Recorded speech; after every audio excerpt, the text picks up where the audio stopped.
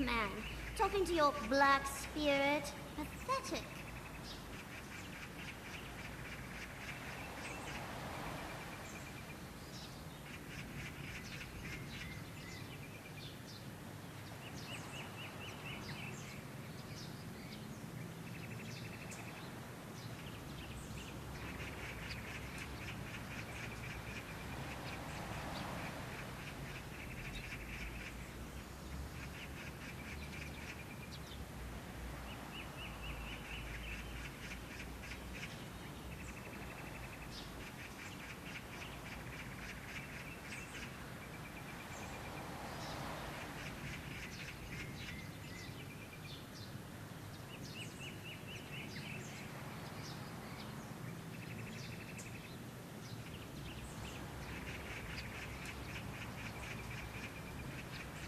You want me to grow my hair?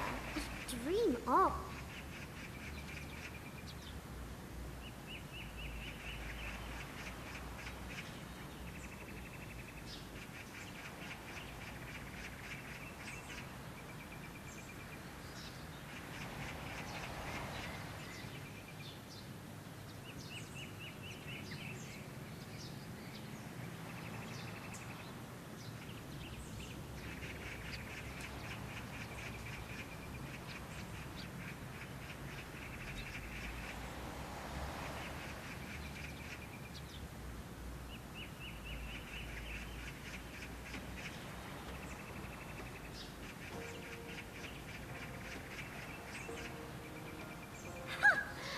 Pathetic. I have no choice but to help.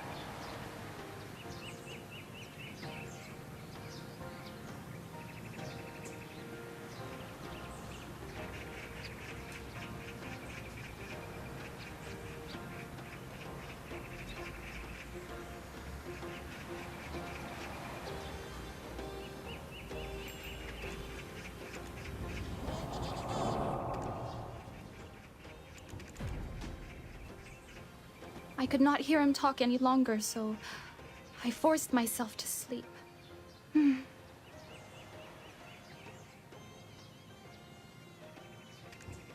Oh, come on now. You really that blind?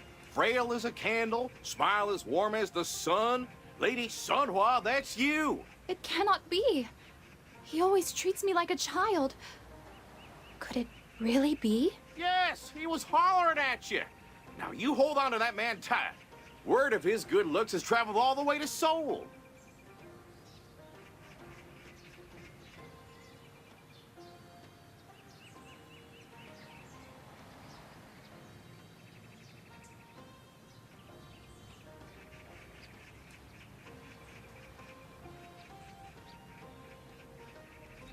I can tell our healer's smitten with you too. Aw, shucks, this is making me miss my own sweetie. You only get one go-around in this life, and happiness is the thing you ought to cherish above all else. Well, Traveler, our job here is done. Oh, leaving so soon? Oh, you've helped so much. But I have yet to return your kindness. Don't you worry a lick about it. You got all the herbs you needed? Good. Well, we best be hitting the trail. Good luck, y'all. Oh, I see. Lady Sunhua, could you wait for a moment? I'll send off our guests and come back.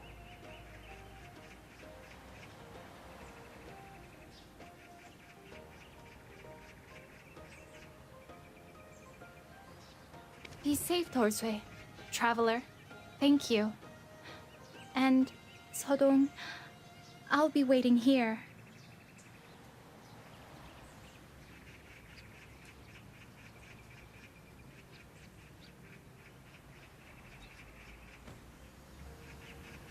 Be thankful about the fact that I'm helping you. Well, It's all right. I was a bit surprised, but if that's what it takes to show her my feelings. oh, my cotton socks, just go for it. Go on now, we can find our own way out. Got it, thank you. Speaking of, I couldn't help but hear your conversation with Master Seogyeong. I heard you ask about Lord... Huh? Thing is, Iduk-su came to visit the Master recently and met in private. not long after, he left without hiding his displeasure from the meeting. Oh, I see now. I'm getting some Don't take much of a traveler. We really. I could have sworn the ledger was here. What the? Hey! What are you doing wandering around here? Well, I'll be. Didn't realize you were the lady of the house. My apologies, ma'am. We were just leaving after chatting with Master Sogyong. Didn't mean to give you a fright, but you were looking around like a cat in a hen house. Again, my sincerest apologies. Of course, my lady. Traveler.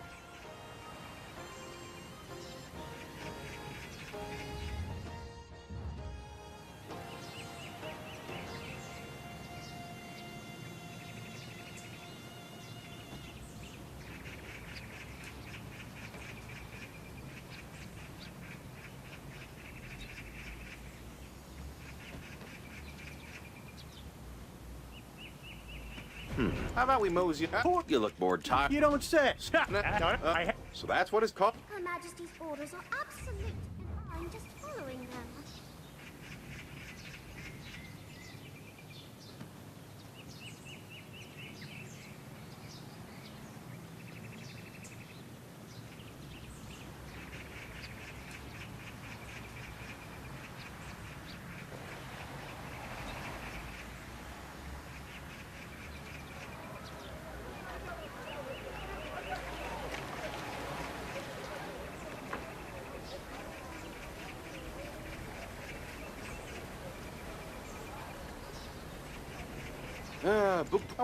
This here's the... Ah, another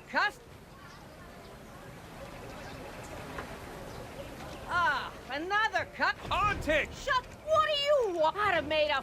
Nah. I got. I'll stay...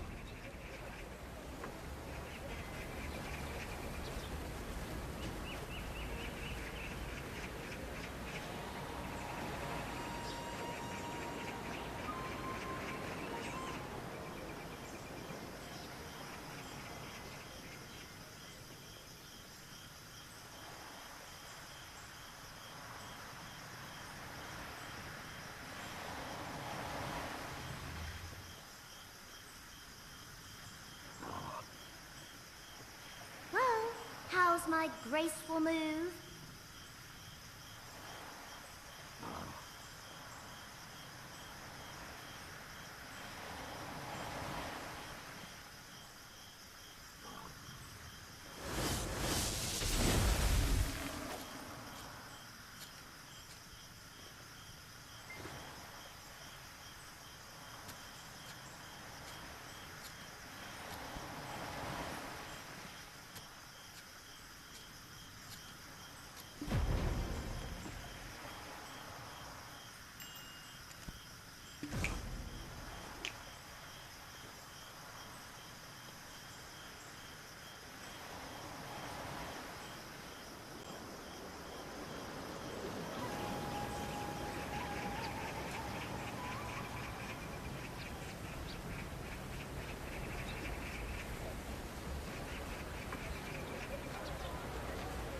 Already. Oh, and this what?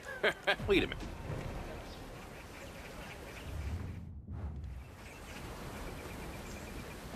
Hot lady son. They're looking at... Anyways.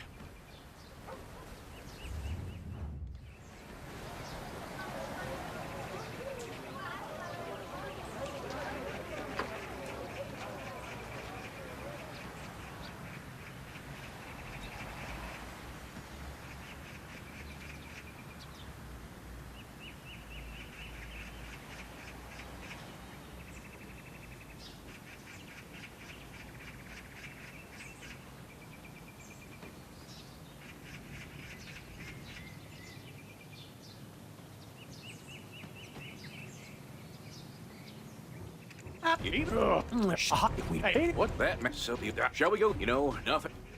Ugh, so exhausting following someone like you.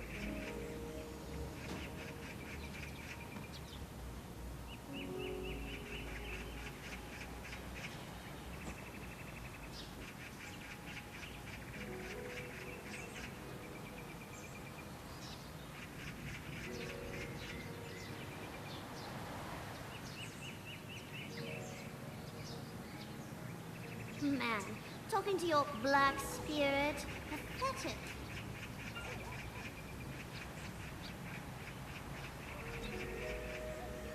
Fragrant alcohol. I'm not interested in those.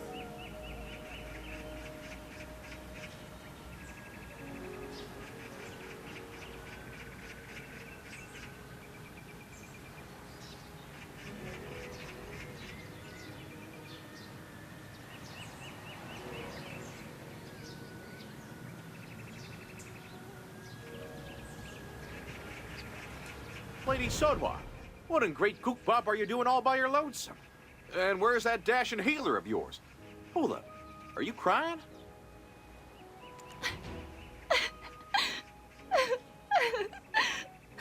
What am I to do now? Father, he...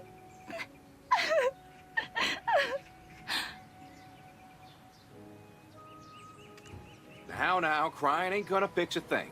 Take a deep breath, all right? Breathe in and out. Last night, Father came to me and he was furious. And then...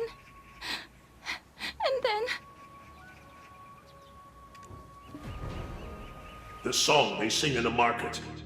Have you heard it? Father! Why? What on earth have you been doing? Why would these children sing of such things? Father, it's just a silly song, but there is some truth to it. I wish to marry Sadong and ask for your blessing. Mary?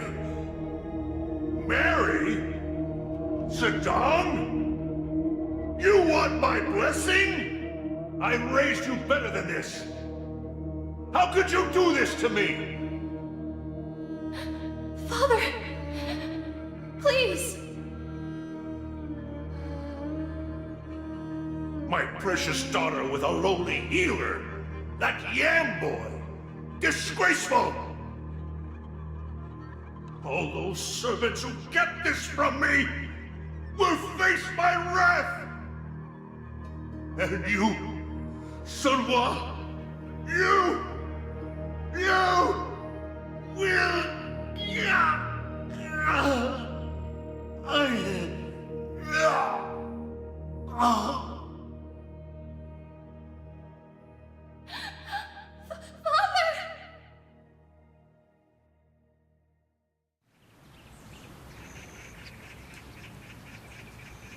Father regained his consciousness soon, but I have not seen Sadong ever since. Thank you for your sincere comfort, traveler. But I am all alone now. What am I to do? Ah, that's it. Dorsway, traveler, I have a favor to ask of you. Please, find Sadong for me. Wait, what? Now? Why would you want to find him after all that? No. Are you thinking what I think you're thinking? Yes, I will run away with Sadong. Could you tell him that I wish to leave Bukpo and be with him? I am not a naive child. I understand what this means. I just feel as if I might die without him. Wherever we go, whatever we do, if we are together, we can endure anything. Oh boy, we ain't gonna change your mind, are we? The fire of love sure is a wild thing, ain't it?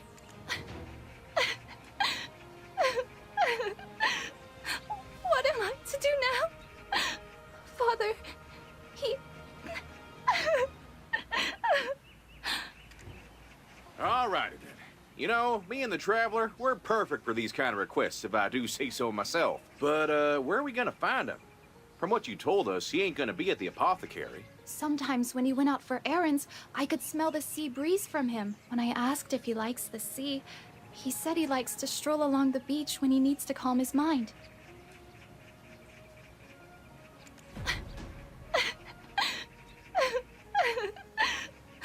What?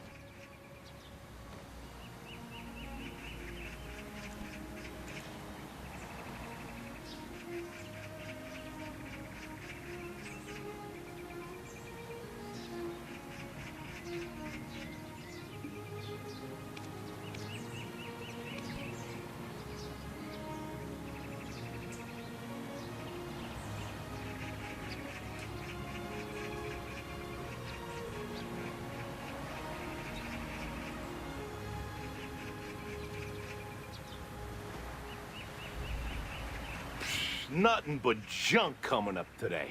Wow. Have you seen a handsome fella named Sodong wandering around these parts? Sedong? Oh, you mean that lad from Seoul with the face as fine as a mermaid's backside? Hey, if I tell you where he is, can you help me out? Huh? Thing is, I haven't caught a single fish today. I'll tell you, if you can catch a few for me. A few? Our traveler will fish up 3 easy. Don't give me that look. You know the drill.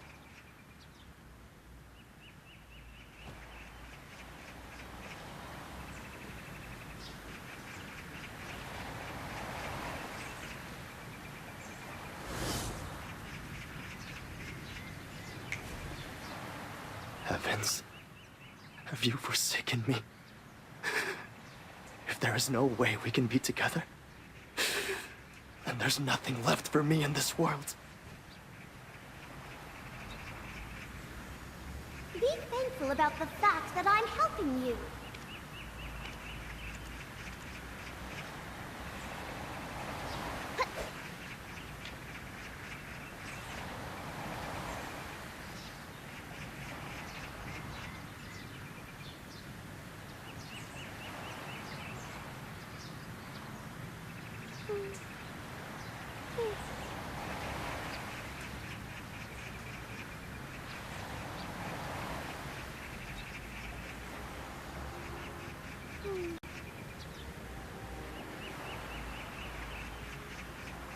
I won't give anything like potion to you.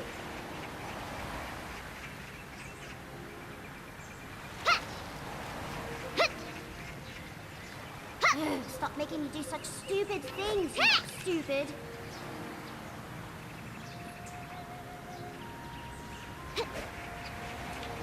Buzz off, will you? You're hindering my sightseeing.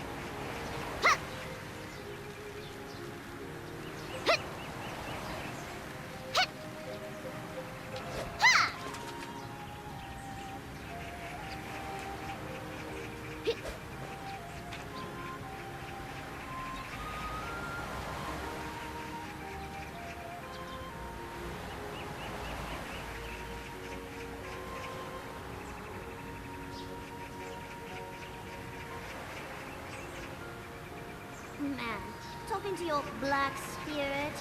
Pathetic.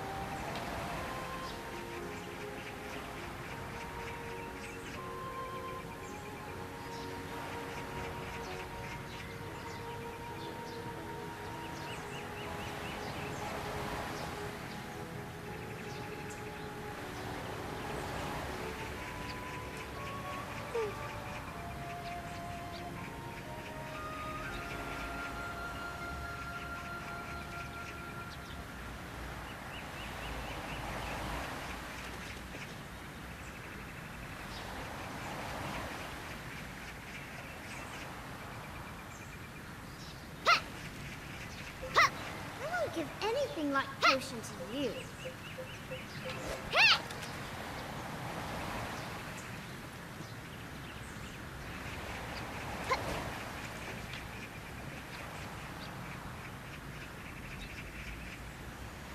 If I leave these potions alone, they might rot.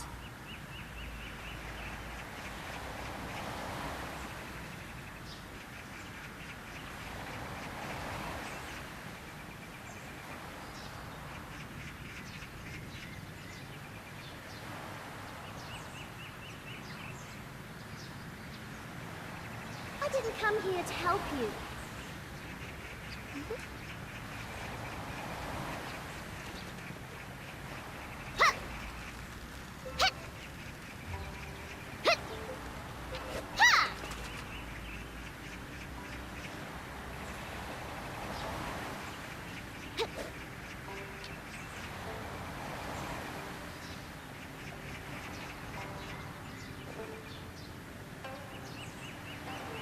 Oh, don't worry about me. Who asked you to care?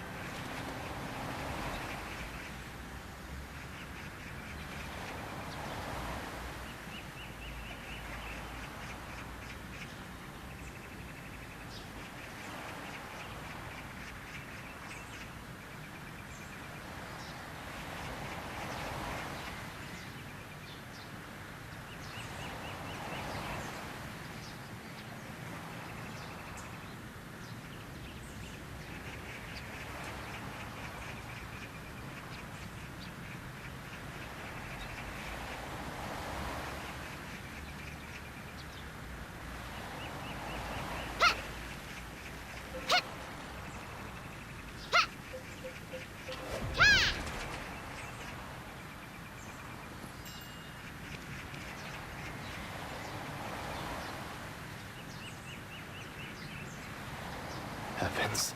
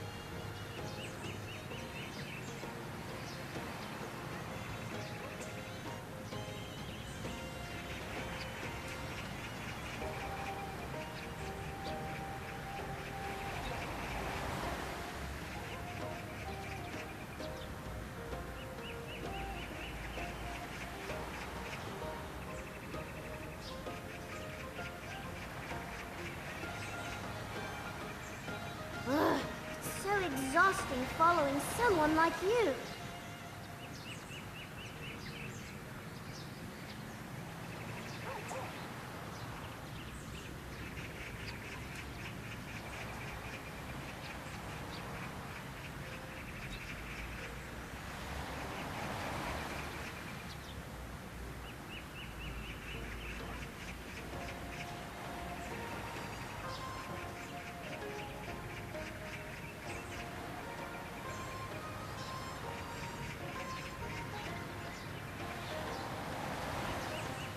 If I leave these potions alone, they might rot.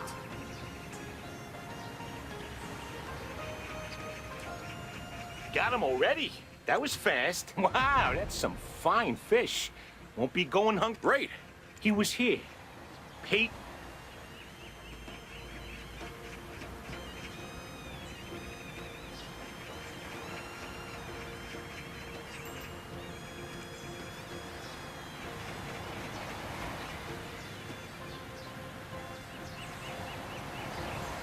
Heavens, have you forsaken me? Traveler? And Dulce too? How did you know? So this is it then? You just coming out here trying to catch your death? It's a bit melodramatic, ain't it? You ain't even up to your ankles. At least dunk your head in or something. Listen to the Traveler. You want to be known as the healer who caught a fever for being a lovesick fool? Come on now, I know you're a bit slow on the uptake, but we need you out of that water right this instant. We're here to deliver Lady Sonhua's message. If you don't come out, we're just gonna leave without telling you a word of it. Lady Sonhua? Okay. I won't give anything like potion to you.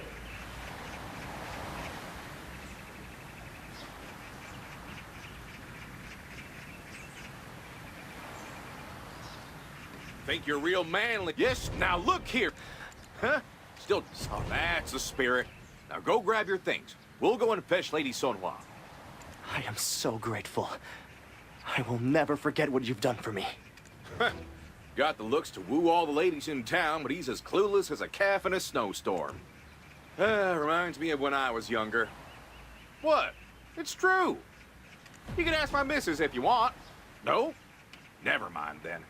I reckon it's time. Let's head to the meeting place.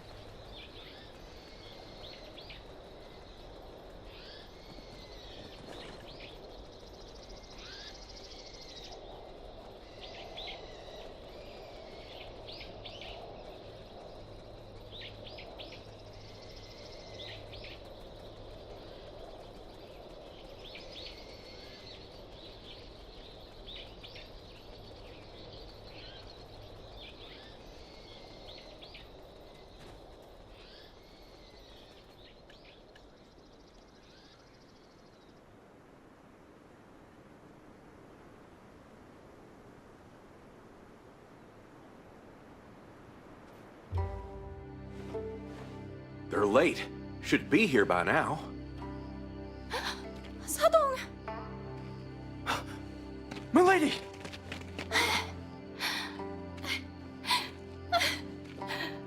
All righty. Everyone's here. Now, off you go, huh? I'll meet you in Ballinhosu later. Go on, get it. Thank you, Dulce.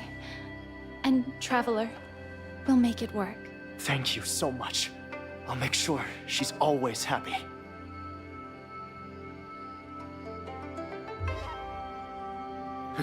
Enough farewells. Go! Hurry along now, before you get caught. Stop right there! What? Yog Zoo?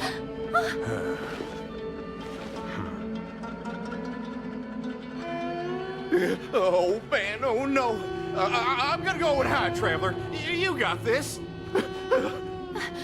Sodong, What? Of course. What are you all up to at such a late hour? Minister!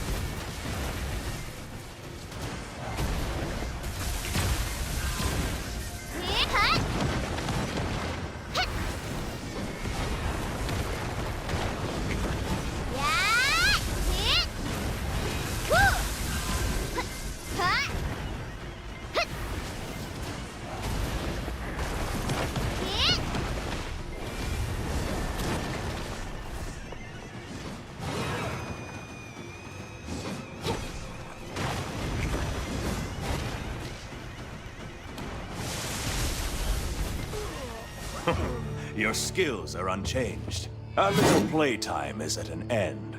I must now detain these two criminals, Sunhwa and Sodong. criminals. Since when did a man and woman's love become a punishable crime? You, since today. What, because of our difference in status? That's not! Constable, bring in the witness. Yes, sir.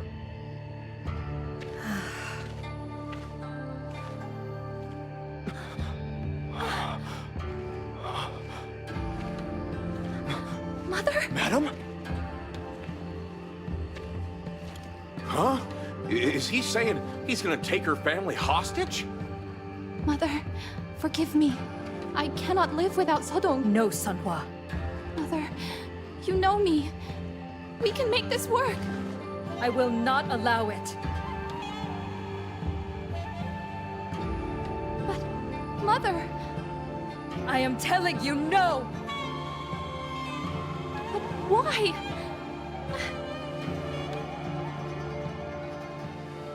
You two. Your siblings! What?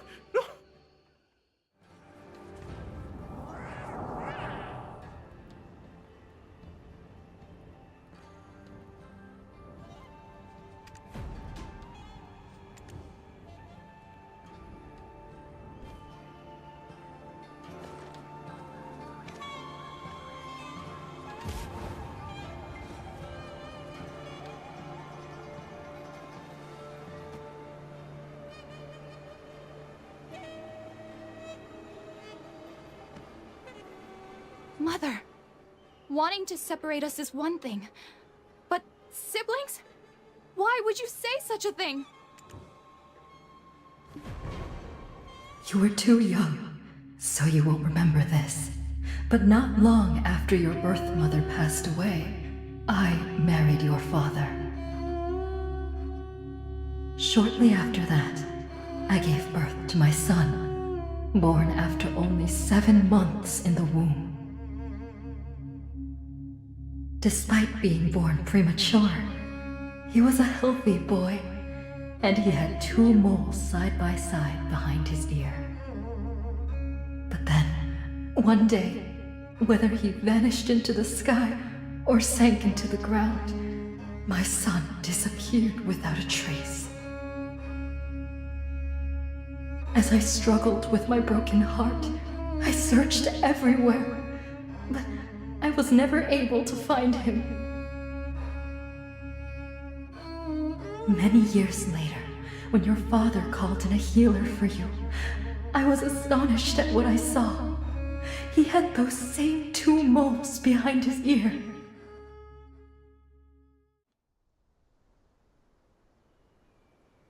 I'm sorry for hiding it for so long, but my dear, I've always thought of you as my own daughter. You're lying! You concocted this whole nonsensical story just to deny us our love! If what you said is true, then I am not the only child of the family, and Sadong is! He's the precious firstborn and only son of the family. Why did you stop looking for him? Sadong, say something! How can we be siblings? This is preposterous! No. This cannot be. Like a lunatic, I searched for you for what felt like forever. I scoured every inch of the land of the morning light. I never imagined that you would be at the infirmary. It's all my fault. Sadong, no. Jung, I'm so sorry. I don't know how I can ever make it up to you. Do you know just how lonely it was? How brutal my life was? No, you cannot do this to me! I was going to take this to the grave. Never did I imagine the 2 of you would fall in love. Now you tell me that the love of my life is my sister? No! No one can take what is precious to me! Stop this! I think we've seen enough of your pitiful display. Guards, arrest these criminals and throw them in the cells. To catch a rat, it must be lured into a corner. Just like you did to me, traveler. I knew you'd attempt to run away after rumors spread in the market. Thank you for being so predictable. Sadong, you should never have turned your back on the centipede market. So, the master sent you after me? Fine! Have what you want!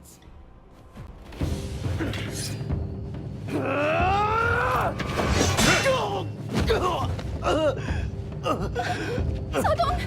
No! Sadong, are you okay? Lady! Lady! Love between siblings. You disgust me. Son! A fire ignited in the man's heart, consuming him until he became a fire spirit.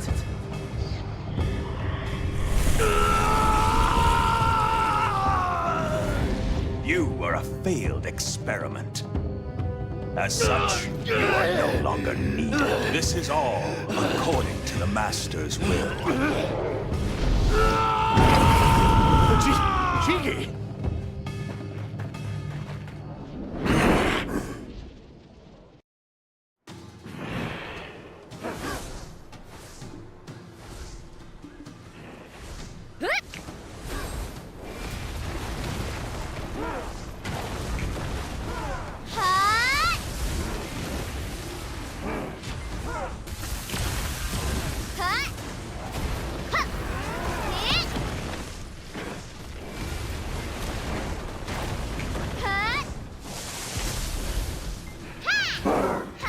And turn to air!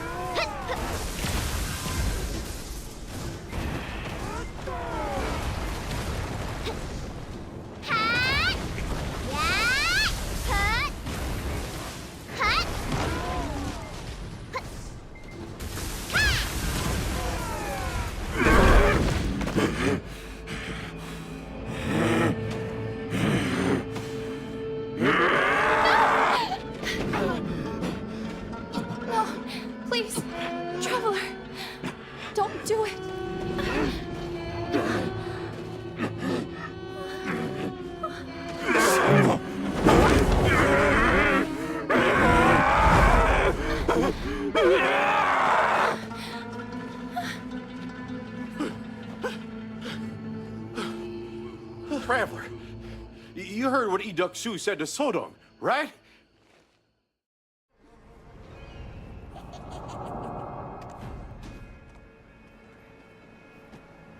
We already know Duk Su's crooked, that's nothing new. But Sodong being a centipede is just...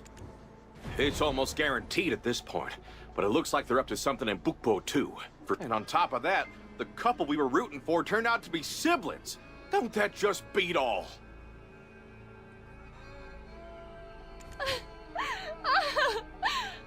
Dorsey, Traveler, please. Please, save Sodong, please. We need to at least stop him. I feel for Sodong, but we can't let him hurt innocent folks. You're not planning on killing him, are you? There must be a way. If we can search together. Reminds me of that incident with Mihyun back in Donghae. Ain't this Sung San's field of expertise? Think, Traveler. We ain't got time, Traveler. What shall we do? I'm always on your side, so tell us what you think.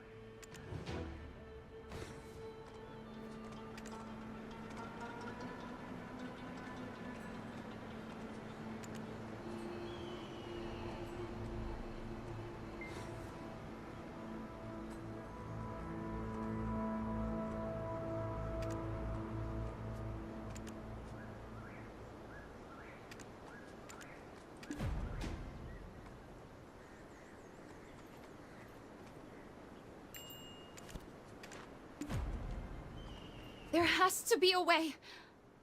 No, there is! If he's become a Chigui... Poor Sodong always did his best to take care of my fever. He would try anything if he thought there was even the slightest chance it might help. And his most recent research was on the Chigui. A spirit with a ball of scorching sorrow lodged in its heart. He wished to learn the Chigui's method of controlling its inner fire and the flow of energy within itself. But... they say the Chigui is the manifestation of a man's unfulfilled love that begins to burn. Literally. So, as you can put out a fire with a thick blanket, you must lure it to an enclosed chamber. In his book, they used a straw doll that resembles the woman it loves to lure it. Huh?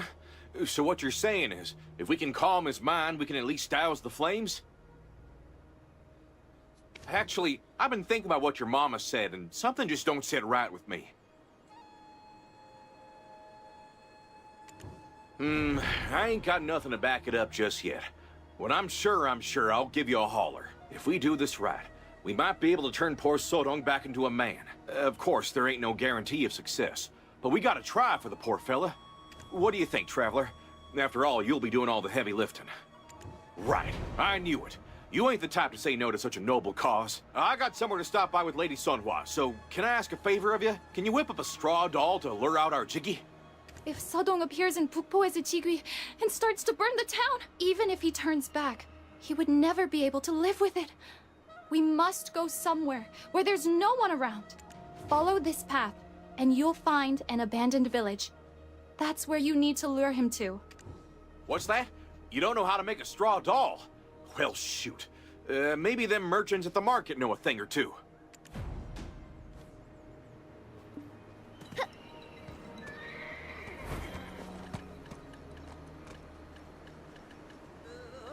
How have you been? I didn't say that to you. What are you looking at?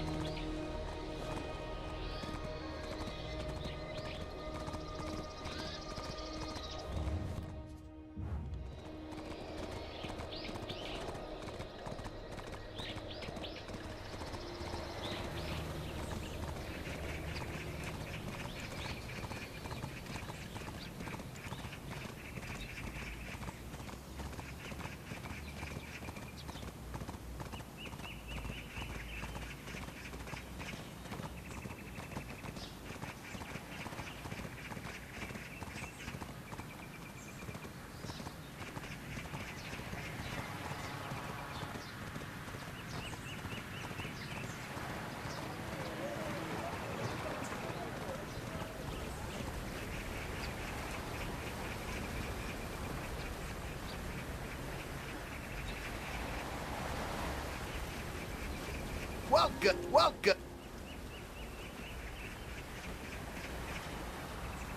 Welcome. We have everything. Straw dolls? What? How about... I don't usually sell... You know, I'm not making much...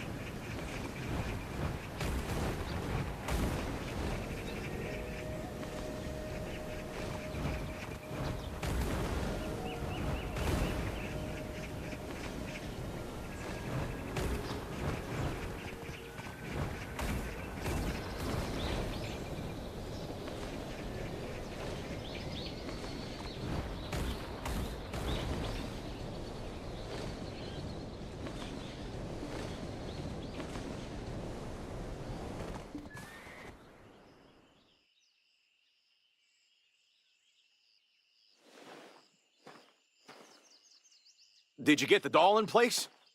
Hurry and hide before the Jiki comes. I'll grab Lady Sona.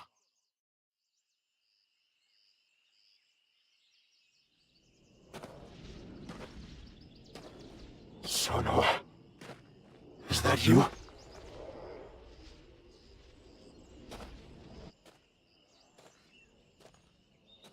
Sono... My dear Sono! Let's go somewhere no one will find us! And live together!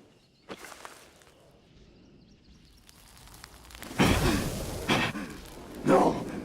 Sono! Are you leaving me as well?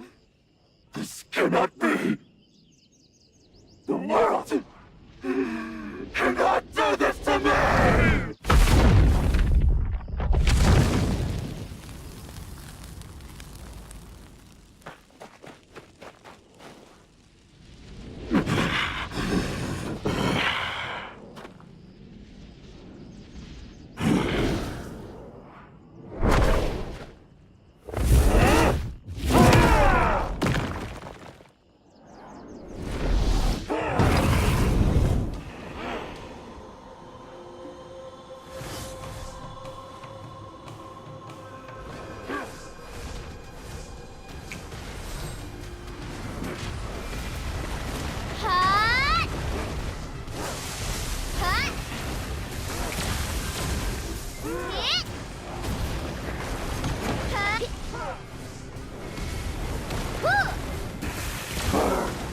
And turn to ash!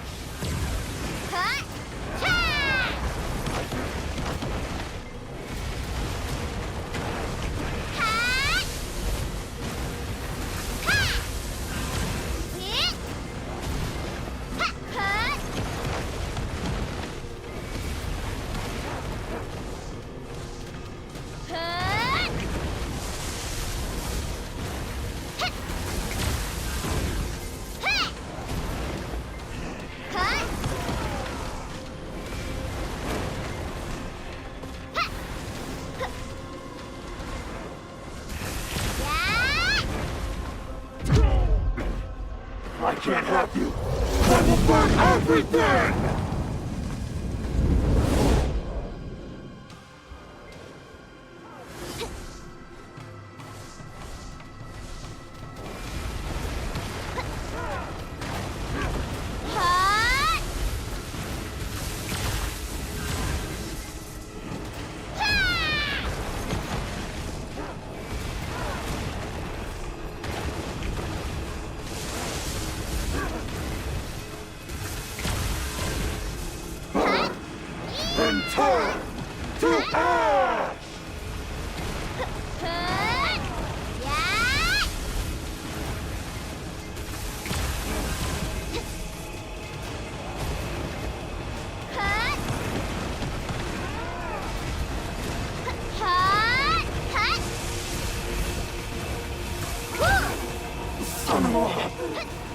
Let's go to Thanos.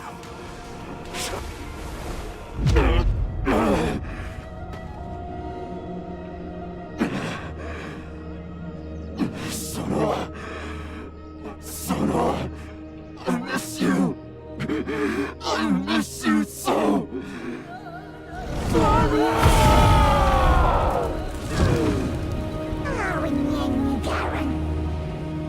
Traveler! Sadong! Sono.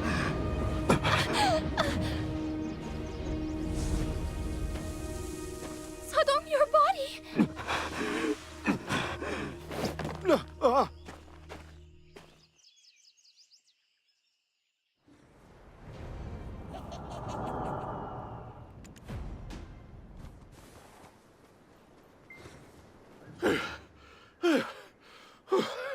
Traveler!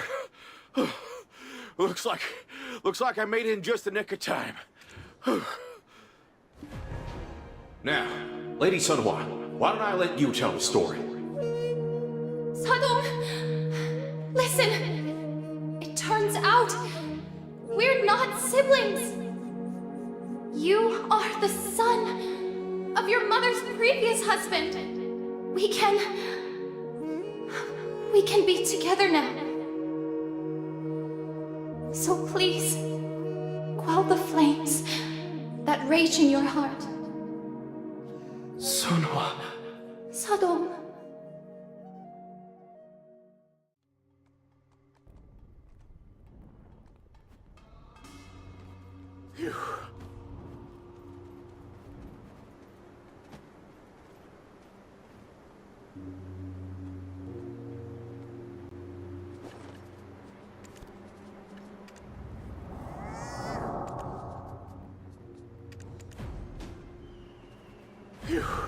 I'm sure glad I got back when I did. Could have burned up the whole dang place. It's a good thing we were here, Traveler. Otherwise, Bookpo would have been toast. Now, I ain't never heard such a cockamamie story in all my days. Nothing like it, I tell you. Remember when I told you something felt off by what Lady Maya said? Well, I was right as rain. How did Sodong, who was born prematurely, grow up so strong and healthy? So, I went poking around, asked a few questions to Lady Maya's old servants, and learned something mighty interesting. Turns out, Lady Maya remarried into the Kim family while she was already carrying Sodong. She's now a child coming into the world just 7 months after her remarriage. Well, she figured the baby was just a tad early, you know? But the fact is, Sodong is the child of Lady Maya and her first husband.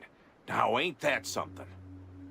All right, let's go through this step by step, taking things from Master Sogyung's perspective. Just imagine, you got yourself a premature child growing up under your roof, but then you start noticing he don't look a lick like you. He caught on to what was really up, and it was him who took Sodong away to an orphanage. And then, to appease his love, played the part of looking for the boy when he wasn't really planning on finding anything. I reckon I can kind of see why he wanted to keep it hush-hush, because his love for Lady Maya burned something fierce. But because of that cold-hearted choice, poor Sodong had to suffer for most of his life. Well, huh? Ain't it just mind-blowing? What do you think? Still, seeing them together and happy at long last, I gotta believe in fate. Sure as shooting.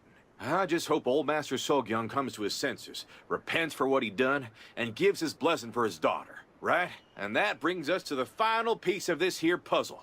What was Sodong doing in Bookpo? Why'd he up and leave the centipede market? I reckon we'll have to hear it straight from the horse's mouth, right? Sunhwa. What happened? Why am I here? Why are you here? Yes. I still don't fully understand the situation, but judging from the embers, I must have briefly turned into a jiggy. Dulce, Traveler, you saved me. I cannot thank you enough. I can't believe I turned into something I was just recently researching. It's...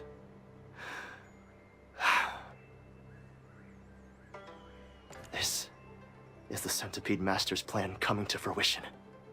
Similar things will happen in other places.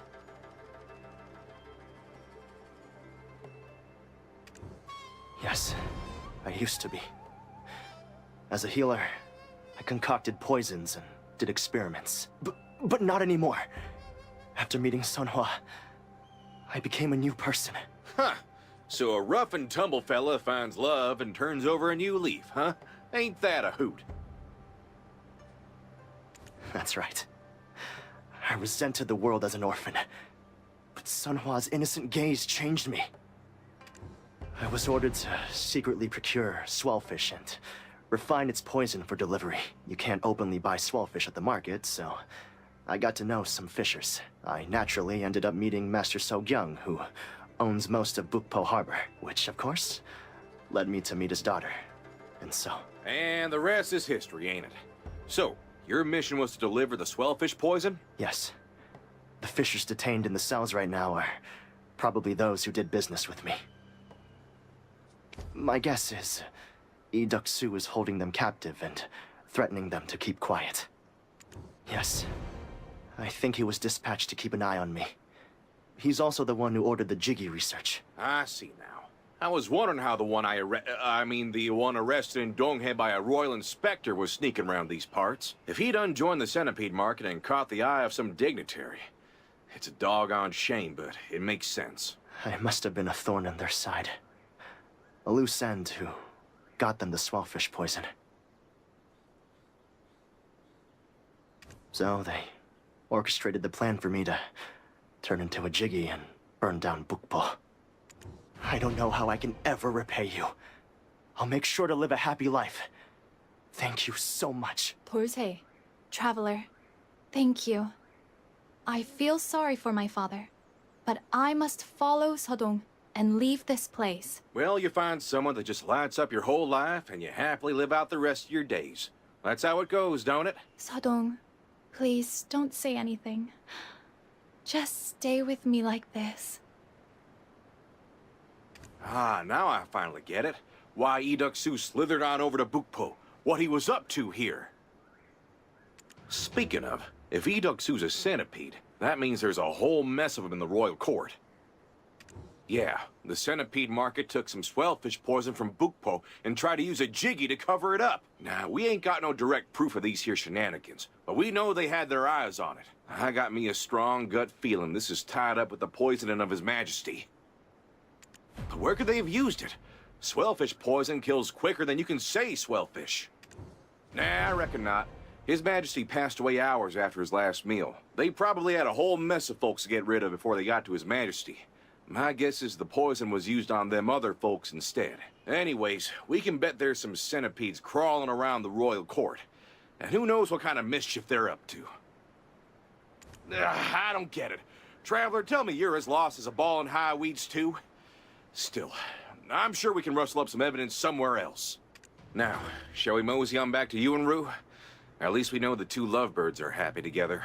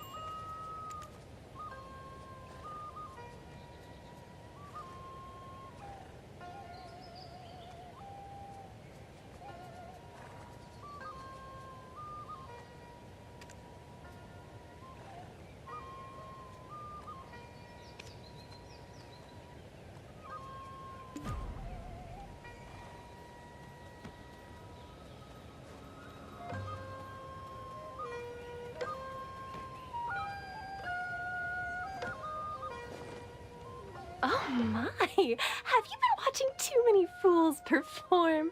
Does that even make sense? Traveler, you're right in the nick of time. The truth is more absurd than a fool's antics, as they say. It's a perfect saying to fit the story she has. Joey, tell it one last time, please.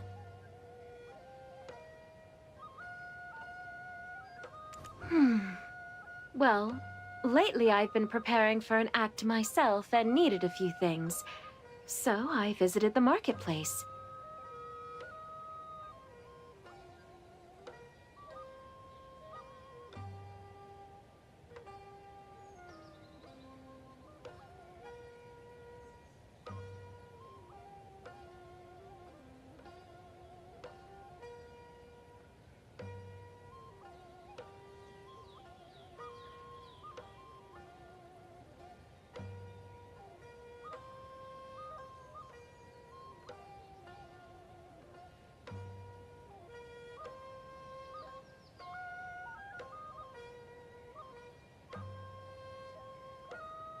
It's been a while since I went out, and I was so excited, looking around at everything. I suddenly heard a loud commotion from a tavern.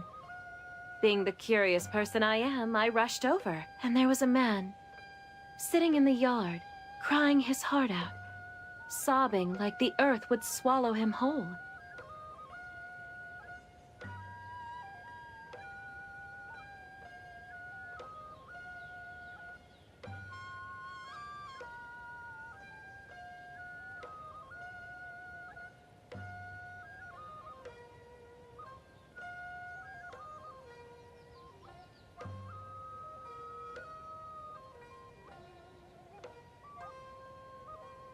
I wondered why such a grown man would act like that. So I asked him. Oh my, his response was unbelievable.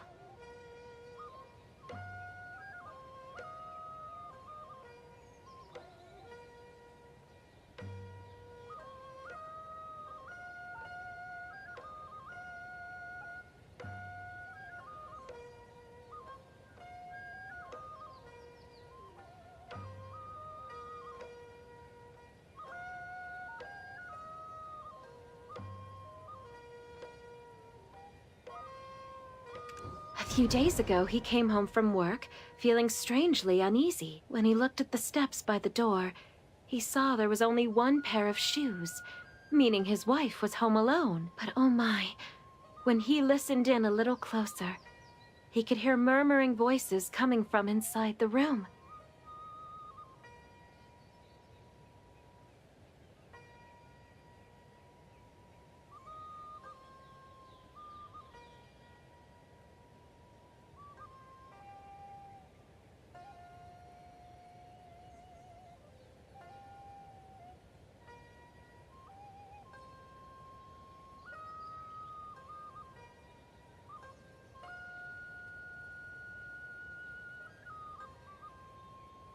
So, the man was so shocked that he yelled, "Who goes there?" And then...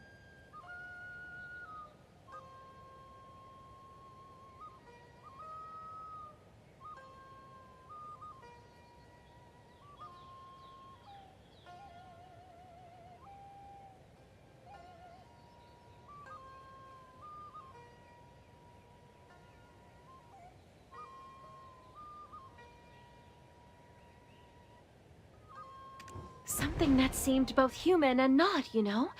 It threw bedding over itself and bolted out of there. The man, trying to calm his pounding heart, cornered his wife and demanded to know, who was that man? But just like normal, usually how these stories go, the wife insisted she was innocent, claiming she knew nothing. Then, wouldn't you know it, Why, that sounds like the yeah, Dude! Well, howdy there, Miss... Yeah, sup, huh? Healing. I'm even some. Well, just... They're a group. Fine. What kind of... Well, Miss Wolf... All right, traveler.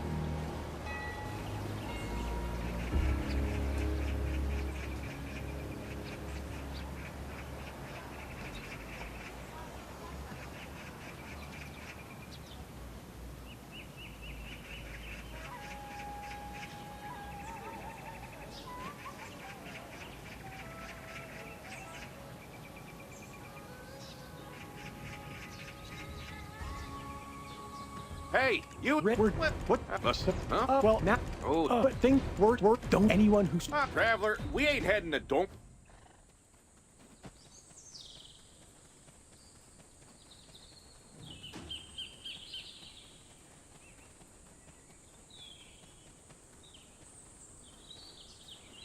Now, we ain't that, Traveler. You better...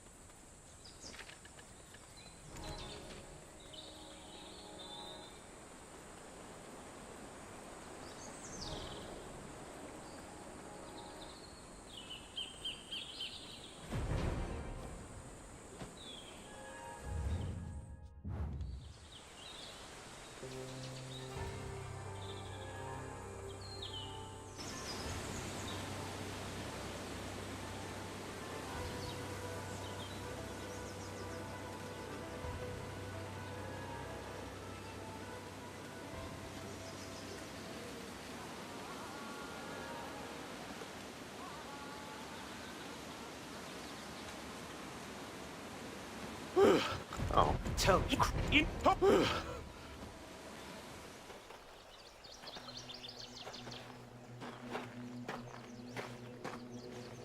Huh? Look! It's Sir Young! He has returned! We're saved! Sir Young!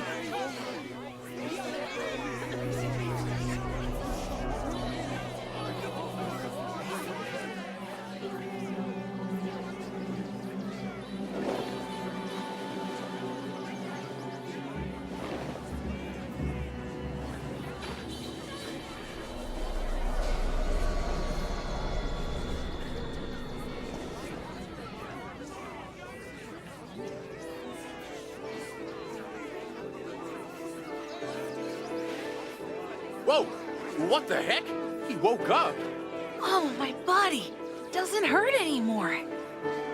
Thank you, sir. Thank you so much. Thank not me, young man, but the goddess Samshin. Well, I'll be. Is that really Young's power? Healing folks with a jig and a twirl?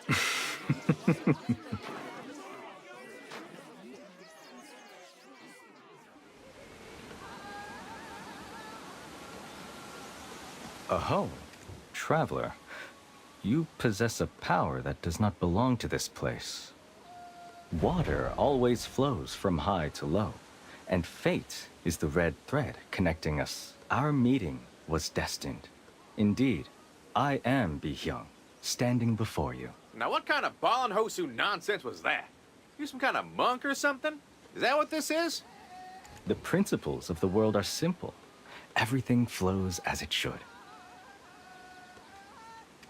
I'm tending to those who can't afford to pay a healer, who had resigned themselves to wait for death's cold embrace. What? No way. I don't know what parlor tricks you're up to, but you ain't gathering sick people for a rebellion or something now, are you? Based on what these You suspect the people's... Hey. So, Trevor? Oh, just wait.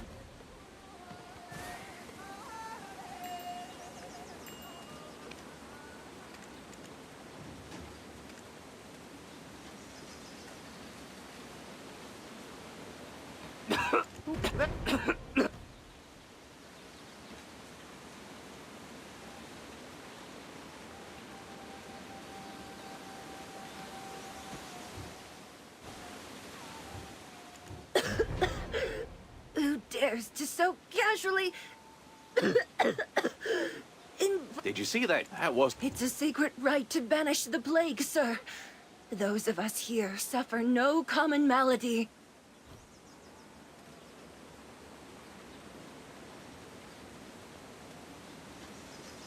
What's it for? Oh, beg your...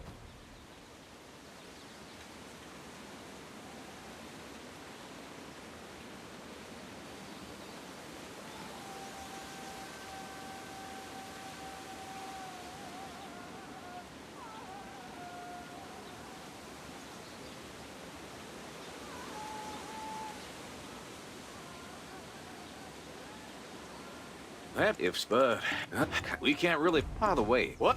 What's with that look? Wait, no, well,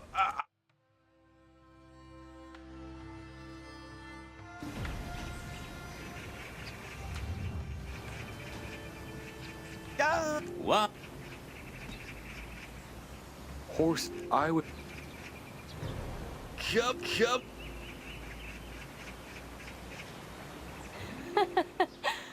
People say that Soul will eat you alive if you're not careful. You really must watch out for yourself around here. I heard a lot of info flows through Yuanru. How about stopping by there if you're looking for information?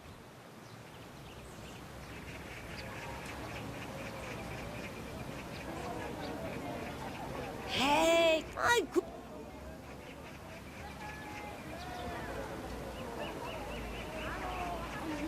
What kind of... What? What do you need? You need anything? What do you need? What do you need? I don't have much in stock today, sadly.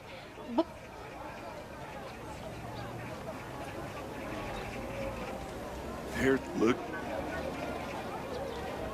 Flipper.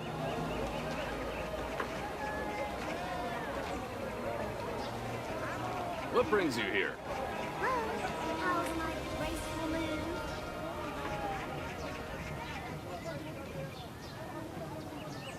Are you young?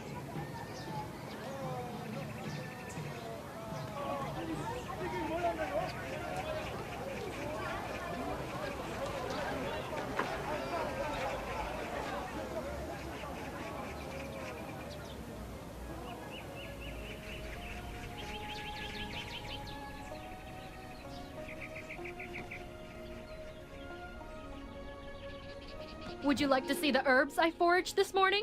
I can guarantee their effectiveness. Would you like to see the herb?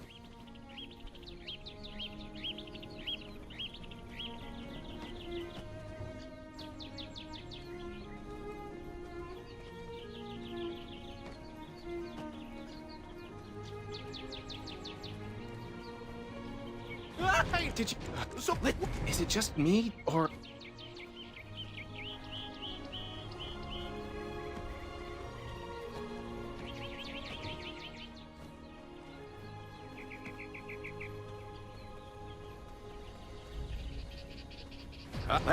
What? I'll have. The fact. Well, I'll be waiting at the tavern in the.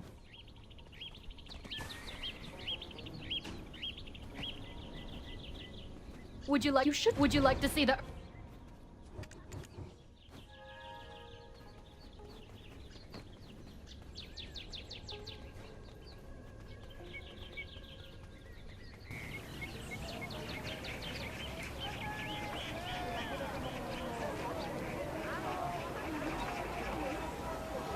You arrived much sooner than I expected.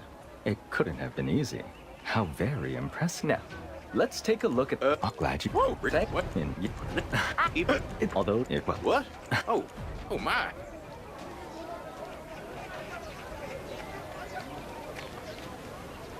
Reminds me now. How the they? Oh, they over there, but they get right. Damn it!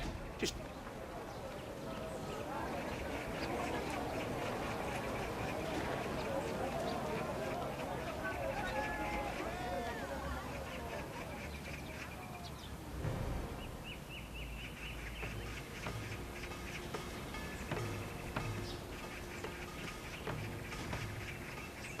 That's no.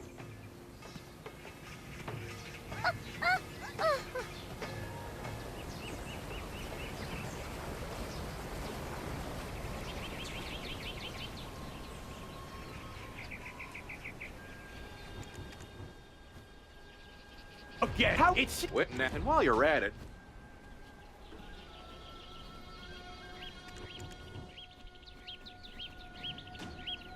Again? Wait, but what? It's a look, my son. You now, sure. You know, they.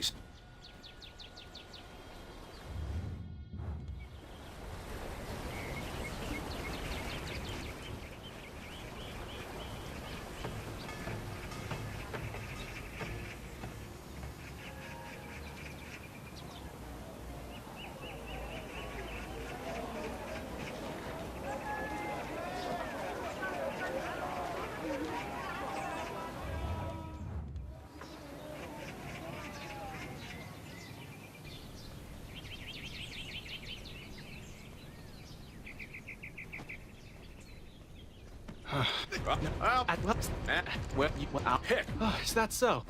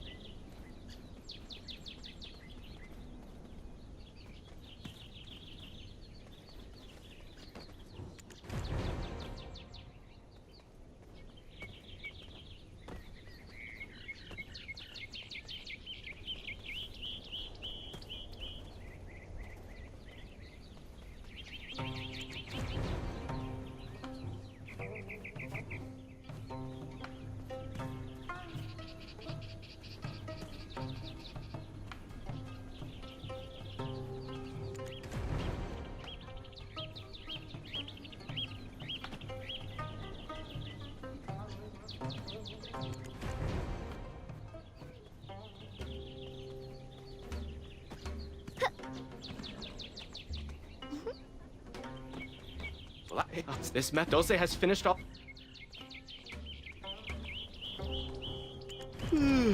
Whoa.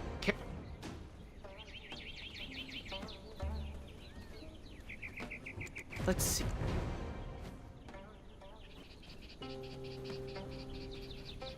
Now we need. Oh, lately we've been.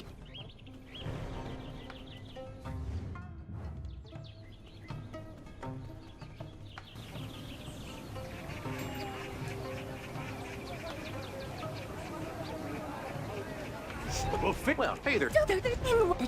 Now, from just so happy.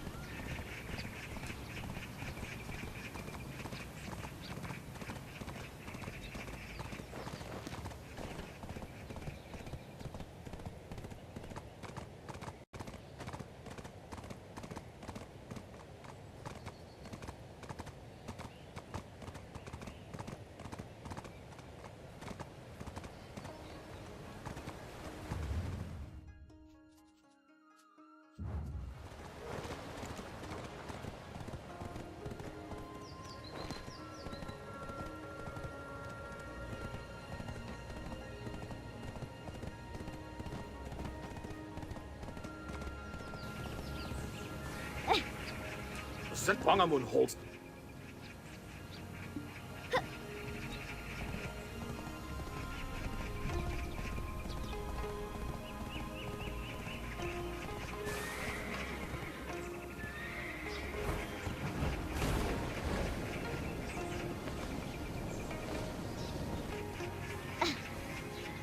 Halt! All right. Pardon me.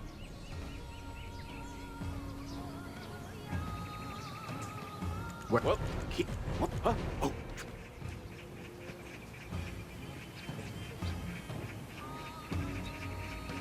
Now, let's this. But first. Be thankful about the fact that I'm happy.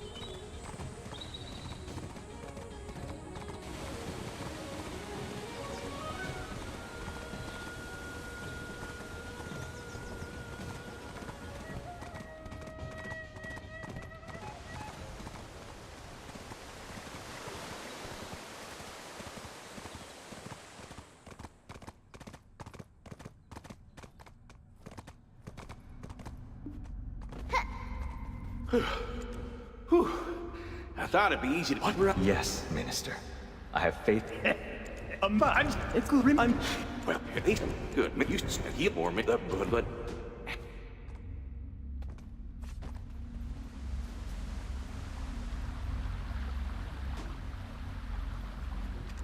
How did BDO...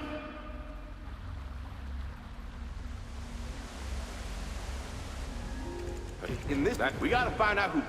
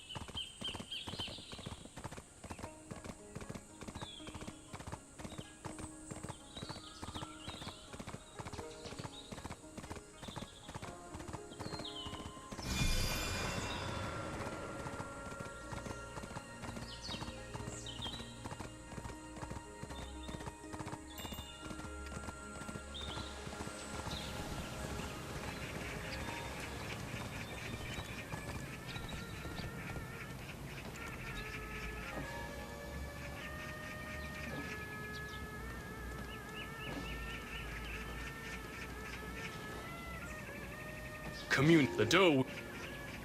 Well, if it is... Master Kyoto. It must I... Master, tell me, how can you be so selfless? We Jado can not only command minor spirits, but the whole world to bow down. Young, a dual wielder must adhere to their principles. How can you not understand that? I cannot stand idle and watch our school's brothers and sisters be persecuted like this. I'm leaving, Master, to broader horizons. I need actual power. Back then, however, so Me, Master, I agree. The only true. Once upon a time, long before when tigers used to smoke pipes, black rain poured from the sky, and the first malevolent spirits ran rampant. When the people were groaning from the plague, Goddess Sunshine appeared, swept away all the malevolent spirits, and returned to the heavens. Well now. I disagree.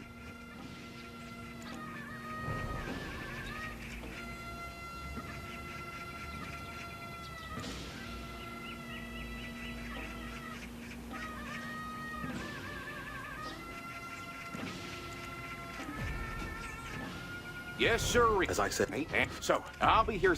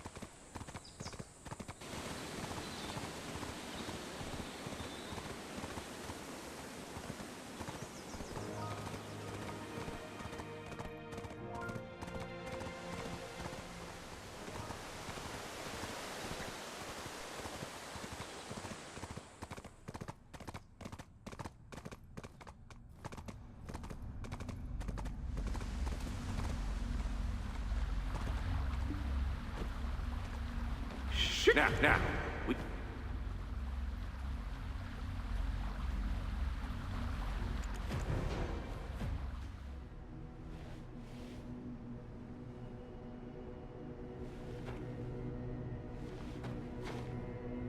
Looking for me, are you?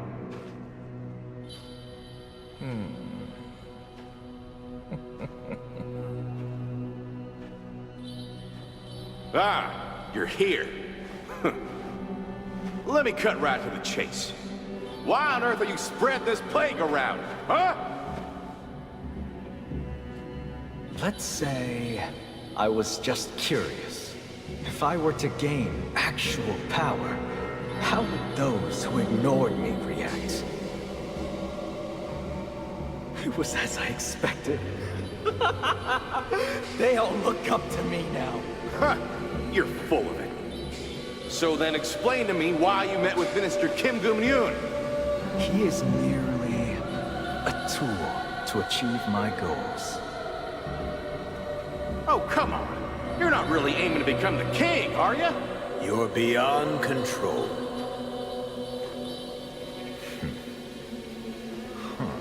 Huh? Wait a sec.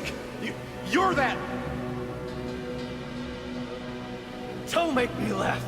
Even though you gave me this power initially, it is all mine now. You two will die from the plague. Oh, the irony. A puppet with a will of its own. You're a failure. Time to eliminate you. The hell you doing? Stop!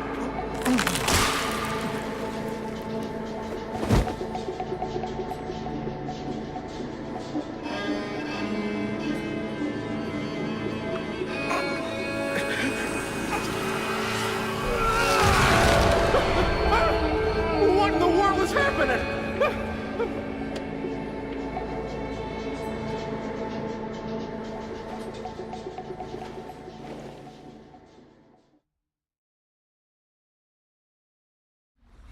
You will regret coming here. You shall embrace the grasp of death!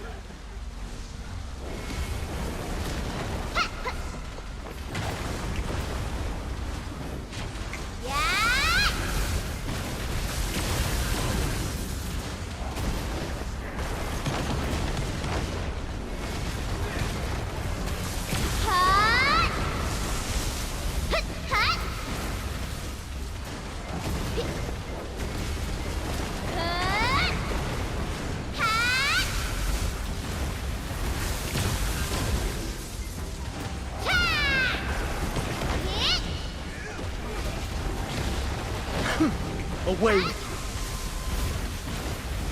you.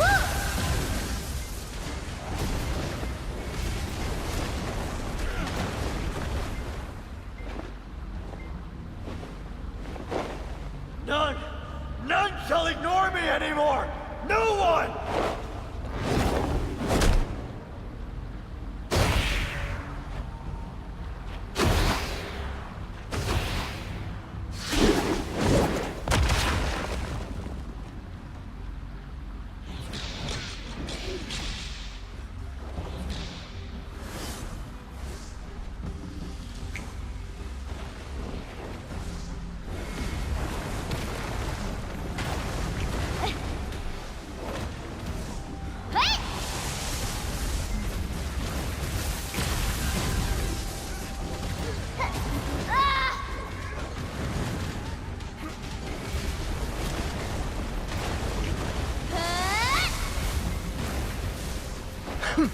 Away with you.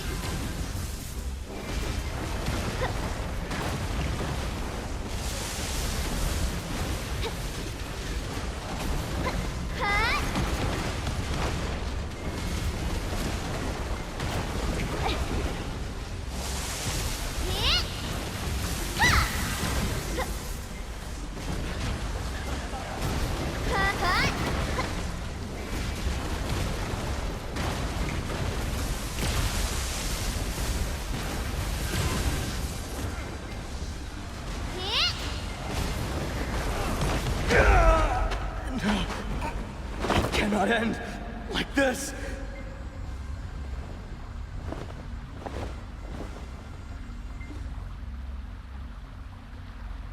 It's all over now.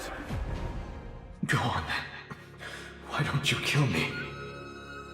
Well now, you see, sins ain't repaid with death. You gotta spend your whole life repenting and reflecting to make amends. And besides, there's still more than enough work left for you here. You can start by helping them folks suffering from the plague. I just wanted to have great power, so no one could ignore me and call me an... I get where you're coming from, but gaining power by hurting others, that just leaves you with nothing in the end. Why not use that power for good, huh? A capable dough wielder like yourself? Why'd you go and do such a thing? Oh, and I overheard a little something before. What kind of trade did you make with Minister Kim Gum-ryun? He's the one who took me in after I fled from the Jado school. He taught me how to call upon the plague god. As you might have guessed, he then instructed me to gradually spread the plague across the world. At first, I was thrilled at the thought of exacting vengeance on the world. But over time, the sight of the suffering began to weigh on me. So, without the minister's knowledge, I began to heal the people in secret. Them scoundrels Zhang Desun and Kim Gum-ryun, treating the lives of the people like playthings. They'll get their just desserts, mark my words. I'll take the precious kyongoko we made and deliver it to the folks of Dongmakgo village.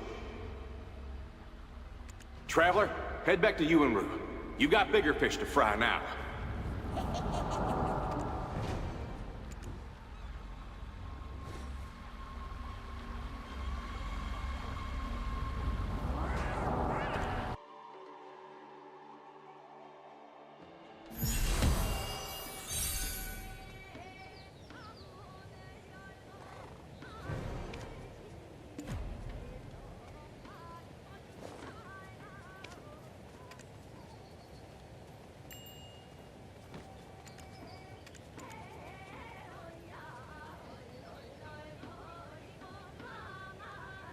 Moga, did you hear the latest?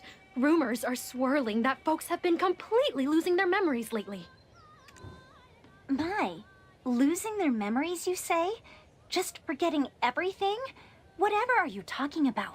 Have you not eaten today? Did you hear of that elusive book everyone's been crazed over? Some secret handbook to success. Belonged to the old headmaster. Just a quick read, and you're supposedly all set for the state examination. Or so they say. Everyone's been dying to get their hands on it. But here's the kicker. Those who've actually seen it, they came back as fools, forgetting everything they've ever learned. Well now, what would make a feller with book smarts turn into a fool? Y'all sure they ain't faking it to cover their shame of failing the exam? Mr. Dulce, such talk is unbecoming. Aren't you aware of the weight the state examination holds for our people? With enough diligence, anyone can succeed. It's a true ladder of prosperity, even without any prior connections. Even those not all that fortunate scrape together all they have so their loved ones get a chance at taking the exam. It's a whole family affair. Oh, Moga, don't get teary-eyed, my dear. Her brother has been slaving away for that exam for the past 9 years. Oh, shoot. I reckon I done shoved my foot in my mouth on that one. Sorry, Moga. How can I make it up to you? Really? I'll trust you on this. Please, make sure that those who are genuinely working hard don't get tangled up in this mess. Don't y'all worry none. We got this situation wrapped up. You ladies just sit tight and let loose a bit. They spoke of it near Yukjo Street, right in front of Gyeongbokgung. Unfortunately, they wouldn't share any more details with me.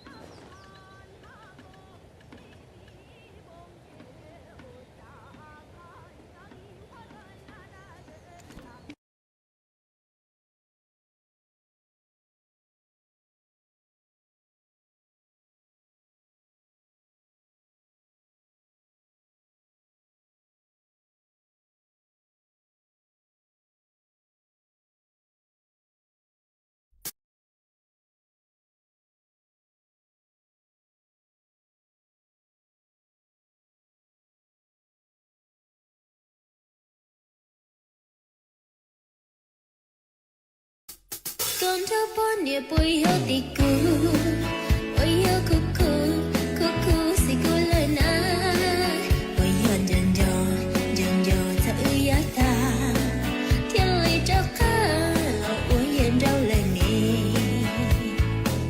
có lúc nước bìa bùi hiếu tì cú theo ý cú tư hay tia có lại vô cú con nghĩ thật thua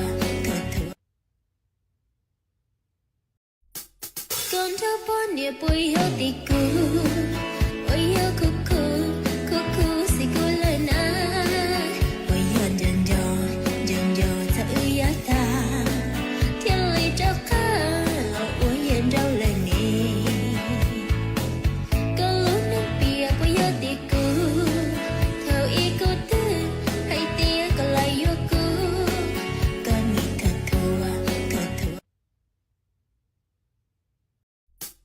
con cho bon địa bùi hiếu tì cú ôi hiếu cú xì cú lời na ôi hiền dần dò ta ư ya ta thiên lý trao khá ôi hiền rau lời nì có lúc nước bìa bùi hiếu tì cú theo ý cú tư hay tia có lại vô cú con nghĩ thật thua con cho bon địa bùi hiếu tì cú ôi hiếu cú xì cú lời na ôi hiền dần dò ta ư ya ta thiên lý trao khá ôi hiền rau lời nì có lúc nước bìa bùi hiếu tì cú theo ý cú tư hay tia có lại vô cú con nghĩ thật thua con cho bon địa bùi hiếu tì cú ôi hiếu cú xì cú lời na ôi hiền dần dò ta ư ya ta thiên lý trao khá ôi hiền rau lời nì có lúc nước bìa bùi hiếu tì cú theo ý cú tư hay tia có lại vô cú con nghĩ thật thua con cho bon địa bùi hiếu tì cú ôi hiếu cú xì cú lời na ôi hiền dần dò ta ư ya ta thiên lý trao khá ôi hiền rau lời nì có lúc nước bìa bùi hiếu tì cú theo ý cú tư hay tia có lại vô cú con nghĩ thật thua con cho bon địa bùi hiếu tì cú ôi hiếu cú xì cú lời na ôi hiền dần dò ta ư ya ta thiên lý trao khá ôi hiền rau lời nì có lúc nước bìa bùi hiếu tì cú theo ý cú tư hay tia có lại vô cú con nghĩ thật thua con cho bon địa bùi hiếu tì cú ôi hiếu cú xì cú lời na ôi hiền dần dò ta ư ya ta thiên lý trao khá ôi hiền rau lời nì có lúc nước bìa bùi hiếu tì cú theo ý cú tư hay tia có lại vô cú con nghĩ thật thua con cho bon địa bùi hiếu tì cú ôi hiếu cú xì cú lời na ôi hiền dần dò ta ư ya ta thiên lý trao khá ôi hiền rau lời nì có lúc nước bìa bùi hiếu tì cú theo ý cú tư hay tia có lại vô cú con nghĩ thật thua con cho bon địa bùi hiếu tì cú ôi hiếu cú xì cú lời na ôi hiền dần dò ta ư ya ta thiên lý trao khá ôi hiền rau lời nì có lúc nước bìa bùi hiếu tì cú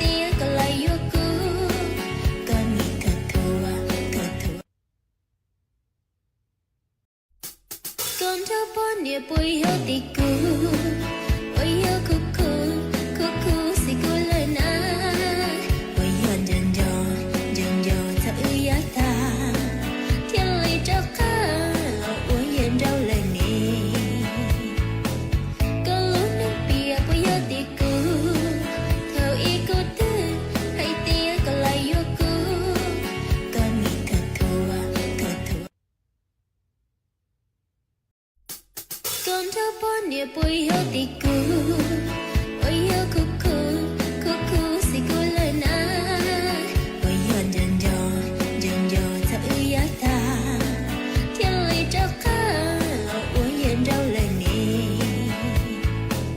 ka lu na pia pui yo ti ku thao i ku tu hai tia ka la yo ku ka ni ka thua con cho bon nia pui ho ti ku oi yo ku si ku la na oi yon jan jo ta u ya ta thiên lý cho ka lo u yen rau la ni ka lu na pia pui yo ti ku thao i ku tu hai tia ka la yo ku ka ni ka thua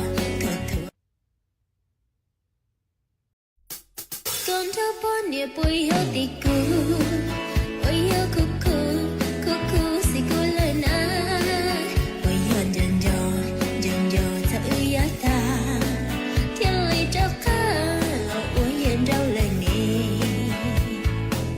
ka lu na pia pui yo ti ku thao i ku tu hai tia ka la yo ku ka ni ka thua con cho bon nia pui ho ti ku oi yo ku si ku la na oi yon jan jo ta u ya ta thiên lý cho ka lo u yen rau la ni ka lu na pia pui yo ti ku thao i ku tu hai tia ka la yo ku ka ni ka thua con cho bon nia pui ho ti ku oi yo ku si ku la na oi yon jan jo ta u ya ta thiên lý cho ka lo u yen rau la ni ka lu na pia pui yo ti ku thao i ku tu hai tia ka la yo ku ka ni ka thua con cho bon nia pui ho ti ku oi yo ku si ku la na oi yon jan jo ta u ya ta thiên lý cho ka lo u yen rau la ni ka lu na pia pui yo ti ku thao i ku tu hai tia ka la yo ku ka ni ka thua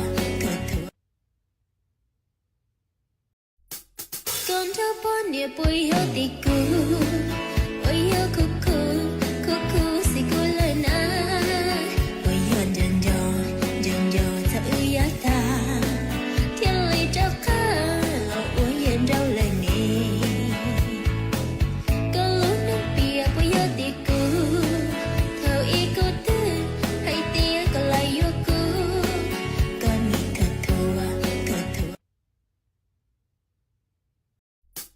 con cho bon nia pui ho ti ku oi yo ku si ku la na oi yon jan jo ta u ya ta thiên lý cho ka lo u yen rau la ni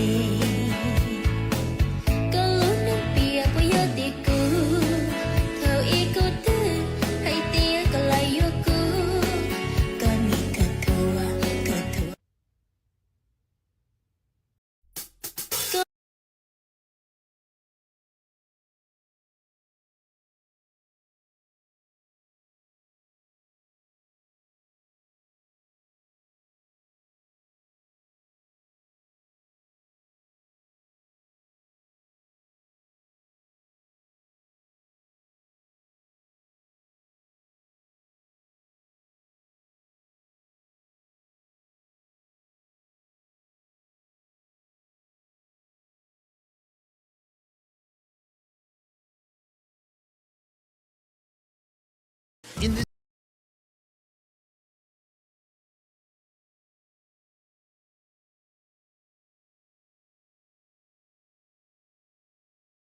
ultimate New York City food marathon. We're going after the best. It's very insanely cheesy. This is maddening. This is the American version of raclette. The wildest. This fatty intestine is big and it is smelly.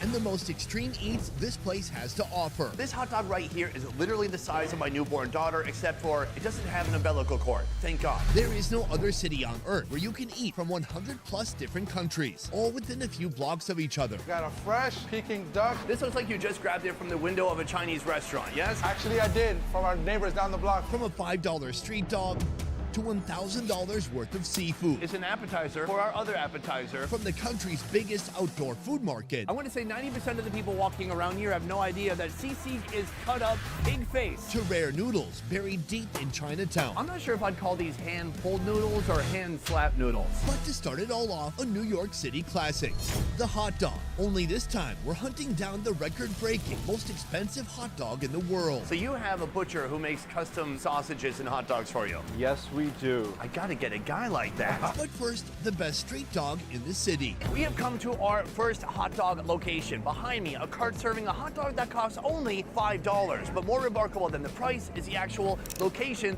of this hot dog cart. Take a look over there.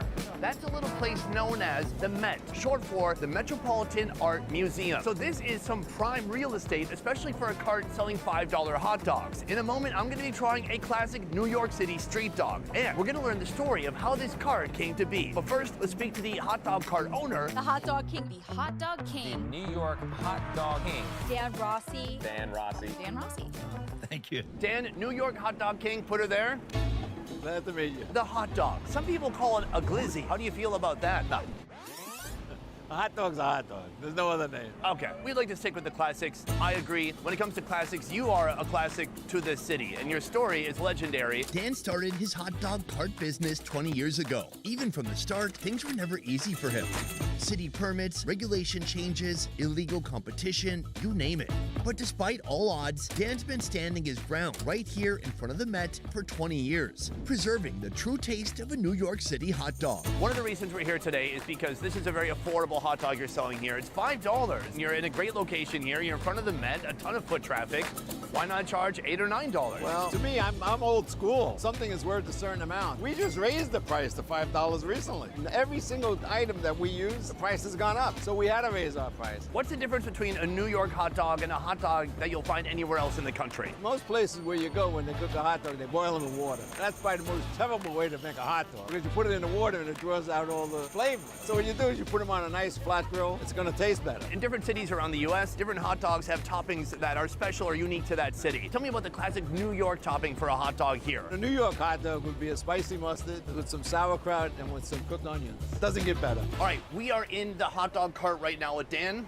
Dan, take it away. You got it. All right, so right here, you've got like dozens of hot dogs on the grill. Has the recipe changed in 20 years? The type of dogs are you using? Is this all beef? We always use all beef. So we went through every brand of hot dog that we could get locally. When we hit onto the brand we have now, people came back and said, this is a good hot dog. Boom, right here. You grab a bun. They're already cooked. It's already warm. He reheats it a little bit more. He hits it with a little bit of mustard. And we'll come over here. What do we got here? Sauerkraut. Oh, nice. And then cooked onions. What it is onions and tomato sauce. But that tomato really gives it a good taste. And this is how we make a New York style hot dog. What you're seeing here is not just a hot dog, but a story of resilience, dog. A story of not backing down even when the odds are against you. When I first came here, I knew this would draw a lot of trouble. And as soon as I put the cart down, enforcement came. And I knew I was 100% legal. I know the law. The only ones that are supposed to be around the Met are disabled veterans, and we're the only vets. If you were legal, why do you think the local authorities were bullying you so much? They were preventing the vets from coming. They were leasing out the location to non-vets. So the city was making money off of our location. With time comes new challenges. New illegal or non-vetted businesses started setting up food carts near the Met, slowly driving Dan out of business. If you came here, you look at all these carts, you're saying, oh, you got people selling all different things. That's not what you see. It's one or two guys are controlling all the carts around all the parks. So we're not talking about a little guy who's trying to make a living. That's not there. We're talking about organized illegal activity. And the worst part, the city couldn't care less. I've had the police tell me they'd rather get rid of me than them. Yikes. It's that simple. I sleep in the van every night just so I can hold this location. I've been doing that for 12 years, 13 years now. For Dan, there is no happy ending. Not yet, but still, he keeps going every day. His reward? The smile of his customers after sinking their teeth into his classic dog. All right, folks, we have our first and certainly not our last hot dog of the day. Some ingredients I've never seen before. Spicy mustard, yes. Sauerkraut, yes. A nice Germanic influence. Those are my ancestors. High five to their corpses. I mean, spirits. But then we have something I've never even heard of. This is what he's calling cooked onions. Let's give it a shot.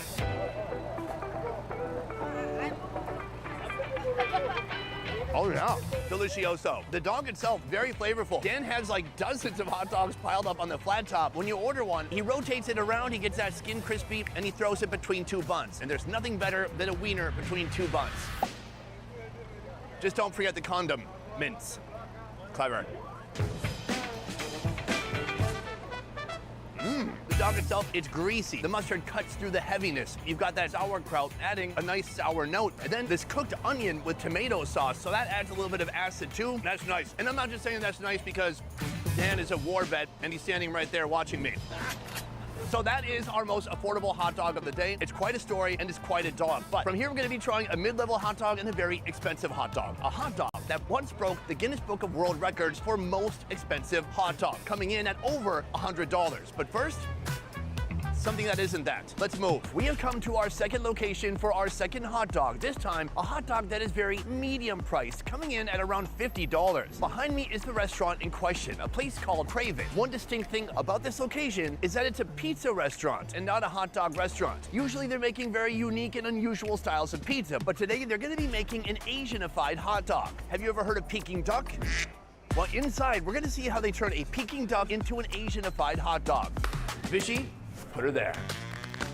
What's up, my man? The last time I was here, I was shooting a video about cheap versus expensive pizzas in New York City, and we came to your restaurant for the mid-price pizza, which was a very creative Big Mac pizza, and it was delicious. Put my heart into that pizza. That tastes just like a Big Mac, and that's what we're known for doing. So what I like about you and what I like about Crave It is that you approach pizzas differently, like this. What am I looking at right now? So this is our world-famous Indian tikka masala pizza. This hits home for me because I come from India, Punjab. So I took the American twist and the Indian twist and an Italian twist and threw it right onto this pizza, and here we are. So next, we're gonna take that type of thinking and apply that to a hot dog. Tell me about the hot dogs we're gonna be trying today. We're taking it to the next level. We're gonna do an Asian-style hot dog, and we're gonna do an Ecuadorian/Colombian-style hot dog, which is called a salchipapa.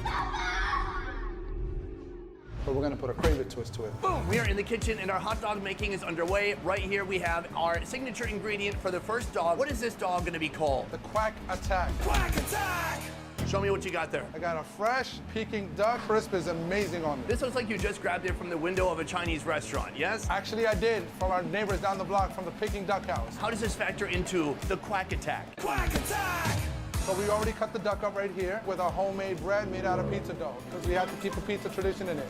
Amazing. Let's get into it. Right here we have Oscar. Oscar, take it away. Step one, Oscar grabs a couple of all beef dogs, a little bit of water, and he throws that on the flat top. Step two, he hits that Peking duck with a little bit of hoisin sauce. Then the duck is added to the flat top. Already we have a pile of protein here. It looks amazing. Next up we have our hot dog bun right here. Open it up. Oh, plenty of real estate for these fillings. First he puts in pickled cucumber slices. He puts in one dog, he puts in a second dog. Next, the duck. Oh my God, this thing is absolutely slammed full of meat. From here, Oscar has the chili crisp. Be careful, Oscar, be careful. That ain't ketchup.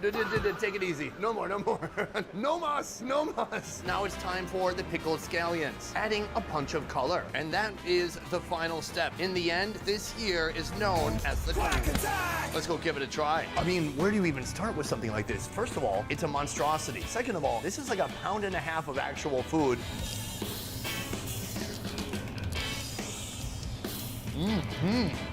Oh, wow. That was a mouthful of meat. That's what she said. First of all, the beef franks, delicious. Big, juicy, beefy. The duck itself, super juicy, super flavorful. Oh my Lord. Ooh, chili crisp. Chili crisp is not supposed to get all over your face. This is a lot. It's remarkable because it tastes so Asian-y. It's just like I have the most all-encompassing generic taste of Asia in my mouth.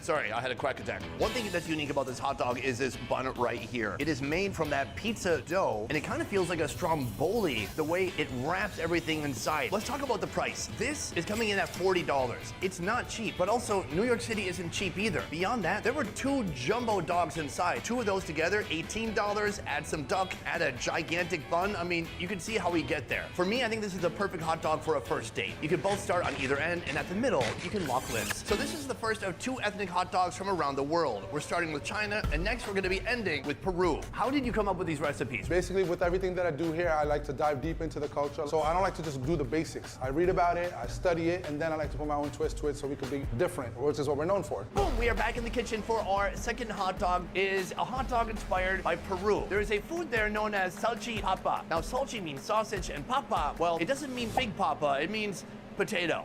Still nice though. Let's start with the potato element, sliced thin and deep fried. Right next to it, 2 humongous Ecuadorian sausage. Also head to the fryer. Next, the same bread vessel is spread open and ready to receive some serious meat. Right here, we're bringing up the price with some Iberico ham from Spain. Ooh. Then a double dose of sausages. Oscar grabs the dog and he sets it on top of the Iberico ham. Oh my gosh. And finally, that salchi papa sauce. Oscar, what is in here? Tomato sauce, sausage, onions.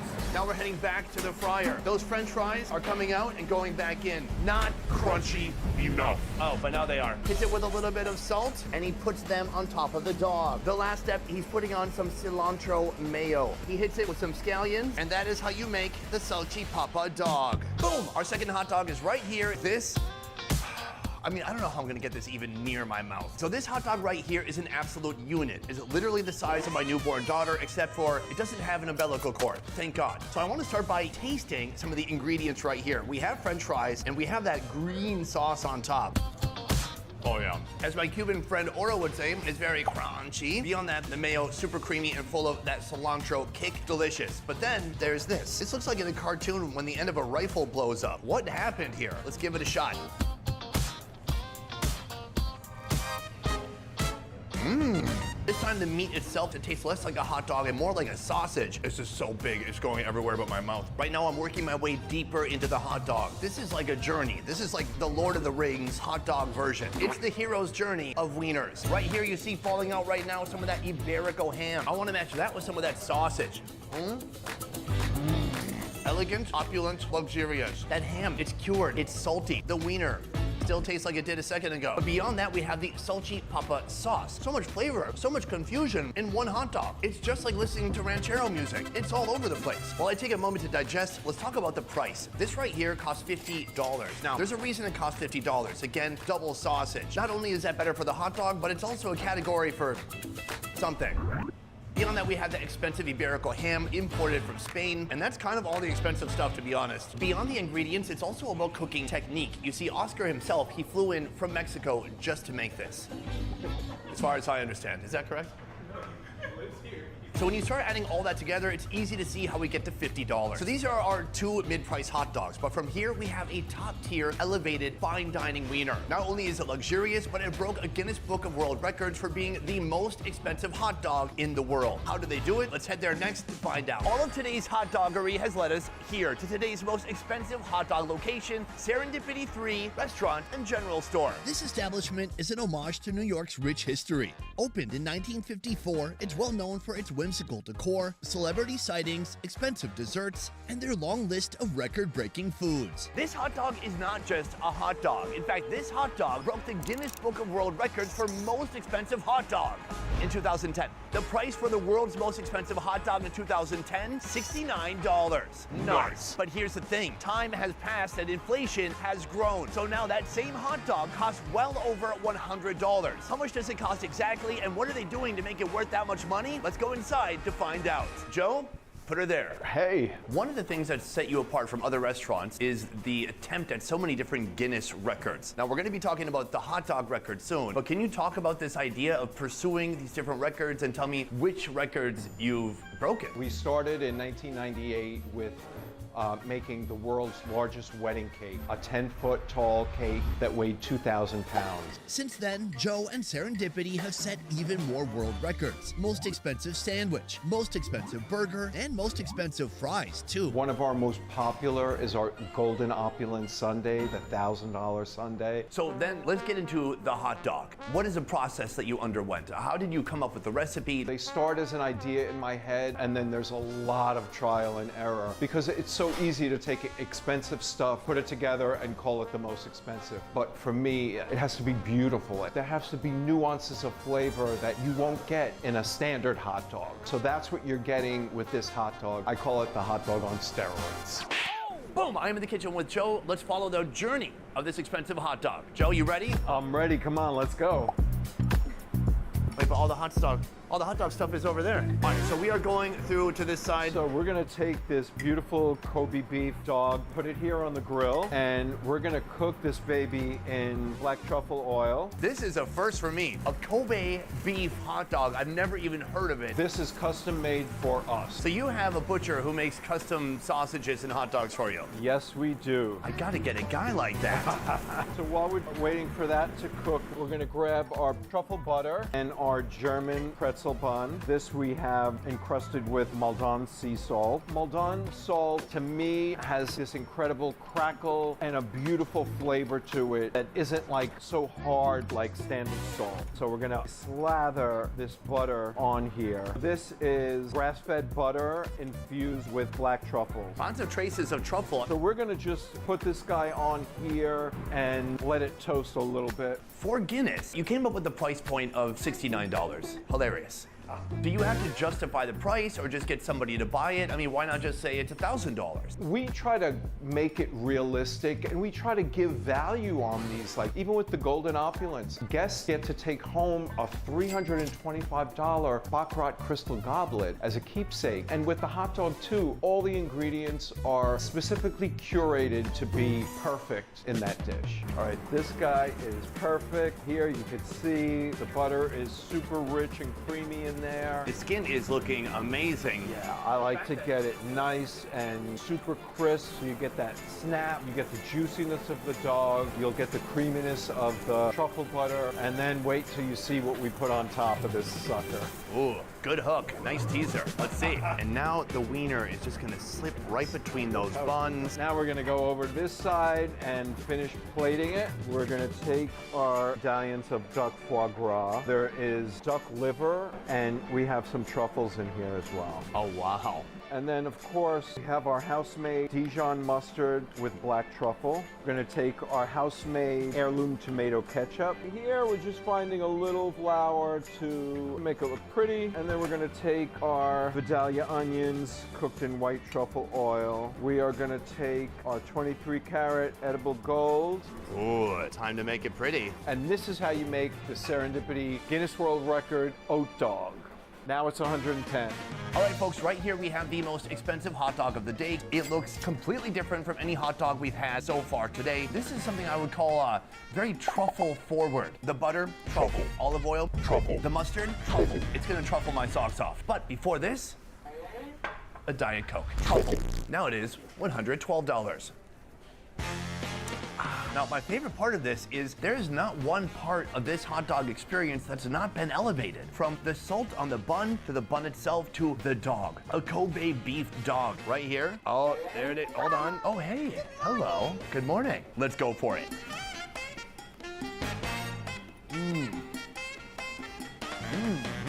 There's a lot going on there. First of all, this hot dog, very rich.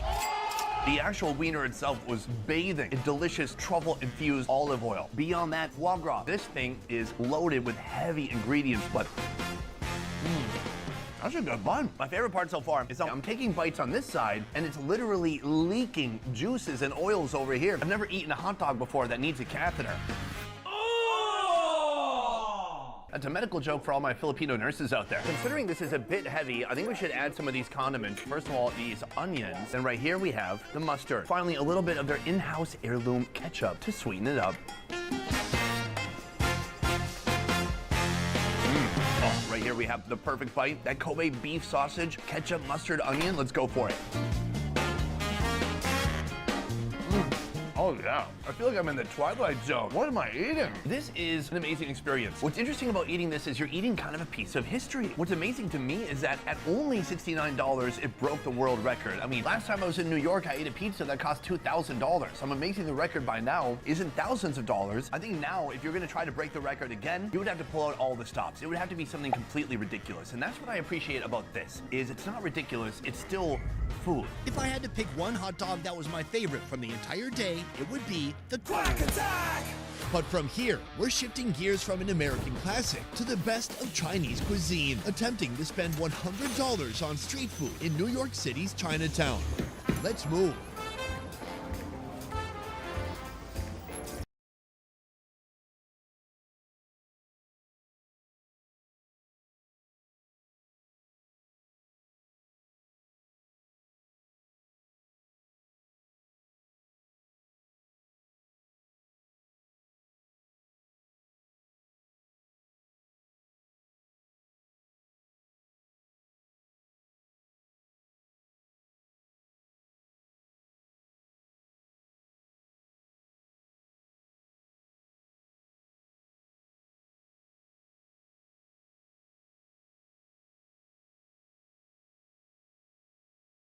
Today's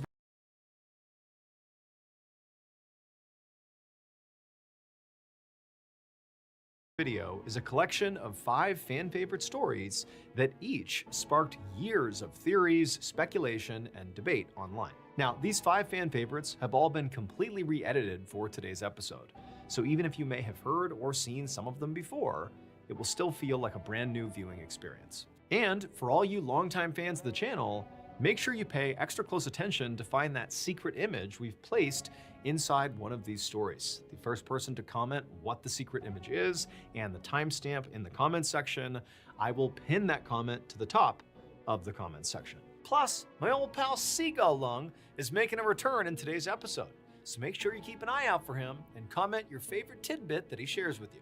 But before we get into today's 5 stories, if you're a fan of the strange, dark, and mysterious delivered in story format, then you've come to the right place, because that's all we do, and we upload 2, 3, even 4 times every week. So if that's of interest to you, please offer to get the like button a cup of coffee. But don't tell them, instead of using sugar, you used hot sauce. Also, please subscribe to our channel and turn on all notifications so you don't miss any of our weekly uploads. Okay, let's get into today's stories.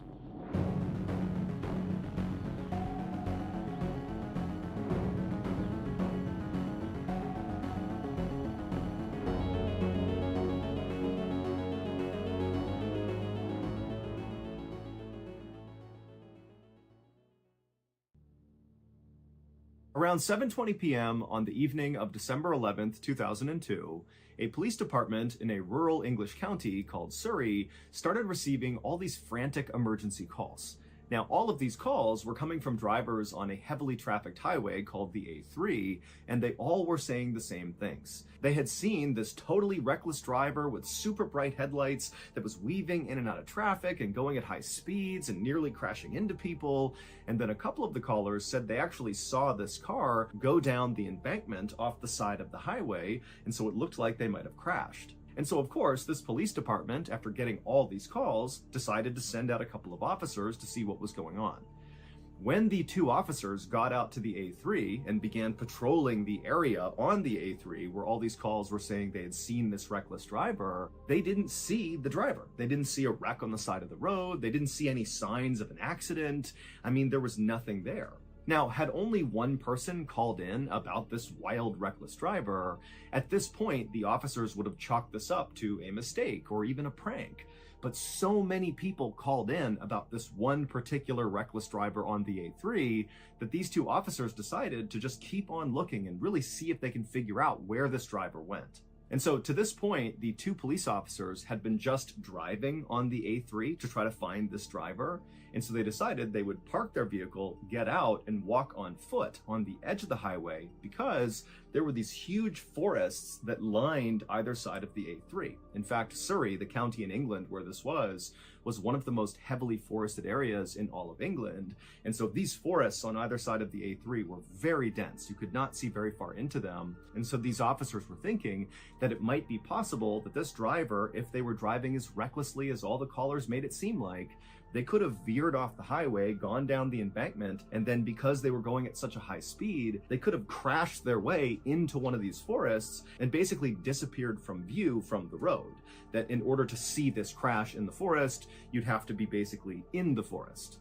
And so these two officers, they pulled over, they got out, and they began walking along the edge of the highway, staring into the forest, looking for a sign of a car wreck. And sure enough, after walking for a while, one of the officers spotted something deep in the woods that looked almost metallic or plastic. Whatever it wasn't supposed to be in the forest. And so the officers made their way into the tree line and began walking through all the trees. And as they got closer, they realized very clearly there was a car. There was a wreck in the forest. And so the two officers, they begin running towards the wreck. They're calling for backup on the radio. They get to this wreck in the middle of the forest, and they're on the driver's side, and they look inside the car, and there's no driver in the driver's seat, but they looked through the car to the passenger side, and they saw the front passenger door was wide open, and on the ground on the other side of the car was very clearly a body. And so the two police officers rushed around the car to get a better look at the body. And when they did, they couldn't believe what they were seeing. It didn't make any sense. Like, what was this? Now, to understand why these police officers were so caught off guard by what they were seeing, we need to go back 5 months to July 16th, 2002. On that night, a 21-year-old man named Christopher Brian Chandler finished up his beer at a pub in West London. And for reference, where this pub was located was about 1 hour north of that stretch of the A3 highway in Surrey where the car was found in the woods. This night, Christopher had gone to this pub with a close friend of his. This was meant to be a fun night out. But, as Chris is finishing up this beer, he began to feel really antsy because it turned out Christopher was actually wanted by police in London for robbery, and so he hated staying in one place for too long. And so the only people who even knew where Christopher was the friend he was with at the bar, and then also Christopher's brother. He knew he was at this particular pub. And so finally, Christopher got so anxious about being in this pub for too long that he told the friend he was with that he just wanted to leave. And so he said goodnight to his friend. The friend stayed at the pub, and Christopher left, got in his car, and began driving south. But Christopher never arrived at the place he was trying to go. He just sort of disappeared, and nobody heard from him again.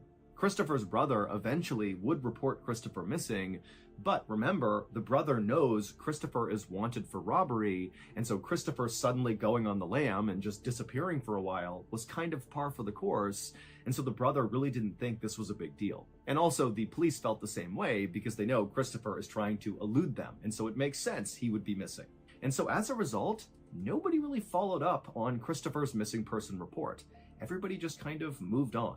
That is, until 5 months later, when all those drivers began calling into the police in Surrey about seeing this totally reckless driver careening down the A3, who eventually crashed into a ditch. And then those two officers, they went out to that stretch of A3, and sure enough, it was Christopher's car, and the body on the ground was Christopher. However, there was a problem. When the two police officers walked up on Christopher's car and saw it for the first time, they were struck by how old it looked. But it didn't really register with them why that would matter. It just stood out to them that this is a really, really old and rusted up car. But when they went around to look at the body on the ground, Christopher's body, they saw that his body was actually mostly a skeleton, which meant Christopher did not crash and die on this night, December 11th, 2002. Very likely, he crashed and died 5 months earlier, right around the time he disappeared. Now, the Surrey police, they say that this was all just one big coincidence, that the reckless driver that all these drivers were reporting that night on the A3 must have not crashed and actually just kind of got away, and then just by coincidence, when the police were searching that area of the A3 for the reckless driver, they happened upon Chris and his car. But remember, several of the drivers who called in that night about seeing this reckless driver on the A3, they specifically said they saw the car veer off the embankment and crash down below near the tree line. Like, this is a serious crash. Someone needs to get out here with an ambulance because probably someone's hurt. And then when the police got out and searched the exact area where this crash supposedly happened, They find Chris's car that had all the hallmarks of a car that was driving recklessly on the A3 that veered off and crashed into the woods. I mean, they found Chris and his car because of these calls, but it could not have been Chris. But what other car could it have been? As of today, we do not have a good explanation for how this happened, and so it's been dubbed the A3 ghost crash.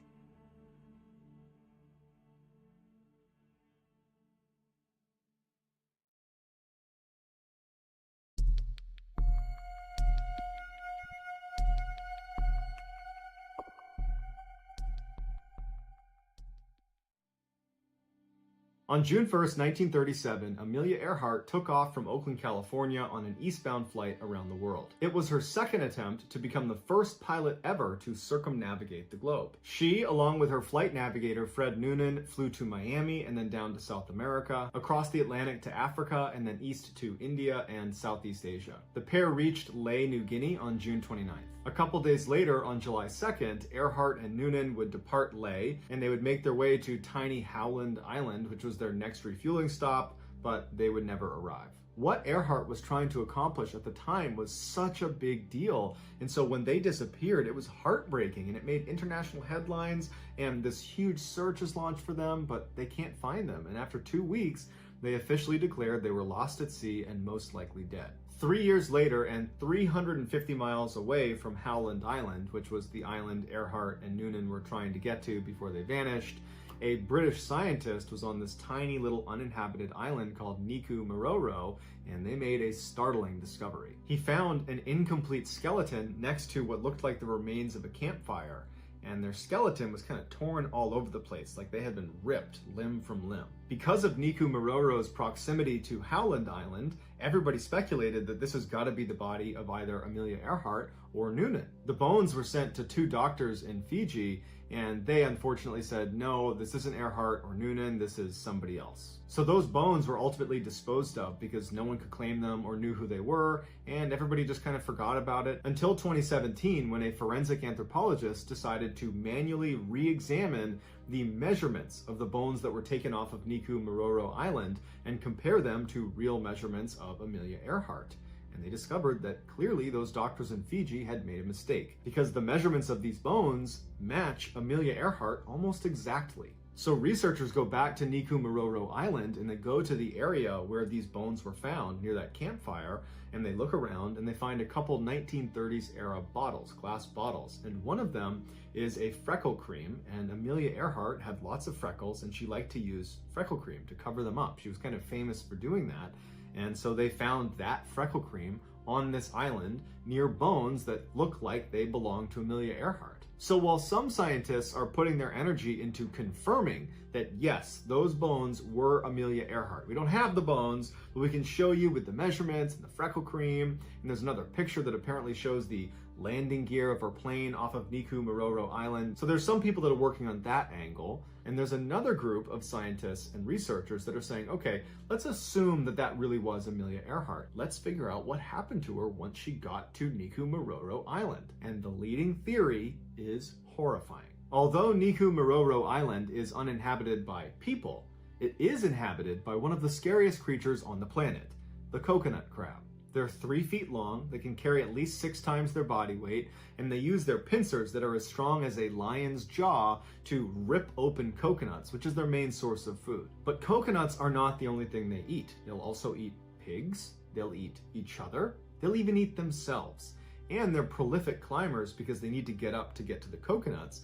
But in some parts of the world, they use their climbing ability to climb up and grab birds and break their wings with their pincers and then drag them into their underground burrows where they will eat them too. The few researchers and scientists that have gone out to Niku Maroro Island have said at night, thousands of these crabs will emerge from their underground burrows and they'll go looking for food. And they have a really keen sense of smell and they can smell blood. So when one of the crabs goes up and grabs a bird and starts ripping it apart, the thousands of others will come charging over and swarm the bird because they've smelled the blood, and they'll rip it to pieces and they'll all try to get in on the action. And so the theory goes, Earhart and Noonan are making their way to Howland Island, they get off track somehow and they wind up crash landing 350 miles away on Niku Island on one of the reefs. Noonan probably dies on impact, and Earhart, who's badly wounded and probably bleeding, she gets onto the island and she makes her way up to that area where that campfire was found. And for some amount of time, Earhart is able to survive off of whatever she had on her in those glass bottles,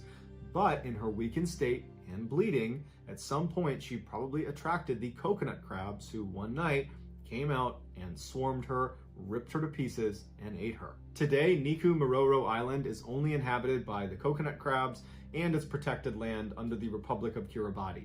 And so if you want to go, you have to get express permission from the Republic of Kiribati, and they send someone to go with you. And there's no airport on the island, so you have to land on a separate island and then ride to Niku on a boat, but you have to pass through Cyclone Alley, which means you can only travel there at certain parts of the year, and even then it's incredibly dangerous.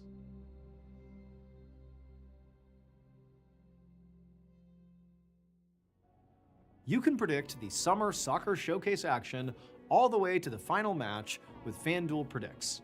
All you have to do is sign up to get your $25 bonus. I downloaded FanDuel Predicts during one of the matches just to try it, and let me tell you something. Every play suddenly mattered way more, and every pass had a little more weight to it. It's all right there on your phone, super easy, and it kind of pulls you into the action in a way that just watching doesn't. Sign up now for your $25 bonus on FanDuel Predicts. Go to fanduel.com/predicts to sign up. That's fanduel.com/predicts to get your $25 bonus.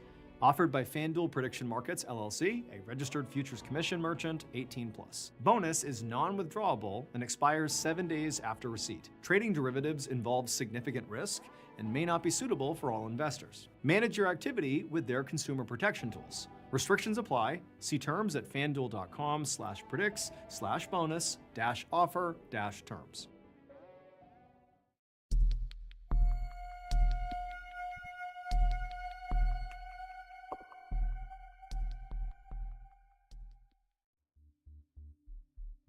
At around 5 o'clock in the evening on June 25th, 1999, a man named Ricky McCormick stumbled into an emergency room in St. Louis, Missouri, with his hand over his chest, complaining that he couldn't breathe. He said he had asthma, and earlier that day he had been cutting the grass, and so maybe that had caused a flare-up. But either way, here he was in a lot of discomfort, saying, I need help. Ricky was 41 years old, and for his whole life, he had had heart and lung problems, and so him arriving in this state in the ER was actually not all that uncommon for him. And so this hospital did what they did with anyone who came in complaining that they couldn't breathe. They immediately took Ricky to a back exam room, and they hooked him up to all these monitors to make sure his heartbeat was steady and that his oxygen levels were plenty high. And once Ricky was in the exam room getting hooked up, he started acting really agitated, and he kept looking around the room like he was scared that someone was going to jump out at him. And he was also sweating profusely, and whenever he did speak, he spoke so quickly no one could really understand him. But despite Ricky's odd behavior, the heart monitor showed his heart was beating steadily, his oxygen levels were perfectly fine, and when the doctor came in and examined Ricky, even though he clearly saw that something was off about Ricky, there wasn't any sign that there was anything physically wrong with Ricky. And so the doctor and the nurses agreed that whatever was going on with Ricky had to be psychological. And as it happened, Ricky did have a long history of psychological issues. He was known for making things up all the time, just telling people these crazy stories about himself, like how he was this talented singer and he was about to go on tour, or that he was actually a prince, or that he was studying to be a doctor. I mean, things that nobody thought was true, but Ricky would say as if this is just common knowledge, this is who I am. And so Ricky's family for the longest time had just assumed that Ricky was either bipolar or maybe schizophrenic. Those are both serious mental health disorders that totally disrupt normal thinking. But Ricky, despite being encouraged by his friends and family to go get help, never got help for any of his psychological issues. And so Ricky's life had kind of gone off the rails. He had dropped out of high school and not gone back to any sort of schooling, and he had spent some time in jail. Now, Ricky was living in a low-income, very dangerous part of St. Louis, which is a big Midwestern city on the Mississippi River that in 1999 had a very serious issue with gang violence. Ricky absolutely hated it there, but he had no way to actually leave St. Louis. In fact, Ricky didn't even have his own place. He bounced around from his mother's place, his aunt's place, and his girlfriend's place. Ricky did work, but the work was very sporadic, and it was for the most part just night shifts for random odd jobs. And when Ricky was actually working, he really just spent his time chain smoking cigarettes and drinking literally gallons of coffee. Back at the ER, Ricky, who was still in the exam room, had only been there for less than an hour when the doctor came back in and told Ricky that he was okay and he was going to be discharged. Now, Ricky immediately said, no, I have to be here tonight. I need to stay here. You need to admit me. But the doctor just kind of ignored what he said and handed him the discharge paperwork. 15 minutes later, when a nurse came back into the exam room to get this paperwork from Ricky, she would walk in and see Ricky still sitting on the exam bed, kind of fidgeting around, looking down at this paperwork on his lap that immediately she saw he had not filled out. He had just signed his name at the bottom. And when she walked in, Ricky looked up at her and he kind of shrugged his shoulders and looked at her and was like, "I don't know how to read or write. Can you help me?" And so the nurse immediately felt bad for Ricky. I mean, he's got dirty clothes on, he looks thin and frail, he's clearly very down on his luck, there's some issues happening with this guy, and he can't even fill out his discharge paperwork. And so she said, no problem. She sat down with him, and together they filled out his paperwork. And then afterwards, when she walked him out of the exam room back to the front of the hospital, Ricky turned to her and said, instead of going home, can you just let me stay here in the lobby just for tonight? And this nurse, who knew she was not allowed to do this, she looked around and saw it was not a busy night there. And so she said, okay, as long as you don't bother anyone, you can stay here. And so Ricky thanked her repeatedly and then walked over to the corner, kind of far away from the front desk and far away from the front door. And he sat down and folded his arms, and then he just stared at the front door. And so this nurse assumed that Ricky actually must be homeless, especially based on, how he came in and how he was acting.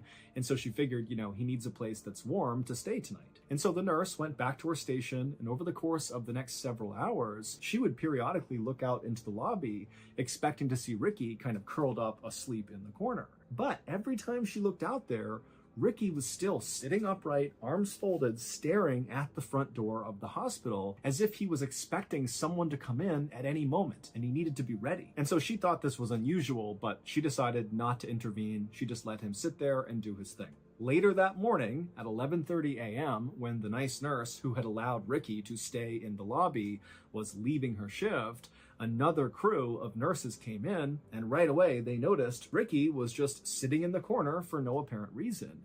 And when they walked up to him to ask if he was okay, what are you doing here? What can we do for you? Ricky, instead of trying to talk to any of these nurses, just got up and walked out of the hospital. After leaving the hospital, Ricky walked to a nearby payphone and he called his girlfriend, Sandy. And when Sandy picked up the phone, she immediately recognized her boyfriend's very familiar voice, but she also picked up that he sounded really tired and kind of out of it. And so when she asked him, are you okay? What's going on? Ricky would tell her that he had just spent the night in the hospital. But he didn't clarify that he had spent the night in the lobby of the hospital, not admitted as a patient at the hospital. But to Sandy, it really didn't matter because already this was raising red flags for her, because this was actually the second time that Ricky had gone to the ER just that week. Just a few days earlier, Ricky had been released from a different hospital in St. Louis after telling doctors there that he had had these chest pains and he couldn't breathe.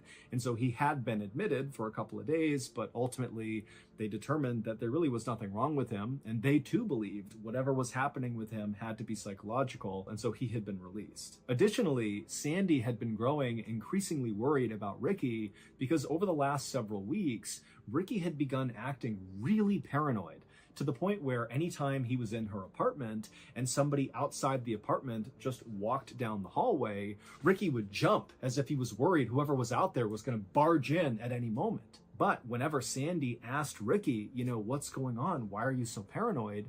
He refused to elaborate. So, feeling very concerned about Ricky, on this phone call, Sandy would say to Ricky, please come to my apartment and let me take care of you. If you're not feeling well, I'll make you feel better. Just please come to my apartment right now. But Ricky said no, he did not want to go to Sandy's apartment. He told her instead he was going to walk to a nearby gas station to get a bite to eat, and then afterwards he would give Sandy a call. And so the two of them agreed to this plan. They hung up. But then Ricky did not call Sandy later. A worker at the gas station where Ricky said he was going would later tell authorities that Ricky did come into the gas station and he got a hot dog on that day, the 26th. And then the next day, this same worker said, yep, we saw Ricky again on the 27th. He came in here, he got a bite to eat, and then he left. But after that, nobody saw Ricky. Not his aunt, not his mom, not his girlfriend. He didn't show up in any other emergency rooms in Missouri. He just disappeared. On June 30th, so 3 days after Ricky was last seen at this gas station, a woman was driving her car 20 miles north of St. Louis on this highway when she looked out into this cornfield that butted up against the highway, and she saw kind of in the middle of it was this dark shape that looked totally out of place. And so she was intrigued enough that she actually pulled over on the road, she got out, and began walking into this cornfield to see what this thing was. And when she got up to this thing and saw what it was, she froze in horror, and then she screamed, turned around, and ran back to her car, and she flew to the nearest gas station, she grabbed a payphone, and she called 911. When the police arrived at this cornfield, they too walked out towards this dark thing, and then finally they saw what this thing was that had scared this woman. It was a dead person who was lying face down. Their body was very badly decomposed. And in fact, their body was just kind of falling apart. Like the fingers of this person's body had just kind of crumpled off of their hands. Now, based on what this person was wearing, they appeared to be male, but there was no way to tell how this person died or really how long they had been dead for. But despite the advanced decomposition, authorities were able to get a good fingerprint, and it would turn out that this body belonged to Ricky McCormick. The day after Ricky's body was found, the police would come out and say they were treating his death as a homicide. This area along this highway in this cornfield was actually a fairly common place for murderers to dump their victims. And it was very unlikely that Ricky had gotten there by himself.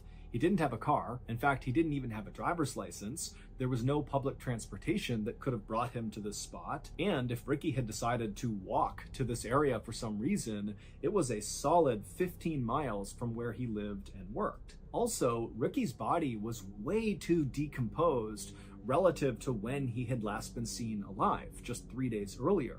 And so there was a theory that perhaps he was killed somewhere else and then kept indoors in heat, and that had accelerated his decomposition, and that at some point whoever had killed him had moved his body and dumped it in this cornfield. And so on that first day of the homicide investigation, July 1st, the police put 18 detectives, so a ton of detectives, on this case, and they also appealed to the public to come forward if you had any information about what could have happened to Ricky McCormick. But just a day later, on July 2nd, the police came out and made an announcement that, after looking at all the evidence and looking at Ricky's body again, it did not appear, in fact, that he had been murdered, but instead he must have died of natural causes. This is a guy that had lung and heart problems, and so that is likely what killed him. Case closed. And so after this announcement, all of the evidence in Ricky's case was bundled up, put into storage, and people just kind of forgot about it. 6 months later, the Federal Bureau of Investigation, the FBI, got a tip that involved Ricky McCormick. They were working on a case in St. Louis, Missouri about this major drug dealer who apparently was ordering hits on his rivals, and a confidential informant came forward and told the FBI that this guy, Ricky McCormick, had gotten wrapped up with this major drug dealer. But they didn't really know what role Ricky was playing with this drug dealer. It was just kind of a rumor on the street that, Ricky was involved somehow. This did not make any sense to the FBI because they're thinking, why would this big-time drug dealer who really was a mover and shaker in St. Louis get involved with this guy, Ricky McCormick, who was obviously deeply mentally ill and borderline homeless? I mean, what role could Ricky play for this drug dealer? But the FBI still did follow up on this tip because it was very credible, and when they spoke to the local police who had investigated Ricky's death, they got Ricky's file, which meant they got all of the evidence, and immediately the FBI realized the local police had overlooked a very strange piece of evidence found in Ricky's pocket. This strange evidence was quickly sent to FBI headquarters in Quantico, Virginia, and it landed on the desk of a forensic analyst named Dan Olson. Dan was relatively new to the FBI, but he was highly disciplined and very methodical. And so when he received this piece of evidence, he got to work right away trying to figure out what it was, what it meant in relationship to Ricky and this drug dealer, and maybe does it answer the question of how these people are connected. But despite his best efforts in calling in the experts and using every computer program to analyze this evidence, he just could not figure out what it meant. At the same time that Dan was doing this, the big drug dealer who was the target of that big FBI investigation in St. Louis was arrested on gun and drug charges, and so the big case was now over. And suddenly, trying to figure out what connection Ricky McCormick had to this drug dealer was kind of irrelevant, because the drug dealer was behind bars and Ricky was already dead. And so the FBI kind of put a pause on trying to figure out what this evidence was. And so Dan, even though he was really curious now, he was fully invested in trying to figure out what this thing was, he realized he had to give it up too and move on to something else. And so the strange evidence went back into storage, and once again, everyone just kind of moved on from Ricky McCormick. But Dan never really forgot about this mystifying piece of evidence. It was always in the back of his mind. 22 years later, Dan Olson had now become very senior at the FBI. He was actually in charge of their cryptanalysis and racketeering unit. Basically, he was in charge of the people at the FBI who specialized in code breaking, meaning they were the people that would pull any sort of secret messages embedded inside of evidence. And so at some point after taking over this unit, Dan pulled out of storage this strange piece of evidence connected to Ricky McCormick, and he said, you know what? I just need to know what this means. I have to figure it out. I've never been able to. It's haunted me ever since. And so Dan went public. He went to the media and he asked the world to take a look at this mystifying piece of evidence and come forward if you have any idea what it means. When Ricky was discovered in that cornfield, the local police quickly emptied his pockets, and in his pants pocket were 2 documents that contained an incredibly complex cipher or code.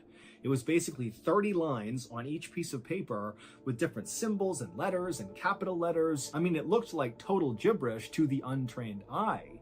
But to people like Dan and his code-breaking team, these symbols and letters could mean there was a secret message hidden inside of these documents if you could break the code system. But of course, no one could ever break that code.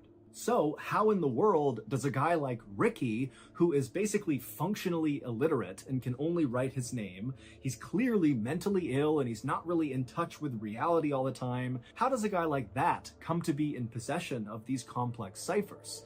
And if he didn't write these ciphers, because that's possible, maybe somebody else gave them to Ricky, well, why would anyone who came up with this very complex cipher entrust a guy like Ricky to be the one to carry these things around? I mean, presumably, they contain confidential information that's been very carefully hidden inside of the cipher.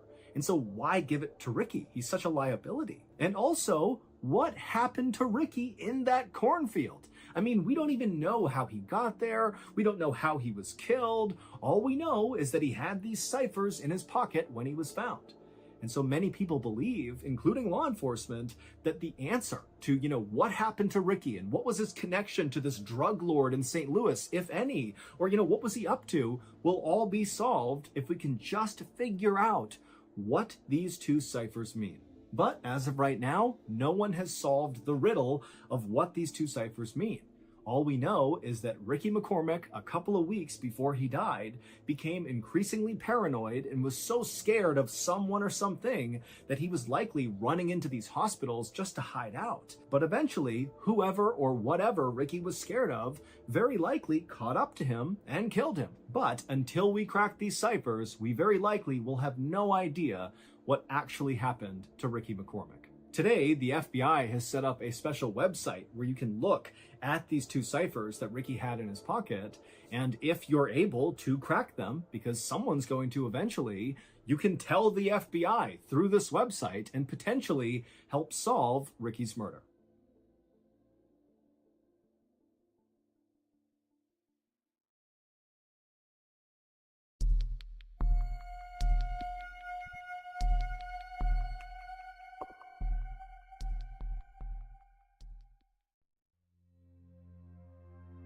At 5 a.m. on September 30th, 2008, a 61-year-old man named Xian Tie Xiong finished getting dressed inside of the bedroom that he shared with his wife in the city of Beijing, China.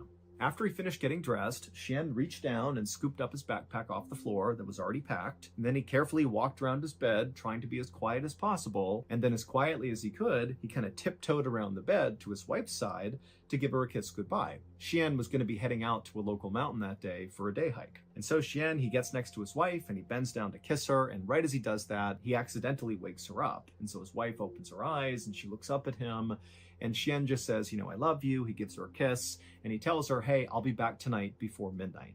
And so his wife, she kind of groggily said, okay. And she grabbed his hand and squeezed it. And she told him that she loved him. And then she fell back asleep. And moments later, Xian had left the bedroom and walked out the front door.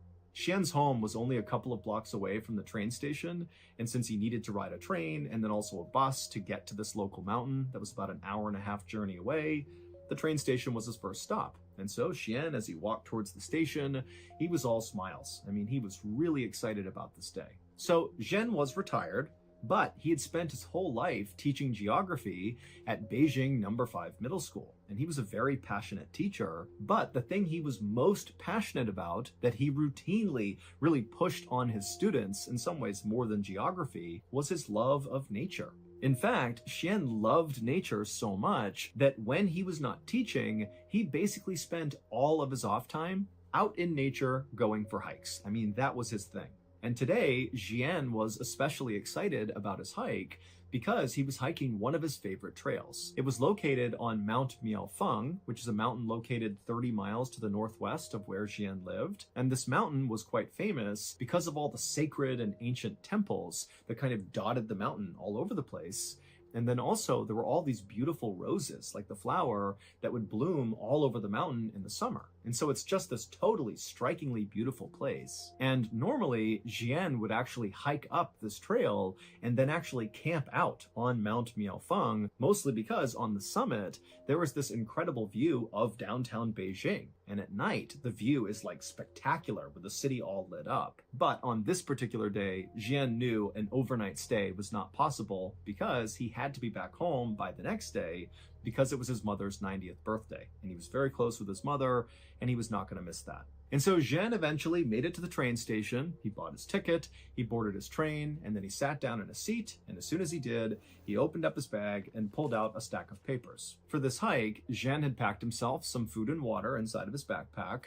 He also packed a newspaper called the Beijing Youth Daily, and he brought along his diary.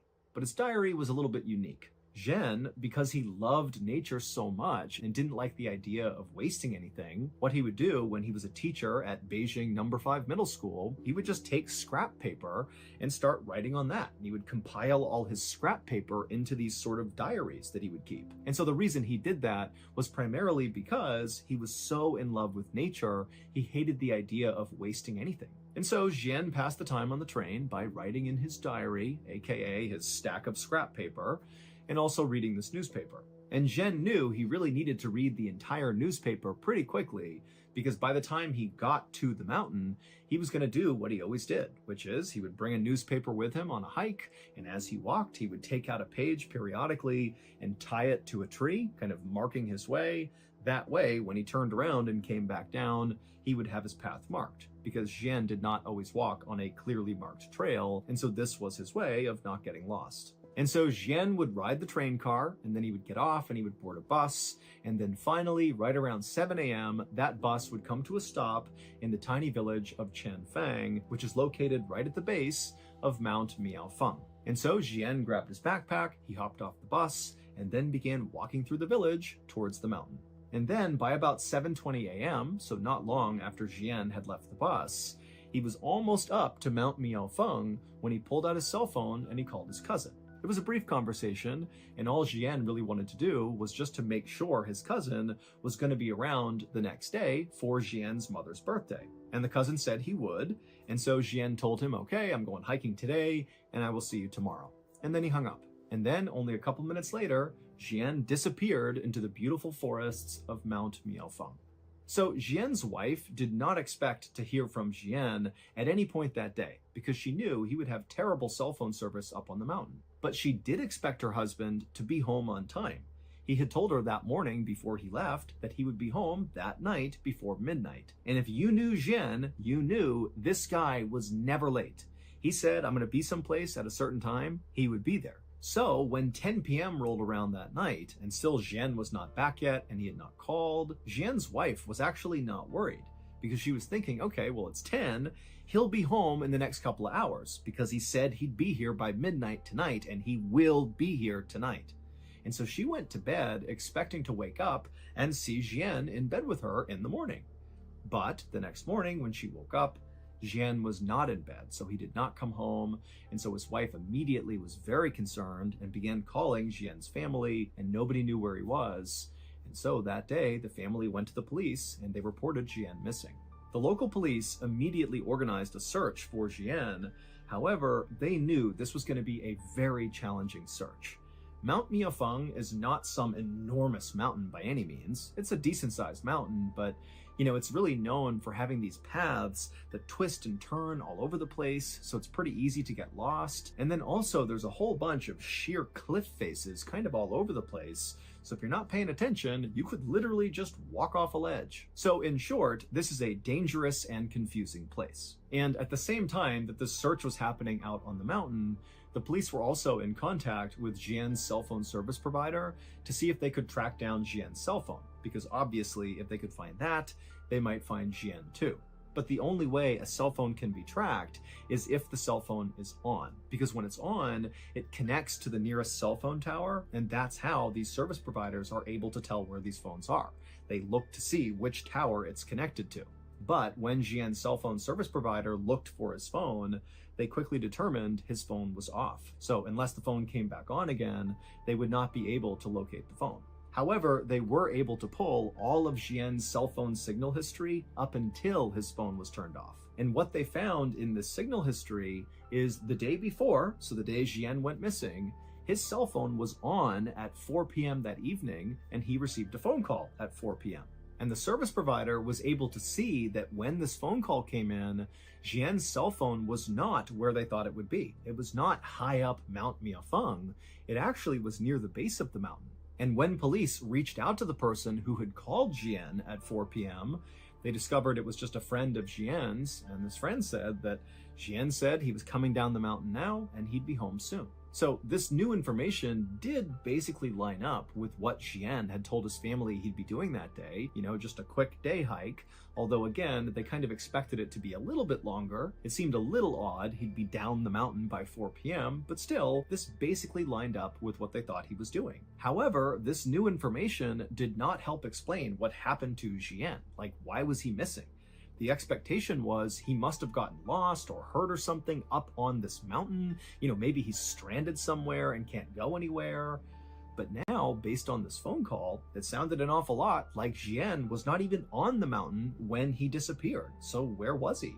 Police had already checked all the bus stations and train stations in the area, to see if maybe Jian took a different way home or something. But when they went to all these different stations, there was no evidence that Jian had been to any of them. And there was another problem. Members of Jian's family told the police about Jian's habit of tying newspapers to trees to mark his trail as he hiked. And the family told the police that Jian did this every single time he hiked. And his wife told the police that for sure she knew her husband had brought along a copy of that newspaper. So by all expectations, there should be markers up on that mountain, literally leading searchers to wherever Jian went. But after an entire day of searching Mount Miaofeng, they didn't find a single newspaper anywhere. For the next several days, this big search for Jian continued, but nothing was found. That is, until October 7th, so 1 week after Jian had vanished. On that day, Jian's cell phone service provider noticed that Jian's cell phone had suddenly turned back on. And the phone was not on or near Mount Miaofeng. Instead, it was located 36 miles away from the mountain at a train station called Beijing West Railway Station. Now, the cell phone was only on for a couple of seconds, but it was on long enough for the provider to confirm that it really was in that location. And so the police immediately dispatched a team to go to Beijing West Railway Station and see if they could find Jian. But when they got there, Jian was not there, his phone was not there. They looked at all the security footage, there was no sign of Jian. They searched the surrounding areas, nothing. And on this day, at basically the same time that police are at this railway station trying to make sense of, what's going on with his cell phone, a villager from Chanfang village, which is that little village that sits at the base of Mount Miaofeng, came forward with a very strange story. He said on the day that Jian disappeared, this villager was at his little shop. He sold walnuts to hikers that were making their way towards Mount Miaofeng. It was basically like snacks for the hike.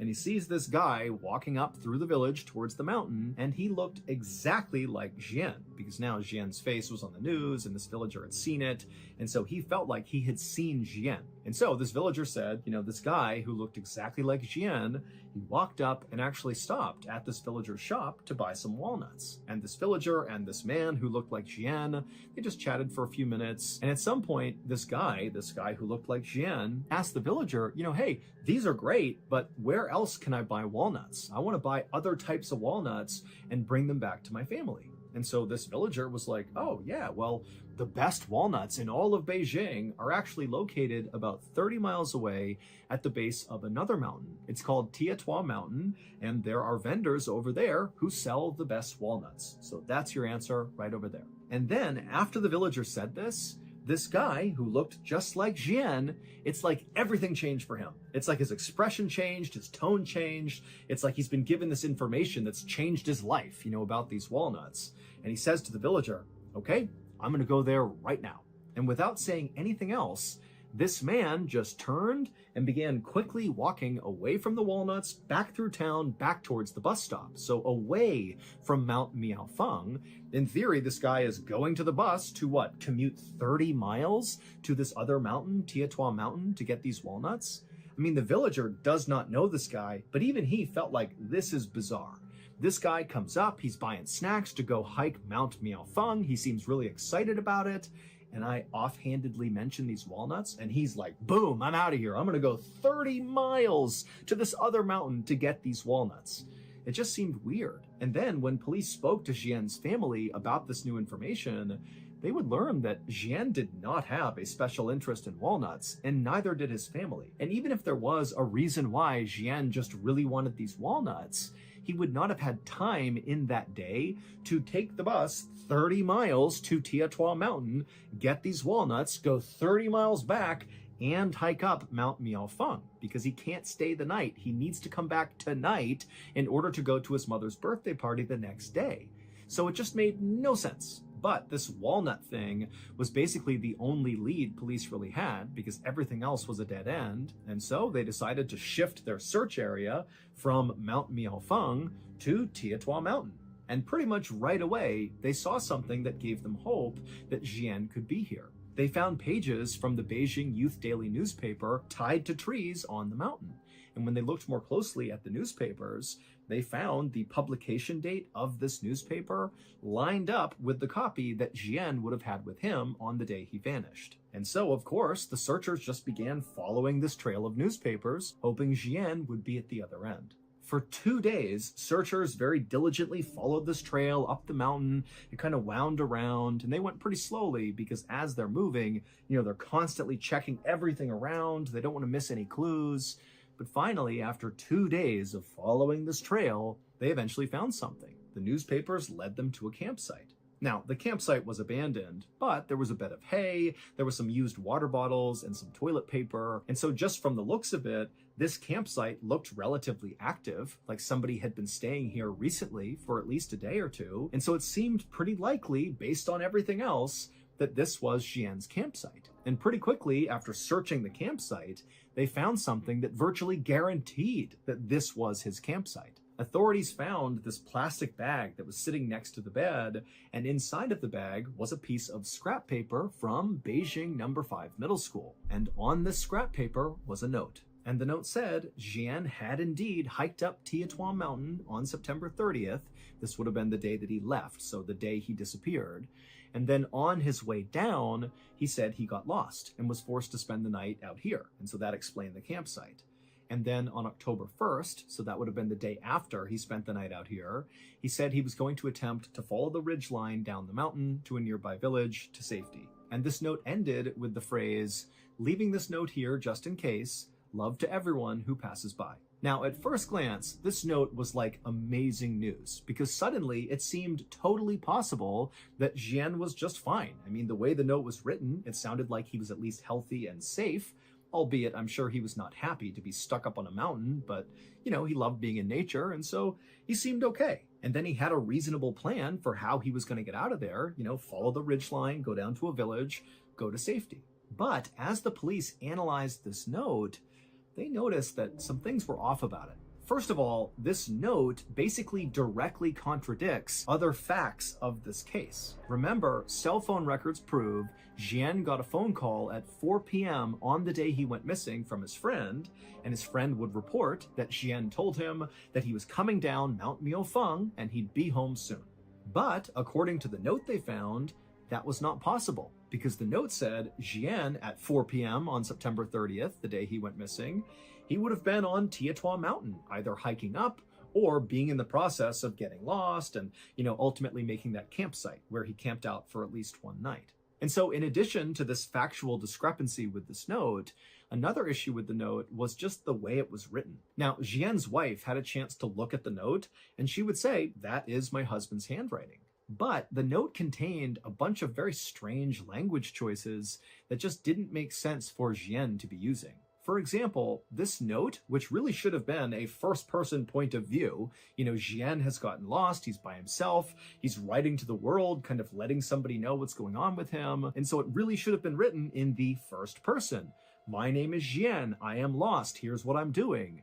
But the note was written in the third person. Jian got lost on the mountain, and so he is going to camp out for the night, and tomorrow he's going to make his way out to safety. But despite being written in the third person, it did sound like somebody was talking about themselves. It did not feel like somebody else was attempting to document what Jian was doing. But by far, the weirdest part of this note was the tone shift that happened about halfway through. So the first half of this letter was written, albeit in the third person, but it was grammatically correct and sort of formal, like you would expect from a very well-educated retired teacher. But once you get to that second half of the note, the grammar started being really awkward, and then the very final line, which says, "Love to everyone who passes by," that actually sounds totally awkward in Chinese. So "love to everyone who passes by" is the translation into English, and that basically makes sense to us, like that's not an awkward phrase.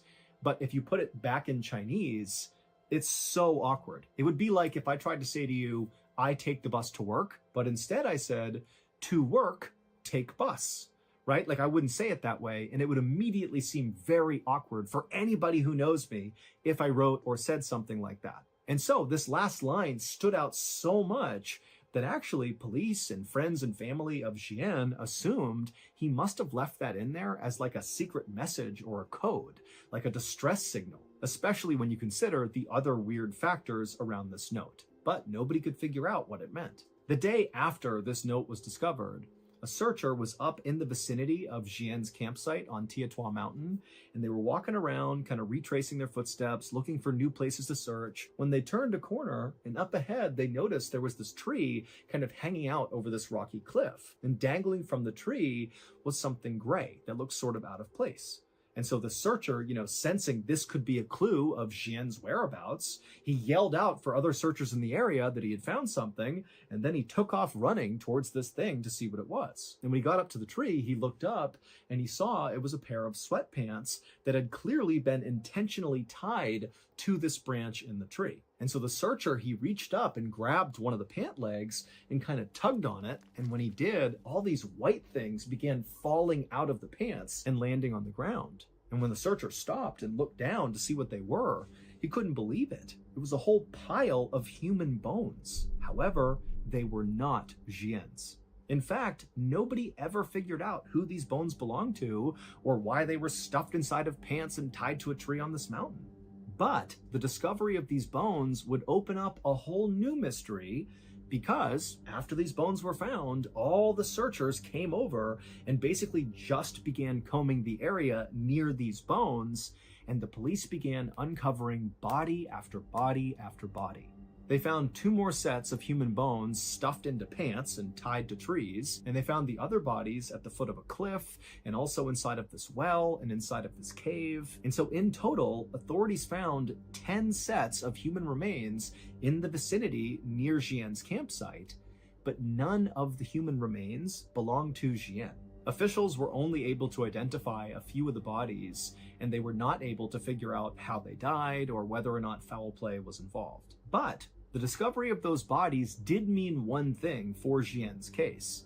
It meant, all these people had previously gone up Tietua Mountain before Jian went up and vanished, and when these other people went up the mountain, clearly something horrible happened to them, and we don't know what it is. Is there a killer on the loose? Is there some animal or creature out there that's taken people out? I mean, we don't know. But what started to happen since Xian went missing and his story was all over the news in China is that all these other hikers who've been on Tietua Mountain before have begun sharing their experiences when they hiked up Tietua Mountain, and some of their stories about what they've seen on that mountain are horrifying.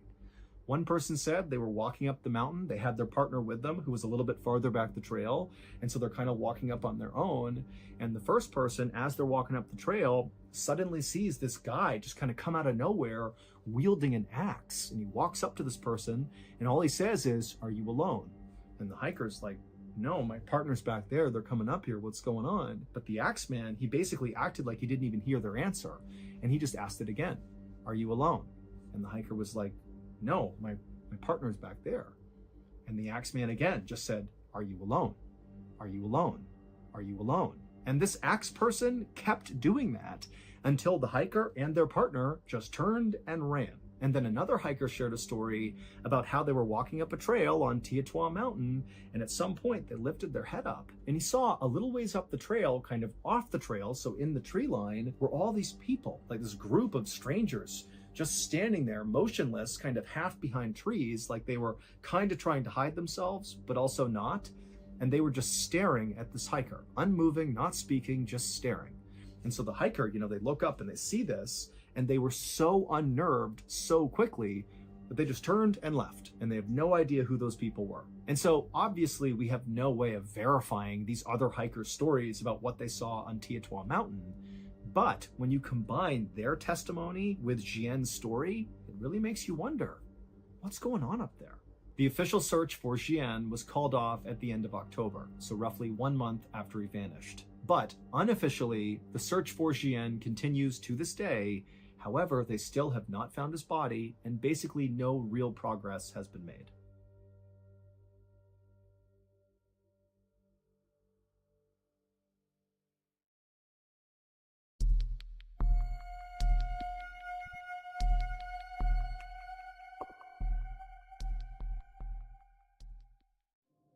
At 12:30 p.m. on March 7th, 2015, a police officer named Tyler Beddoes, along with his partner, were driving in his police cruiser near the Spanish Fork River in Utah when suddenly a police dispatcher came on over the radio. And this dispatcher was speaking very urgently and said, "Hey, a fisherman has just called in to say that he spotted what looks like an upturned SUV partially submerged in the Spanish Fork River right underneath the bridge. And whoever is closest to this bridge, get over there and see if there's anybody inside the vehicle that can be saved." And so Officer Beddoes and his partner, they knew they were very near this bridge. And so immediately they banged a U-turn, they drove to the bridge, but from the road, they looked down and couldn't see any SUV. But they saw there were some firefighters and paramedics that were also converging at the spot on the road, and everybody's getting out and running down to the riverbank. And so Beddoes and his partner did the same thing. They got out and they ran down, and then finally, when they got to the riverbank and they saw underneath this bridge, sure enough, there was this red SUV, upturned, partially submerged, and he noticed right away that none of the doors had been opened in this SUV, and so it meant whoever was driving this vehicle when it flipped over very likely was still inside. And so Officer Beddoes and his partner and the other first responders just jumped into this icy cold river and began making their way closer and closer to this upturned SUV, which again, it's not fully submerged. It's like a third of the way underwater. So if you were sitting in the seat inside of this vehicle and you were an adult, your head would basically be in the water if you were still strapped into the seat. And as they're making their way towards this SUV, when they got close enough, they began hearing a woman inside of the vehicle screaming, "Hey, we're in here! Come over here, help!" But when Officer Beddoes and the rest of the first responders actually reached the SUV, the water was so murky and it basically completely covered up the windows that they weren't really able to look into the vehicle. They could just hear this woman yelling, but that was it. And then when they tried to open up the doors, they couldn't do it because the roof had begun to cave in, and so the actual framing of the door wouldn't open. And so all these first responders, it's like their adrenaline's pumping and they're like, come on, we got to push this thing up onto its side so we can get in. And so all these first responders are pushing and pushing, and slowly but surely they began to raise the side of this vehicle up until the windows suddenly were clear, and Officer Beddoes and the others were able to look into the car, and they saw there was a woman in the driver's seat and there was a baby in a car seat dangling upside down in the back seat, still strapped in. And so Beddoes began screaming, "There's a baby in here, there's a baby in here." And suddenly it was like everybody got extra strength and they pushed this vehicle all the way up onto its side. And then one of the firefighters climbed up onto the side of the car, which now was the highest point of the car. And he reached in and he clipped the straps holding the baby who had been upside down, dangling there, cut the straps and pulled the baby out and handed the baby over to Officer Beddoes. And then the firefighter began doing the same thing to get the woman out. But Officer Beddoes at this point, he just took this baby, he turned away, he figured the first responders will handle this woman and he's gonna take this baby to safety because he couldn't even tell if the baby was alive or not. And so he's cradling this baby, he's rushing back through the water, back to the riverbank, and then he hands the baby over to the paramedics, and right as he does, he sees this little baby begins to move its arms and flicker its eyes, and he wanted to weep out of relief that this child was okay. They put the baby onto a stretcher, they put the baby in the ambulance, and they whisked the baby away to the hospital where this baby would survive. But after the baby had been taken away, Officer Beddoes turned his attention back to the SUV and back to the woman to see how she was doing. But he could tell right away from the way people were acting, all the other first responders that were still dealing with the crisis in the water, the way they were acting indicated that something is off here. Well, it would turn out 14 hours earlier, so at around 10 p.m. the previous night, a 28-year-old woman named Jennifer Gorsbeck had just left her father's house in Salem, Utah, and in her car was her little 18-month-old baby, Lily, who was in the back seat. And after Jennifer pulled away from her father's house and her father's on the porch waving to her, she began driving towards her home. But something happened around 10:30 p.m. that night. We don't know what, but something caused Jennifer to careen off the road on that bridge and flip over and land in the water. Maybe she fell asleep at the wheel or an animal jumped out, we don't know. But we know at 10:30, she careens off the bridge and she lands in that river. And then for 14 hours, she and her baby remained upside down in that river. Until finally, Officer Beddoes and the other first responders came rushing over to open it up and get them out of there. And if you recall, all the first responders, Officer Beddoes included, heard Jennifer screaming that they were in the car, "Come save us, please." But what they would find out is that could not have been Jennifer, because Jennifer was killed on impact when the car fell into the water. Only Lily survived the crash, and then Lily, who's nearly hypothermic and she's upside down with water like 2 inches away from her head, for 14 hours she dangled there, and when she was pulled out, according to doctors, was like a couple of minutes before she would have died from hypothermia. And so without that voice, Lily almost certainly would have died, because it was the sound of that voice that really encouraged all these first responders to find the strength and get that car up on its side and then get the baby out of there. We don't know whose voice that belonged to, but for sure, it saved Lily's life. And again, baby Lily would make a full recovery, and to this day, Officer Beddoes and the other first responders, they know what they heard, and they do not have an explanation for it.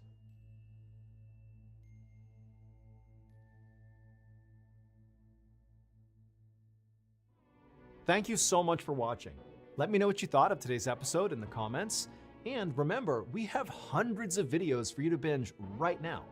But if you're looking for a recommendation from me of that one video that's worth your time, well, it's this one right here. So give it a watch. All right, until next time, see ya.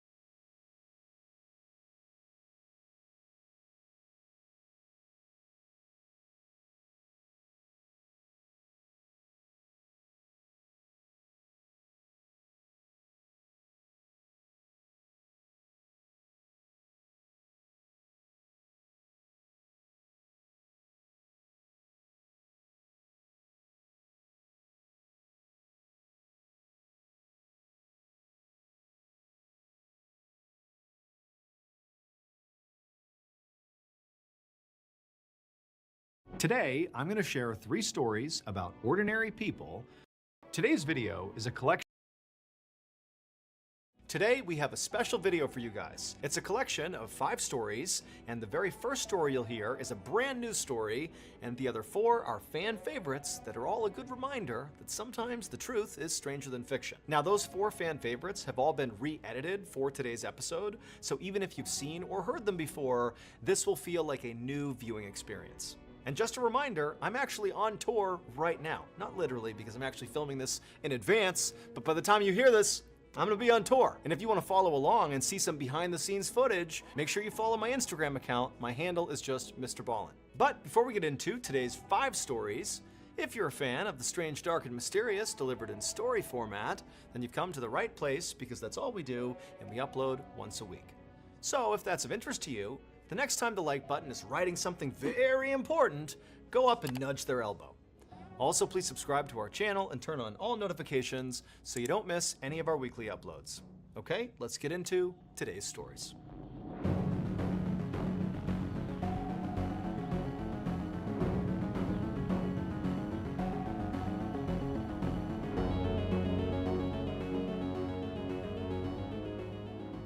On the evening of January 13th, 2002, a 42-year-old man named Ronald Huff walked in the door of his studio apartment in the city of Newark, Delaware. He had just come back from visiting his grandmother, and now he was feeling really sick. Inside of his apartment, it was blazing hot, but that was by design. That's how he kept the temperature. Ronald took off his coat and threw it over one of the many handmade wooden cages that were strewn about his living room. Then he dragged himself over to his house phone, picked it up, and he called the auto dealership where he worked. When the office manager answered, Ronald told her that he would not be able to come into work the following day because he was feeling so unwell. He hung up the phone and then leaned on the counter for a second, feeling lightheaded. Then suddenly, from behind him, he heard a hiss. Right away, Ronald turned around and walked over to his fridge, and instinctively, he reached out his right hand to open the door. But as soon as he grabbed the handle and squeezed, he felt a shot of pain in his right hand. He had forgotten that his right hand was all bandaged up because it was injured. And so grimacing, Ronald reached out with his left hand and he opened up the fridge that way. Then, after shutting the fridge, he walked over to the kitchen counter and he reached into a jar and he pulled out a whole fistful of live cockroaches. They were about 2 inches long each and they wriggled around inside of his hand. He threw the cockroaches onto the ground and then watched as they scattered. Now that Ronald's chores were finished, he decided he would just go lay down because again, he's feeling horrible. But as he walked across the kitchen towards his bedroom, that dizziness he was feeling earlier came back. And suddenly it was like the whole world was spinning around him and he could barely stay on his feet. He kept trying to walk towards his bedroom, but he just couldn't do it. And eventually he stumbled and began to fall. Ronald lurched sideways and blindly stumbled to the right, trying to catch himself. And the first thing he touched with his outstretched arm was the door to his apartment. And so he grabbed it and he tried to stay on his feet, but he couldn't. And so he turned his body around and pressed his back up against the door to steady himself. But he was just so woozy and weak that eventually he just kind of slouched down to the ground, back against the door, feet out in front of him. Slowly, he let his eyes close. As Ronald passed out, all he could hear were the sounds of roaches scurrying and chicken bones crunching. 3 days later, Ronald's neighbor heard the crackle of police walkie-talkies out in the hallway. He opened his door and he saw 2 police officers and the superintendent of their building standing in front of Ronald's door. So this neighbor liked Ronald and knew him to be a nice, quiet guy, and so he couldn't imagine why police would be at his door. But then he thought about it, and he actually hadn't seen Ronald in several days. The neighbor watched as the police officers knocked on Ronald's door, waiting for Ronald to come out, but the door never opened. And after a few minutes of knocking, the police finally stepped back from the door and gestured for the superintendent to step forward and use his key to open the door. And then after the superintendent had done that, the neighbor watched as the police officers tried to open the door, but couldn't. It was like there was something really heavy blocking the door from opening. Finally, both police officers leaned hard enough on the door that they got it to open up just a little bit. The neighbor watched as the officers stuck their heads into the apartment and then jumped back with their hands on their guns. Then one of the cops grabbed their radio and began frantically talking into it, and then the neighbor watched as the officers and the superintendent quickly walked down the hallway out of sight, leaving Ronald's apartment door partially open. And as the neighbor heard the sound of sirens wailing outside, he took a cautious step into the hallway and realized he could actually see into Ronald's apartment through the open door. And what he saw inside of there was so horrifying that for a second, the neighbor just froze. And then a second later, he backed into his own apartment and slammed the door behind him. Hours later, this neighbor could not get the image of what he had seen in Ronald's apartment out of his head. So he grabbed a piece of paper and just began sketching the bizarre scene. It would turn out Ronald had a secret. And on the evening of January 13th, 2002, right after Ronald had called in sick to his work, that secret killed him. Here is the picture that the neighbor drew of what he saw inside of Ronald's apartment. On the floor is Ronald's dead body. His face, his ears, his hands, and his internal organs had all been eaten. And surrounding Ronald were the giant monitor lizards that he was secretly keeping as pets. He had 7 of them, which he fed roaches and raw chicken and allowed to just free roam his apartment. They ranged in size from 2 feet to 6 feet long. These are massive lizards. And unfortunately for Ronald, not only are monitor lizards carnivores, but also their mouths are filled with deadly bacteria. The reason Ronald's hand was bandaged up, his right hand, is because one of his lizards a week prior to his death had bit his hand, and the bacteria had given him this horrible staph infection. And it was that staph infection a week later that very likely caused him to pass out inside of his apartment. And then after that, he was eaten by the lizards. Now, it's assumed he died from the staph infection and then was consumed. However, the autopsy couldn't prove that, and so it is possible he may have been still alive when they began to eat him. After Robert's death, his lizards were taken from his apartment and placed in the Catoctin Wildlife Preserve and Zoo in Thurmont, Maryland.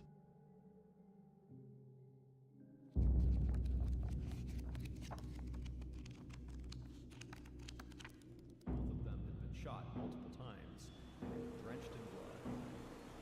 The scene in the basement was far more gruesome than you imagined.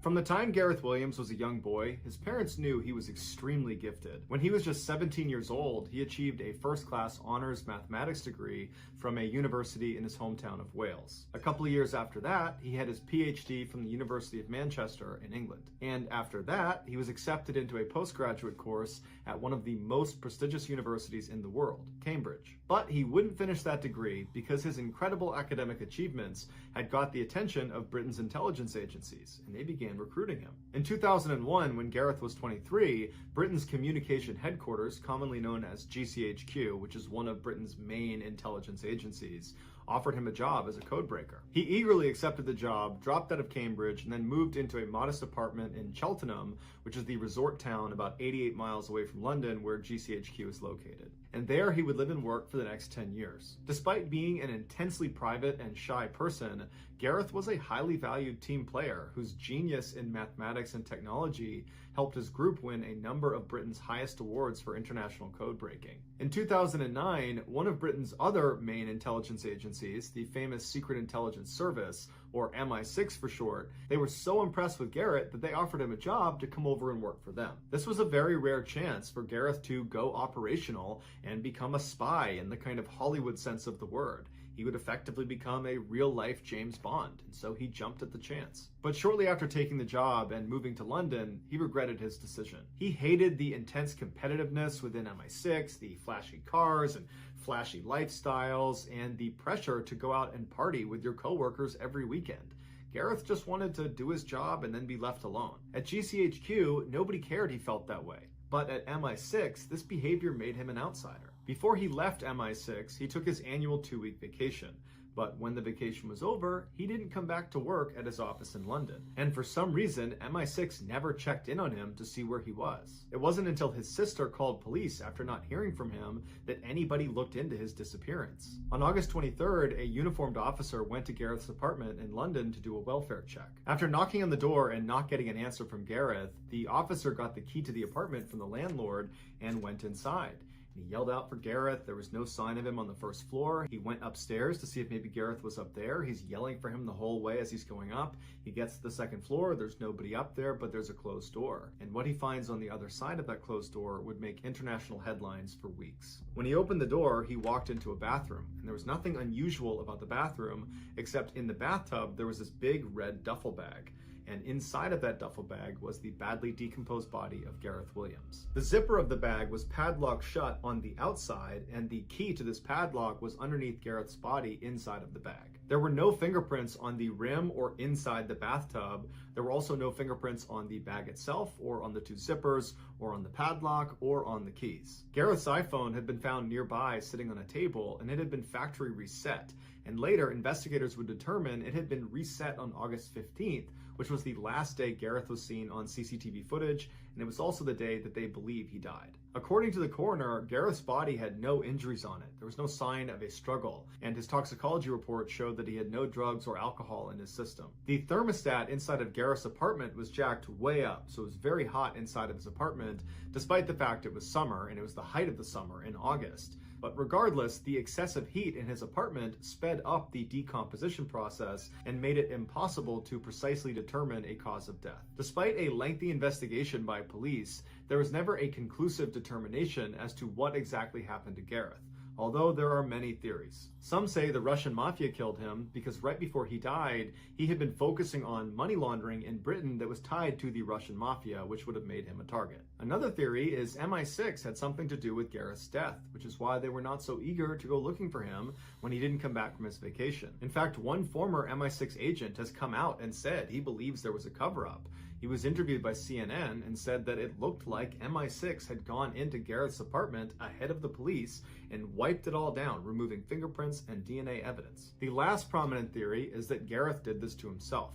It was discovered that he made occasional online visits to bondage sites, and at least one time he'd had to yell out to his landlord to help get him out of his bed because he had tied his wrist to the bed frame and couldn't get himself undone. But when two experts who were a part of the investigation attempted to put themselves inside of a similar sized duffel bag and lock it with the padlock on the outside, they couldn't do it despite trying over 400 times. And even if Gareth could have somehow physically got himself inside of this bag and locked it from the outside, how could he have done that without leaving fingerprints all over the bag, all over the lock, the zippers, all over the tub?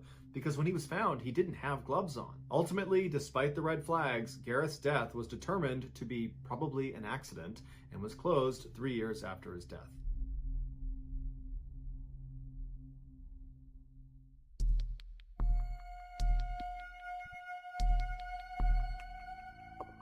Growing up, Pauline Dakin always suspected that there was just something off about her family, and years later, she would find out she was right. In 1970, when she was 5 years old, her parents, Ruth and Warren, separated, and to Pauline, it wasn't that much of a shock because her father, Warren, was a heavy drinker and he was extremely violent. But after they separated and Pauline, her mother, and brother had moved into another house on the other side of Vancouver, Canada, Pauline noticed her mom started to act really anxious all the time, but she never knew why. When Pauline was 9, her mother told her and her brother that they were going to go on a vacation to Winnipeg, which is 1,000 miles away from Vancouver. And so they loaded up the van, they hopped in, and they drove all the way to Winnipeg. And when they got out, they went inside their new vacation home, and Ruth informed her children that they were actually never going back to Vancouver. And when Pauline and her brother said, "Why? Dad's still back in Vancouver. I want to see Dad." But Pauline said, "Sorry kids, this is the way it has to be, and when you're old enough, I'll explain everything." Confused and sad, Pauline and her brother began starting a new life in Winnipeg. Over the next 4 years, Pauline never saw her father, and so she lost touch with him. But she started making a couple close friends in Winnipeg, and she was starting to feel like this was home. But right as she was starting to feel normal, her mother told her and her brother that they needed to move right now all over again.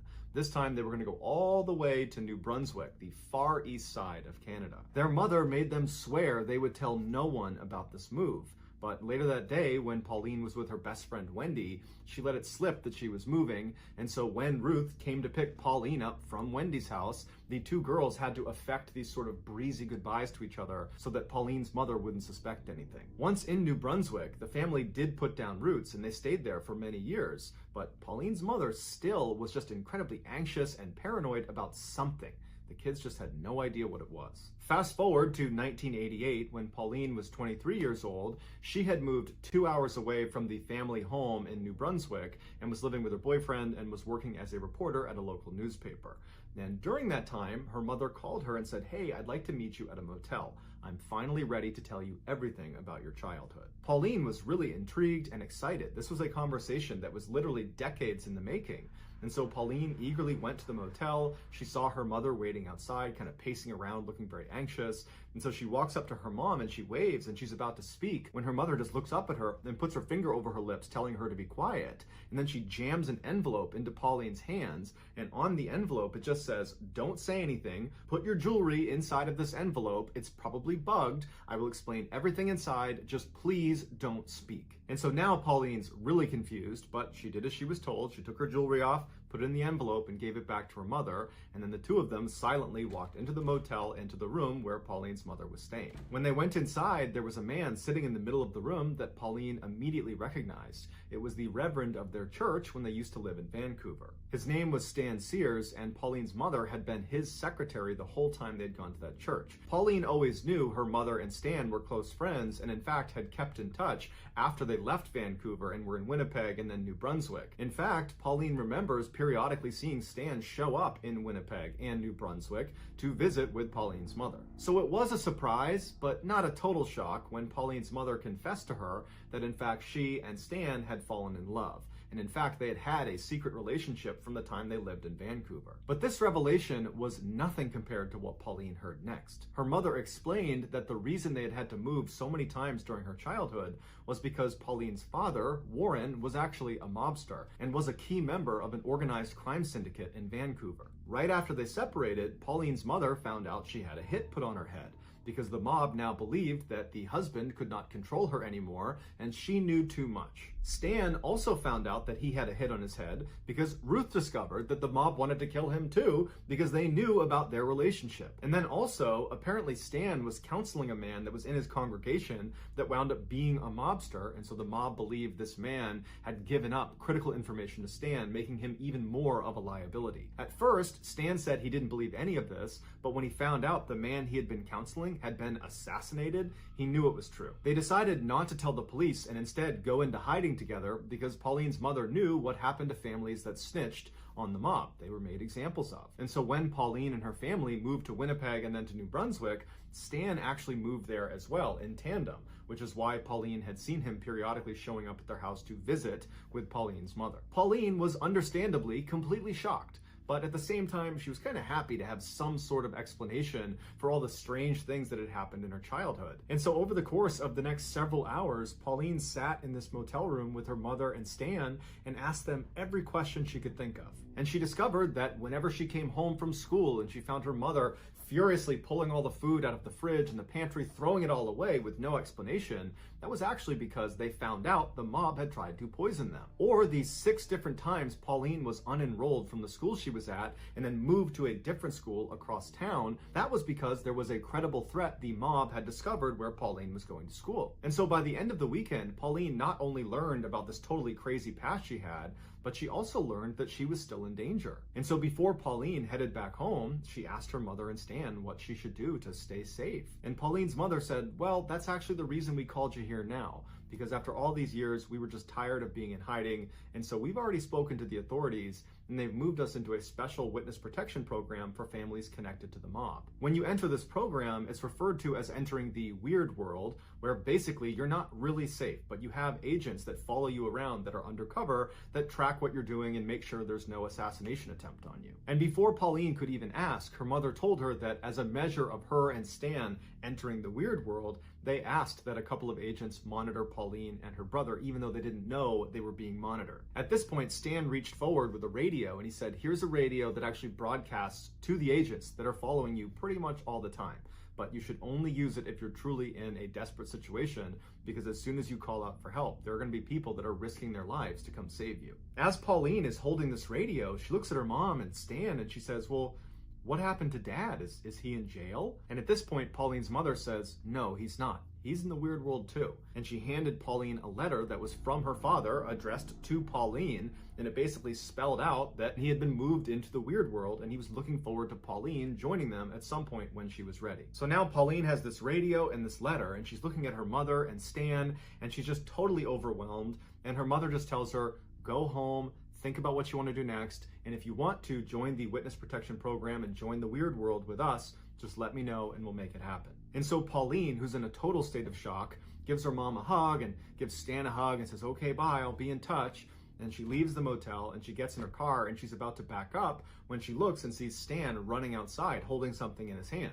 And so Pauline stops, Stan runs up to the window, and he says, hey, I forgot to give you this. And he held up this round piece of metal that he told her was a GPS transponder. It was magnetized, and she should put it out of sight underneath her car. And what it does is it constantly gives off her location to the agents that are following her. So if she was in trouble, it would be easier for them to find her. And so Pauline thanked him, put the transponder under her car, and Stan went back into the motel. And so Pauline went back home with the intention of just digesting this information, knowing that she was being watched, she had this radio, she was, relatively safe, and her plan was to just give it a couple of days before she committed to joining the witness protection program and joining the weird world. But after only a couple of days, her paranoia was so high that she dumped her boyfriend, she quit her job, and she moved out of her house into a separate apartment, and she called her mother and said, I can't take it anymore, I feel totally unsafe, I want to join the weird world. Her mother and Stan were delighted at her decision, but they told her it wasn't a simple process getting into the weird world, that a lot of people were involved in her basically giving up her old life and entering this new one. And so Pauline's mother told her that she would be in touch with one of her agents and they would contact Pauline when it was time for her to go. And in that time, Pauline met a new boyfriend, Kevin, who became her husband. And in conversations with him, Pauline started to doubt this whole mafia thing was even true. And so she decided, in order to find out if this really was a real thing, that the mafia was actually after them, that Pauline would need to set up a sting operation on her mother and Stan. And so Pauline called her mother and very convincingly told her that, oh my goodness, someone just broke into my apartment. I think it was someone from the mafia. I don't know what happened, but can you tell me what to do? Should I call the police? What do I do? And her mother said, no, don't call the police. Whatever you do, don't call the police. I'm going to get in touch with Stan and see if he knows what to do. And just a couple of minutes later, Pauline's mother called back and said, okay, honey, I spoke to Stan and he spoke to the undercover agents that sit outside your house and have been watching you for all these years. And they said that, yes, unfortunately, not one, but two men from the mafia broke into your house today. But luckily, they went up, they grabbed them, they're in custody, so you're safe now. And Pauline said, Mom, I made that up. No one's been in my apartment. I've been here the whole day. I lied to you. No one broke in. And it was at this point that Pauline realized her mother and Stan had been living a lie since she was 5 years old. There was no mafia. Her father was not a mobster in some Vancouver crime syndicate. It was all made up. It would turn out Stan was suffering from something called delusion syndrome, where totally normal people that are totally lucid and have normal lives have one distinct delusion. And sometimes that delusion is not a big deal.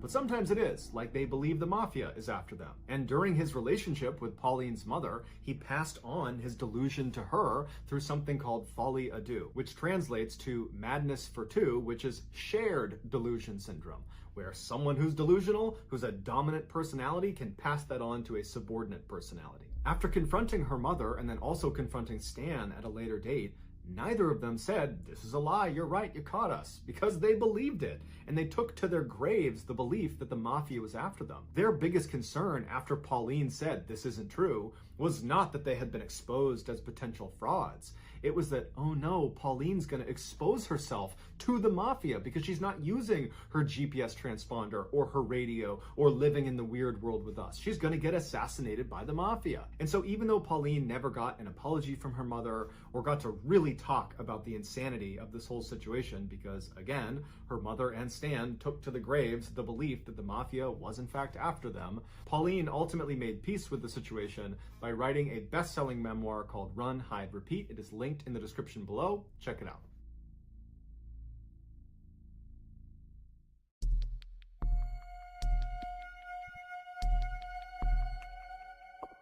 On September 15th, 2010, a 55-year-old man named Greg Flanagan checked into the Elegante Hotel in Beaumont, Texas to start his work week. As a young man, Greg had worked as a chief engineer on ocean-going vessels, spending months out at sea. But in his middle age, he had reinvented himself as a landman. It was Greg's job to secure leases of mineral rights and land for drilling. Greg was slender and fit-looking despite the fact that he never exercised and he smoked constantly.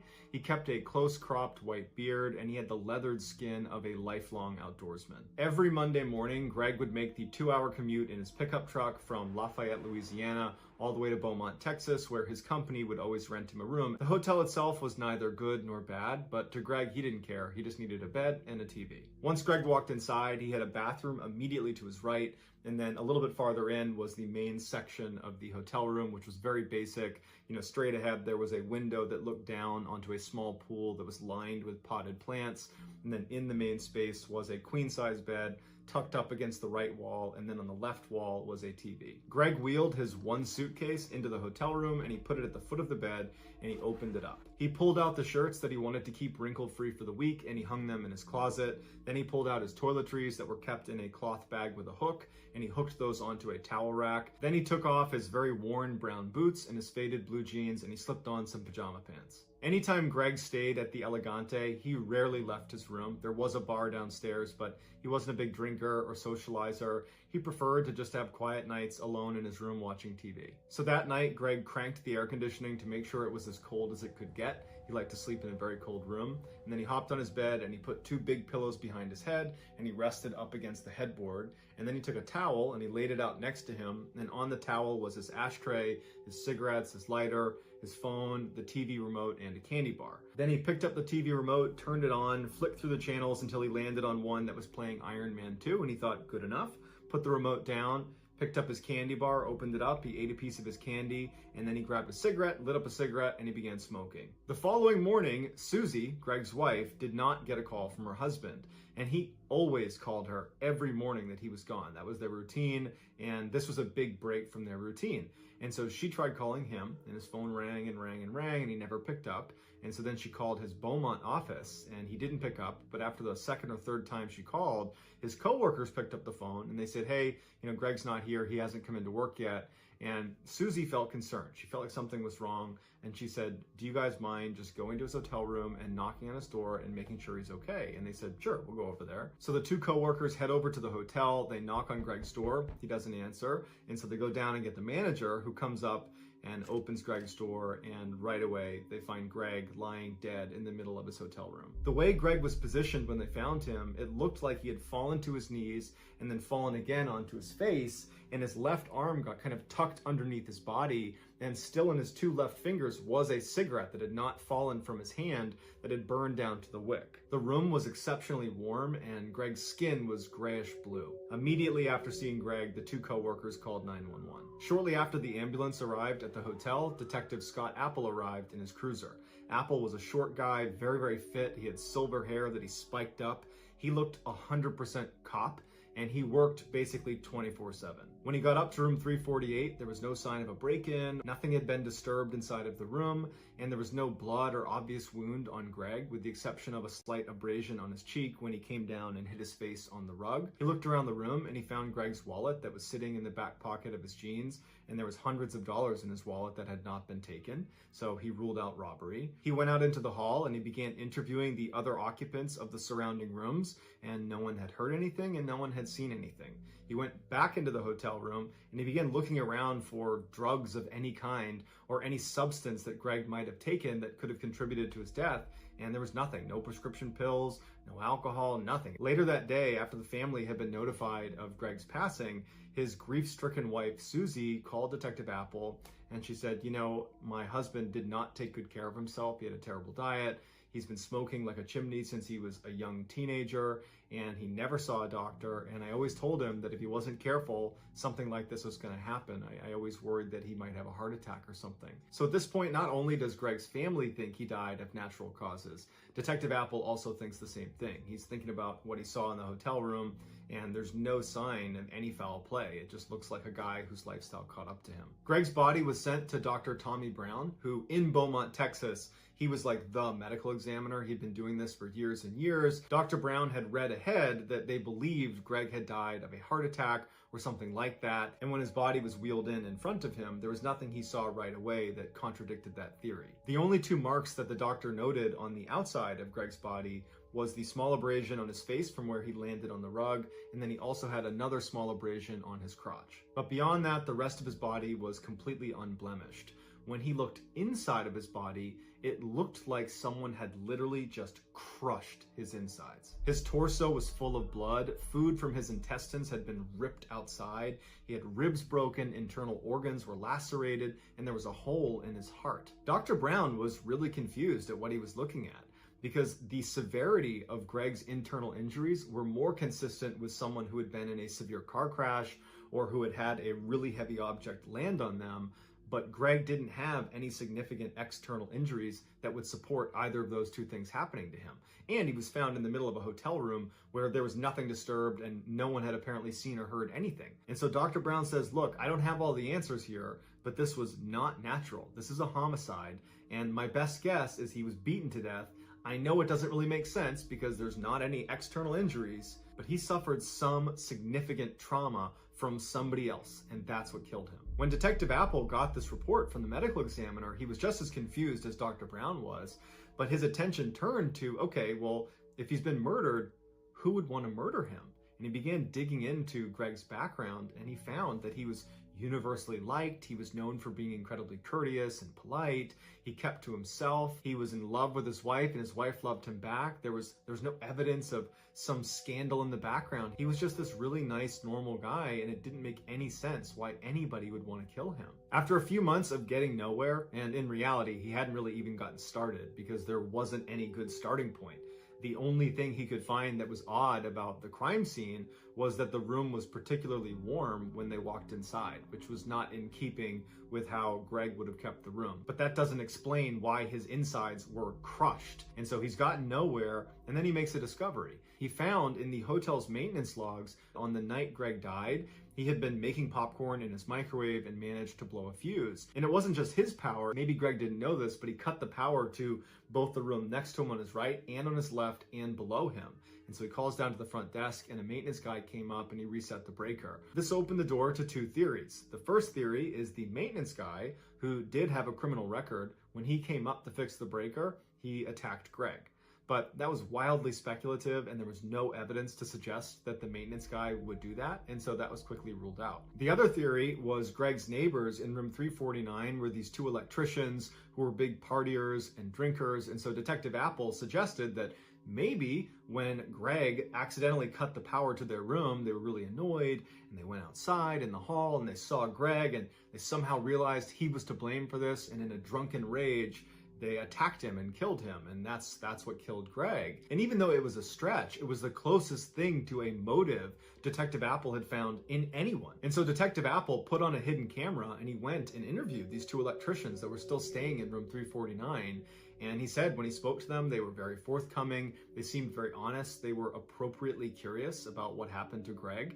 And all they said was, look, we had no interaction with him. We did hear him coughing when we came back from the bar. We were at the bar that night, but honestly, that's the extent of our interaction with him. The electricians offered up their cell phone numbers, their email addresses, and said, anything you need from us, we'd be happy to help. We're really sorry this happened. At this point, Detective Apple is back to square one. No one knows what happened to this guy. The one big lead he had, the maintenance records, proved to be a total dead end. And so unfortunately, this case went cold. 7 months after Greg's death, where there had been absolutely no traction on figuring out what happened to him, Susie, Greg's wife, decided she wanted to hire a private investigator. And her friend suggested she call Ken Brennan, who was a famous private detective who was well known for being able to solve really complex cases. And so on a whim, Susie calls Ken Brennan, not expecting to get through to him, thinking he's probably super busy and has other cases because he's on TV and he's this really famous guy. But he picked up the phone and he was like, hey, how can I help you?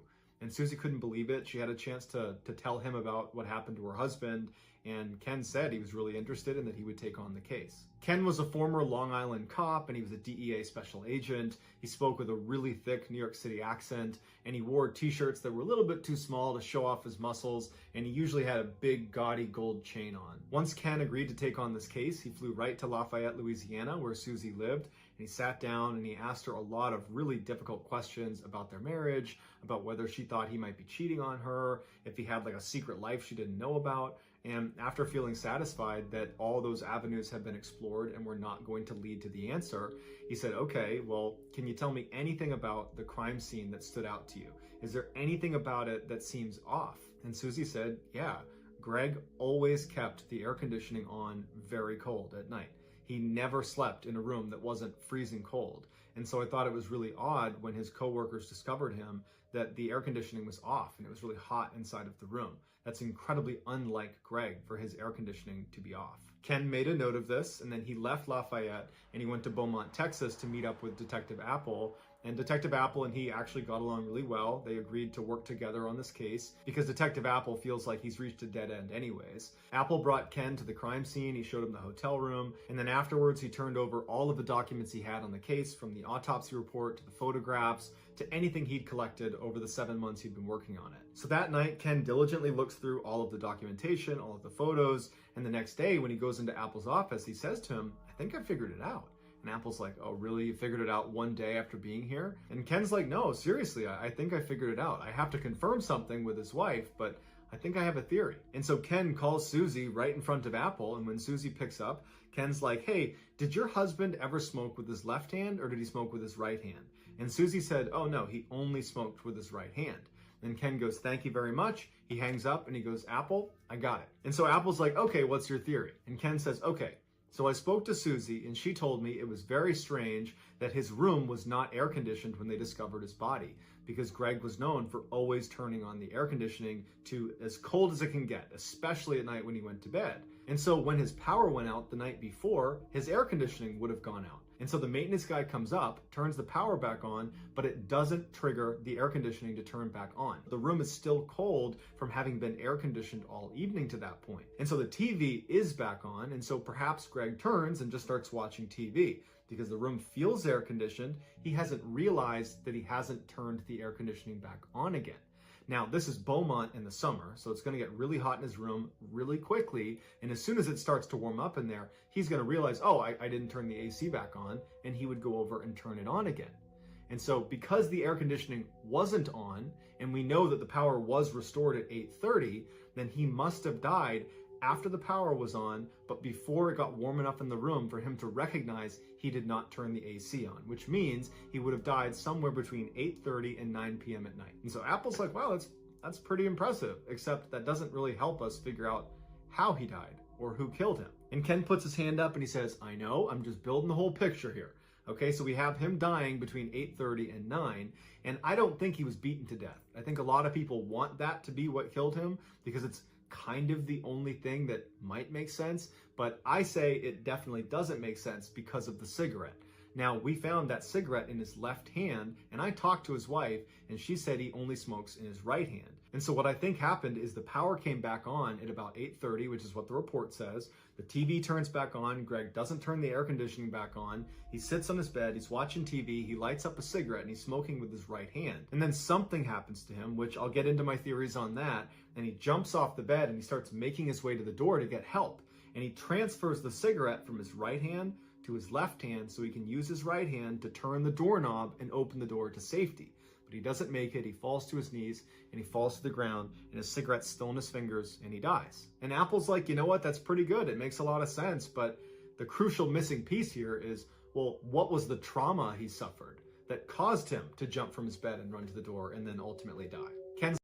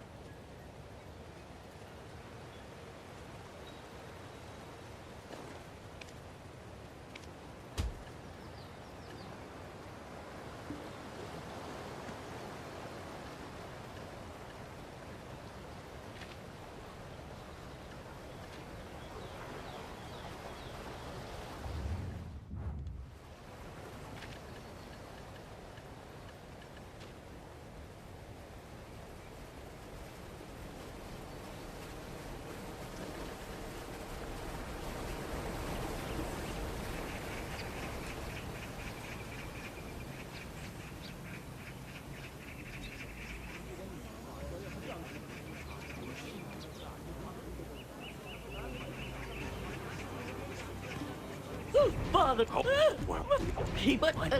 Oh, traveler, there.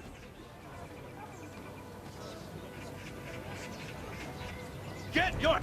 Come on. Yeah, you don't. What? Hey, what? No. Oh, you check. Right. No, you'll be up. But, rumor. Now, I wouldn't if you. these. I think you.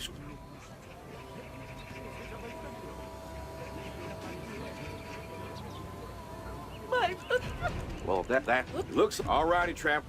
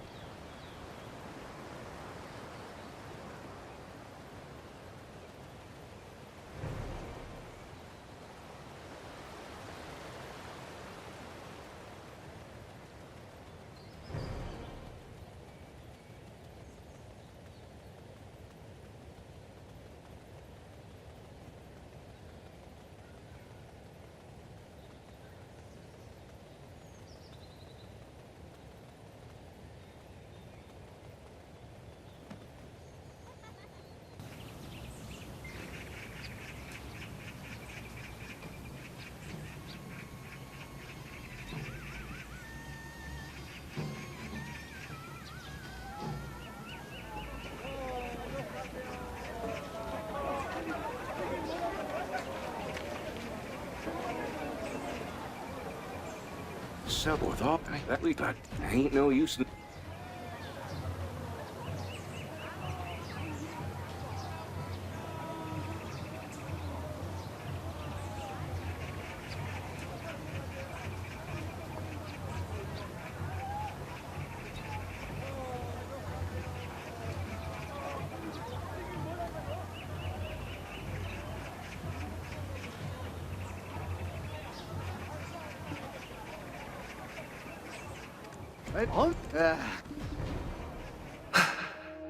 Young, is that you? How has one so young happened upon me? The blue-clad youth! Give me strength. Ensure that we ordinary people aren't trampled upon. Even those from the lower class deserve to be heard.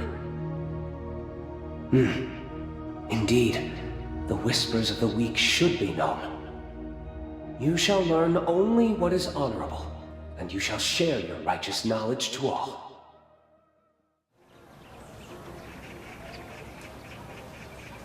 You know? Oh, wait, I'll lead the way.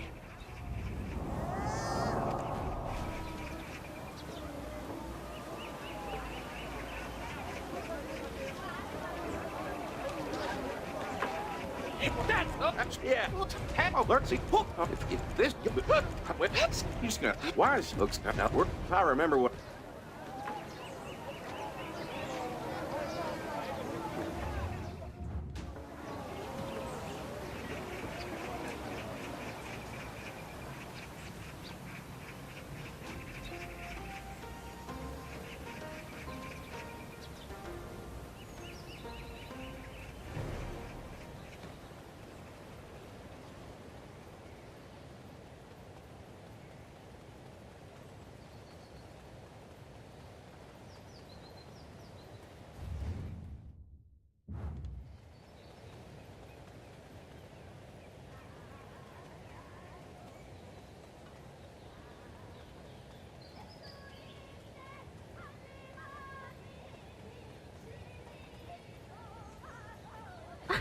Traveler, what brings you to the private garden? I hear that you've been quite busy taken by those rumors. Even our traveler needs to have a little fun every now and then, you know? Ain't no harm in letting loose a bit. Have you made a reservation? The Minister of Administration has claimed the only space for the day. Well, they say timing's everything.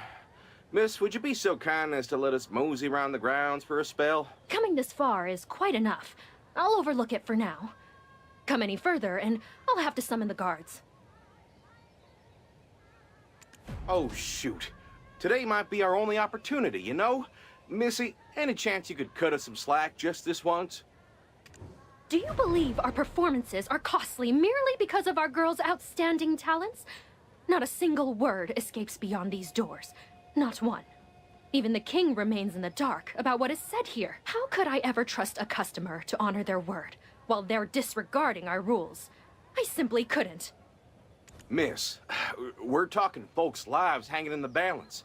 Ain't there something you can do to help? Ain't that the truth?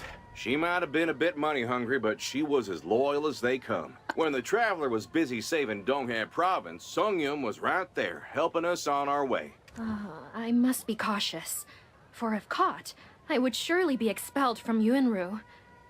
But if you truly are acquainted with Sungyum... Very well. You must heed my words and listen to me carefully. Understood? Should you be caught. You have never met me, and not a single word about Sungyum either. Now, you don't gotta fret none. Our lips are sealed tighter than a jangtok lid.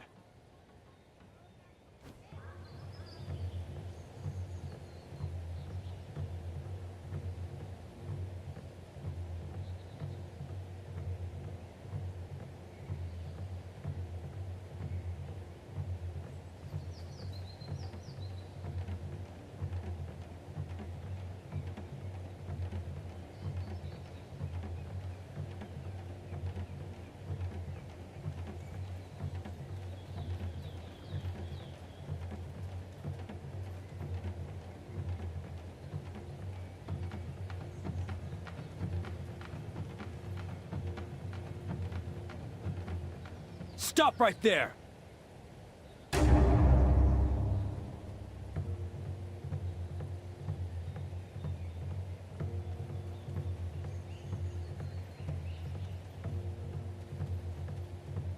Stop right there!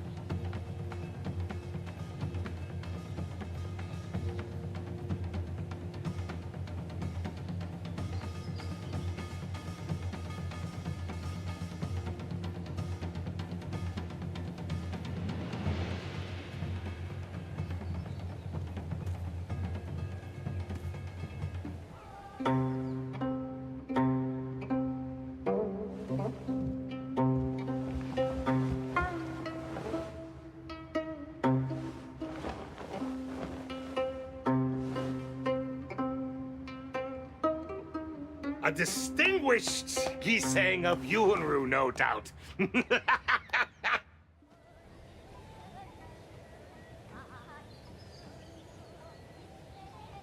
I heard they elevated you to first class?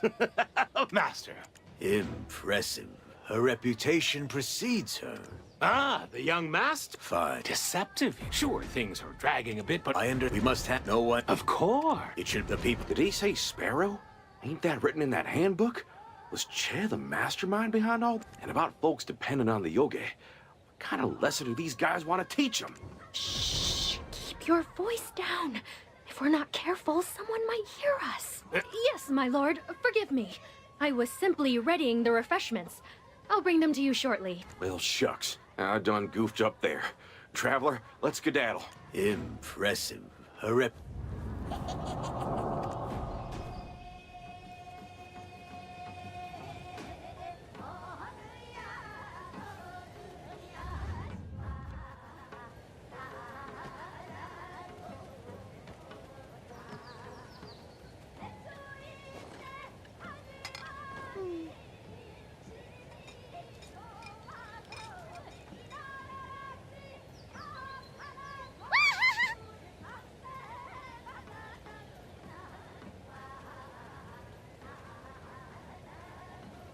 Phew. Like, oh, maybe it really...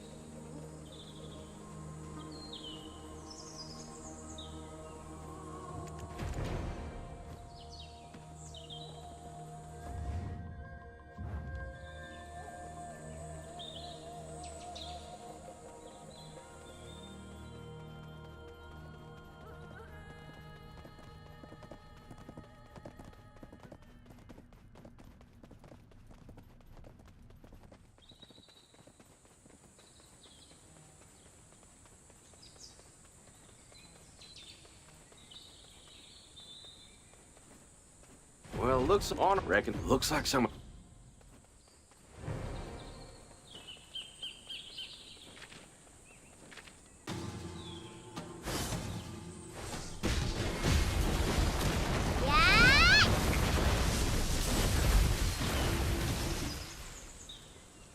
Are these sacks? What is that? What could they be planning to do?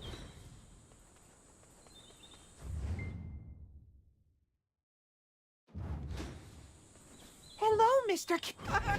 Why do I heard there's paub that was hot.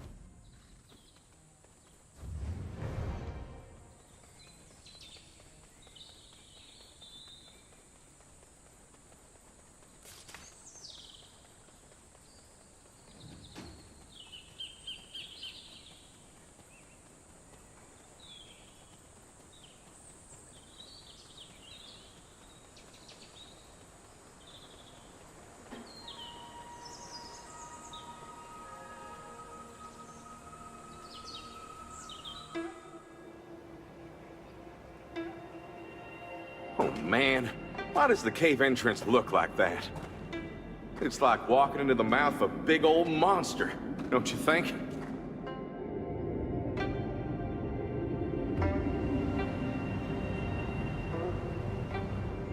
How does one bear the burden of losing both family and country?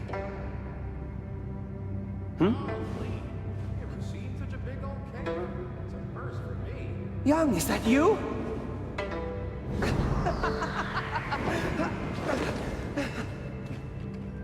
What the? Who the heck are you? And where'd you swoop in from? Just another one passing.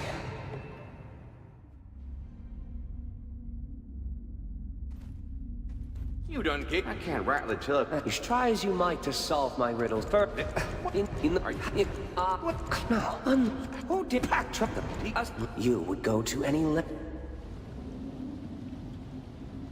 One thriving weed can ruin an entire garden. Persistent and stubborn as weeds, I shall eradicate every trace of you!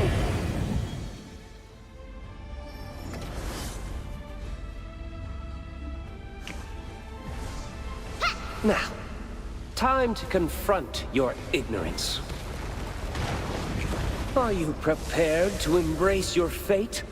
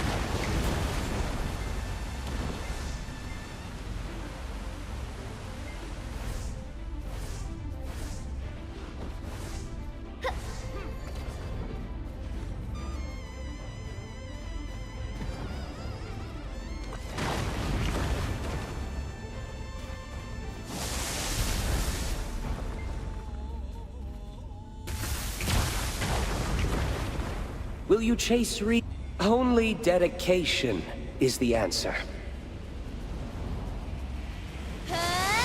Impressive. Now face your next trial. Are you prepared to embrace your fate?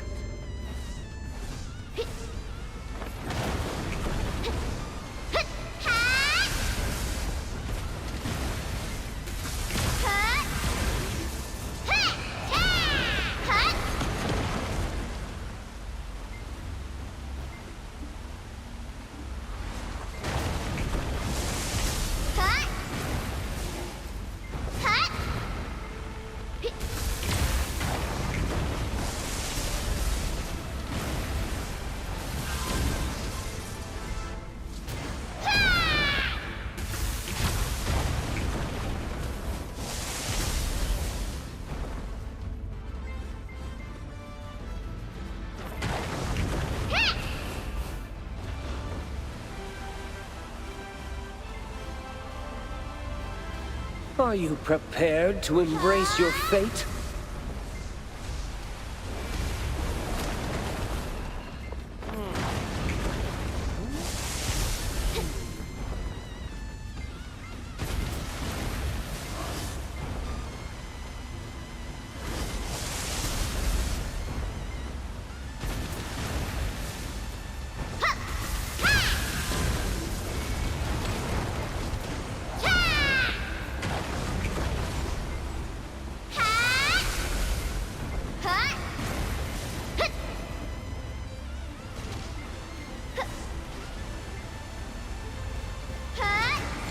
How does it feel to stand before your ignorance?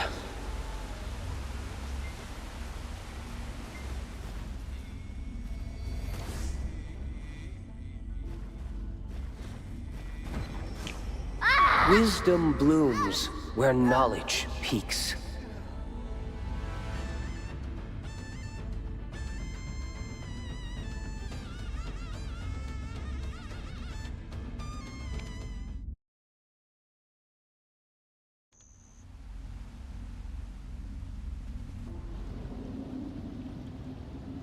One thriving weed can ruin an entire garden.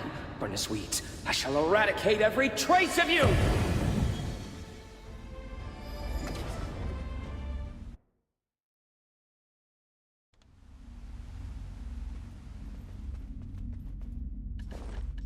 Be thankful about the fact that I'm helping you.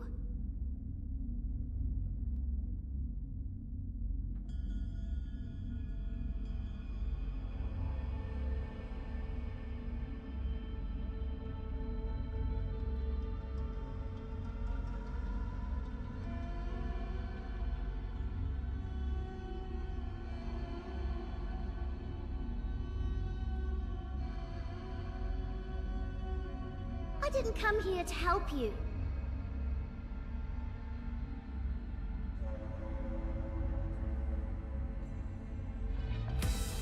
Watch hit movies and TV shows on YouTube. You messed up my life.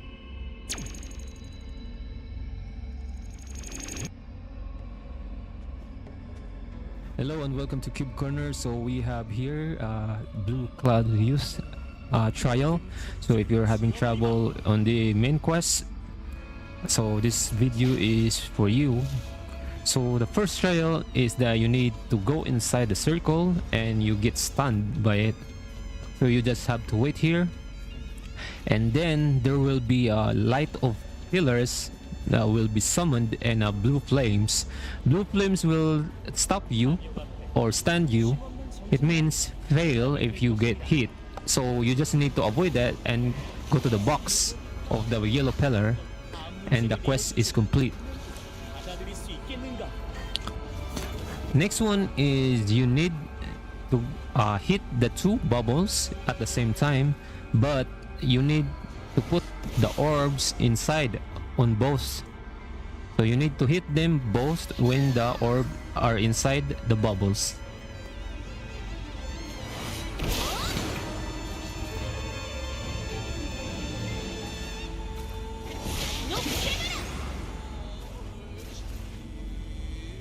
So this is required timing and patience. taking care of you, well, because I have nothing else to do. And the next trial, this one will be you need to pull the orb to maintain it on the circle, inside the circle. So if you hit the moon bubble, it will pull the orb, and if you hit the sun bubble, the yellow one, it will pull the orb. So what you need is to maintain balance. You need to put the orb inside the green circle.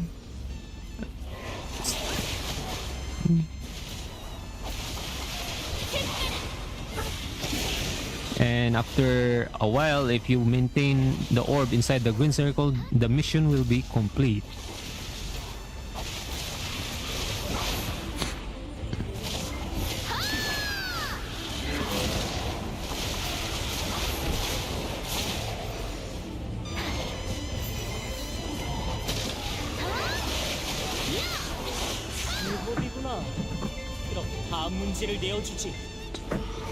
And for the final trial or the fourth trial, what you need to do is determine who is the real one, who is the real fox. So what you need is to find the area of effects. It is a red triangle. You can see that.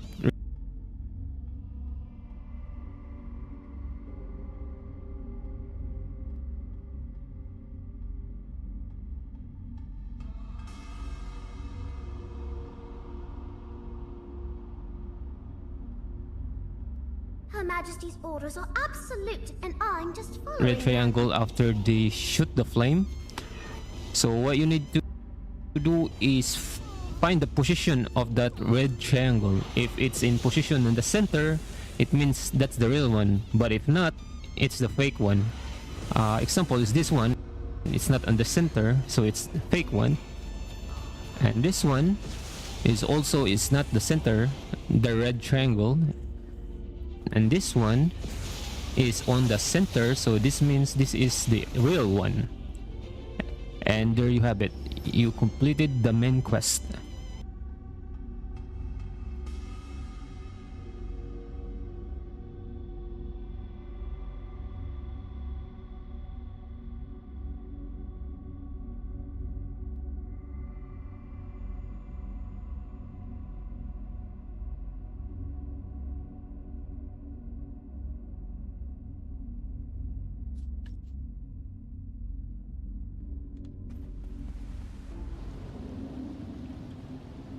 One thriving weed can ruin an entire garden. Persistent and stubborn as weeds, I shall eradicate every trace of you!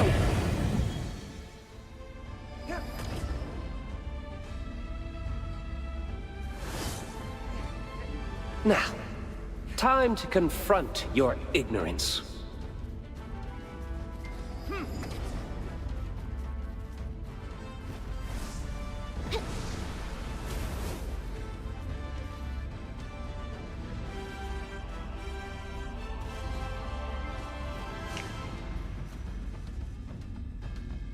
Will you chase Only dedication is the answer.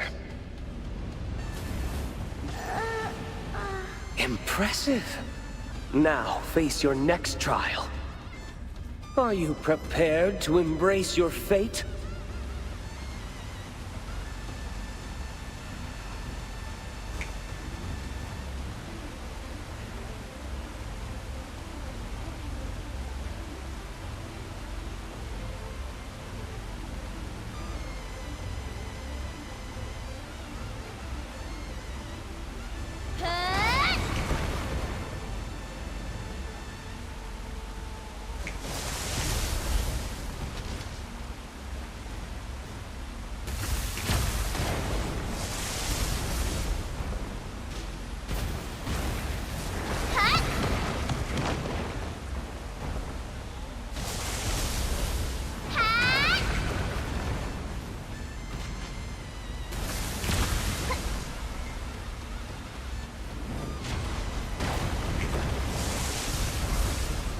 How does it feel to stand before your ignorance?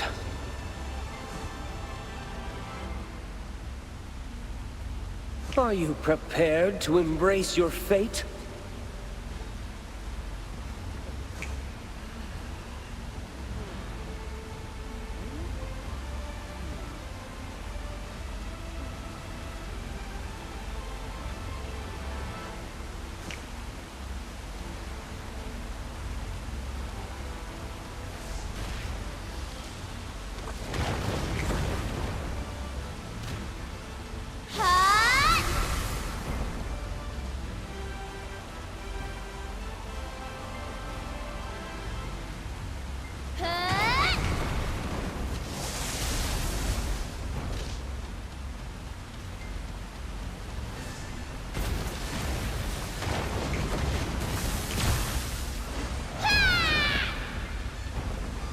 How does it feel to stand before your ignorance?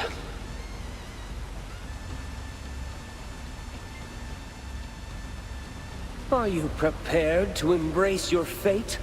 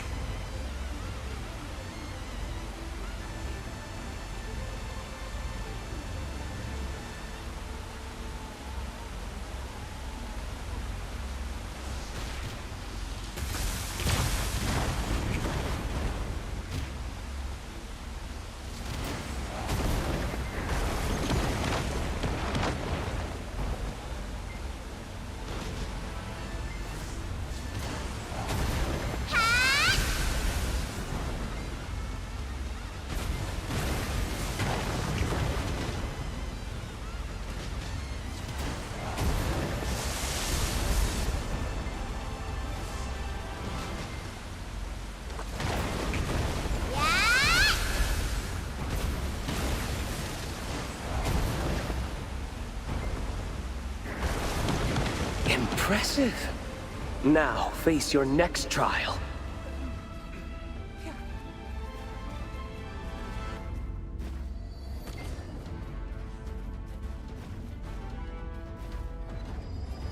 You have flourished in enlightenment. You have passed.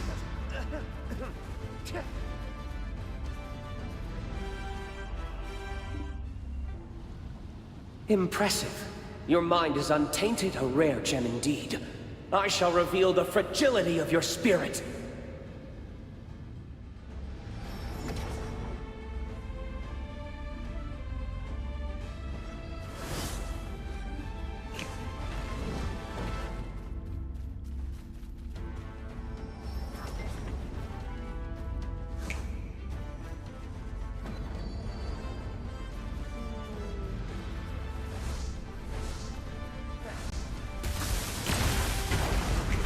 Can you balance the scales of day and night?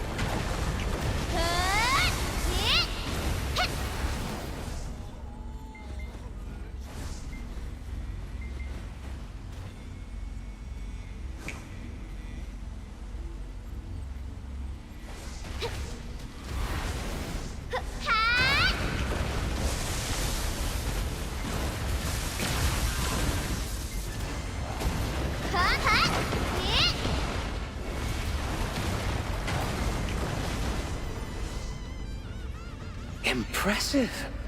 Now, face your next trial.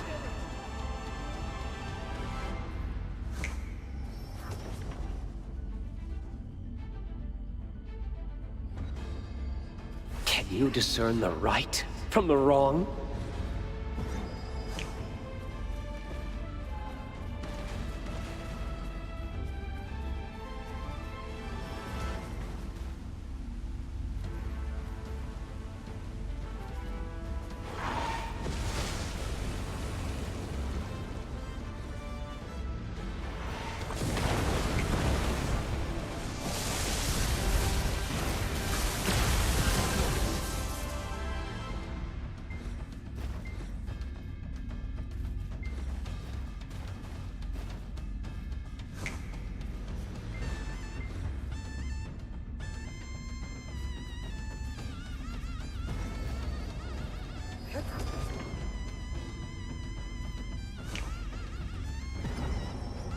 You have flourished in enlightenment. You have passed.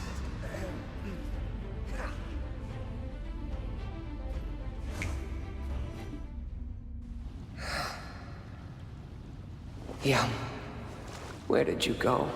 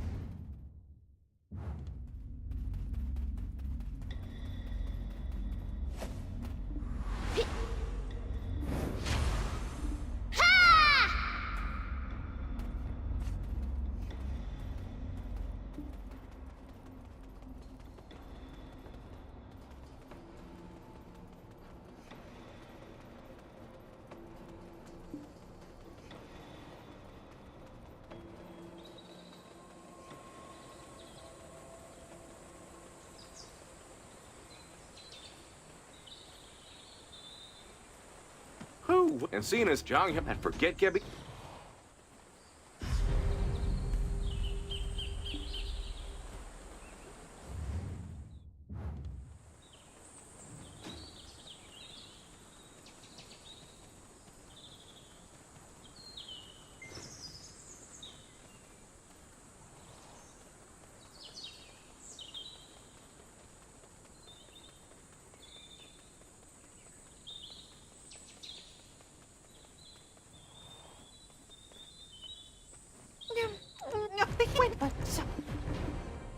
All the same answer.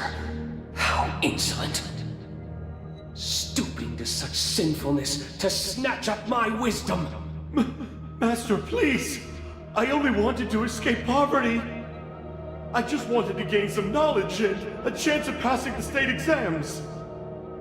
I gathered everything we had and bought a handbook from the market.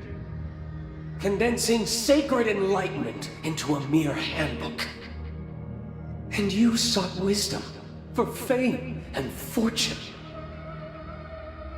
Abandoning reason, embracing greed. I shall take all your memories, so none shall seek me again.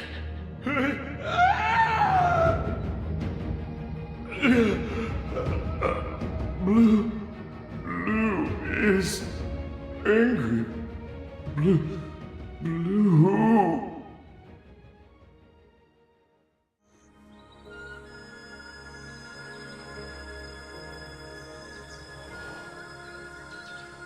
Well, now, is that chick spokes see, but what y'all? Ah, yes, that's right.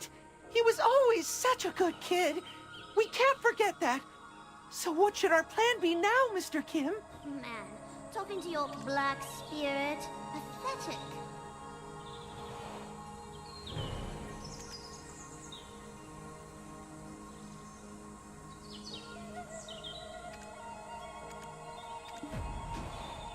If the handbooks are are you? Oh my!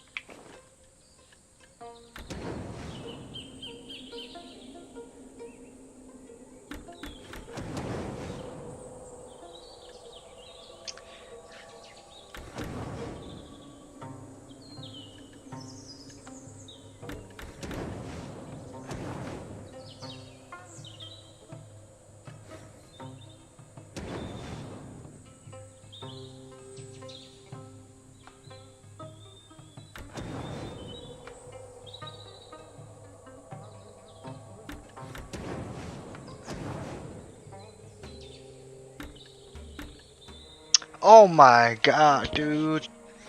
Jesus Christ.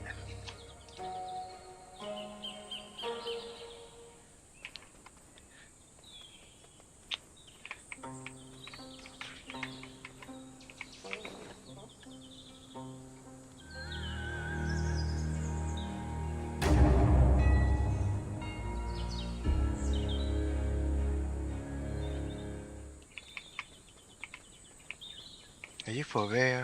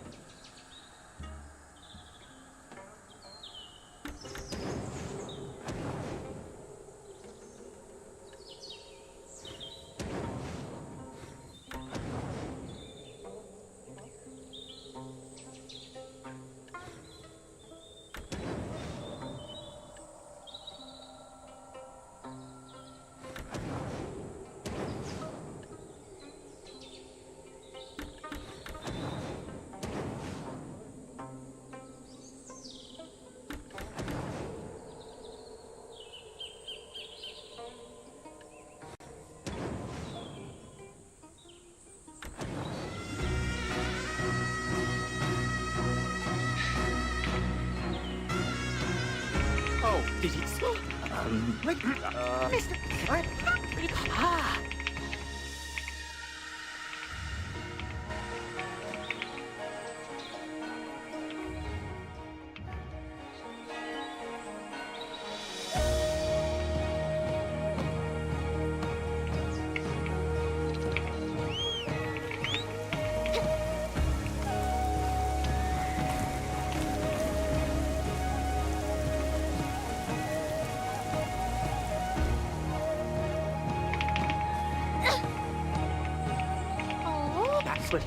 What's up?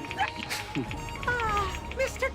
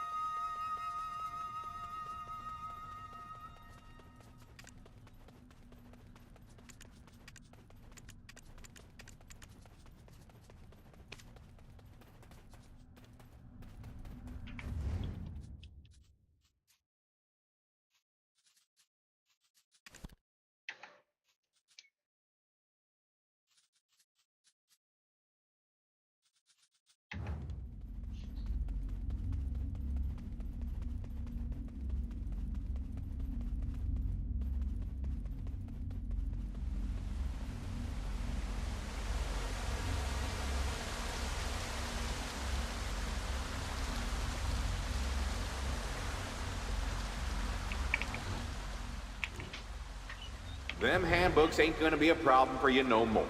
So how about we quit making folks into fools, you hear? Well, only one group fell for your ruse so far. How can you be certain of such? Listen, word about you's gonna spread like wildfire, and ain't nobody gonna come sniffing around here no more.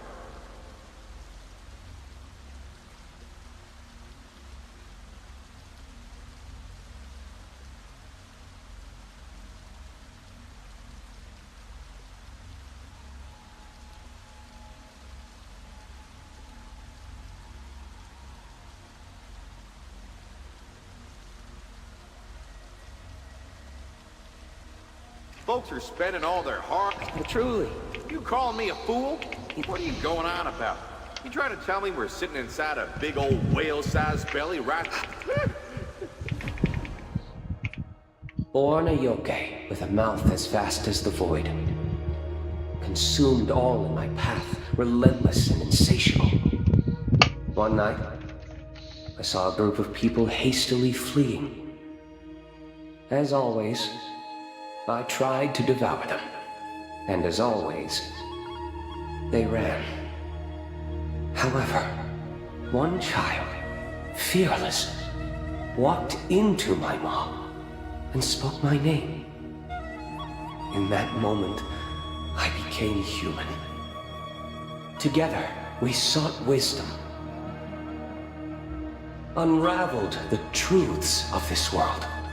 One day, driven by an insatiable thirst for greater wisdom, the child departed.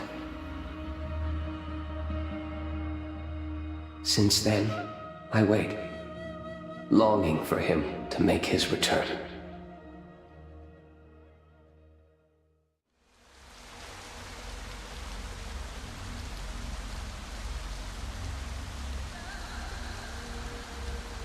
Passers-by come and go. A pleasing answer I will henceforth seek. Thank you, traveler.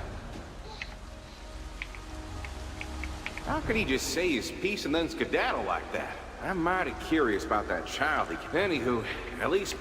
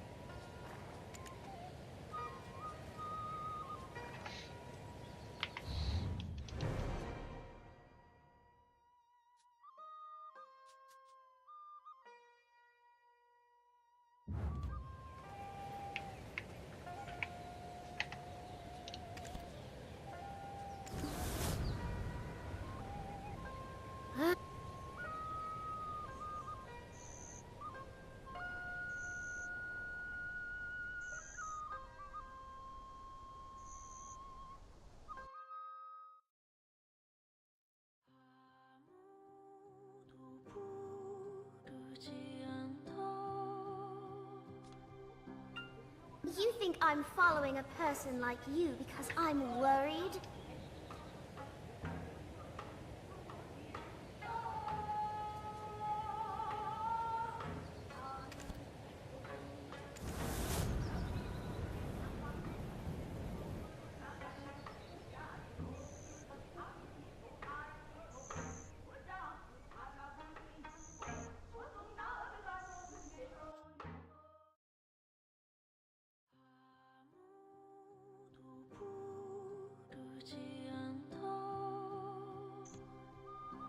If I want to see the world, I only have you to rely on.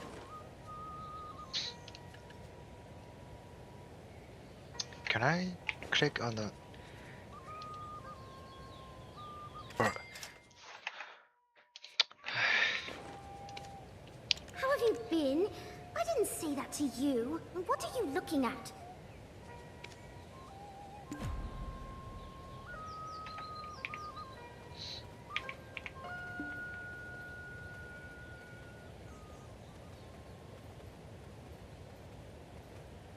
Director, did you hear? Chobok's little one has gone missing too.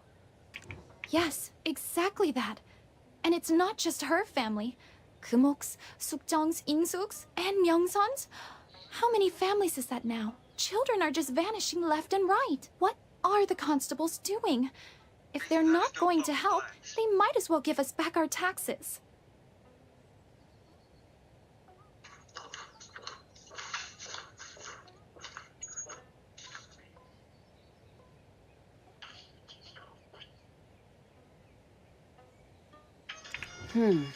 If that's the case, the rumors may be true after all.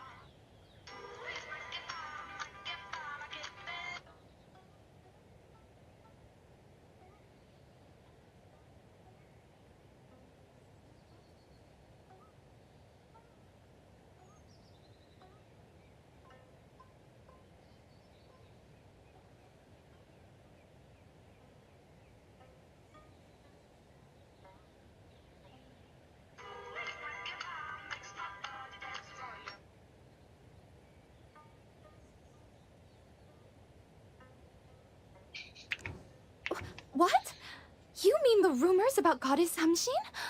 Director, don't say such a thing. Something terrible might befall you. And I've heard there hasn't been anything unusual happening around this Hamshin tree. But think about it, Gunmin. All those missing children belong to families who prayed at the Samshin. Wait, is that really true? That there sounds shadier than a pine tree. Well, is it? Come on, it's probably just a coincidence. Once we catch the culprit, all this trouble will be over. Well, that's true, but it just doesn't make sense. It would be a waste of time. If you want to investigate, go find the book vendor, Ye Gung, in the marketplace. He used to be a practitioner of the Do arts. That creepy old man. Are you sure that wouldn't be more trouble than it's worth?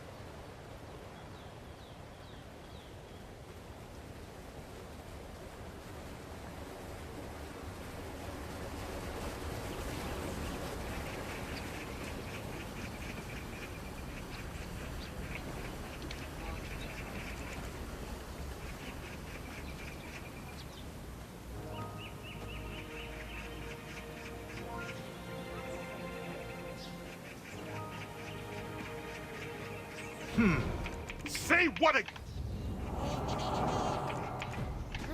so boring to be with you. Not always, though. Say what? Your distractions have muddled my thoughts. How dare you disrupt your... Get your books here. The wisdom of the... Don't touch them. I sell all kinds of things at reasonable prices.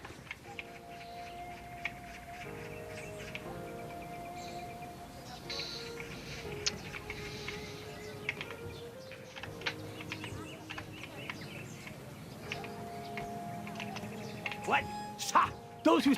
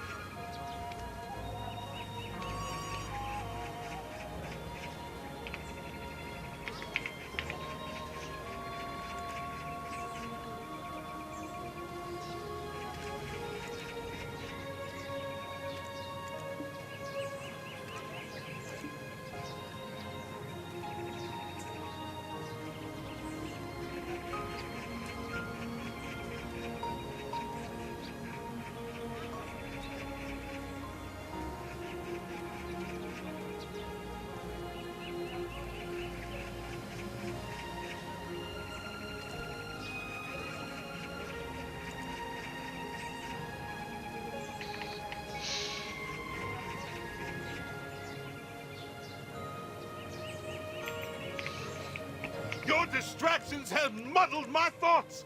How dare you disrupt Yigong's reading?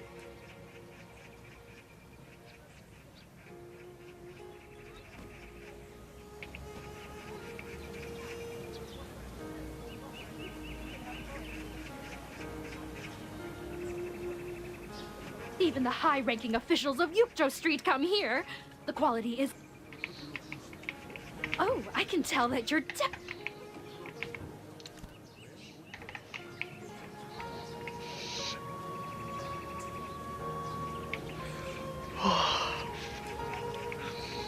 How'd you have to crack that?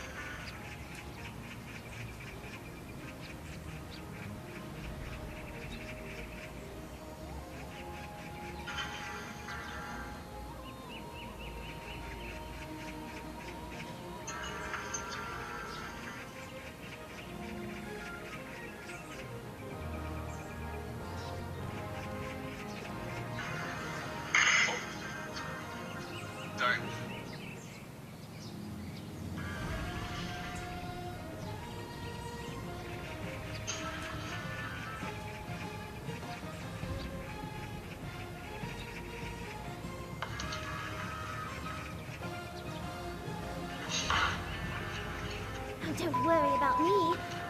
Who asked you to care? It's a lie. I'm a man. I think it was a little undercoat. You should wear them. Right, yeah, but I was still sizzling. Yeah.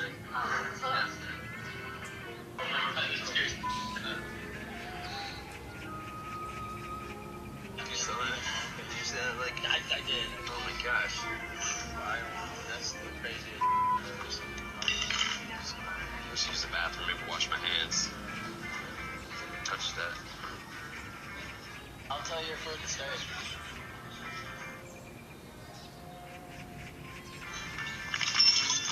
Holy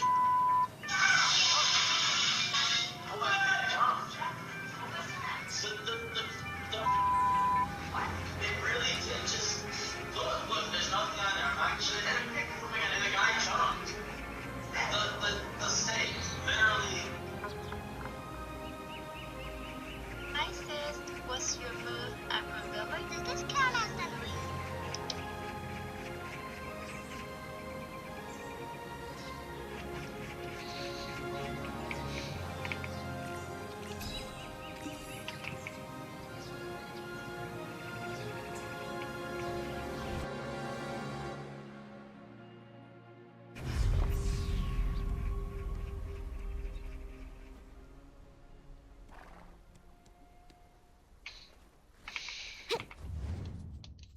Well, since I'm here, let's do dog quiz real quick.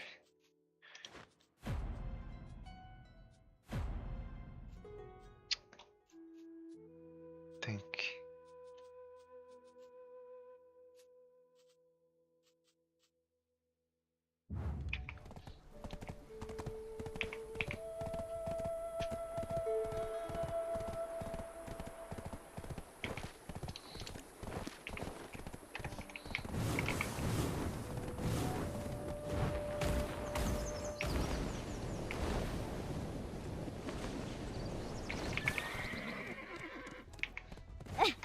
Are still yet to come. Such pretty necklaces, aren't they? But hey, don't stare. Excited. You mean the dragon? Good. What is your name?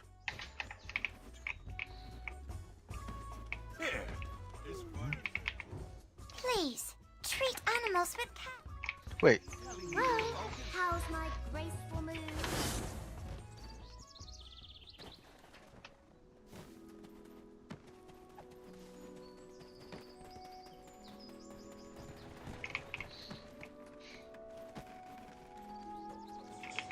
Calphion's finest resting place. Welcome to the Golden Toad Inn.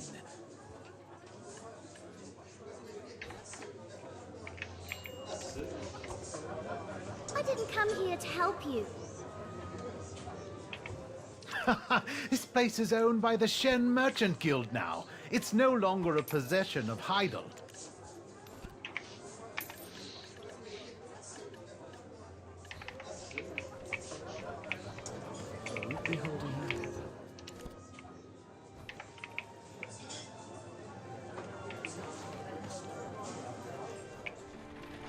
Greetings, adventurer. Just the one I was looking for. You want me to grow my hair? Dream on. That.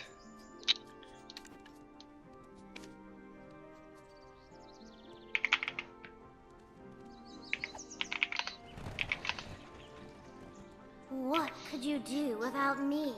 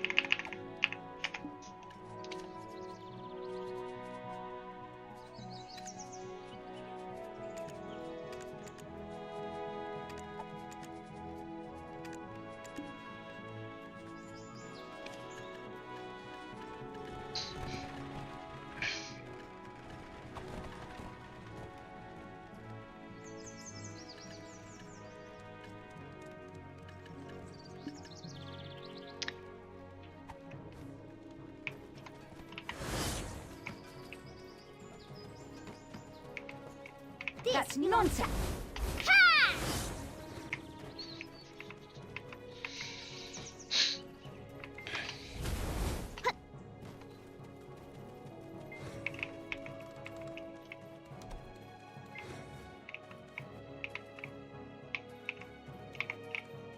Where's my cookie?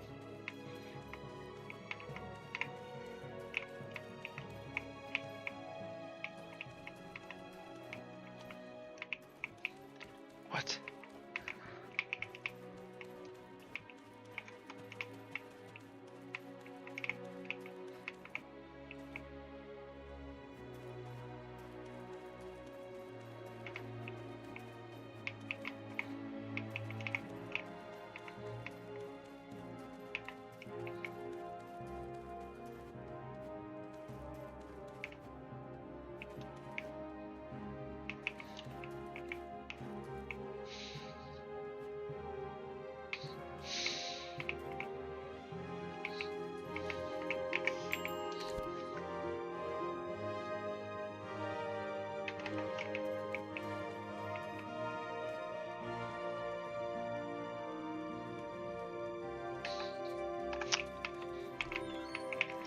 Oh my god, my cookie's was over there.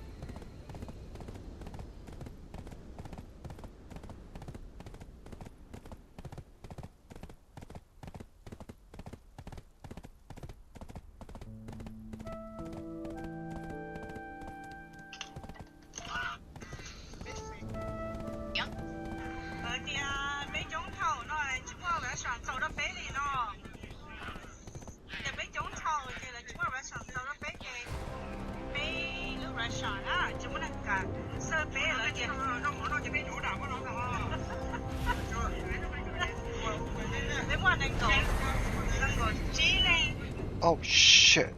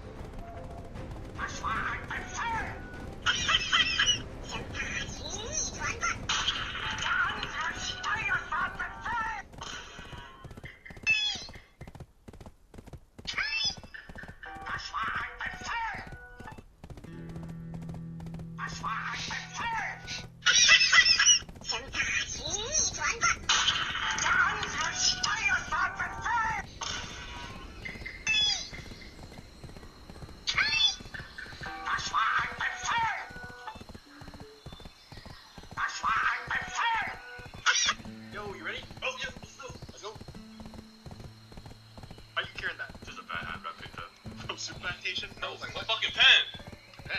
Prison, jail, penitentiary. Right, because you were not in jail for 24 hours, right? Oh, stop fucking creaming on me, bro. Stop fucking creaming. Whoa, what'd you say? Stop fucking creaming on me. I did 48 hours. What does creaming mean? It's penitentiary talk, bro. Stop fucking lying on me. Same shit. Stop creaming on me. Don't ever say that to me. How you gonna tell me what I can and can't say? Those 48 hours fucking changed my life. Really? 40 hours? How? Yeah.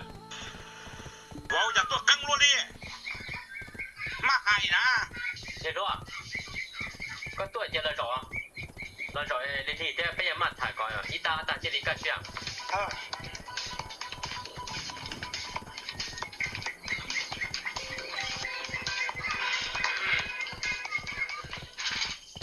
那谁啊？对你的姐姐，你要他去做长大了。所以你好，我的鸡，你好，朋友都不咯。你好，见包姐姐的那个。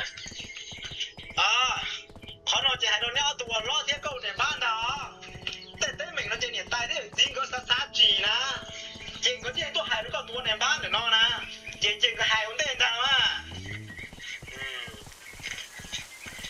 เดี๋ยวสิวันนี้เนาะก็ตัวบอกนี่ได้จี我说搞不得姐姐搞别了这个这里包姐姐的那呢我理了嘛我生多了姐姐那别生了的去别人去打哩这可能啦还都那เอาตัวเราจะเนี่ยติดเราถูกฟ้องแล้วนะอยู่ว่ากูทุนไทยเจ้าหมูนะเจ้าหมูจีสินะสามารถมอบโลกที่เจ้าหมูจีนะอยู่สามารถมอบกระตันลูกจีนะ Why are you in the place that I threw away the potion? ทั้งหมดทุกคนได้เองยกตัวไทยยกตัวจากนี่นะจะหมดตัวเองนี่จะมีคนต้องมาอย่างมันเดินเจ้าเชี่ยยี่น้องยี่ห้อเชี่ยเชี่ยตาเลยนะ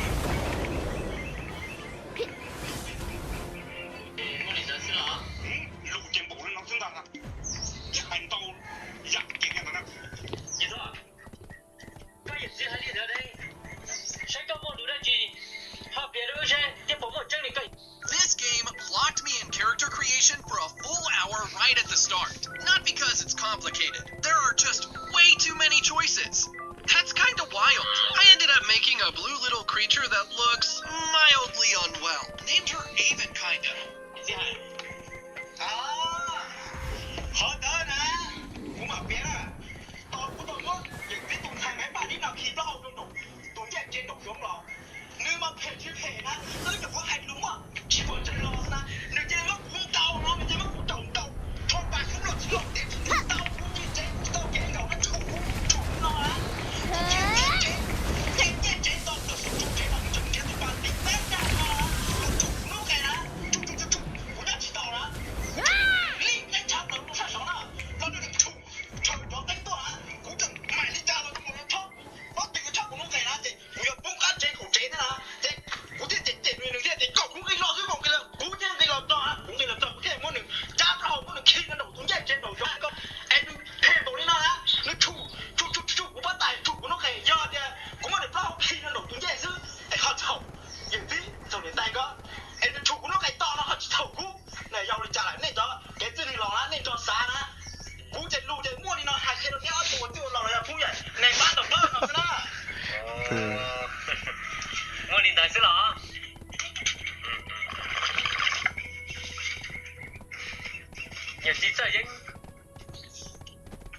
giờ đi tới có tụ bộ đi tới này thế tính mình nó bị mê thế này thì có tụ bộ thì yêu cầu chắc là cái này có tụ thải thế giờ cái lúc này nữa Be thankful about the fact that I have you. cái gì chịu cho bản đâu trên trâu tàu ra đây là chịu vào lẩu đó mua thì nào chưa là coi như trâu cậu là coi như trâu mình làm bị thải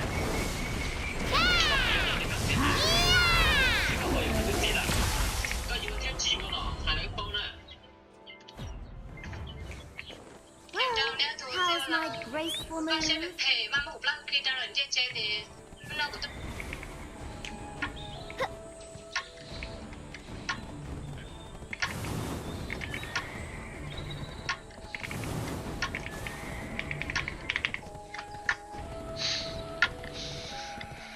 Hai trâu nè, chỉ như là. Yêu cái chả? Yêu rồi. Tôi đi tới cấp vấn đề thì yêu trâu xứ này. Cho đấy, bùi yêu trâu thế mà.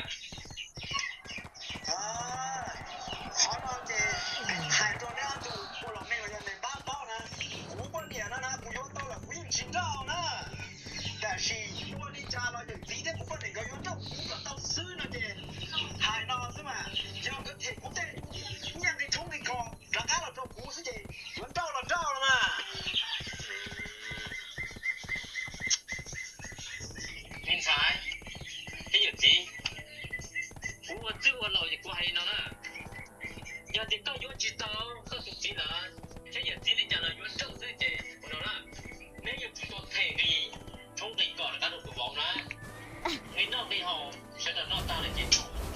Cái sự này trong tình cỏ cái thể được bóng nè, chết cho nè. Cũng có chữ vào lầu chỉ là nó nè. So boring to be with you. Not always, though. Con nó thì hai trâu này chết lâu rồi mà. Tụi cậu nó bị trâu nó Thankful about the fact, yeah? Tính nó ta không ta biết được. Đi xin phụ nói là trâu đó. Cậu đi thật thay cho nó đi. Cậu lúc ta trâu của nó là. Nó chỉ muốn tôi đánh trâu. Nghe tay cái nó kia đồng nông. Cái con này. Giờ thì có chỉ như câu trong xe thế nào bỏ? Hắn nói chứ. Cho những tí thế. Nhà tay đấy cũng có nhà lớn. Tí của cháu tí nhà nó khá là nó cũ rồi chứ. Chọc kia phải lùi thế nào à. Để đi đó đó, khỏi đúng nữa đó. Lụ chỉ bảo non cô nhưng mà đâu là. Giờ đến đó chỉ của nó. Nga ăn chọn tôi rồi, chung rồi mua tầm bóng.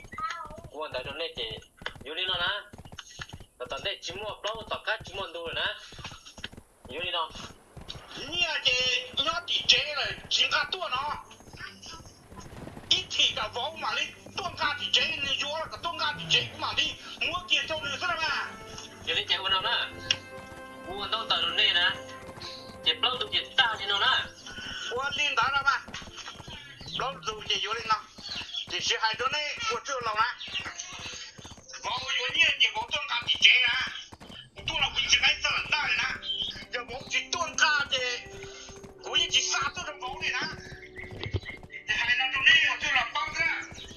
Thì biết một chế nè. Cái này bao chế. Có thể rồi.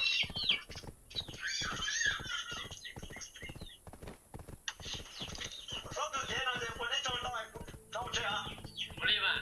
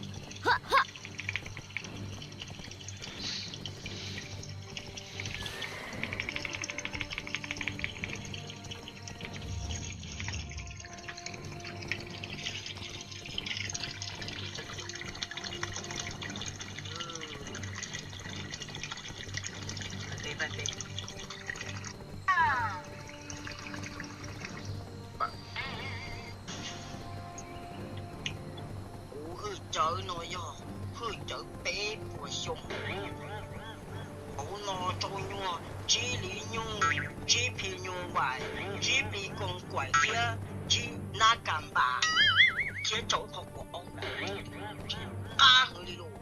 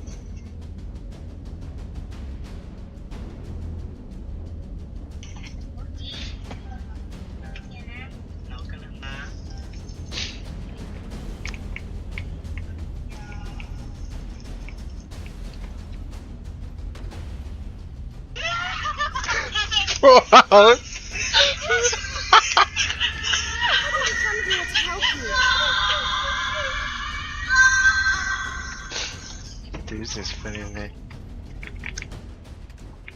Oh! Oh, no.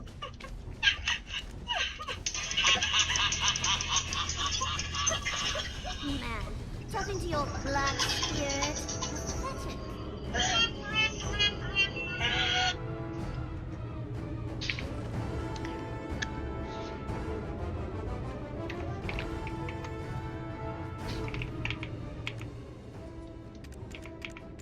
Okay.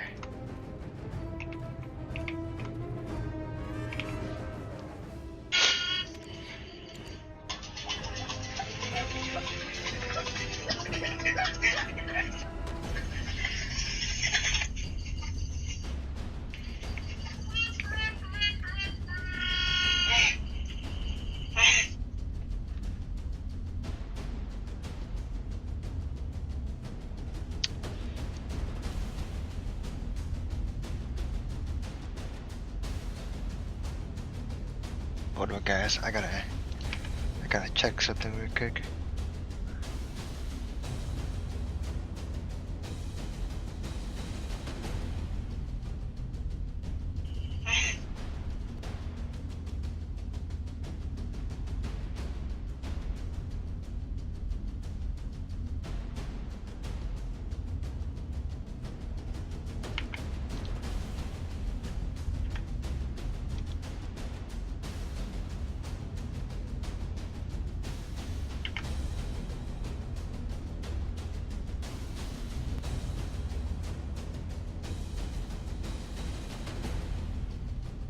Alright, where are you going to take me next?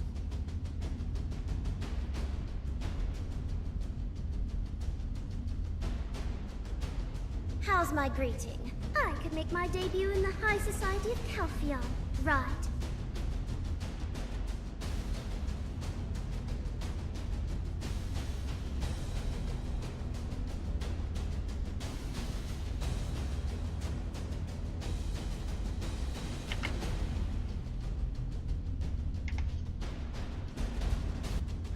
It's so boring to be with you. Not always, though.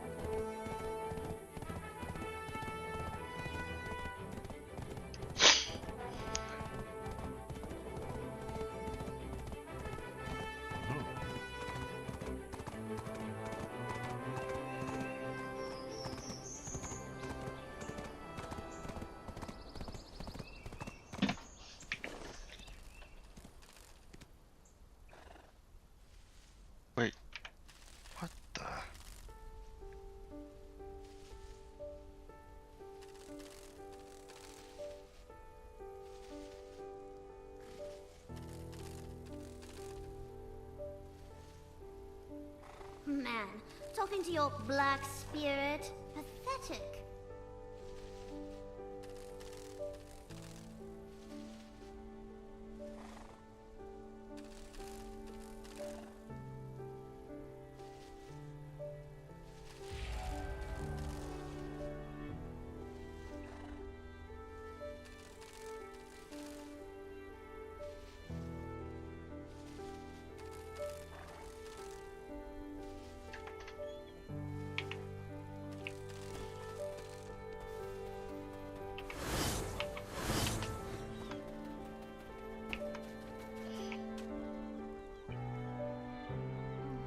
Be thankful about the fact that I'm helping you.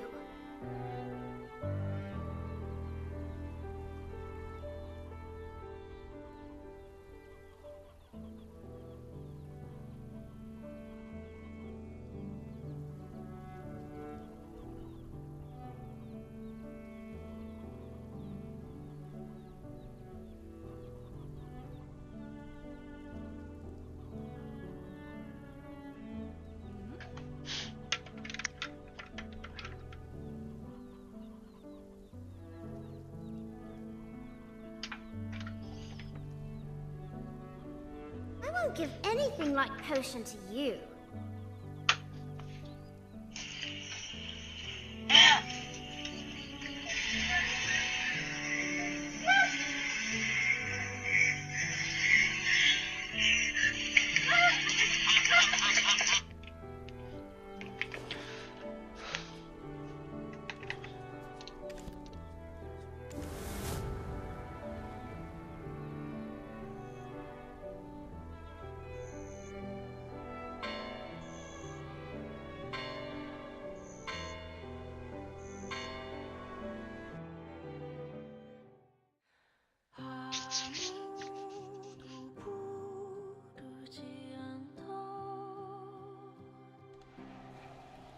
You think I'm following a person like you because I'm worried?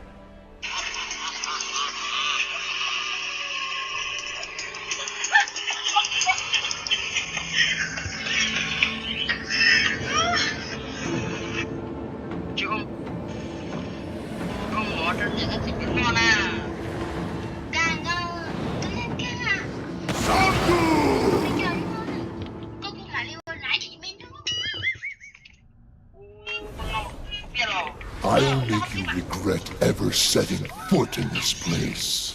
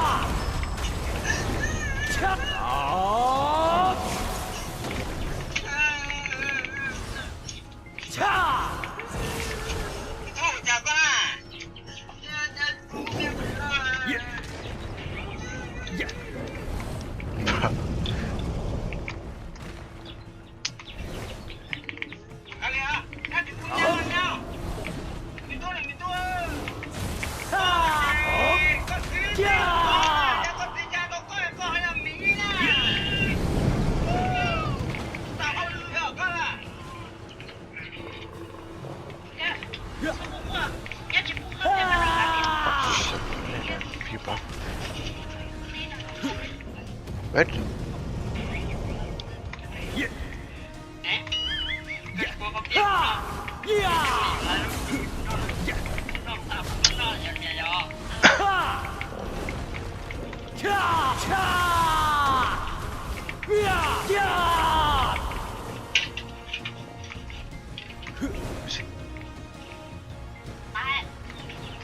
Can I TP?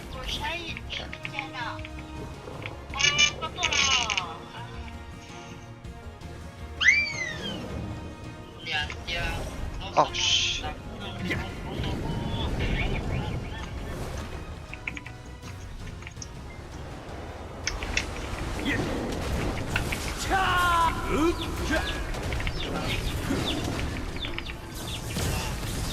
How pathetic. You'll soon be torn apart by my teeth. If you want to leave this palace, you'll have to die to do so.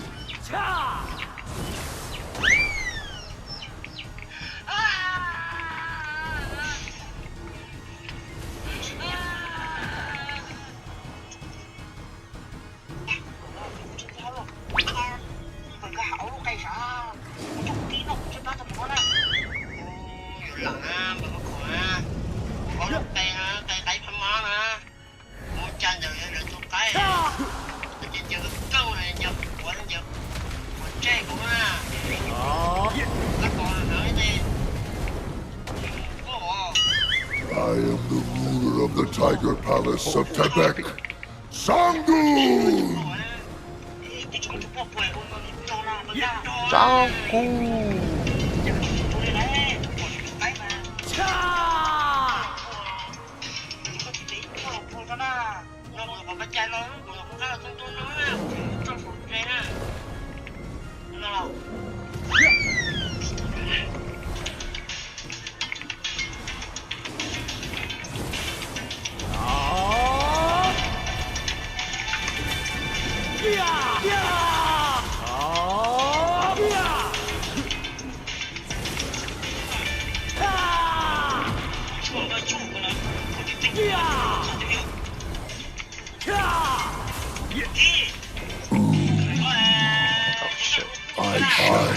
Oh, what the fuck? Of this land, oh my god, that's gonna say that.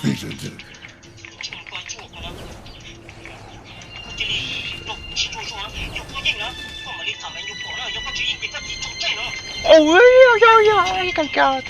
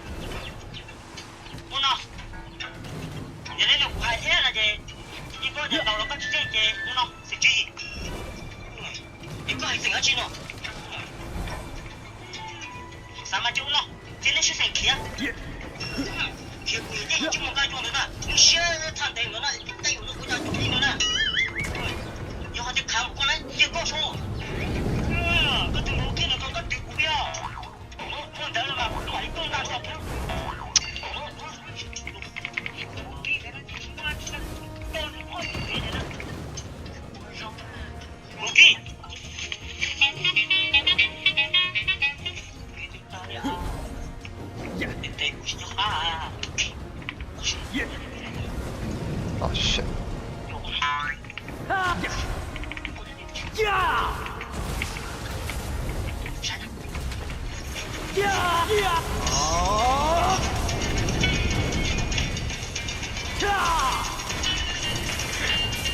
How pathetic. You'll soon be torn apart by my teeth.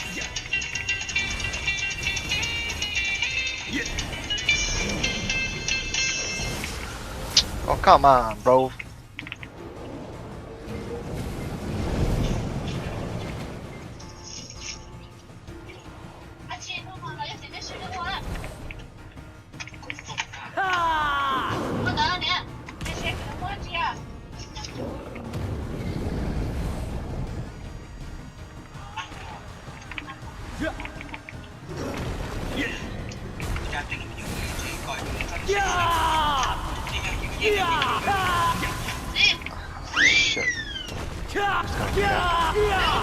No, he went fucking advance again.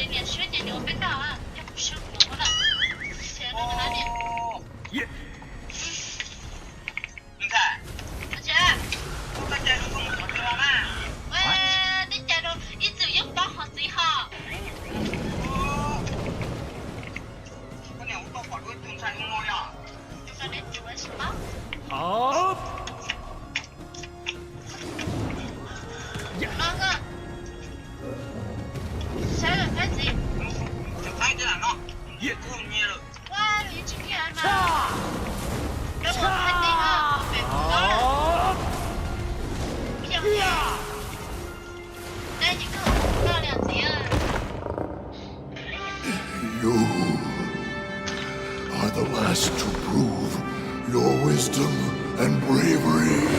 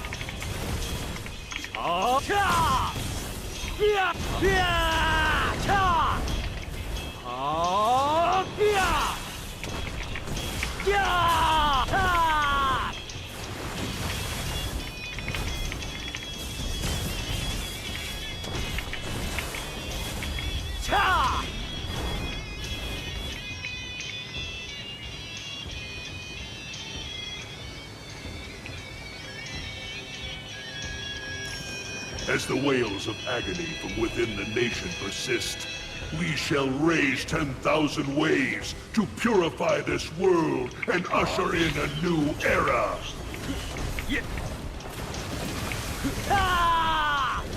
God damn.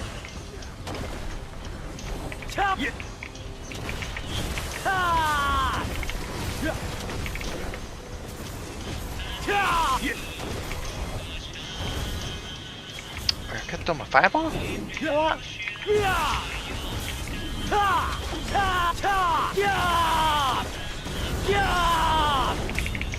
Can't stay in one spot because I'm gonna die. Got the guy. What? Is that dead?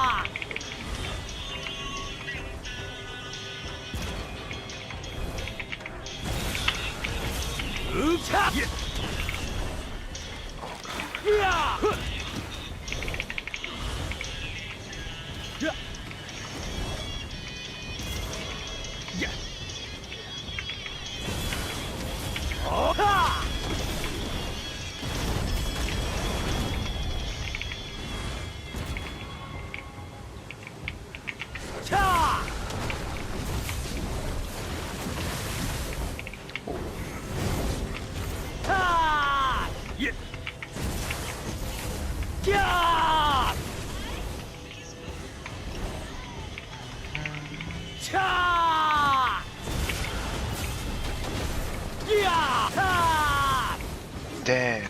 Okay. What am I doing? I gotta.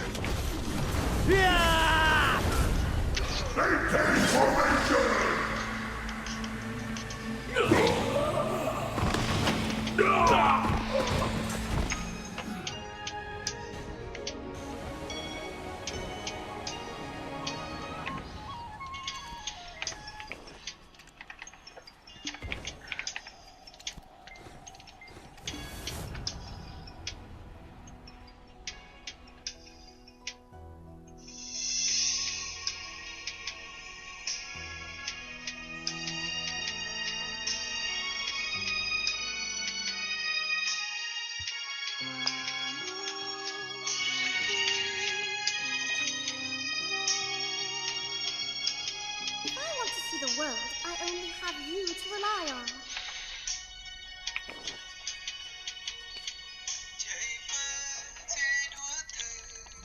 Huh? Oh.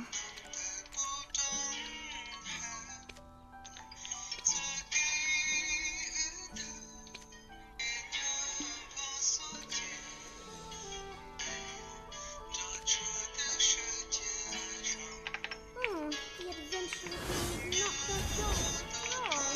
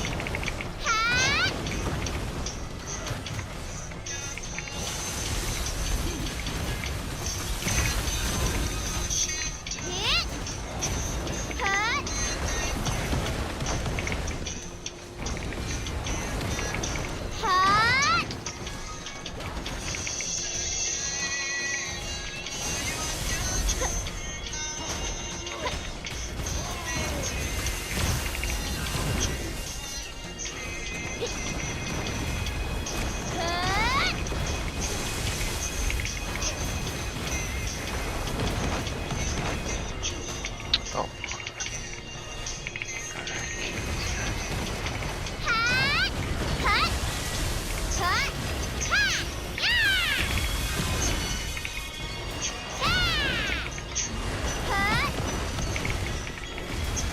What the fuck was that? That's never happened to me before. What?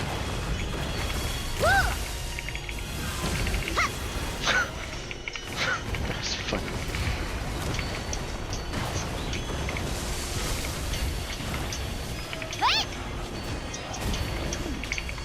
That's never happened. I'll throw you into Sangu's hungry maw! Try to run, and I'll go after everyone you love.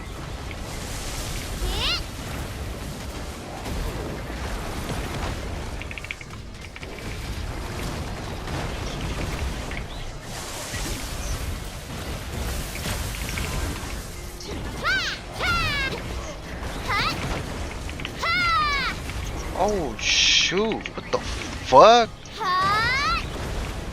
Dang.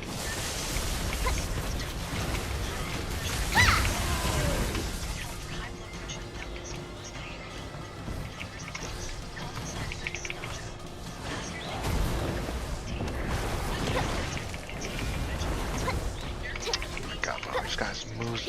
Can you stay in one spot, please?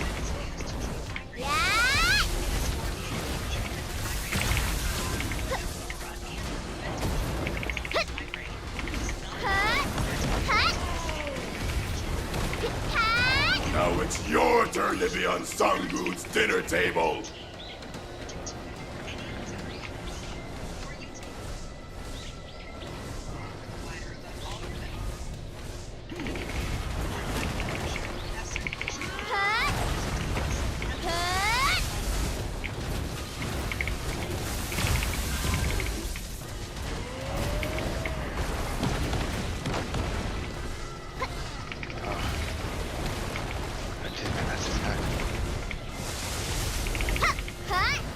Of course he moves. Fucking hell.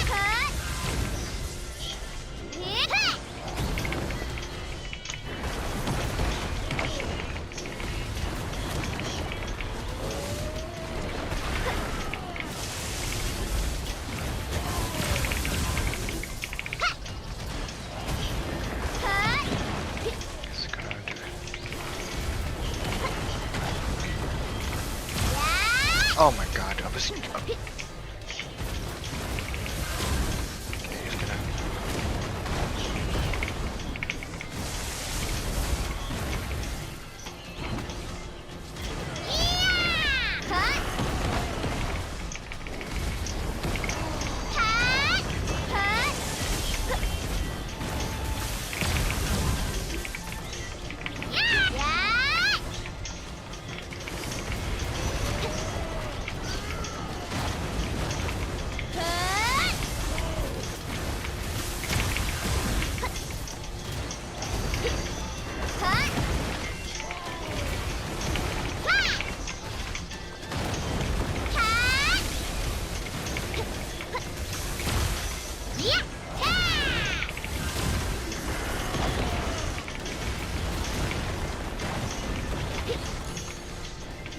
Oh my god, where the fuck is he?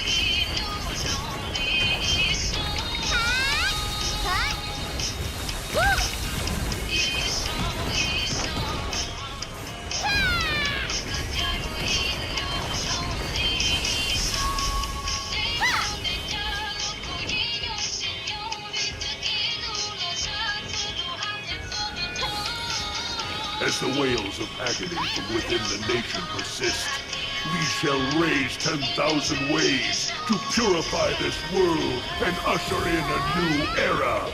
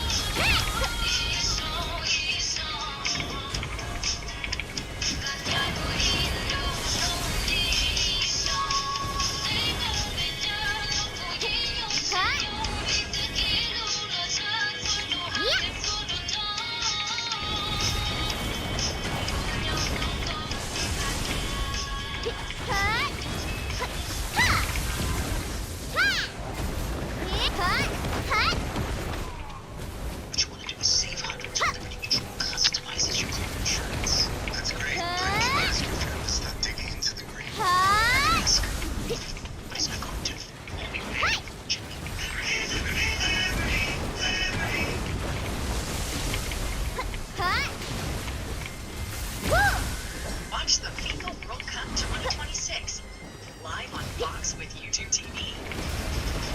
On Fox One with YouTube. Sign up now. Terms apply. Cancel anytime.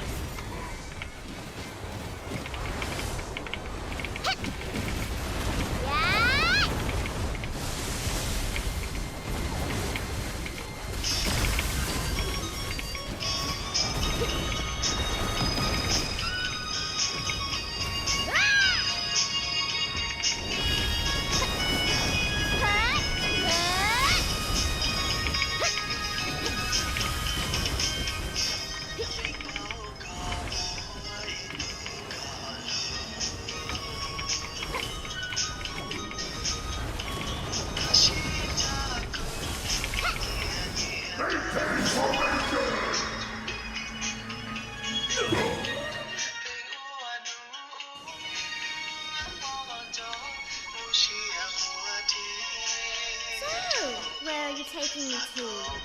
Lead the way.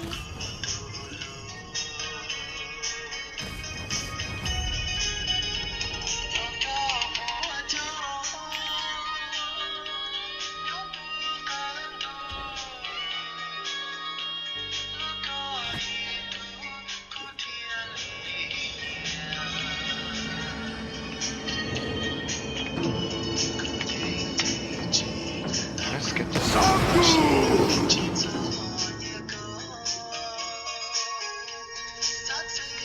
I'll make you regret ever setting foot in this place. Oh my god, bro. You gotta be kidding me, dude.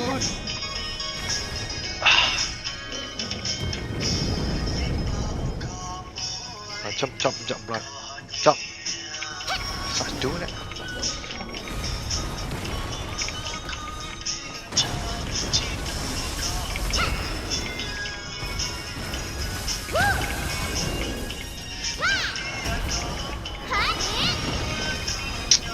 Bro.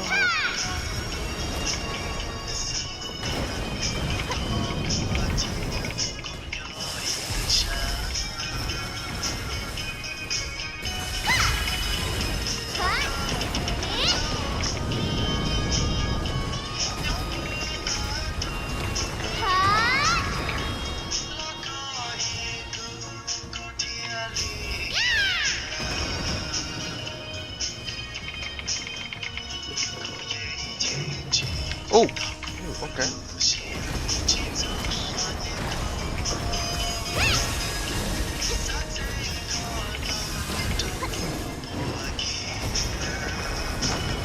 How pathetic.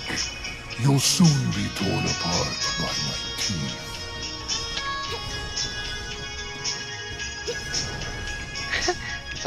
If you want to Oh my god! Palace, Oh You'll shit. have to die to do so.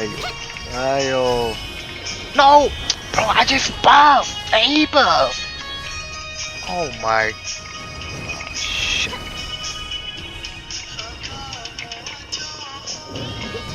What? You gonna... Oh, what the fuck? What a weird ass position.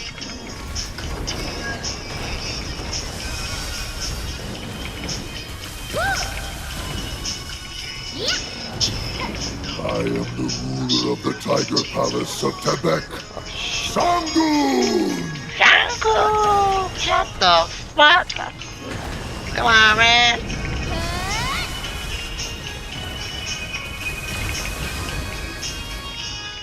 Okay, just gonna do the... Oh, shoot. Okay, I got no...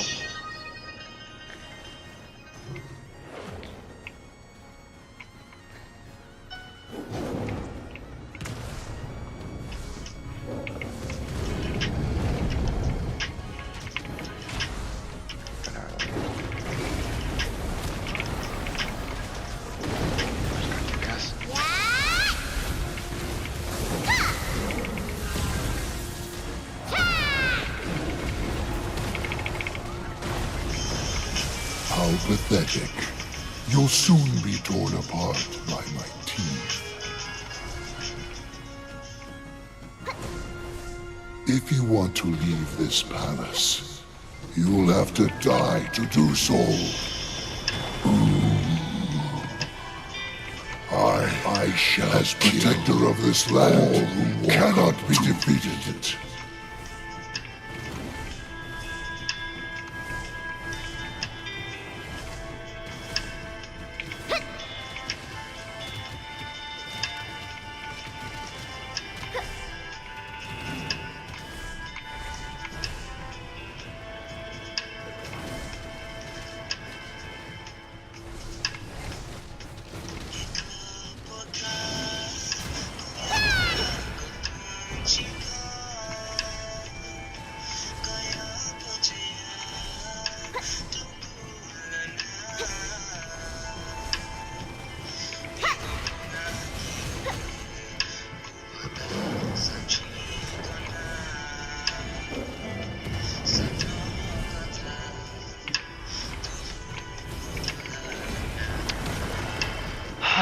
Piece of shit, man.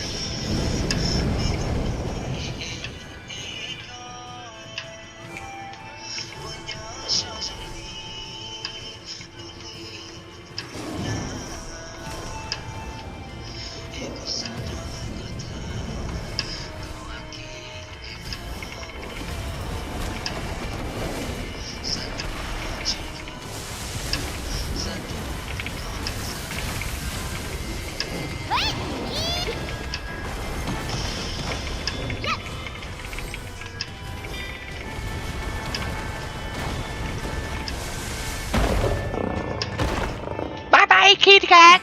You are the last to prove. Bye-bye. Her Majesty's orders are absolute, and I'm following them.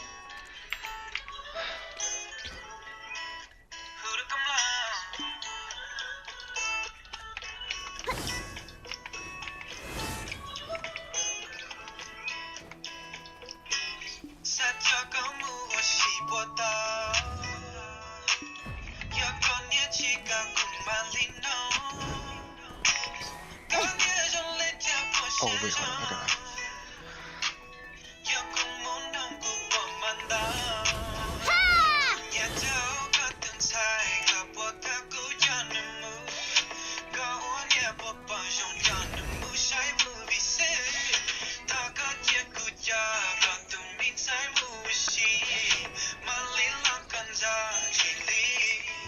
A greater world awaits your discovery.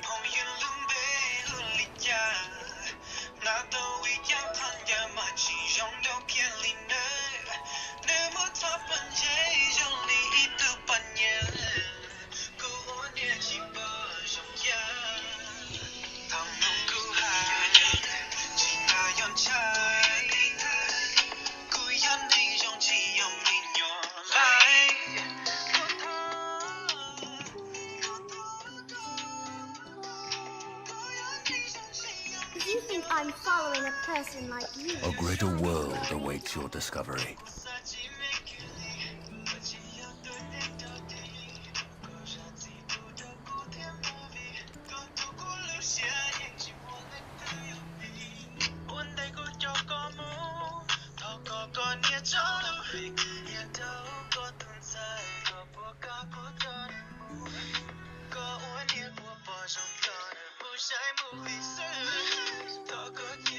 How was it to experience my dream of being impregnated by Sophie Warren? Guys, have we seen this clip? Are you ready to get pregnant? I only have you to rely on.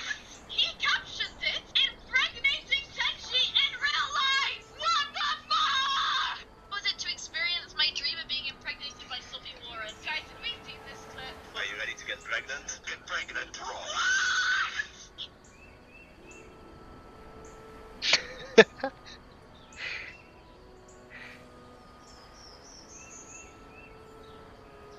I need a recharge playlist with classic.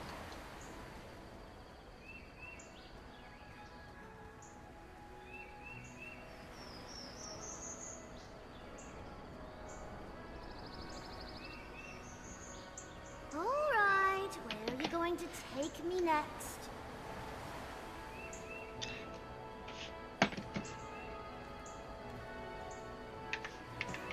Bruno and Cliff have told me who.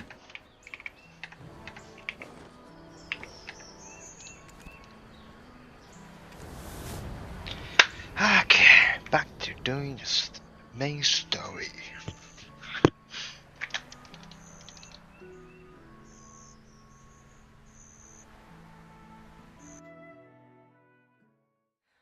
What time is it? Is it 6 o'clock? Okay. You think I'm following a person like you because I'm worried?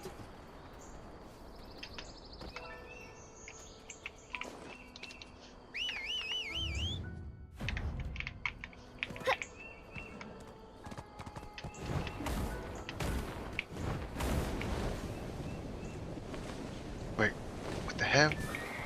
I'm...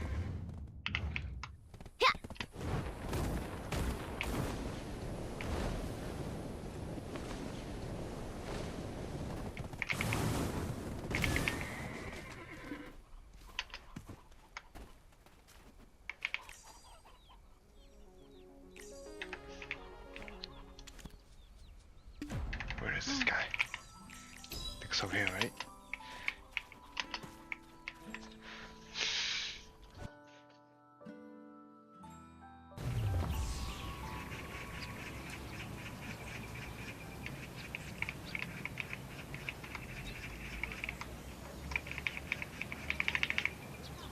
Your distractions have. But that. People. Yeah. As if they. Listen.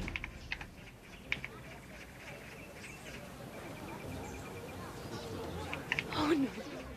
Oh no. Get them. Hey, we know my answer. Ask me what? Have you seen our Getom? Where is he? Is he okay? No, that ain't what we're here for. We're just hankering to hear what you got to say. Maybe we can lend a hand. I see. Getom. But who are you? And why are you looking for our Getom? Well, let me tell you, this person right here is the finest problem solver in this land. You all don't need to fret. I'll get that every... So, you... Well... Oh no. That is fall.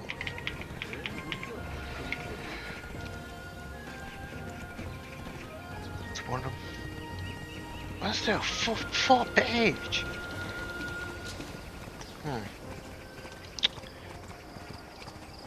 Oh, is it gonna be like? It just took forever to finish.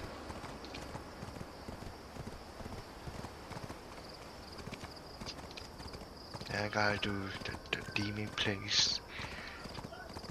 Ah man, this is gonna take a very long time.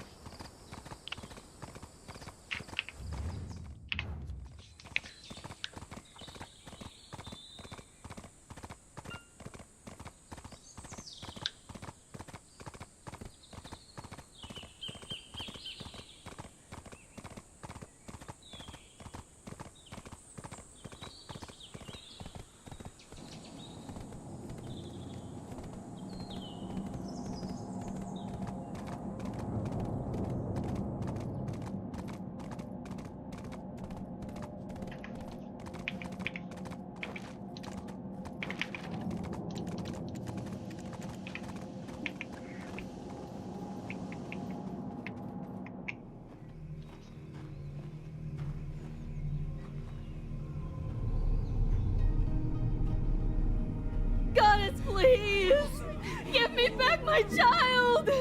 Might the tree have grown by devouring babies? This cursed tree! It's only brought misfortune! This tree is the reason for all this! Such a monstrosity should be chopped down and used as firewood! Humans. Such fickle creatures.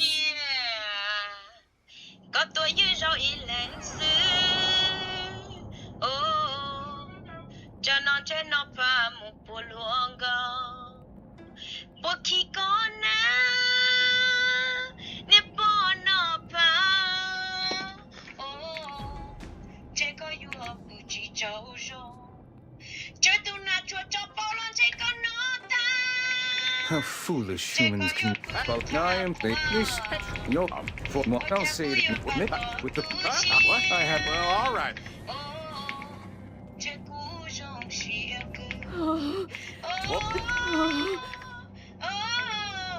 Damn this!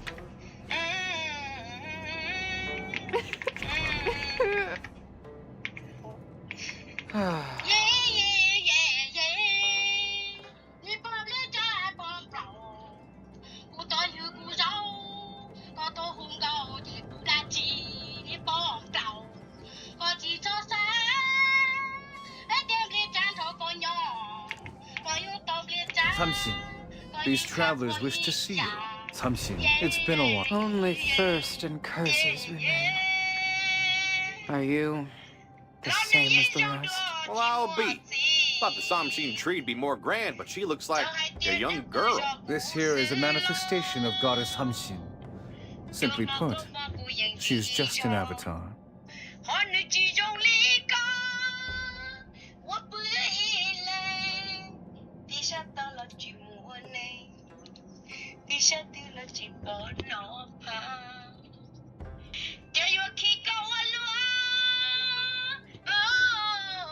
The land is parched, thirsty. When all the rivers dry up, the fish die too. Ain't souls a child I've given love and taught faith, yet I continue to wither away. Samsin, what's with this sudden sentiment? You weren't like this the last time I visited. A filthy, unpleasant black stench has been flowing through the dried-up streams. Are you to blame? You are. You are the one who has withered my branches and brought streams of anguish and resentment. Well, wait a minute. Something ain't right here. Goddess!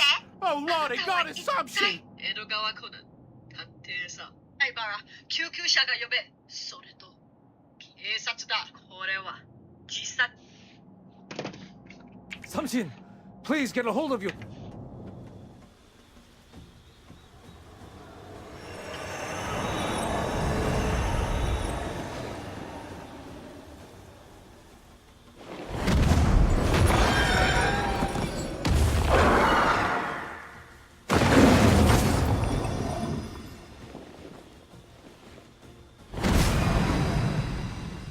What in the world do we guys? Shit. So defeat.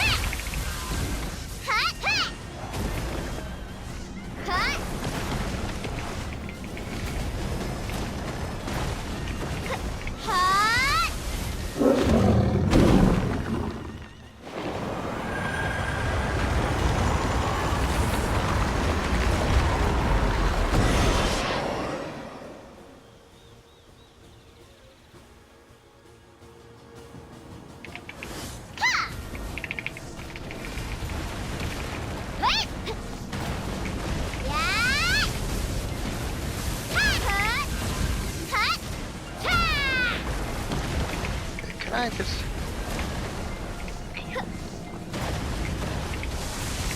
Defy the will, and only destruction awaits. Hut! Hut! Hut! Ha! My child, I shall claim your life.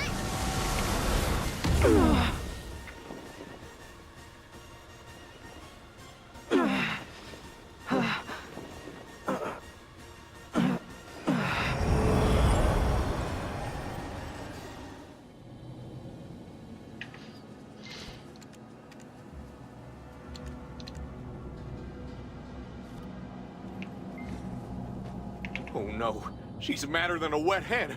What are we gonna do? What are we gonna do? An assumption harming humans. Impossible! This can't be happening!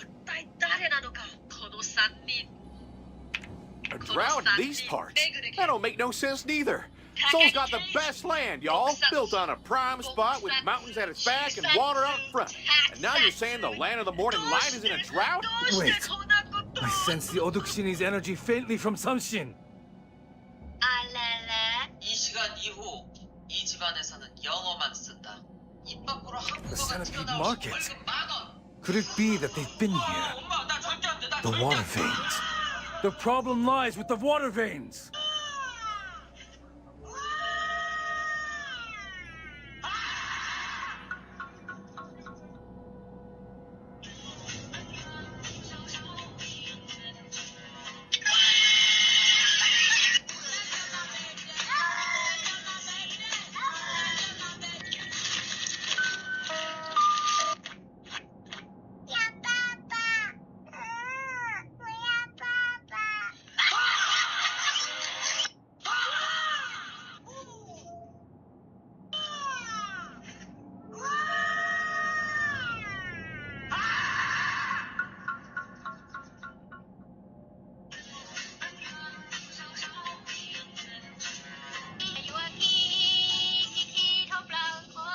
They've surely severed the water that flows to the Samshin tree. What? You sure about that?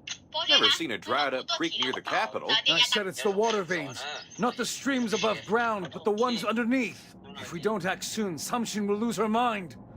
The water veins must be unblocked before that happens.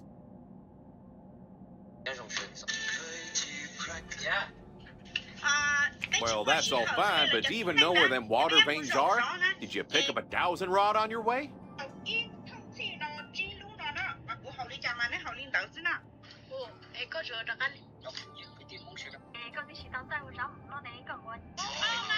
If you hope. Cái mặt từ 2 giờ chiều.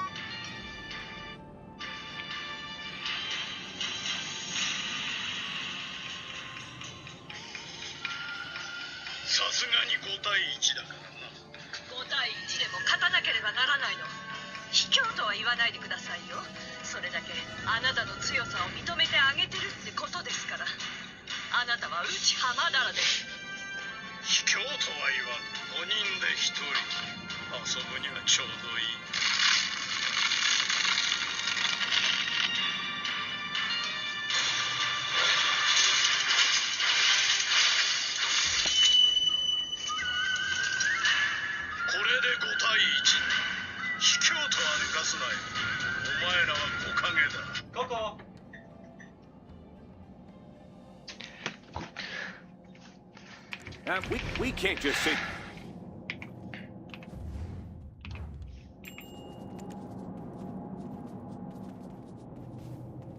That's 20? When I be done? Hold up. Oh my god, bro. God damn. Wooden stakes. Yep, let's look some. Good idea. Good idea. Wait.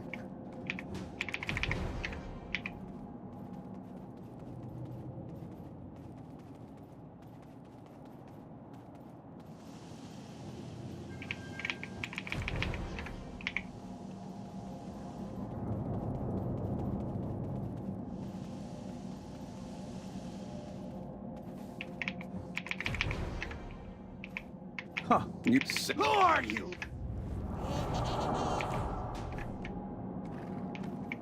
Step it. What? What? Huh? What kind of... Anyway. Oh my god.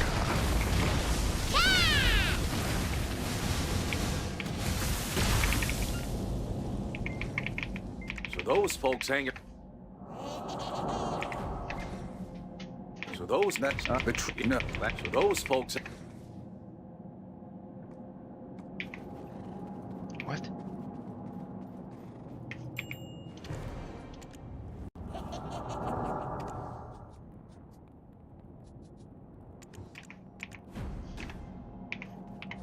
Oh my god, it's pausing. Well, I'm just gonna auto one.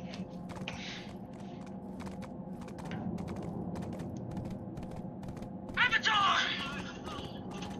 Zuko? I'm not finished with you.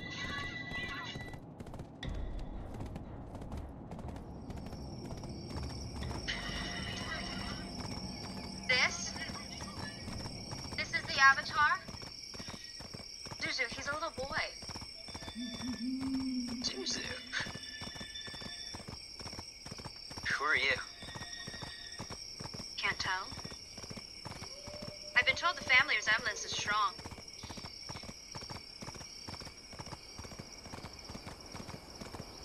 I will capture the Avatar and restore my honor. I've never said that!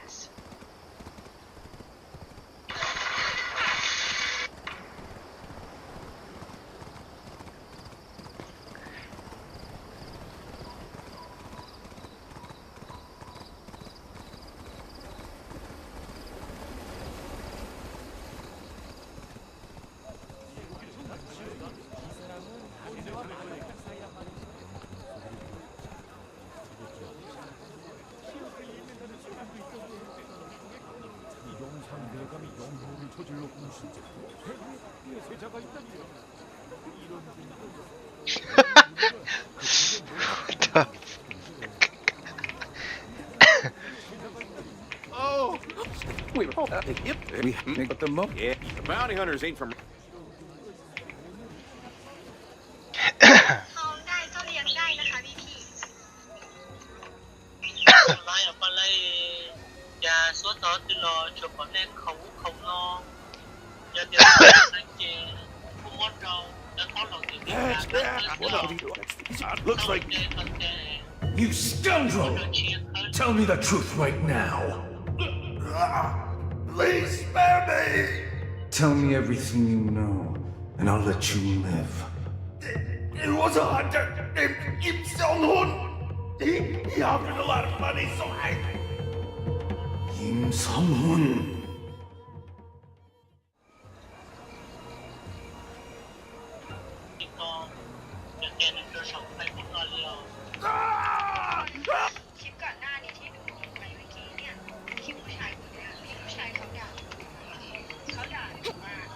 Jeez.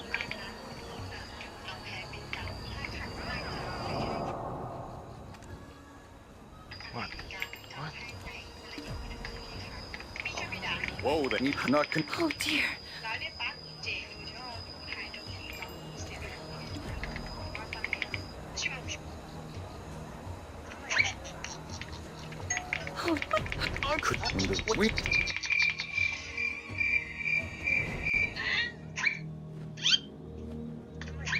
My nephew. Must it truly come to this? Even innocent children have been caught in the crossfire. Young master, they are merely abominations born with Yoge's powers. Except they didn't choose to be born that way, did they? Don't tell me you've already forgotten what I've taught you. A true leader must know how to balance profit and sacrifice. We must flow together as a mighty river. If stones block our path, we must displace them and flow onward. I'll keep that in mind. Centipede Market! What kind of trickery is this? All the fools have arrived. Let's begin. Yes, Master.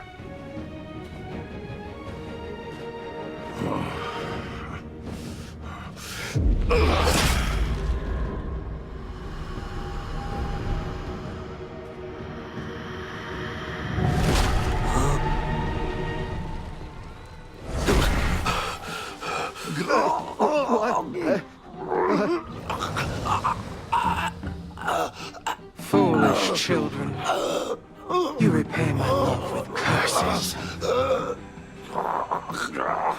You wretched monster. You sure know how to talk.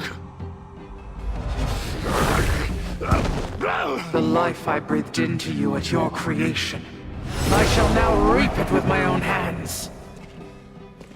Until we meet again, traveler, if you survive.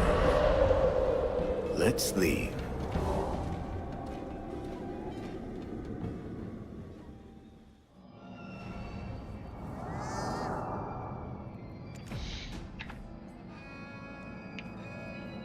Oh gosh, oh dear. My love, forgive me. Samshin, stop! You are endangering the children! Oh gosh, oh dear. My love, forgive me for... You, driven by half-hearted vengeance. You dare tell me to stop? The nerve. I granted people's deepest desires, and in return, I've been cursed and resented. You know it, this unending thirst. Only vengeance can satisfy it. Yes, this thirst that plagues me, it is a thirst for vengeance. I've shown them kindness and joy, yet...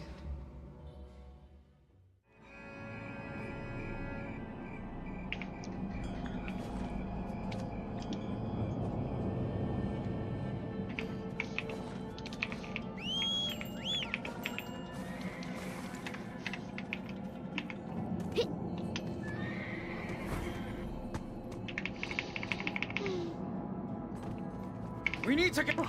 My love, oh gosh, oh...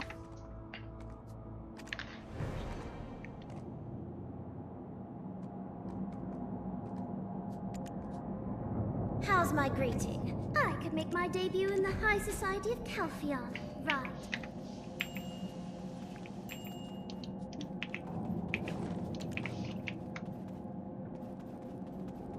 Yeah. All traveler, let...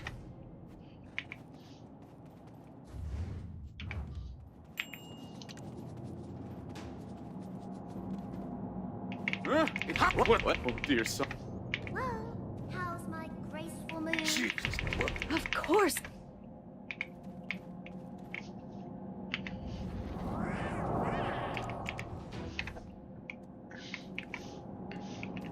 Trent, hurry on over to the place.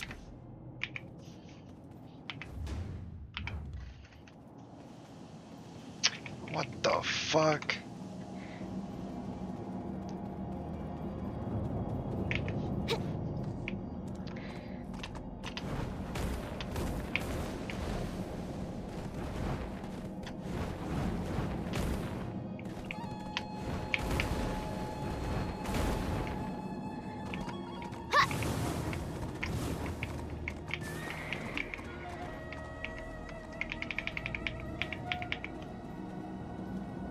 Oh. Oh, yeah. What? Whoa. Hey, looks like we got it.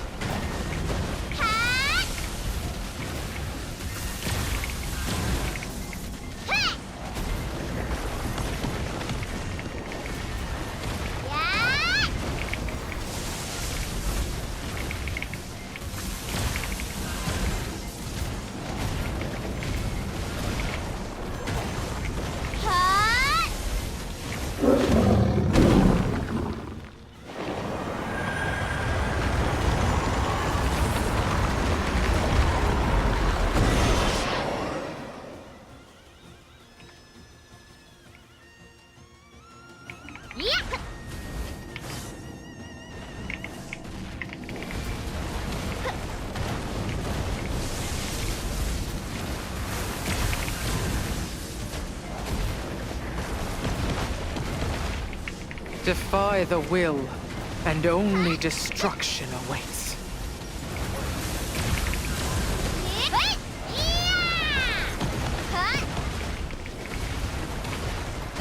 My child,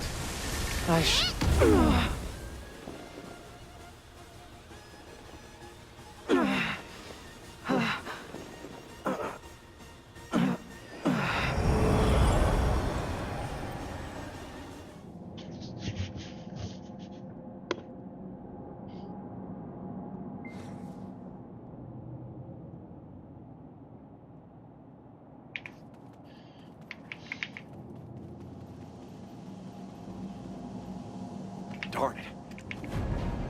Thank you.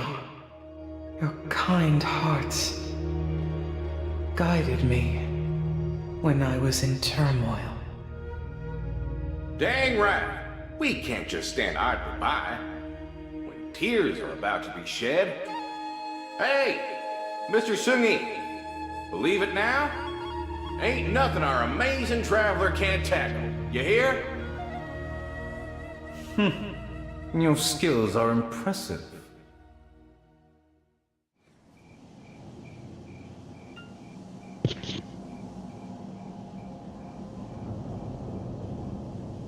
I won't give anything like potion to you. Whew. Thank the ancestors. Thank you, traveler, for buying us some time. Now that this dark fog's clearing up, how about we check on our dear old Samshin?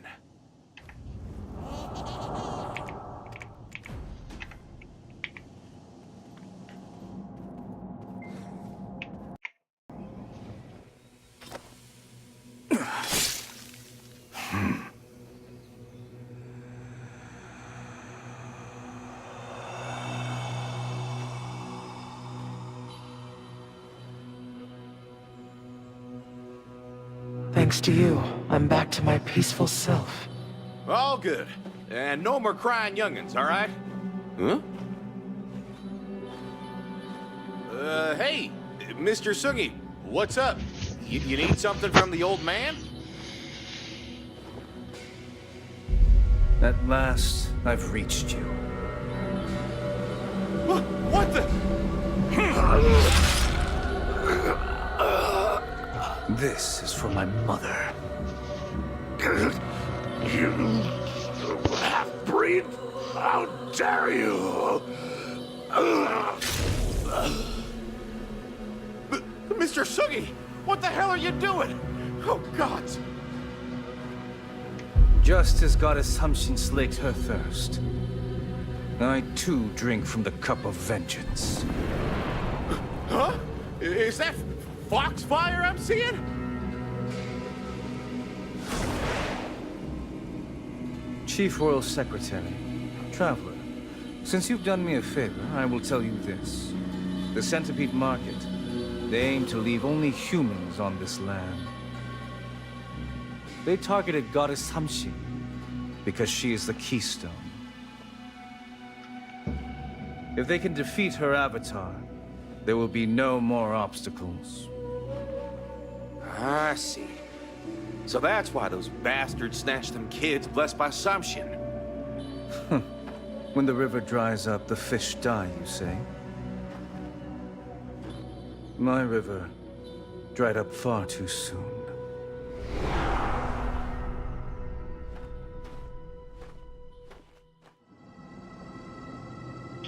Oh, he was a fox? Hold up. So Sungi is Mi-hyun's nephew? Well, bless my soul. Listen here, traveler. Remember Mi-hyun had an older sister, right? We went through quite the ordeal in Bomnet County. Lord, did we ever.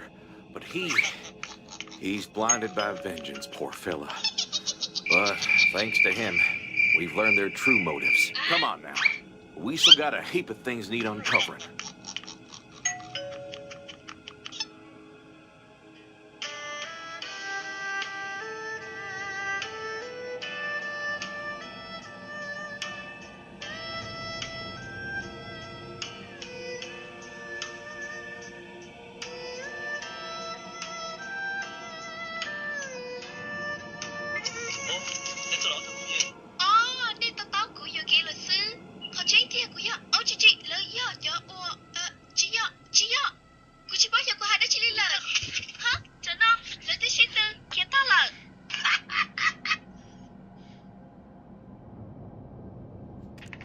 Would you look at that?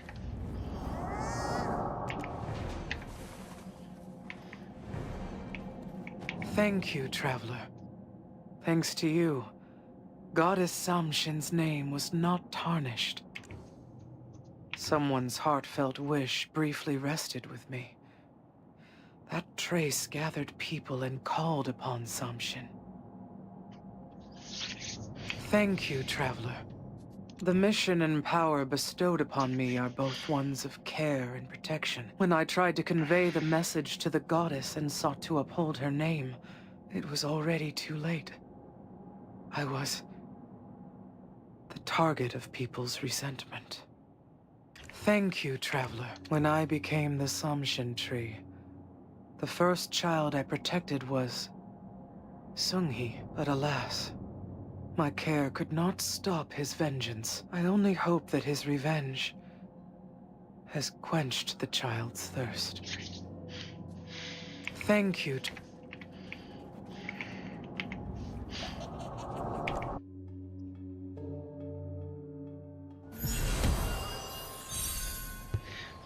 Okay.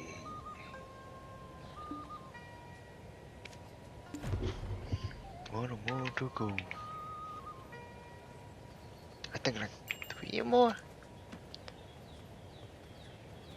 Yeah. Did you hear? That the new Bookpo mayor died on his very first night.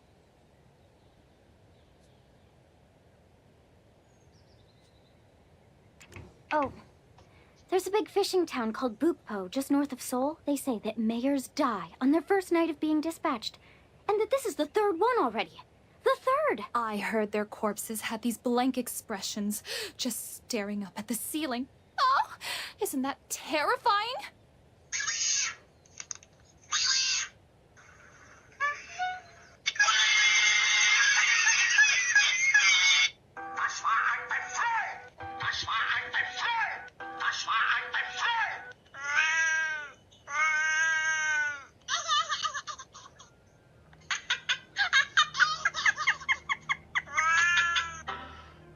Excuse me. Do you speak English? 日本語できますか？ストリートサーフィンやってるんですけど。Oh, excuse me, you jump. Why do you want to interview with our company? Because we're looking for a job. Then why did you come here for a job? Because we don't have a company. I mean, why did you choose our company for a job? Because you hired. Other companies are hiring too. Why did you choose our company? Well, we had to pick one. I'm asking why. Because we can't work at two places at the same time. What attracted you to our company? The job posting. What can you bring to the company? 2 new employees. What skills do you have? We don't know this. We don't know that. Can you walk over 10 for free? Work without pay. Are you joking with me? You started it. Get out! Why do you want to interview? Once there was a king. He kept 10 ferocious dogs. Whenever a minister made a mistake, the dogs got dinner. One day, his most trusted advisor made a mistake. The king was furious. He ordered the advisor thrown to the dogs. The advisor said, I served you for 10 years, and this is how you treat me. Please, just give me 10 days. After that... Maybe they were possessed by a ghost, just like you said before. No one's going to want to be dispatched there now. For the next 10 days, let me take care of the Could it really be a ghost causing this? If not, why else would they die like that? Is this about the first deputy minister's servant? They say Unshil's death is still shrouded in mystery. Oh, so you know about it too. Poor Unshil. Can't we do something about it? Is it the police's incompetence or a ghost? If it's the latter, they need to perform a ritual right away. If someone has passed unjustly, we owe it to them to comfort their spirit, so that it does not wander aimlessly. And they haven't forgotten. But I served you for 10 whole years. And all you remember is that one mistake. He realized his mistake. He ordered the dogs to be replaced. Hush! The Ministry of Law is on high alert right now. They'll drag you away for talking like that.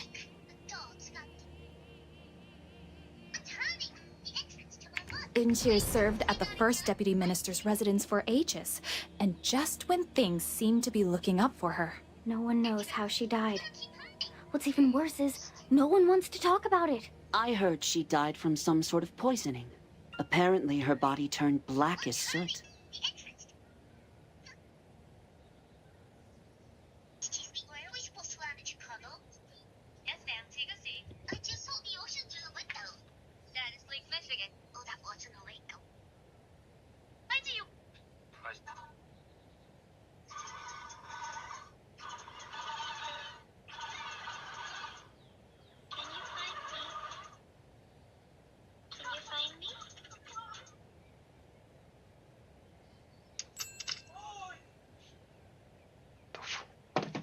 Rumors of the late king being poisoned is already causing a lot of unease lately. Can't there be any justice for her? To top it all off, their eldest daughter is missing too. Something's wrong with that whole family, if you ask me. Enough of that now. It's time for the next class. Have you all finished your Gomungo music assignments? Oh boy, seems like there's always a ruckus with the Bear family.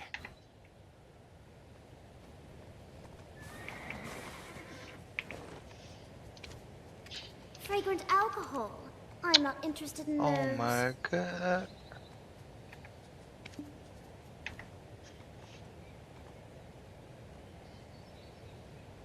Oh boy, seems like there's always a ruckus with the Bear family. Much obliged for the scoop, ladies. Well, how about it? Sure does seem a mite suspicious, don't it? Might be worth taking a gander. Suspected of poisoning, but no solid proof. The clue we're hunting might be hiding there. Let's gather our gear and mosey on over to the police department close by. Got a good old friend there. No matter how fishy it looks, it's still the home of one of the most we can't just bust in. Oh my.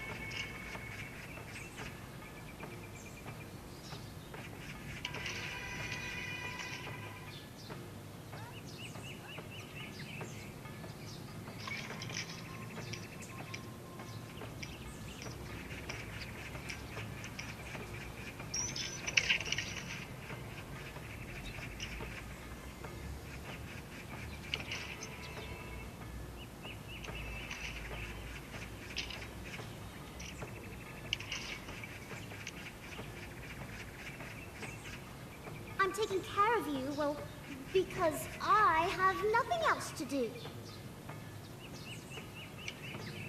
Prepped and primed. Let's hit it.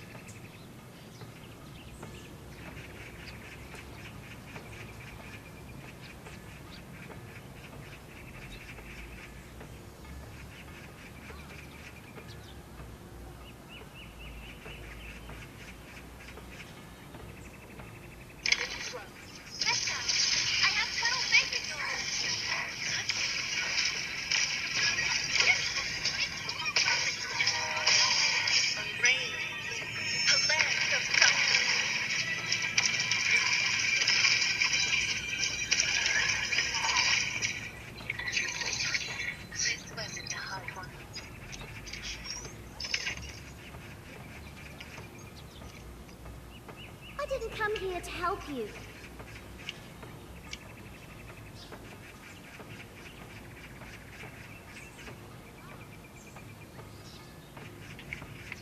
Jabok, get these. I swear, ain't a silent. Well, howdy. Oh, the trap's red. You put up your. I once again. Well, you bastard. I didn't. I. Well, yeah.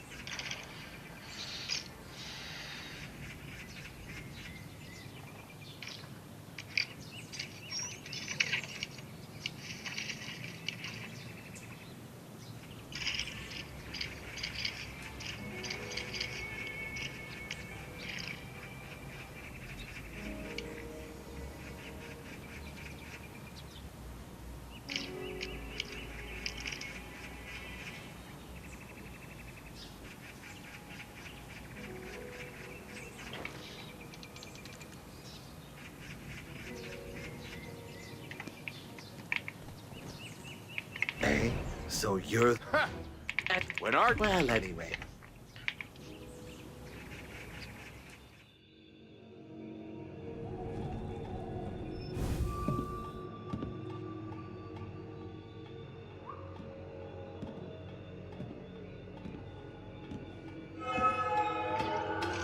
Might you be the new mayor? Do not be alarmed. I come with a favor to ask of you. I am Hmong, second daughter of the first deputy minister Pemuryang. Mayor, I beg you for justice on behalf of me and my sister. Please discover the truth about our servant Unshi's death, and follow that thread to the whole truth. Well then, I shall return to you soon.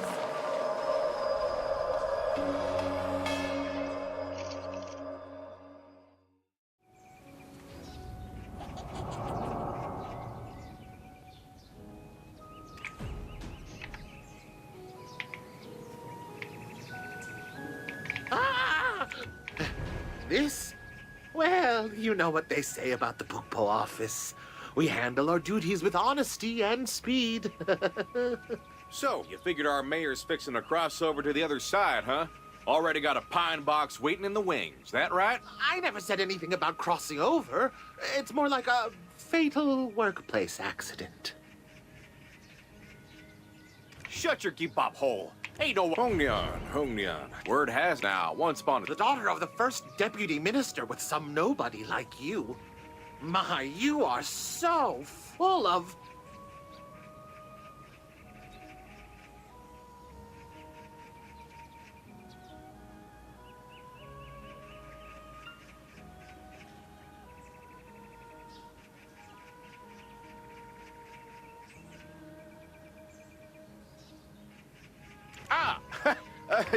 Sure, but don't. Ain't no need. I can read faster than it.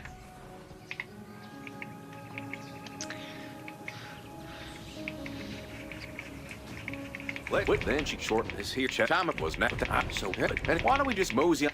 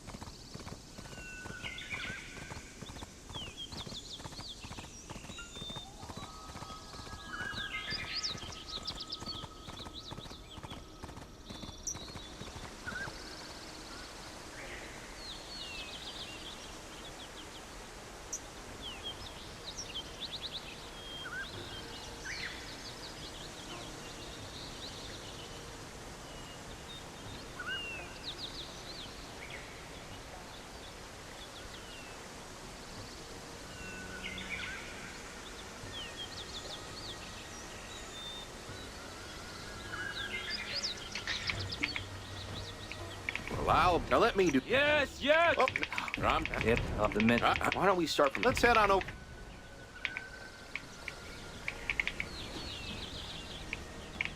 Yup. Ain't no one.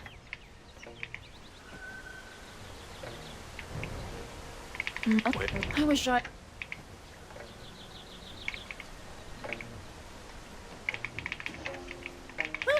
Oh, anything.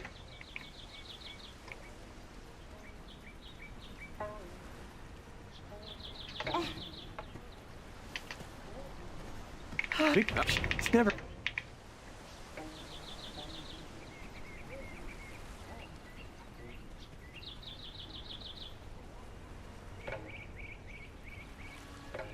Be thankful about the fact that I'm helping you. Oh, how I wish I could go to Seoul, feast on some yuck candy, and watch the street performances.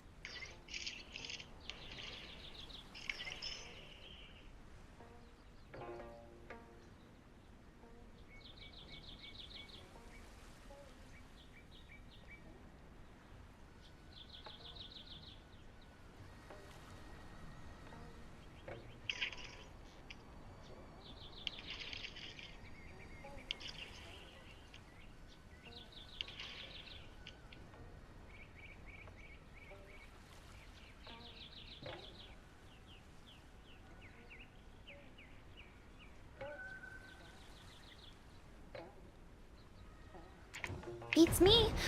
But it does seem odd, doesn't it? He's one of the most powerful men in the country, right? True enough, and that commute must be a real bear. What made him settle down in this here spot for a house? It's all on the account of his sick daughters. Even the best healers couldn't do a thing for them. From what I heard, he picked a far-off place with clean air and fresh water for them. There's that bow school nearby, too. But all of that don't matter much now. Life sure seems like a puzzle sometimes, doesn't it?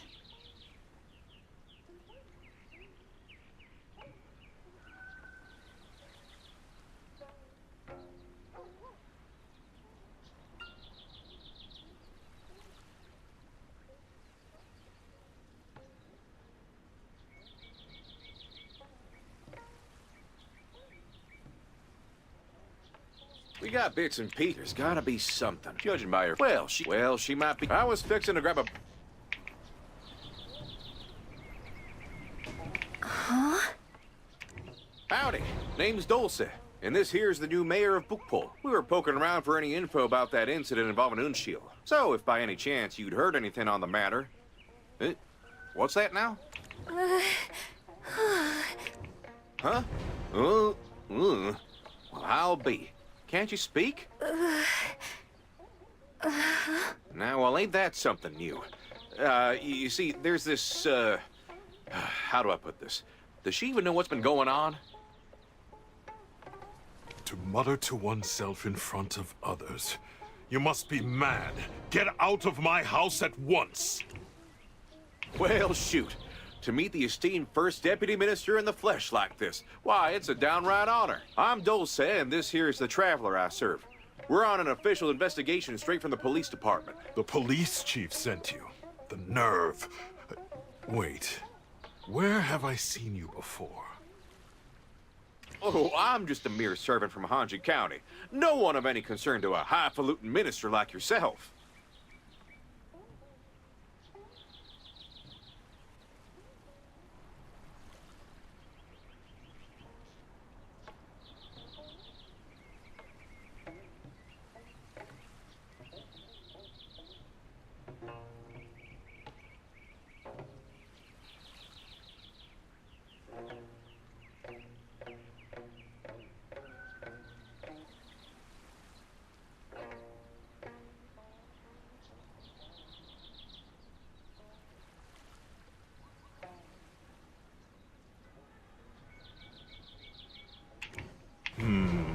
Right. Anyway, if I... The Bureau?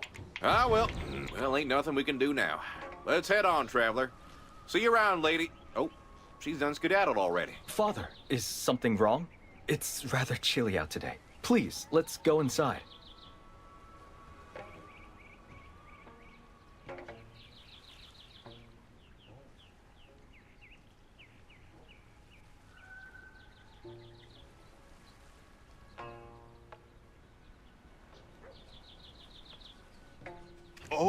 if it... Oh, if...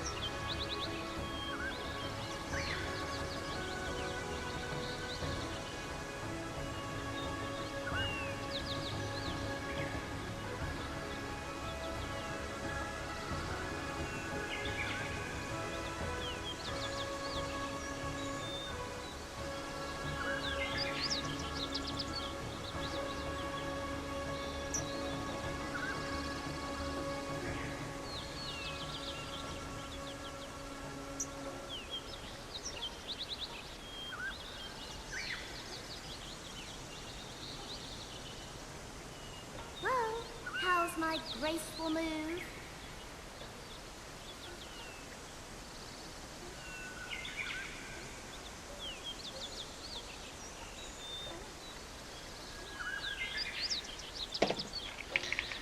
Phew.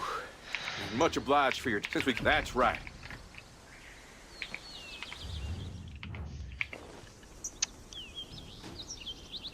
Hold up. Going to be... What gate was that?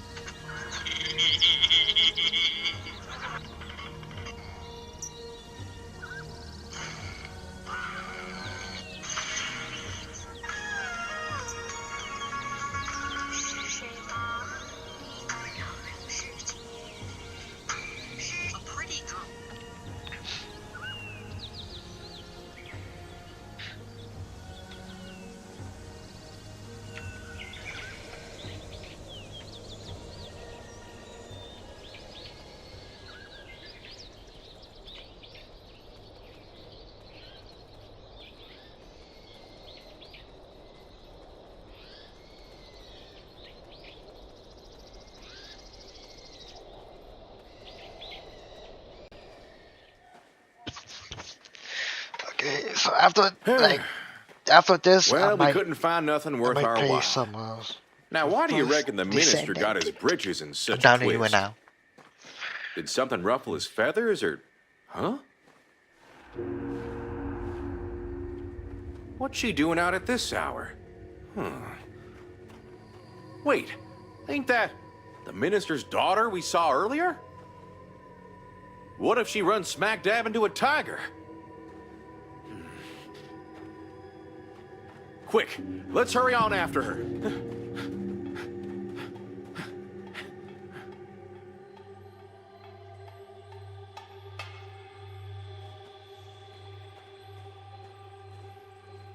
My word, how does she walk so dang fast? Like a rabbit being chased by a fox. Sheesh. Her and then visited for stepping. Huh? Traveler, do you hear something? Tell them not to worry. Everything is fine. Understood, my lord. Is that the minister? Can't hear what they're saying. Gotta get closer. Who goes that? I think we have a rat sneaking around. Who sent you? Speak, or I'll... A rabbit? Well, ain't that embarrassing?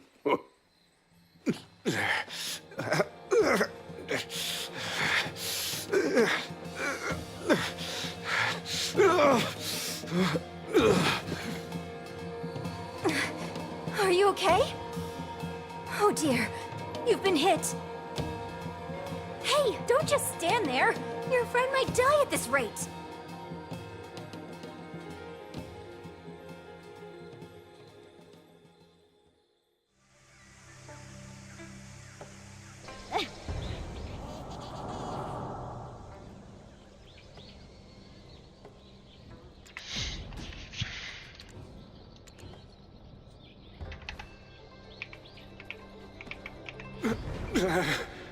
Honey, Your Highness, save me.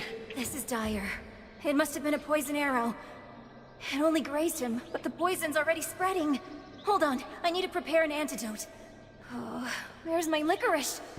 Damn it, I must have used it all. Do you know what? The longer you delay, the lower the chance your friend has to survive. Get some licorice at once, roots and all. Hurry! Wait, what? Okay.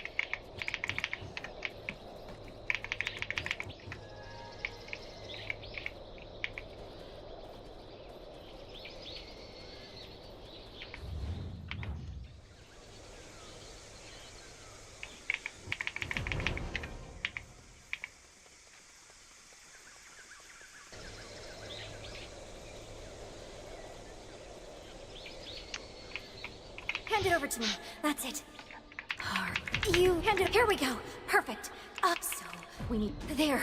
All done. Torse? What? You do not wish to. My love, I can't die like this. What? Traveler. Bro. We're in the devil's backside, aren't we? Sarado, I was just looking down Gusum Cliff. Almost died, but still can't keep his mouth shut. So who might you two be? Why are you here? Wait a minute. We followed you, didn't we? And not a peep out of you earlier. What changed?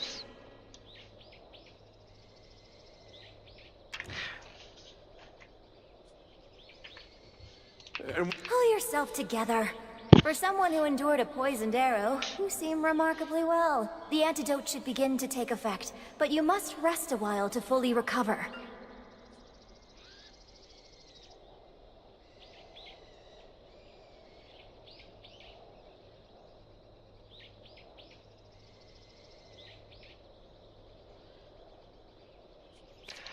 And the one you encountered was likely my younger sister, Hongnyan.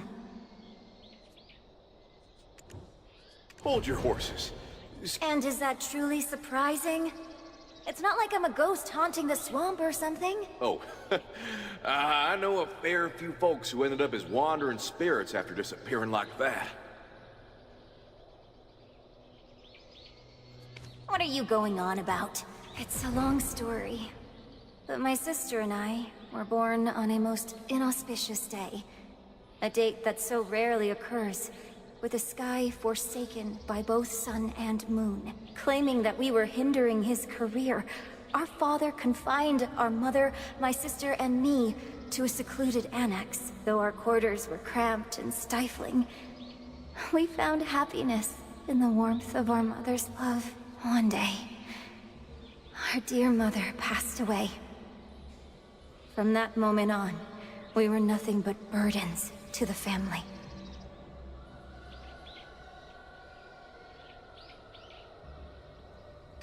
And then, I overheard what Father was planning. He was going to...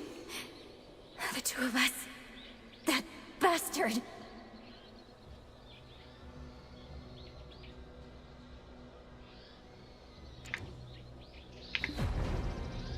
My father wanted to kick us out of the house. And you will never guess the ridiculous excuse he concocted. He was planning to spread a disgusting rumor that Hongyeon and I had become pregnant! Extramarital pregnancy! We had never even been allowed to leave the house once in our lives!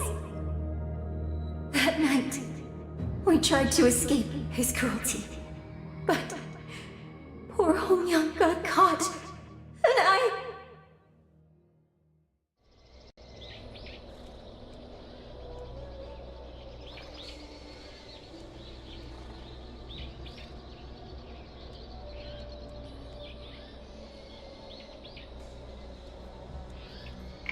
didn't get very far. And now I'm stuck here. I can't leave until I can get Hongyeon out as well.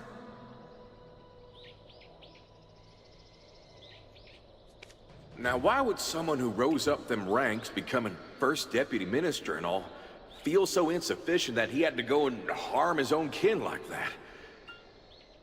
You know, I was pondering how I could repay you for saving my hide. So that's the long and short of it, huh? Bless your heart, you must have been through the ringer. You see, our traveler here ain't the type to sit on their hands after hearing such a tale, right?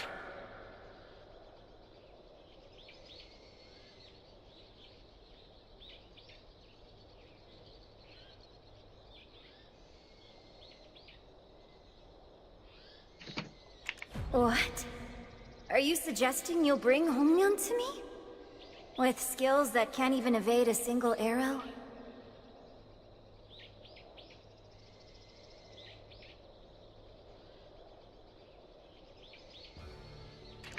Oh, well, in that case, hold on. I have made some preparations myself. Oh, where did I put it? Here we are. I was so distressed we got caught trying to leave that day, so I concocted this to use when I went to get Hongyeon later. Here, take this sedative. It's powerful enough to put a bull to sleep. I'm sure it will be of use to you somehow.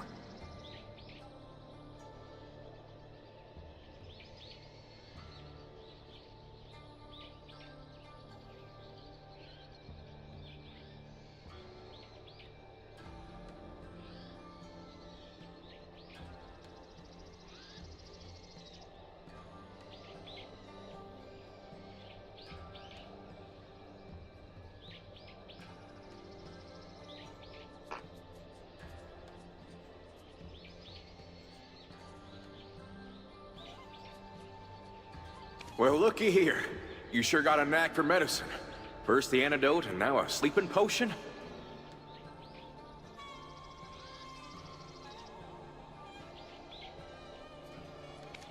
And take this as well. Hongyeon may be alarmed if you suddenly come for her. This will be proof enough that I sent you.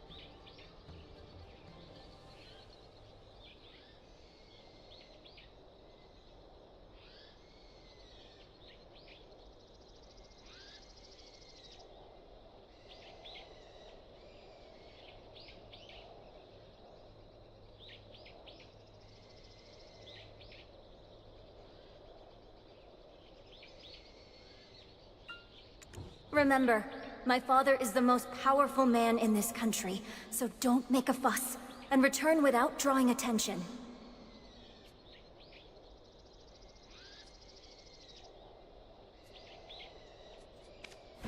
Agreed. Traveler, let's keep digging into this after we've rescued Lady Hongleon. Let's skedaddle.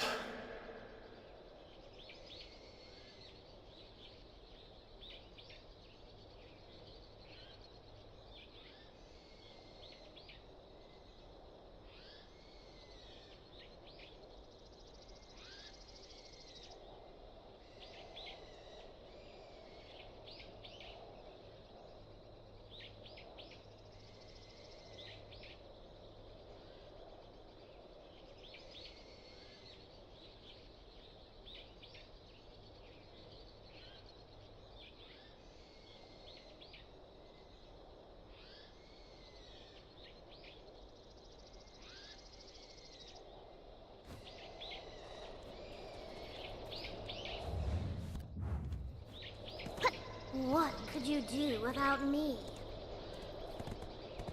Be thankful about the fact that I'm helping you.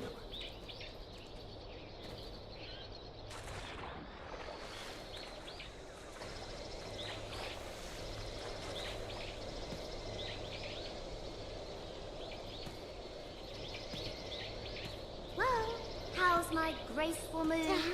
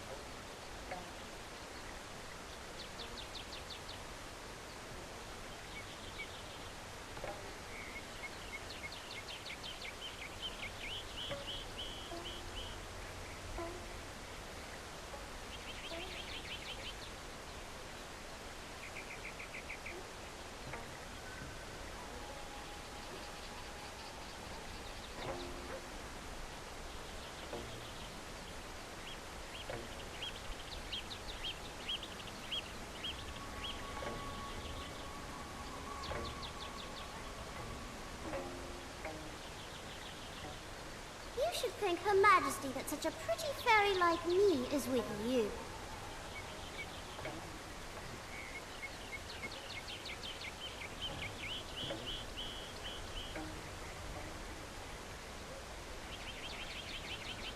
Oh, stop making me do such stupid things, you stupid.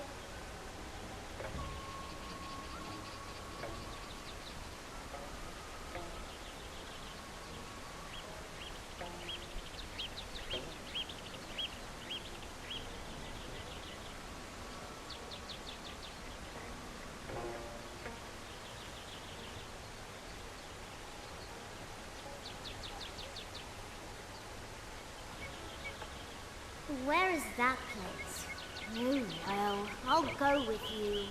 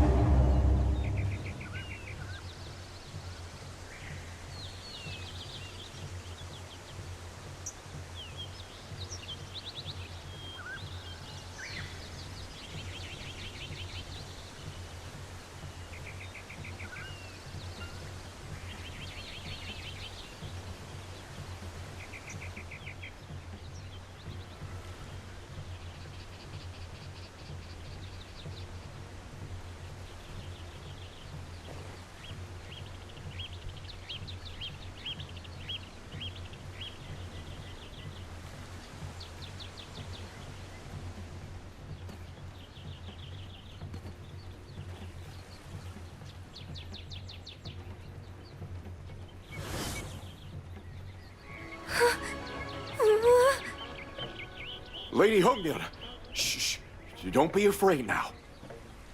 Now listen, your sister sent us for you. Come on, let's go meet your sister. Hurry.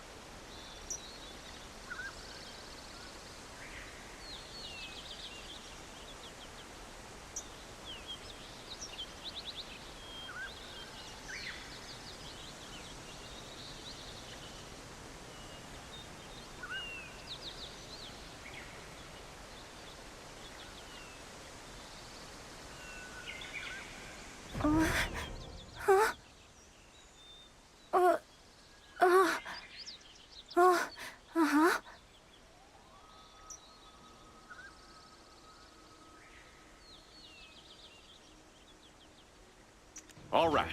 Now that we've hightailed it out of there, we'll be with your sister in 2 shakes of a lamb's tail.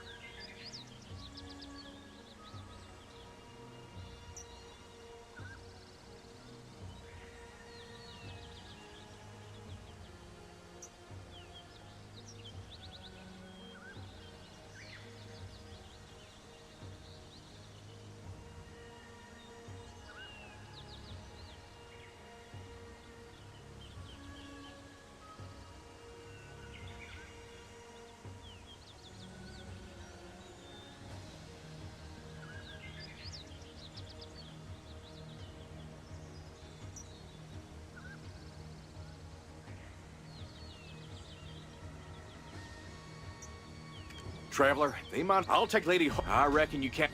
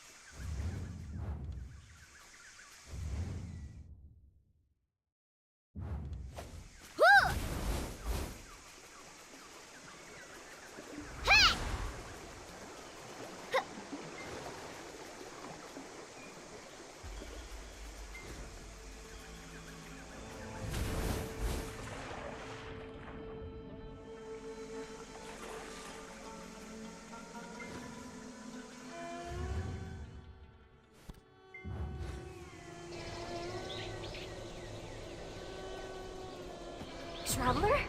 Why are you alone? Where's your servant and my sister? Here, don't say at your service. Whew. Got myself turned around for a sec, but we made it.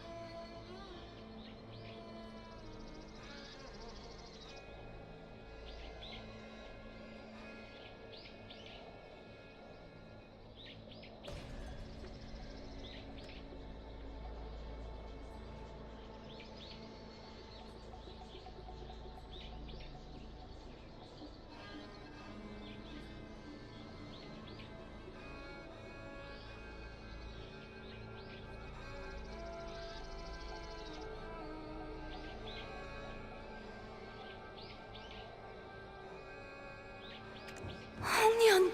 홍련! 홍련?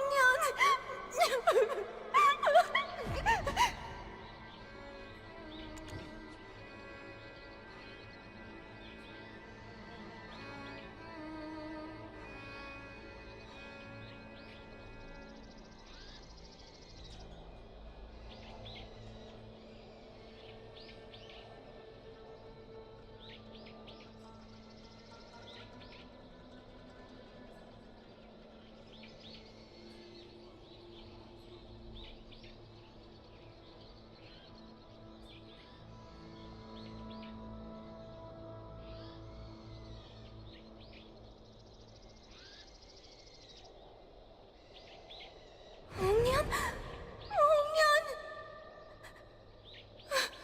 My dear 홍련. I had feared the worst. My dear Zhonghua, so this is where you've been. Still up to your little tricks? First Deputy Minister. Shoot, but how? We put them all to sleep. I've been looking for you ever since you left. It seems there are things you are still unaware of. While you fled alone that night, Hongyeon cast herself into this very swamp. What? Do you mean Lady Hongyeon? She was a ghost? Father, was our poor mother not enough? Must you see us sisters dead to be satisfied? Don't you dare call me father anymore. I can tolerate it no longer. What? I don't... What do you mean? Bearing a child out of wedlock. Or should I say, the story about your mother. What? Why would the daughter of such a prestigious family have married a nobody like me? Do you have any idea what it was like for me to put up with it because of her family's influence? So, you chose to lock the three of us in the annex all this time? But... why? Why are you telling me this now?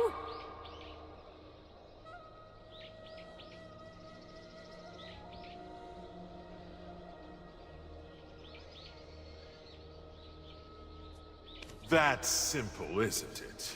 You were useful, but now your usefulness has come to an end.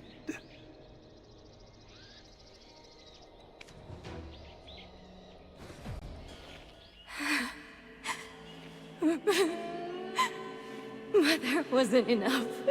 Hmong too.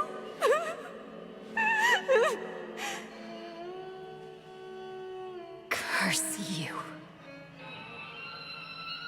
Even in death, I shall curse you. Oh, no! Oh, no! Lady Jogwa! One of you! Oh, gods, no!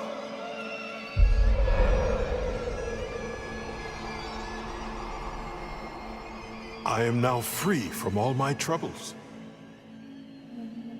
Now we must prepare for something greater. Let us leave. Yes, my lord.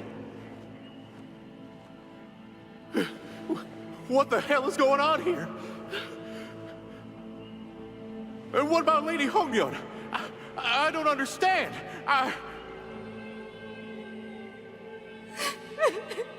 What's that sound?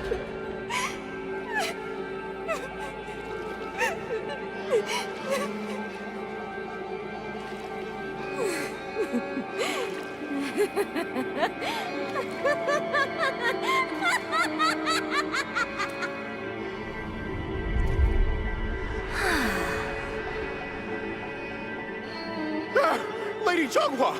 Oh, my stars! As if you had never bloomed. And Lady Hmong too? Wither away. Blow dries!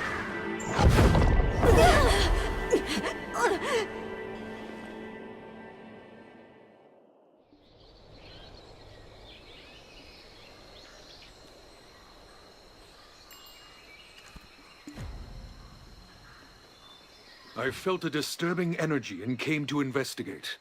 I am Hwadam of the Wudo School. What? The chief officiant of the Udo School? Well, I'll be. This is gonna take a spell to explain. Actually, can we first find somewhere safer to speak? If you hadn't shown up just now, we'd be pushing up daisies.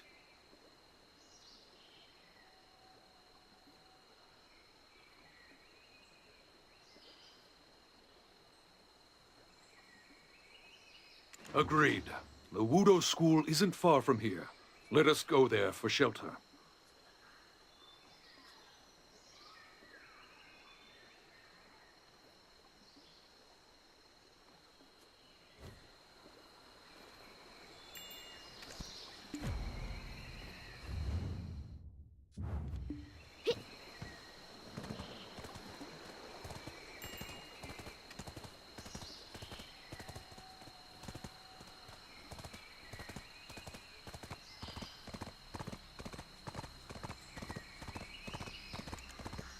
Down, right there.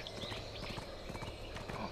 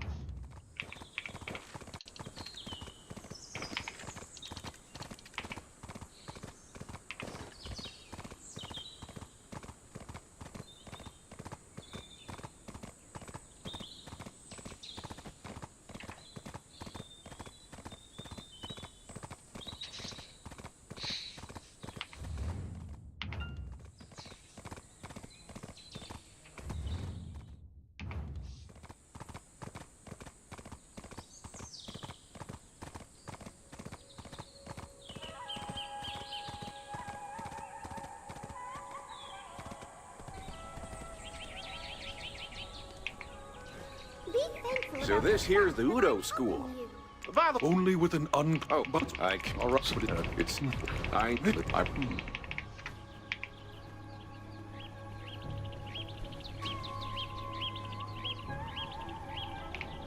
Can't we all are?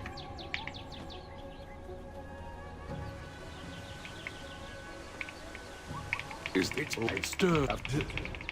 Did you call for me, Minister? So, you ranked first place in the state exam. I must say, our faction has high expectations of you. I'm flattered, my lord. But what do you need of me? I have a daughter of marriageable age. I wish to have you as my son-in-law. It would be my honor. I shall serve the faction with utmost loyalty. However, she is with child. What? I promise I will make great use of you. My lord, twins born on such an ominous date, an ill omen, move them to the back room. My husband, I don't understand. How can you be so cruel to newborns? Husband, have you no shame?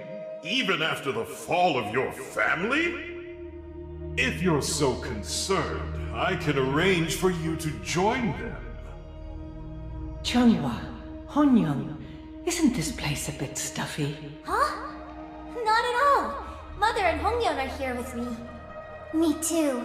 Outside, everyone stares at us. It's scarier out there. Yes, I feel the same, my dears. My dear husband, what a lovely surprise visit. I hear you received a promotion. Congratulations. I believe I've been neglectful thus far. Please, have a drink. Thank you. Thank you so much.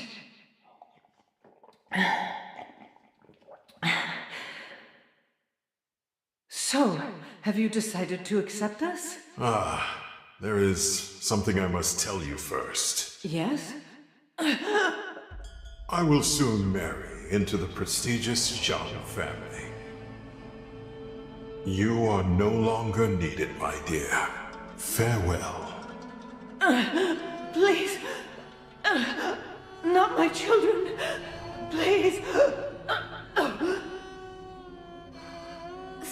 Father, are we really allowed to eat this? Of course, as much as you want. Thank you. Huh? It smells a bit strange. Father, my throat hurts. Hongyeon! Hongyeon!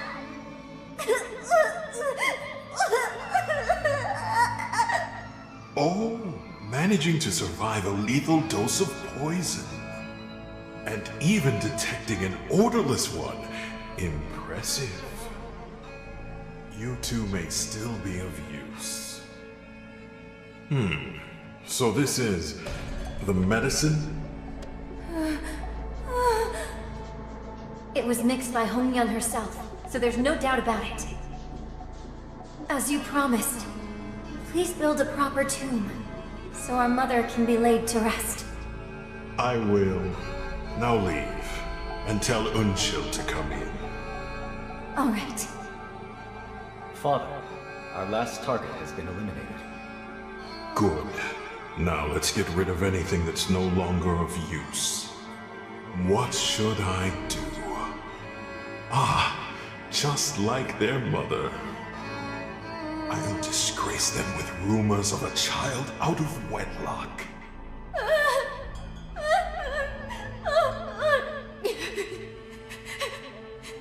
Wait for me. I'll come back for you. I promise. What? There's no way for you to survive now, sister. Make your choice.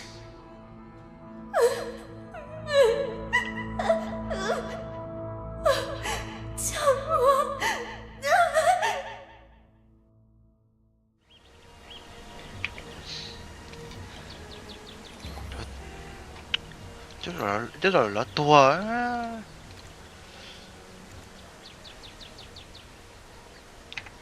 My heartache. It's what did. That's what Hmong. It's simple, really. Okay, shit. I was hit with a poison. Those teachers do not have banners.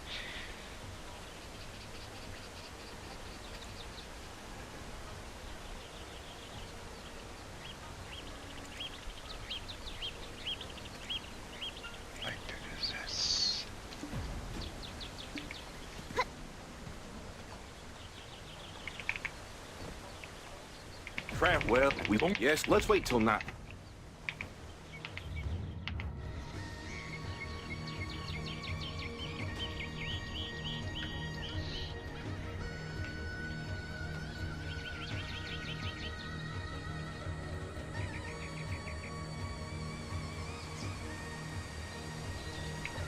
There you are, Trap.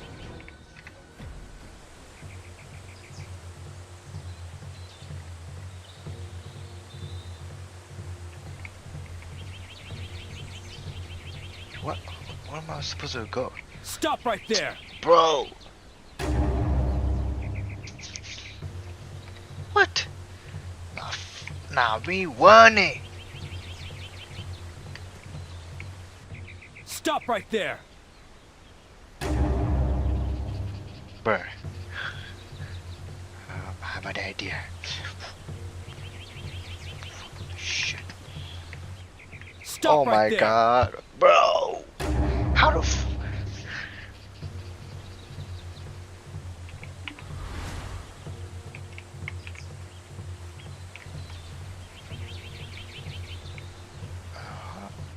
Stop right there! What the hell? How am I supposed to get over there?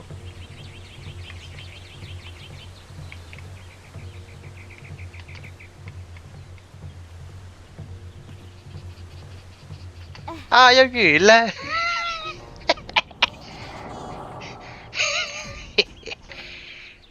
Easy. Nope, no. That's all that. See, what I make. What I oh, when you even. Well, it was a pleasure meeting.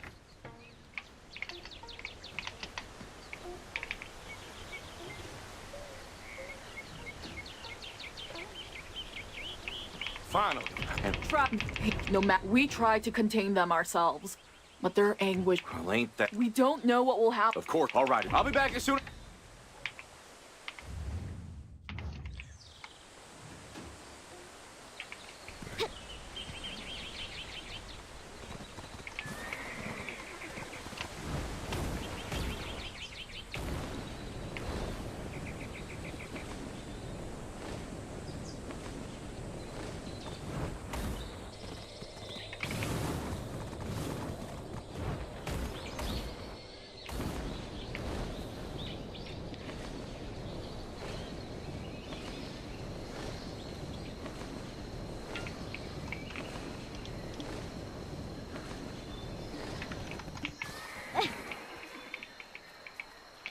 God.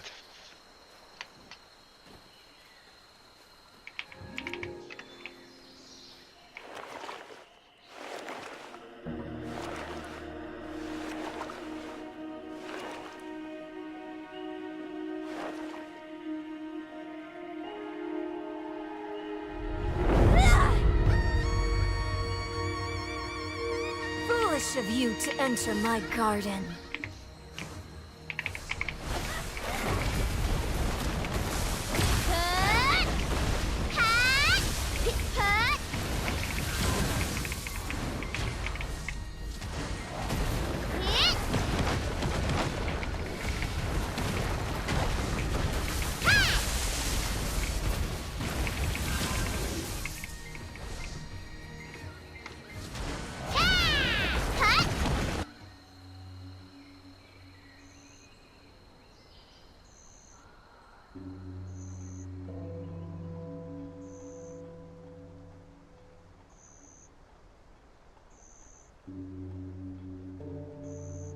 What?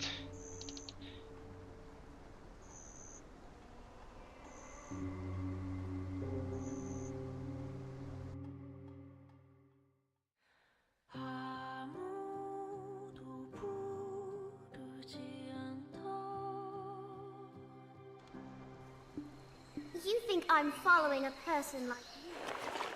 Bro.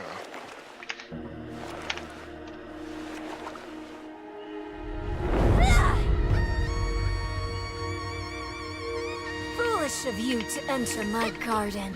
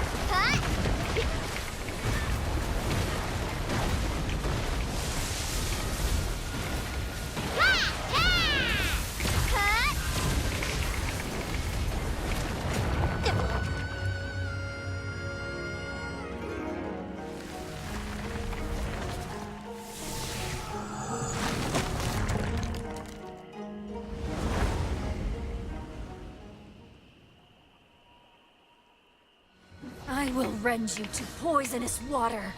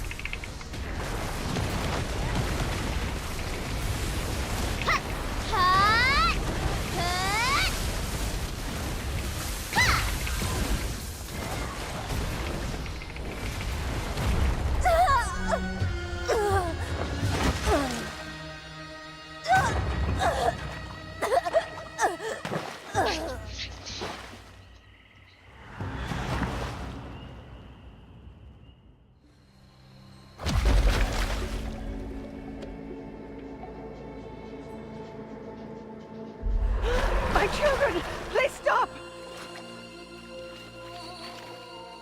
Chanhua, Hongyan, my children! Mother? Mom? If I had known things would turn out like this, I never would have left you.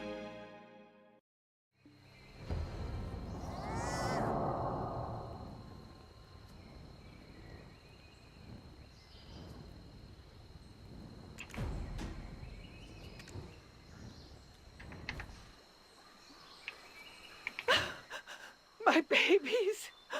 What happened? Why have you taken this form? Oh!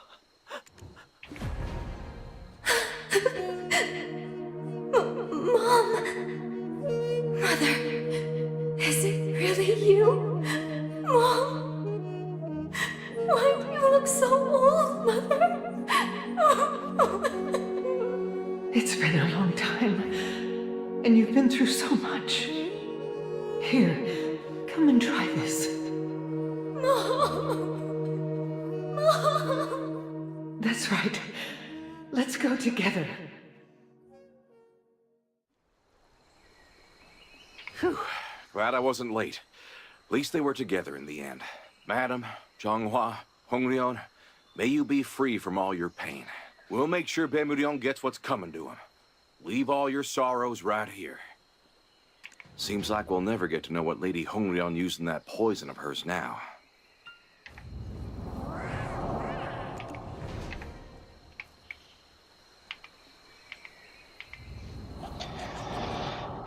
Finally, mới tới.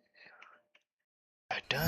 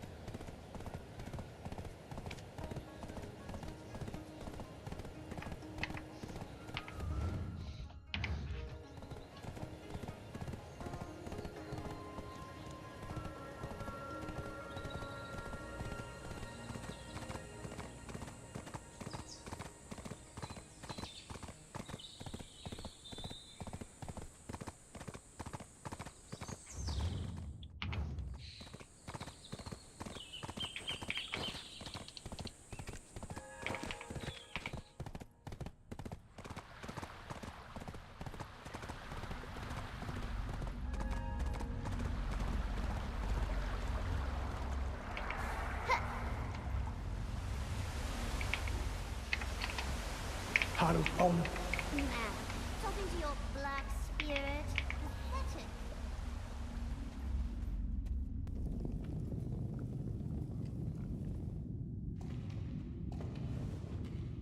Ah, traveler. Perfect timing. We were just waiting for you. By the look on your face, it seems you've completed the Parchibels. Excellent work. Beg your pardon there, healer. How's Lady Yonhua doing?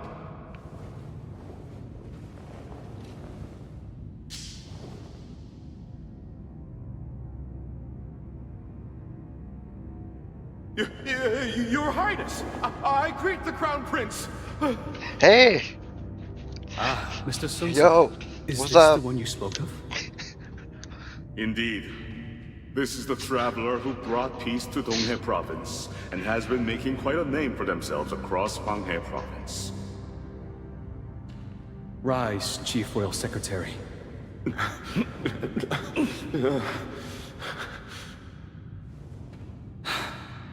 You've endured much because of this unworthy crown prince. No, Your Highness. My only regret is that my own shortcomings prevented me from protecting His Majesty. Do not dwell on the troubles of the past. My father's illness lingered for so long. Who could have halted those treacherous ministers from seizing power? Your Highness. Traveler, words cannot fully convey my gratitude. Without your aid, I almost certainly would have perished alongside my father. What do you mean, Your Highness? The Traveler and I will stay right here. We will continue to stand guard over you. Thank you. Truly thank you. But alas, the threat still lingers. He doesn't need. Will you continue to lend me your strength to safeguard this land of the morning light? Traveler. Traveler. Take this badge. From this day forth, you are a special inspector of this land. Yo, we got a badge! Wait, that's not room for me.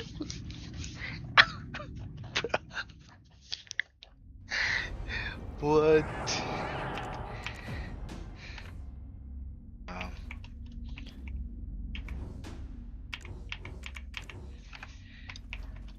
Okay.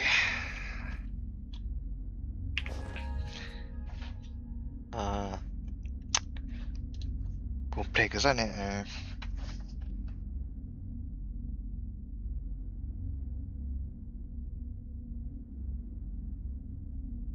What could you do without me? Hold on, guys. I gotta change my game If I here. leave these potions alone, they might rot.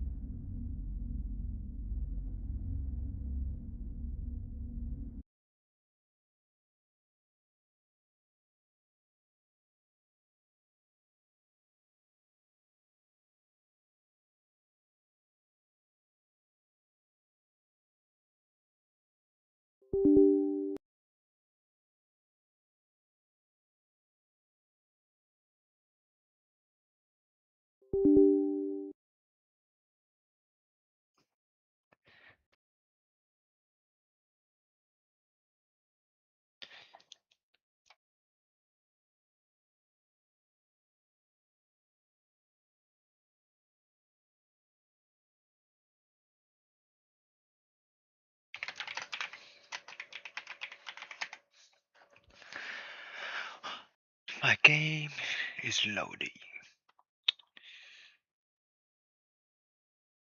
Okay.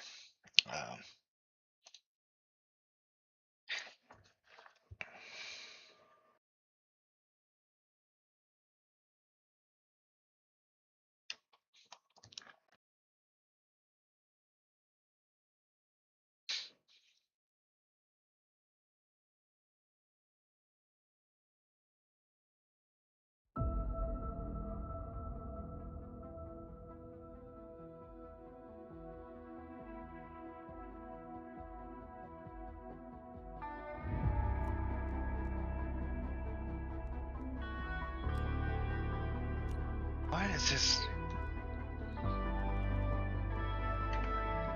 okay.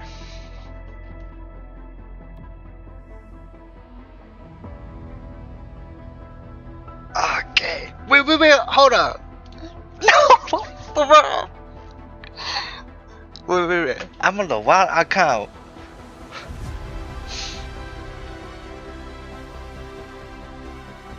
Okay, hold on. I gotta switch accounts.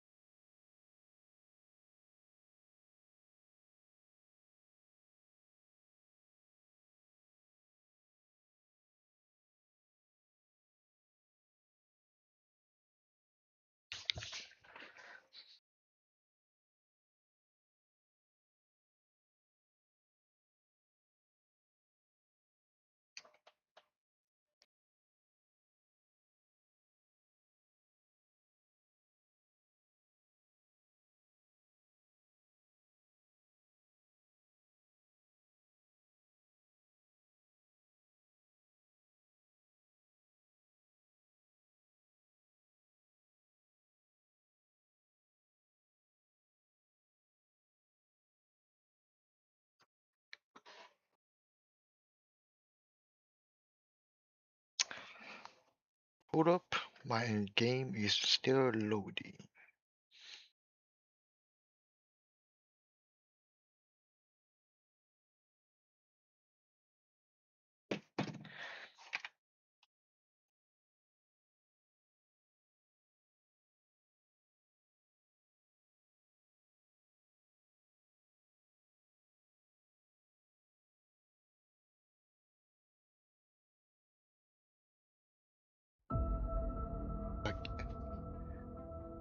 Okay, I think I got it.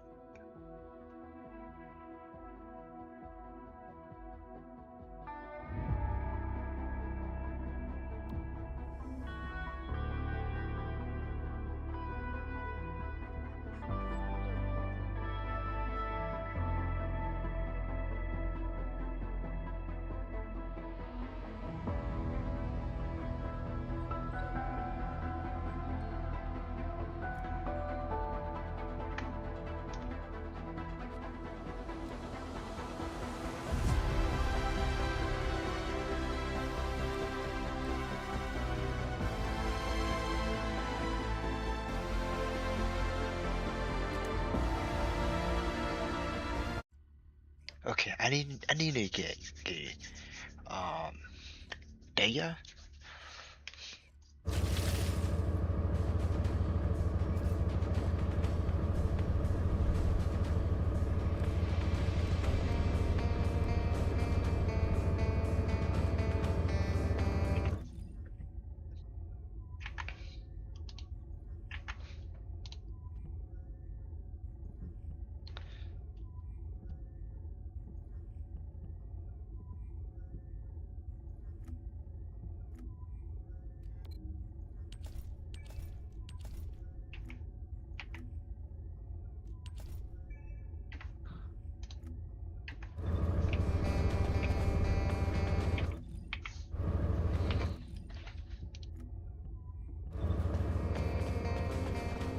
What? What is that? I don't remember.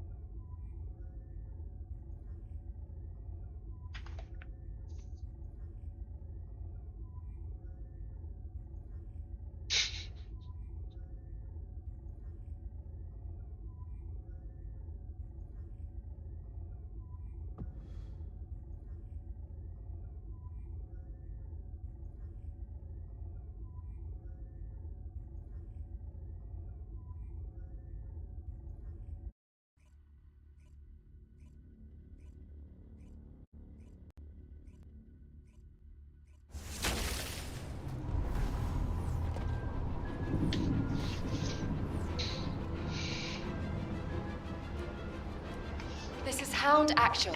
Reporting extreme concentrations of void energy within the operation zone. All units, please proceed at your own discretion, but do not exceed your limits.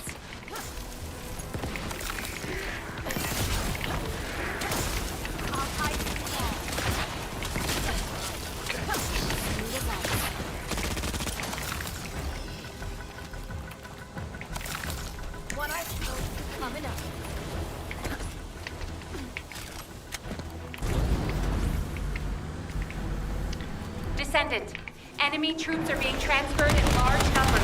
We must attack their point of origin.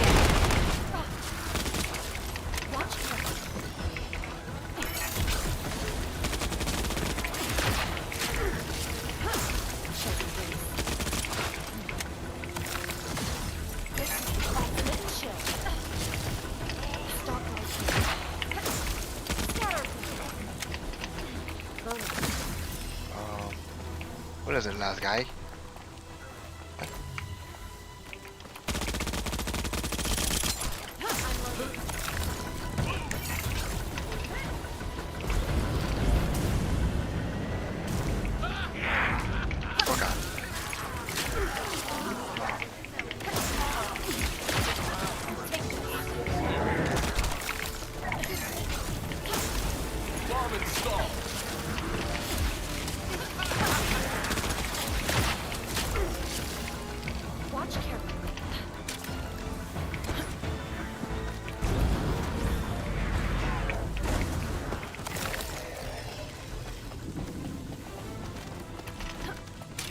I didn't want to meet you like this.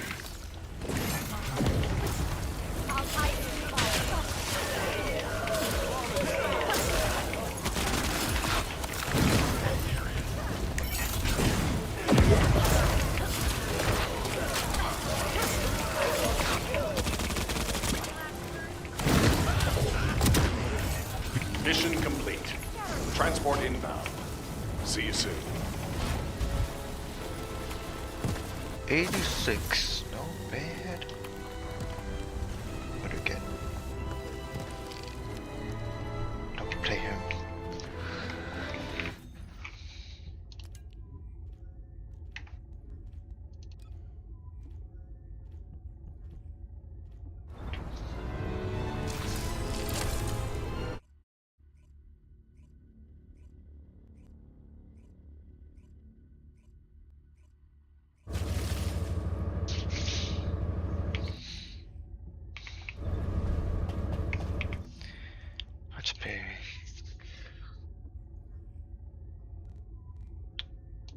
They didn't know crit. Damn.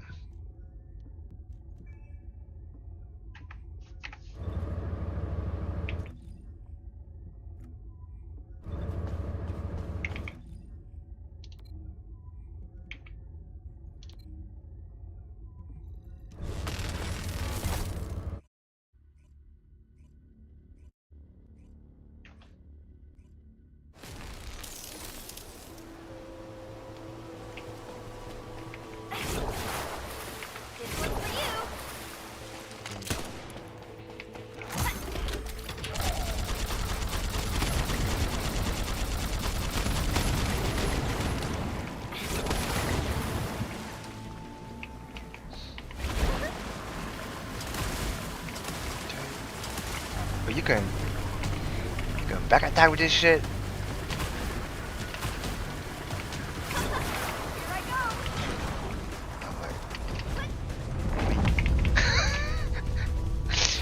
Hold on, you can.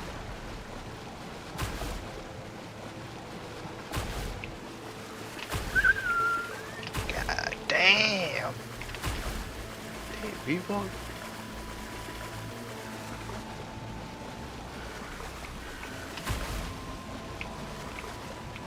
I mean,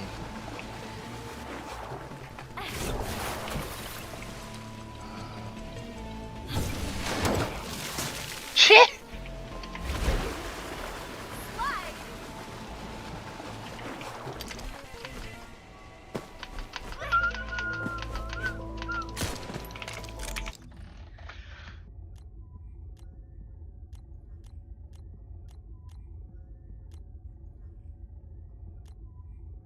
this is oh, a good one, right?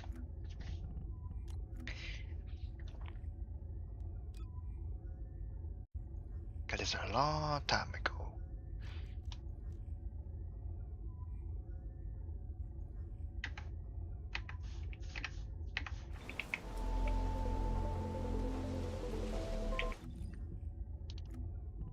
Can we?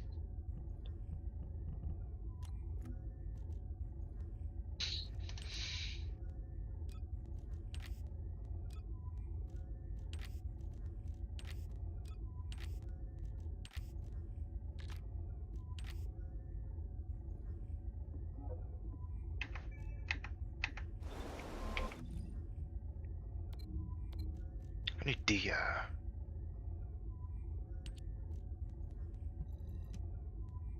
yeah, machine.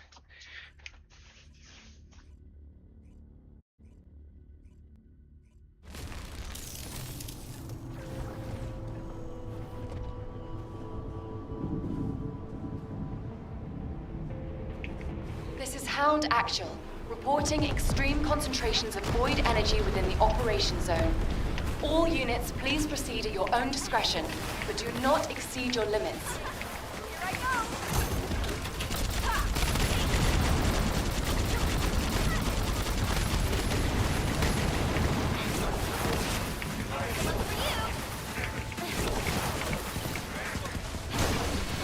Specialized Vulgus aircraft detected. That aircraft is used to fly through void storms. It must be shot down.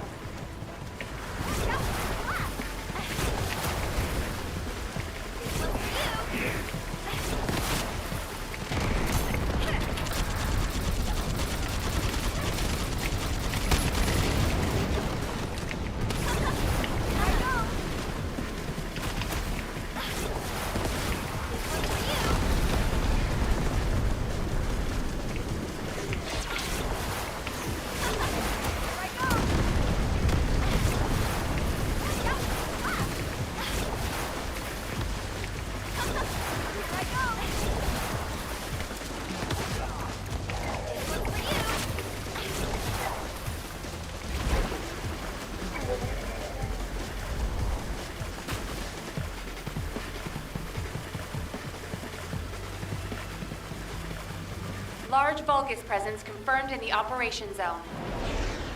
Descendant, on your signal, we will initiate your air support.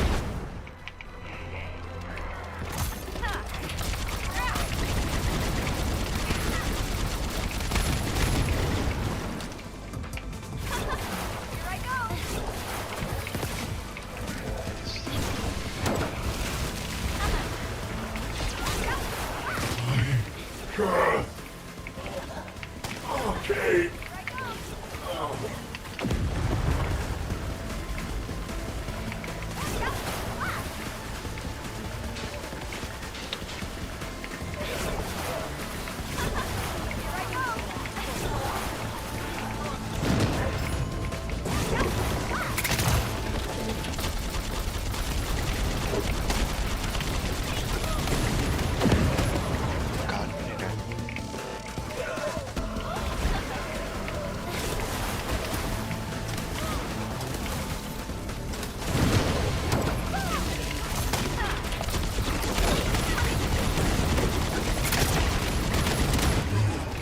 Mission complete. All units proceed to transport location. Great work out there. Oh shit, I don't know. What do we get?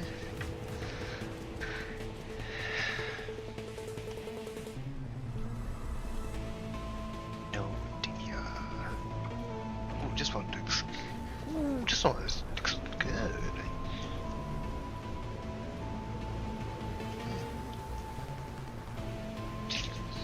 Do I not have enough for deer though?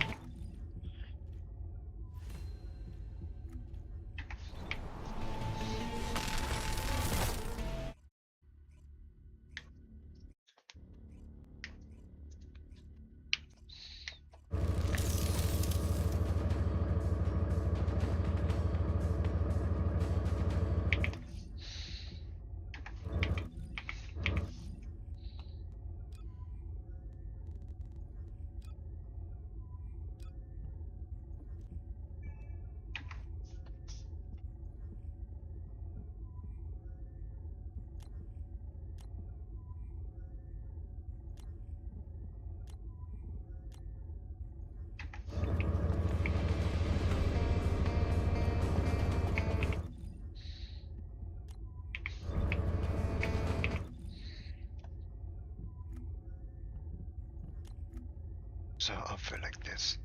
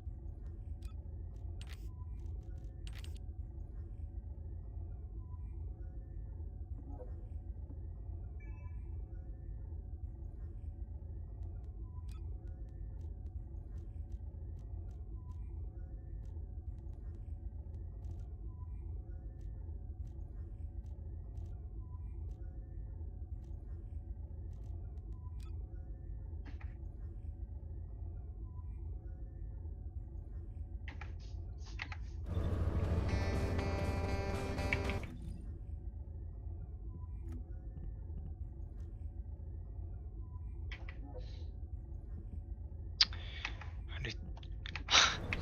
God damn it.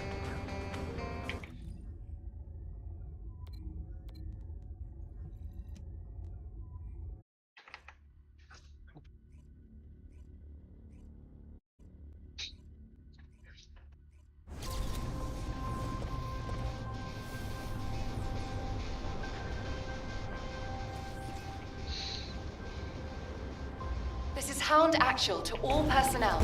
Void storm is intensifying. Conditions are unfavorable. Proceed with caution. Over. Descendants, enemy troops are being transferred in large numbers. You must attack their point of origin.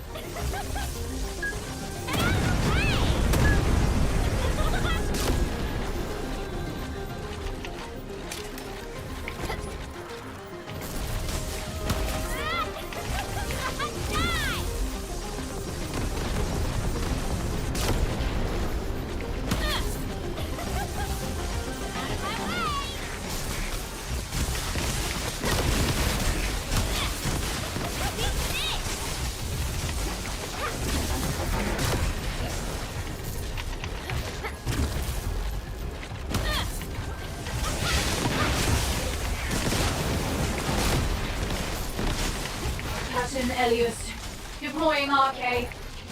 I am the original.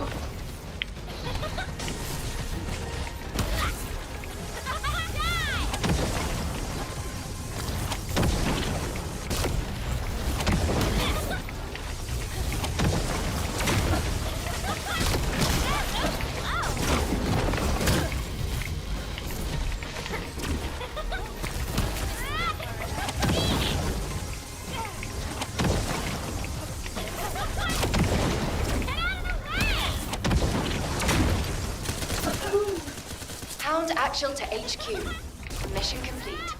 Requesting transport support. Watch out. I did it again. Ooh, okay. Okay, good.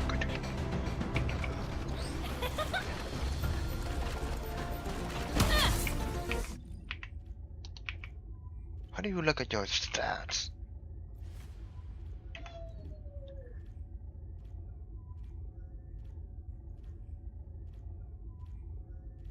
Super feed.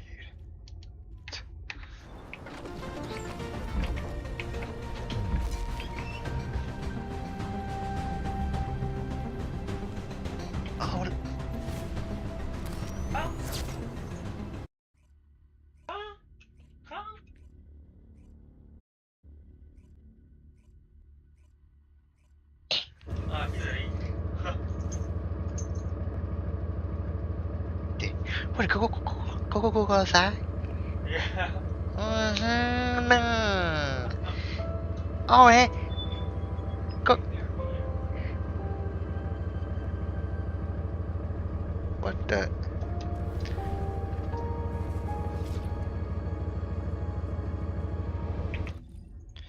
What's up? No, that's not speed. I don't have no stats on this.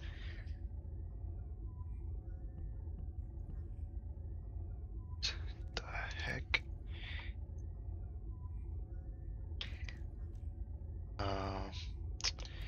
This in MP.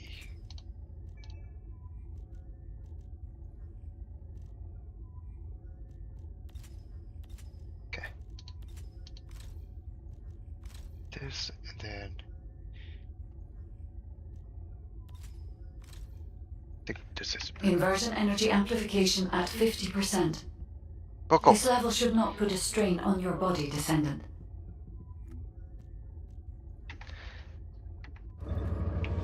What I level up.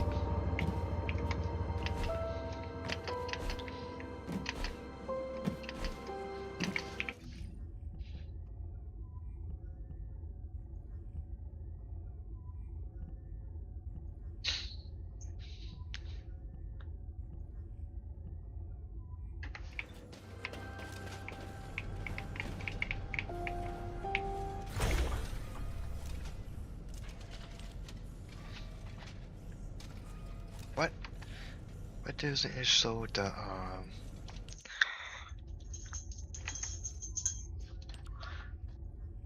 Google có bài không? Damn girl, you dirty. Whoa.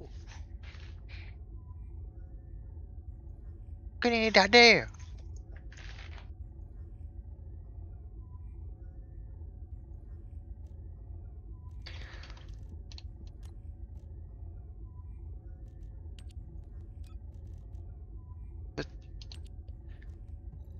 Oh my god, I need these guys. I don't think it matters enemies.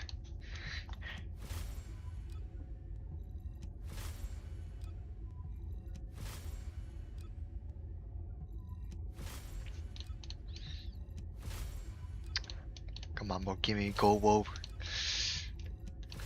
Gold.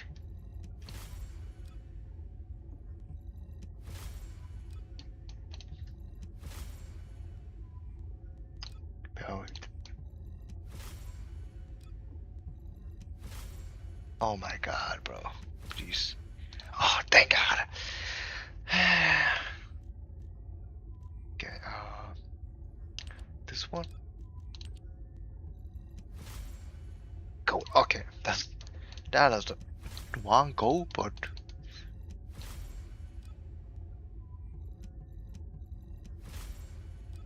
kalau cuma gue Cina.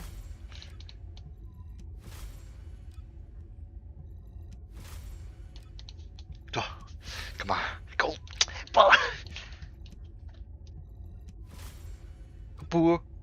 go.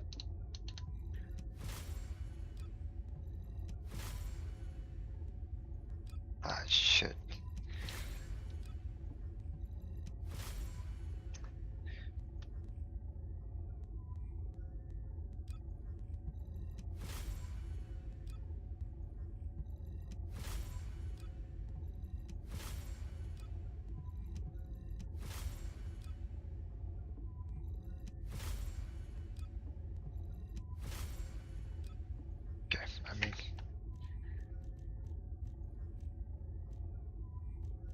This one.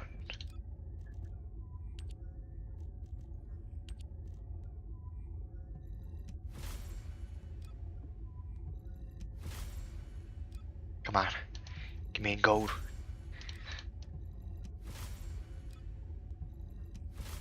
Go, whoa, please.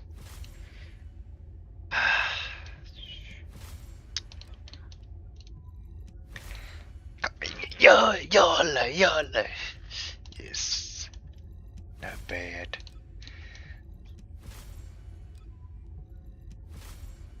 Okay. Oh, okay. I mean, I take that. Cậu đa là cũ. Come on. Yellow. Yes, yes, yes. Okay.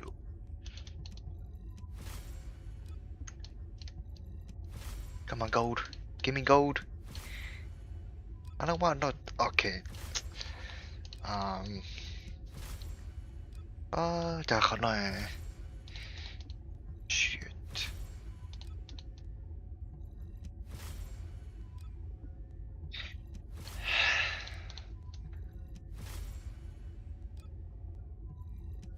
Come on. Just give me a gold bowl.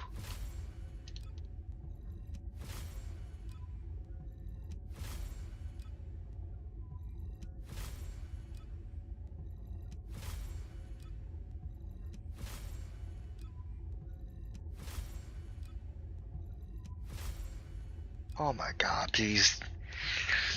Trời, mất của khỏi xịn đó. Oh man. God, bro.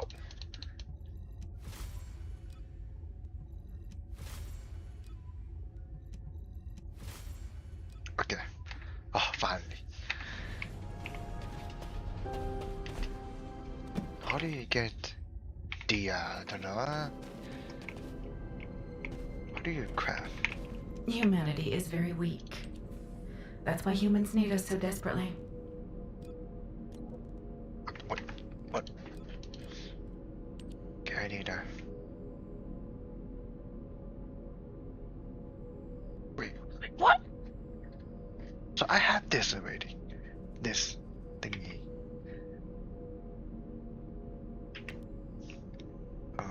This thingy.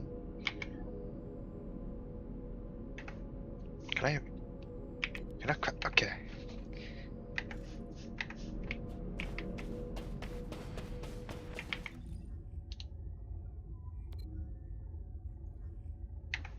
Got 9 minutes.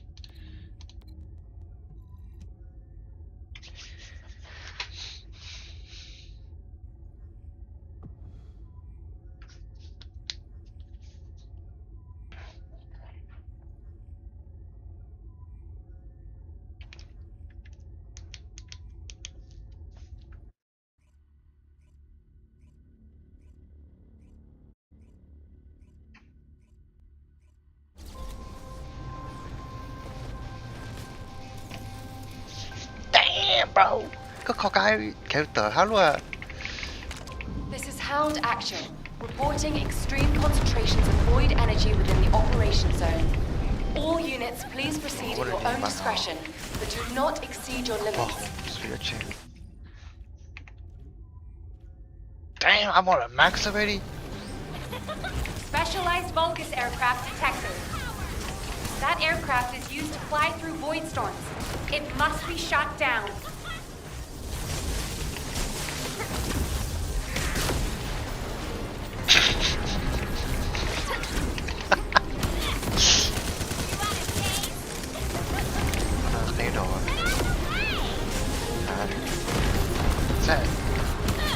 Damn, why are you so fast? Bro, go chỉnh thôi.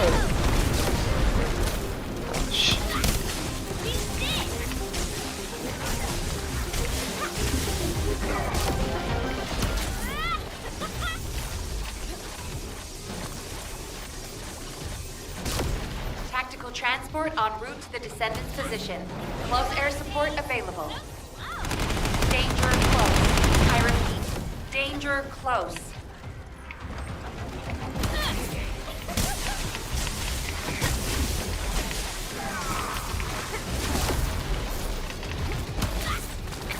Kill this.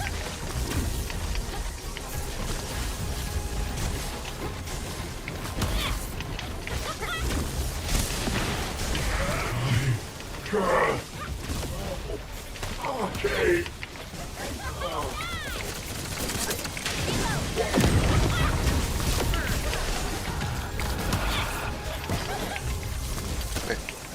Có một à? Ấy, ấy có there.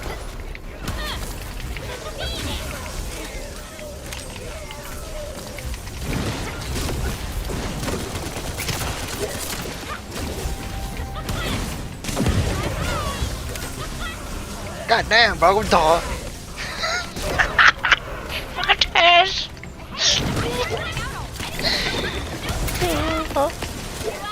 Come on, come. Mission complete. Oh my god. Transport inbound. See you soon. Please, please give me a good rap. Yo, let's go. Okay. Don't you guys. Thank you.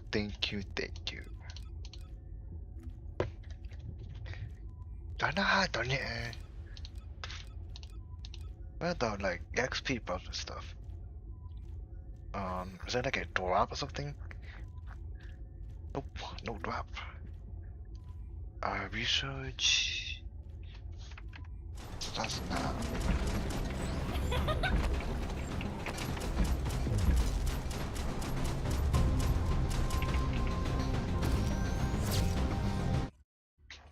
Please,อย่าหลอกกระสุนขอเป็นที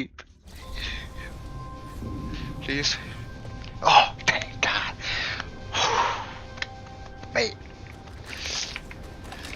This is Hound Actual, reporting extreme concentrations of void energy within the operation zone.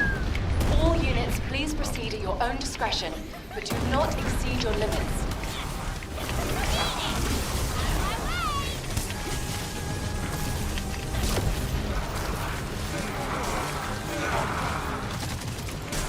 Nope.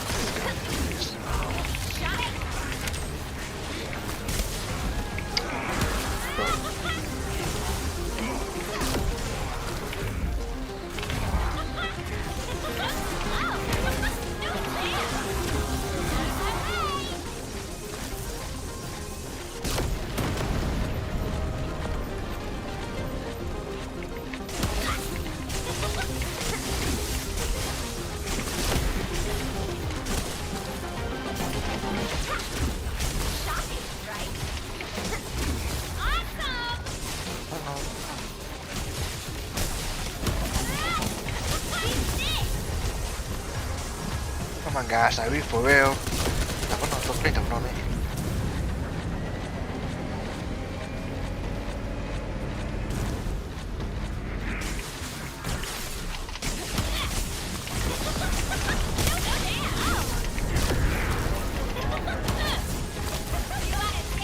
Wide-range shaping charge drop complete. Begin the void energy purification operation. Descendant, find the detonator with your arcade. Then activate the remote detonation device.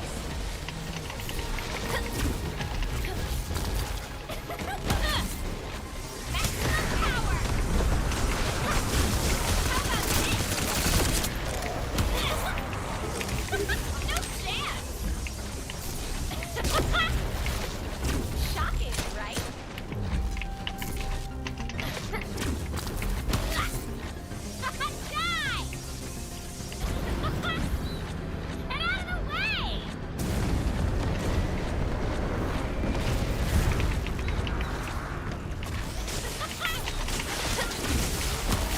Captain Elias, deploying arcade.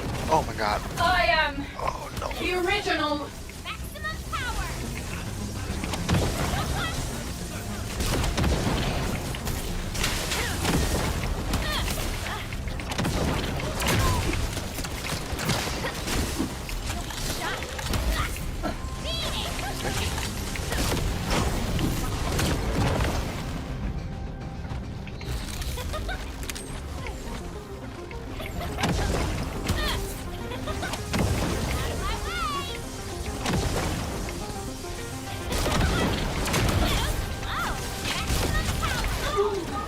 Mission complete.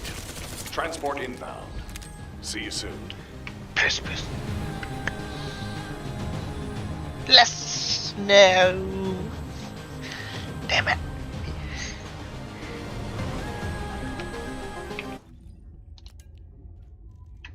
Computer. Let's try. Okay, hold on. I gotta save this. Save. Okay. Let me switch to Luna.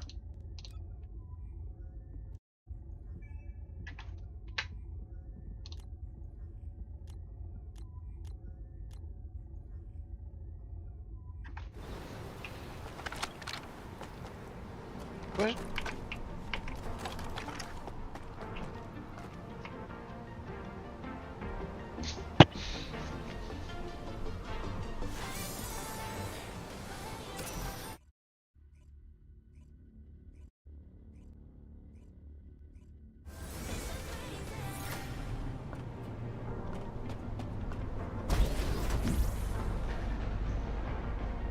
This is Hound Actual to all personnel.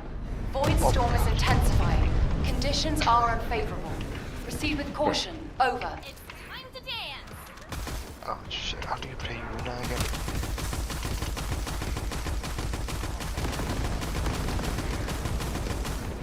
You just press kill. I'm so confused, how do you... Descendant, we're detecting RK life signs inside a bulgus structure.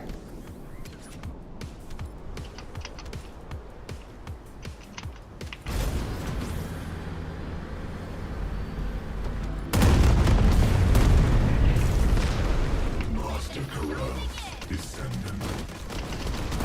I will do his bidding. I will serve the cause.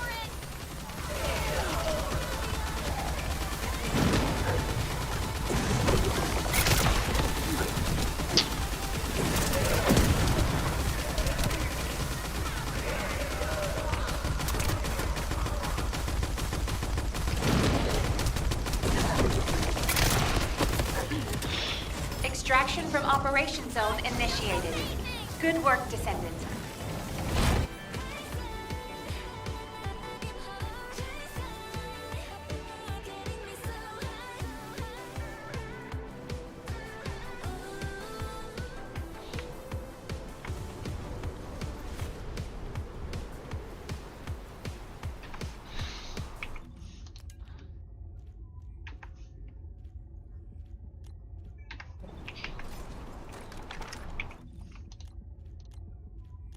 It's not the same.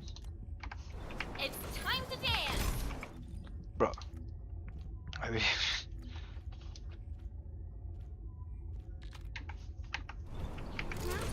Let's go.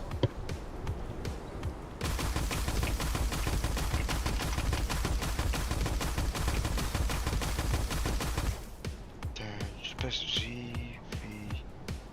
I feel amazing.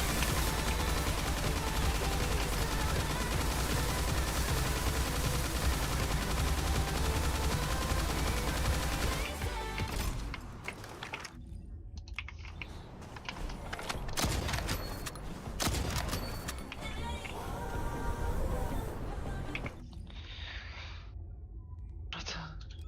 Oh, shh.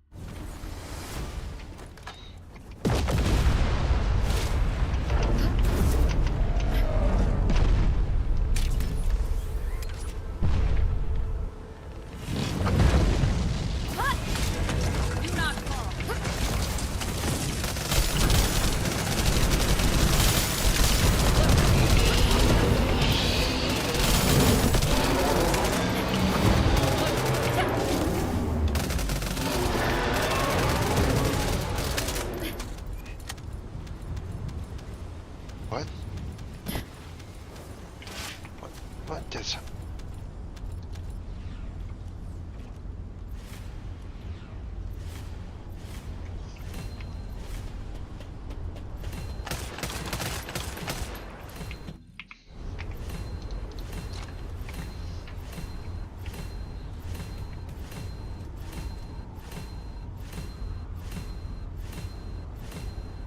I'm not complaining, but I don't know how. Ain't no way that.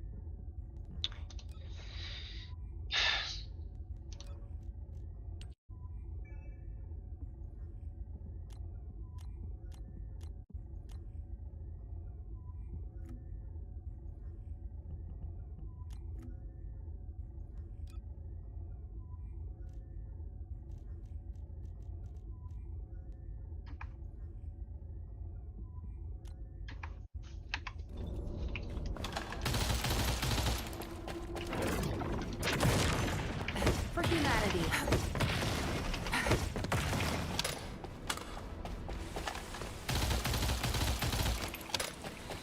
Stay, I think I have everything.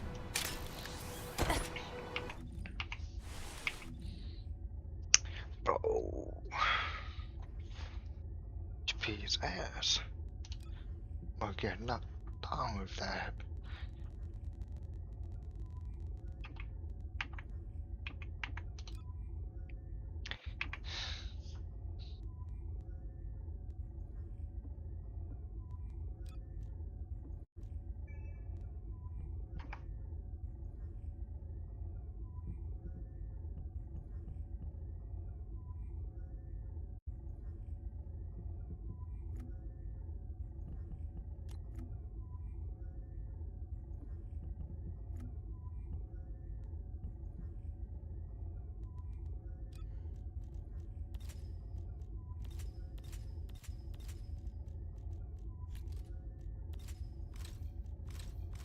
Inversion energy amplification at 50%.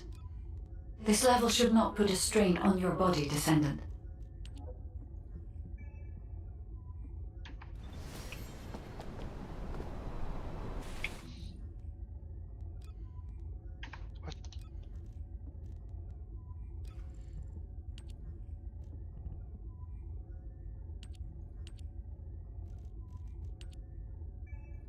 Oh my god, dude.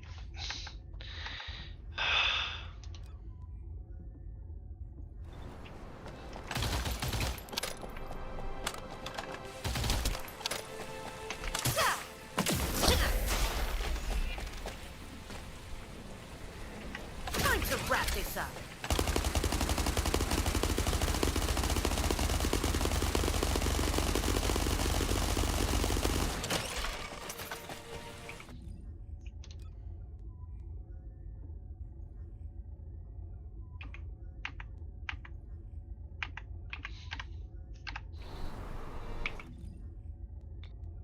have no more then.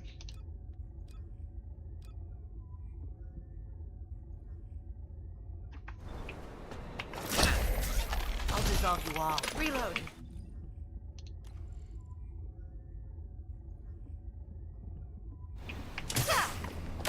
Melted fire.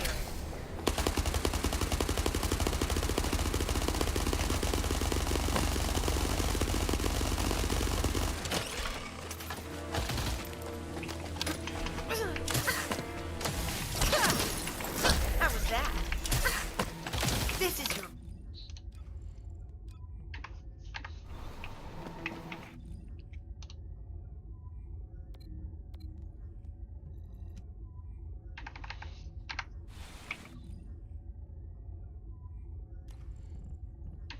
Is that a skin that I'm wearing? Hold on.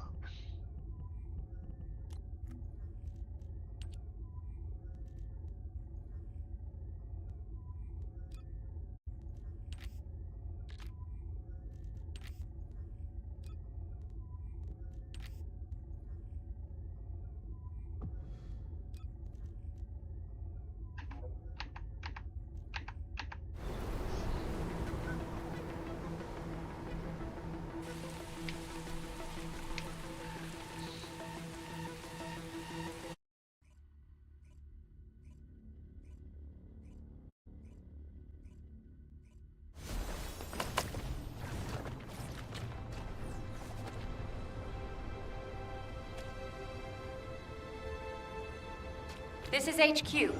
Troops are on the ground. Transport is en route to standby position. Best of luck, descendants. Large-scale Vulgus transfer confirmed. Descendant, stop the enemy troop deployment. Watch your feet.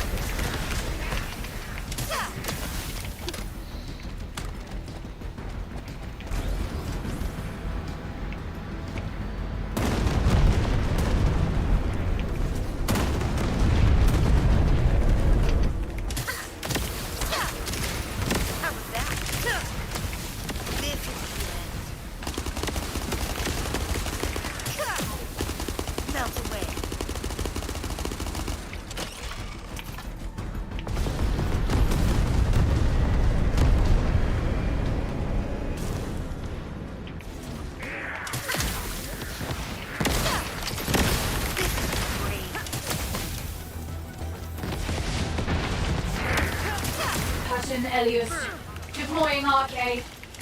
I am the original.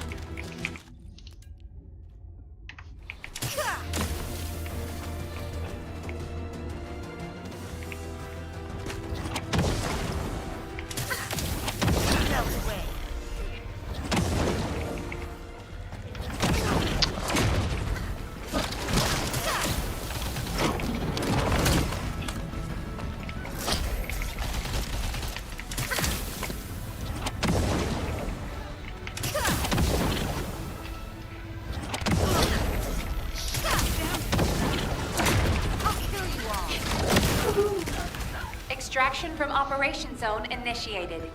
Good work, Descendant.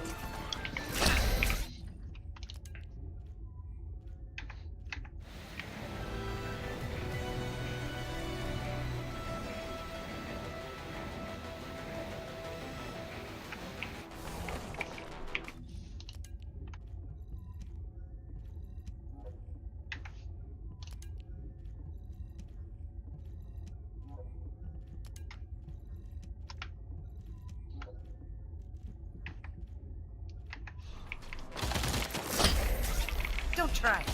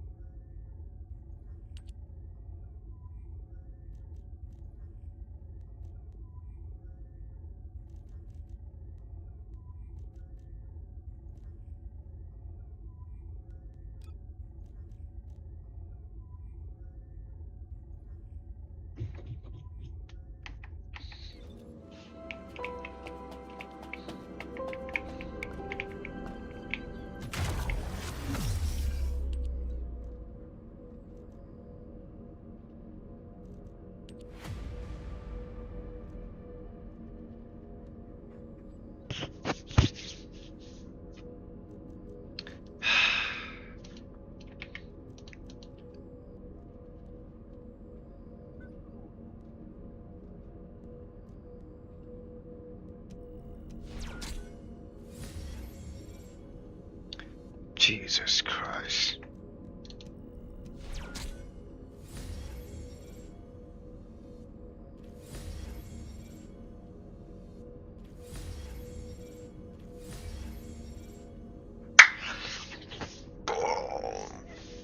Dude, are you freaking...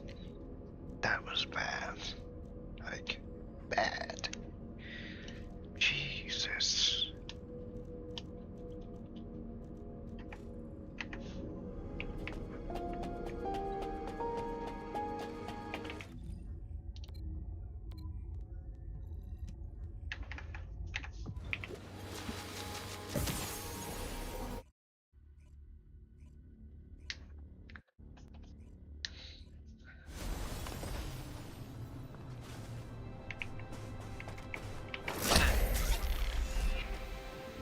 This is Hound Actual, reporting extreme concentrations of void energy within the operation zone. All units, please proceed at your own discretion, but do not exceed your limits.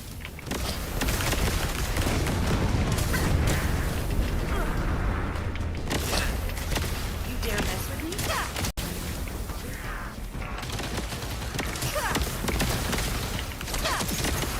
How's that? I'll dissolve you all. Loading.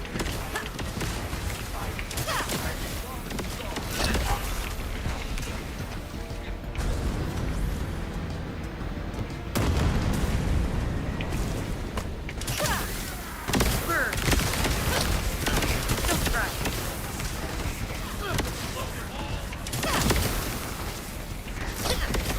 I'll dissolve you all.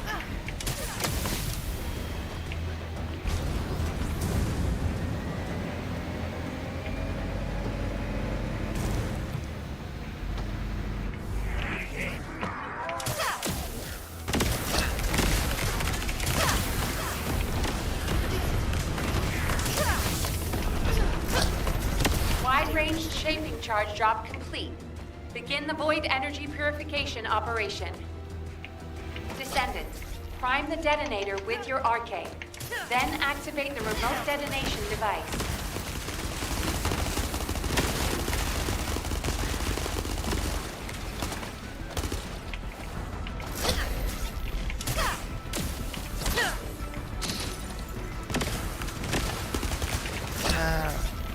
What is that?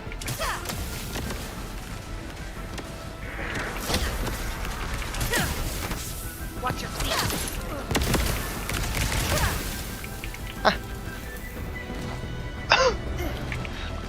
O'Neill can wait for now. It won't happen again. I'll dissolve you all.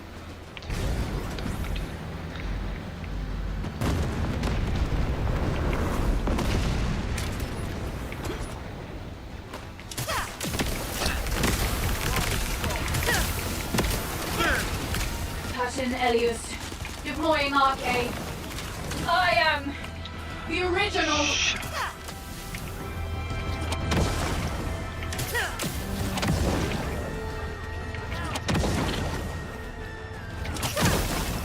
Watch your feet. Melt away. Show you what I mean.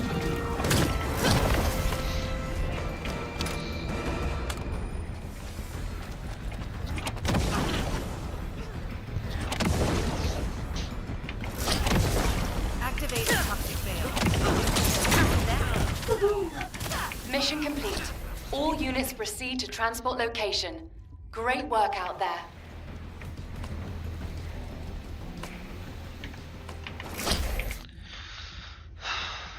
Maybe one of big over. What was that? I didn't even see that.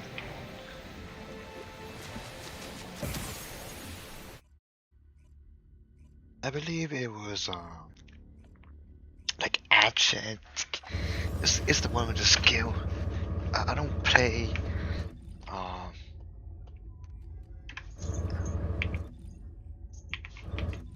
what?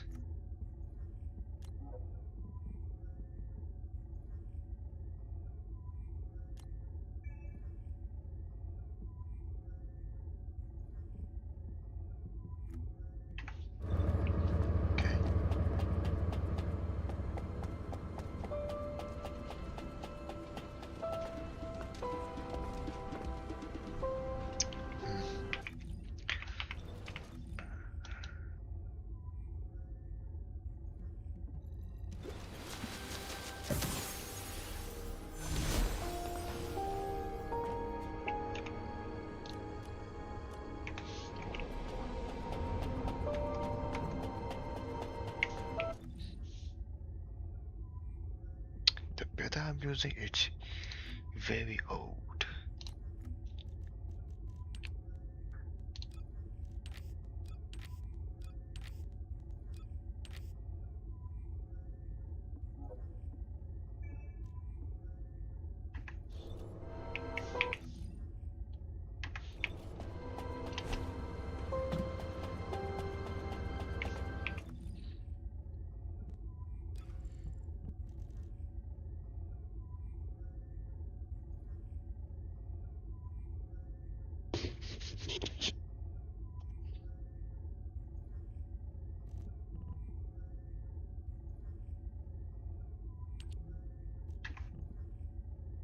Energy.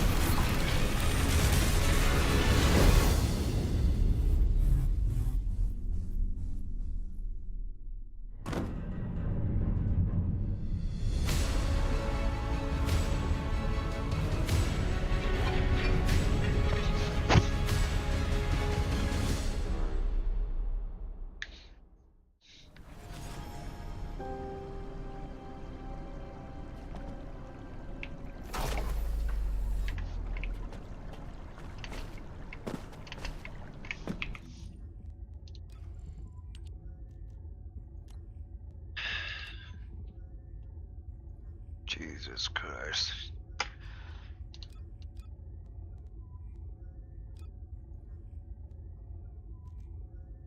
This one.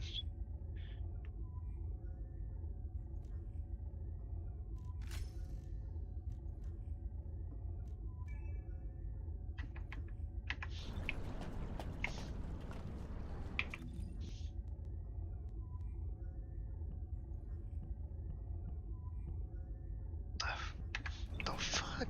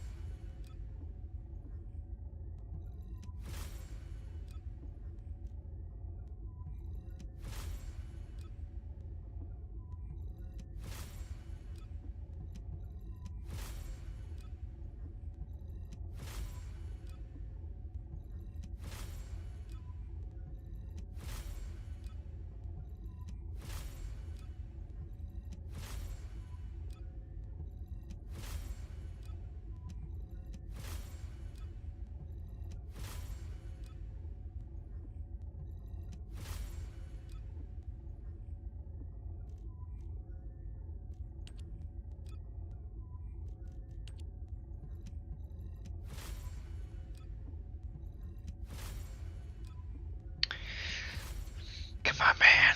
จากกันหน่อยฉันมาคุยกับคนสิงได้นะ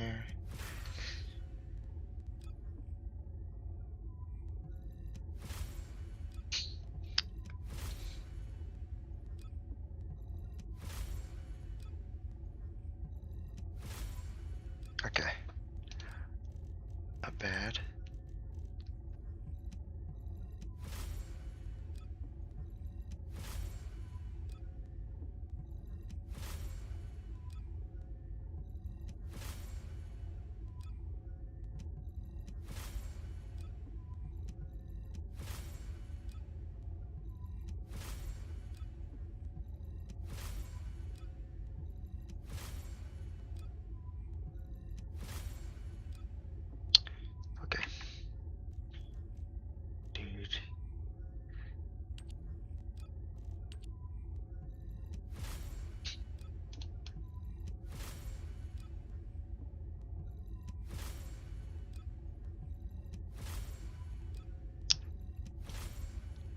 ไปย่อลง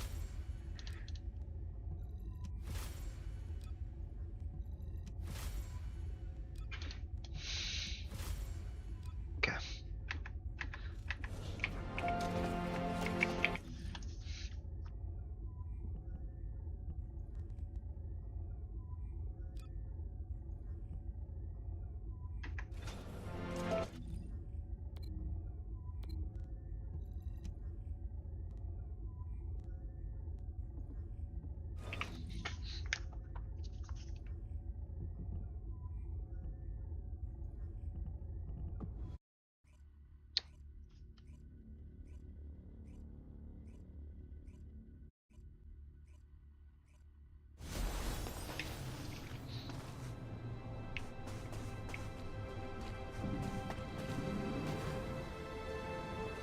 This is HQ. Wait. Troops Oh, are on who's the that? ground. Oh Transport is en route to standby position. Best of luck, Descendant.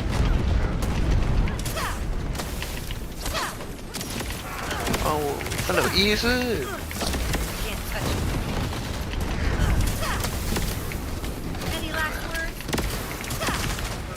How was that?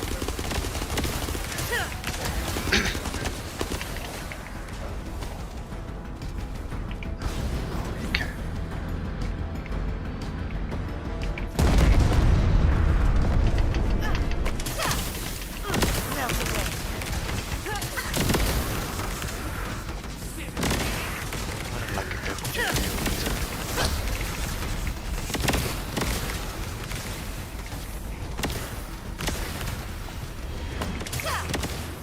Watch your feet. This is your grave.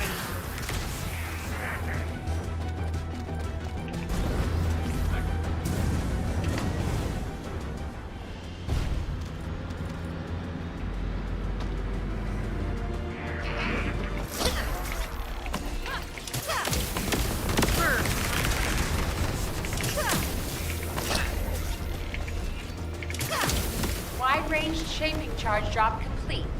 Begin the void energy purification operation. Descendant, prime the detonator with your arcade. Then activate the remote detonation device.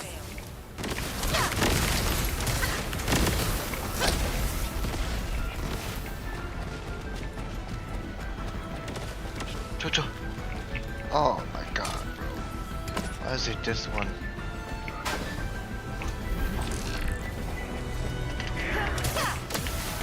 Melt away.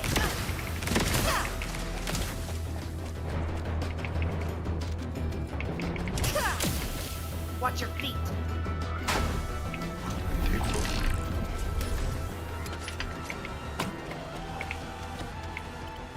Ah.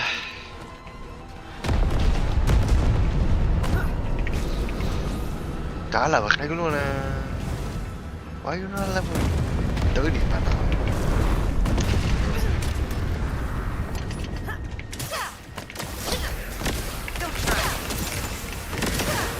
Captain Elias, deploying arcade. I am the original. Con tôi nè. Đi đi.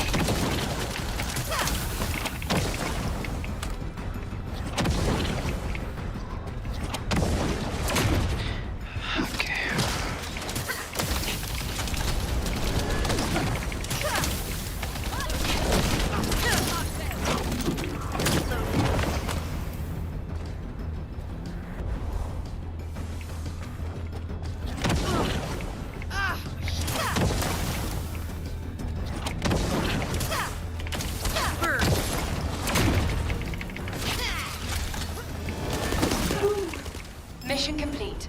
All units proceed to transport location. Great work out there. Oh my god.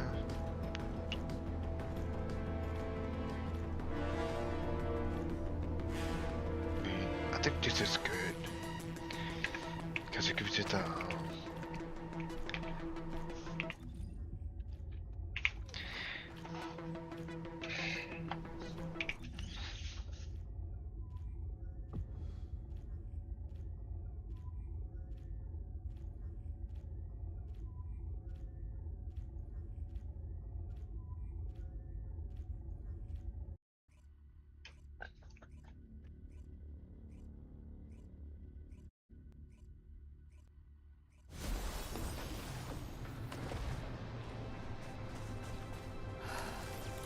finish the job no matter what. Descendant, confirm arrival at the operation zone. Proceed with caution. You dare mess with me?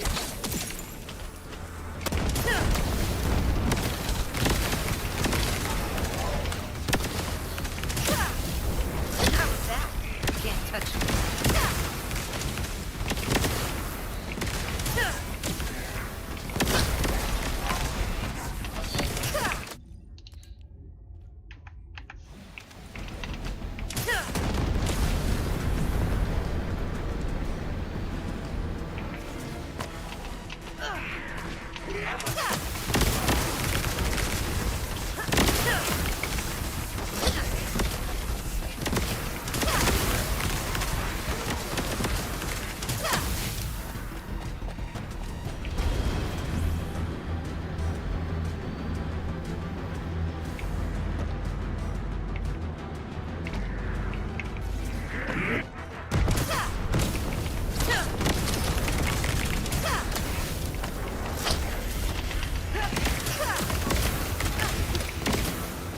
Descendant, the transport has dropped a wide-ranged shaping charge on the ground. We need it to purify the void energy. Prime the detonator with your RK, then hit the detonation device.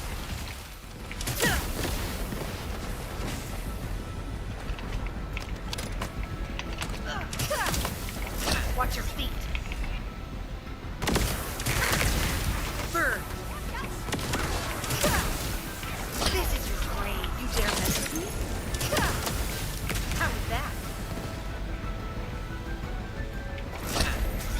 Don't try it.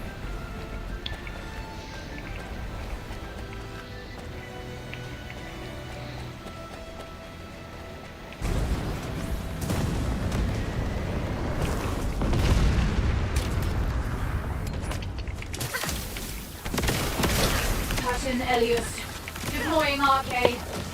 I am the original. You dare mess with me?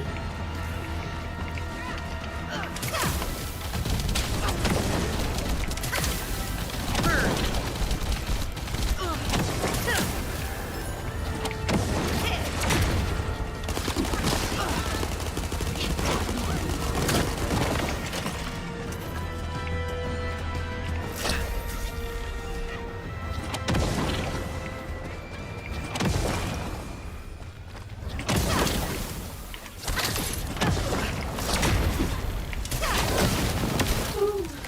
Mission complete.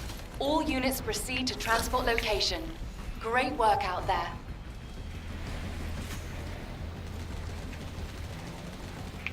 I don't got anything.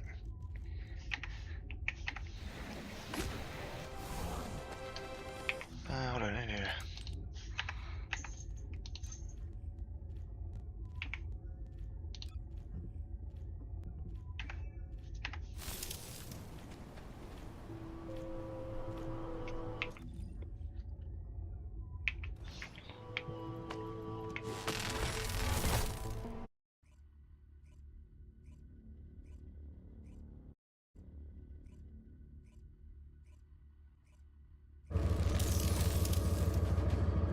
Oh wait, did I save my... Oh shoot.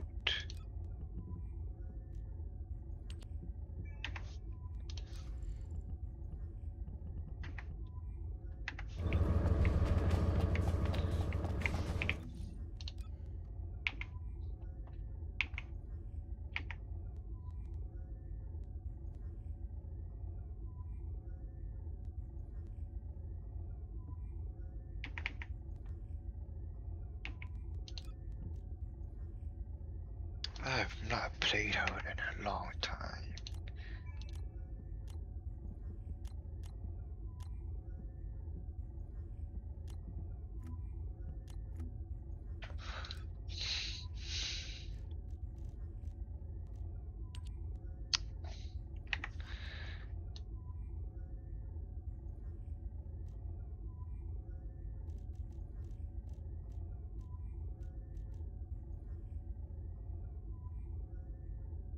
Not this one.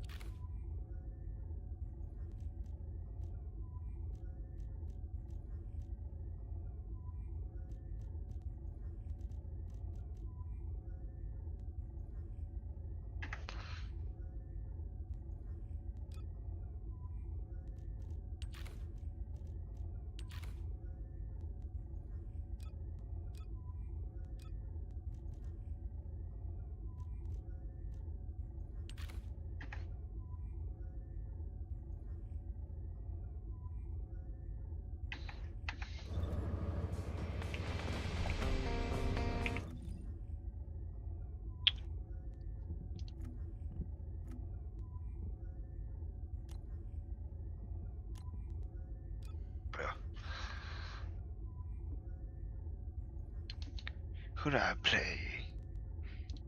Man.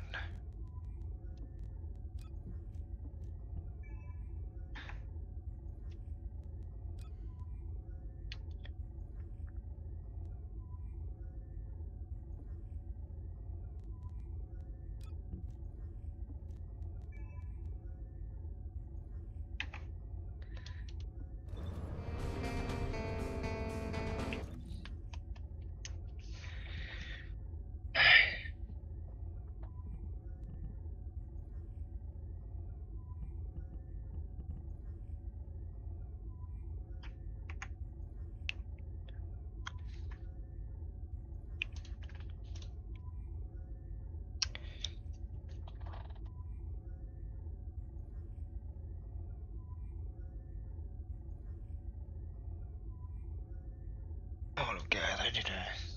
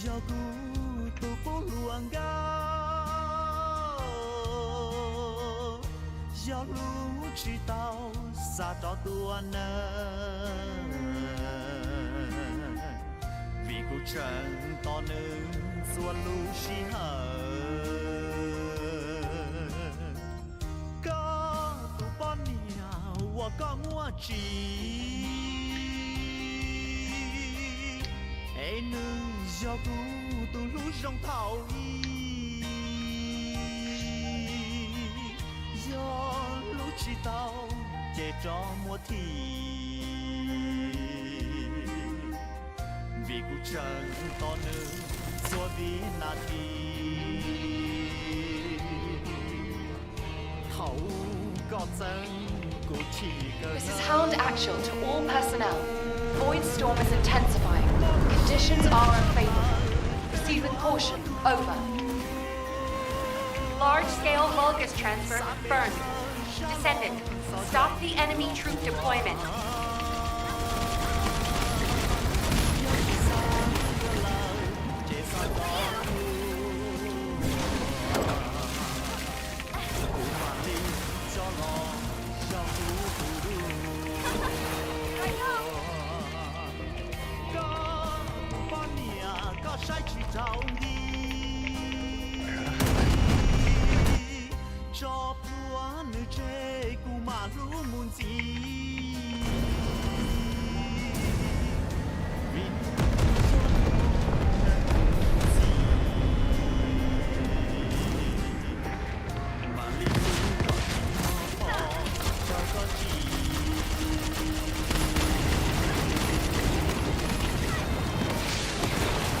Elias, deploying arcade.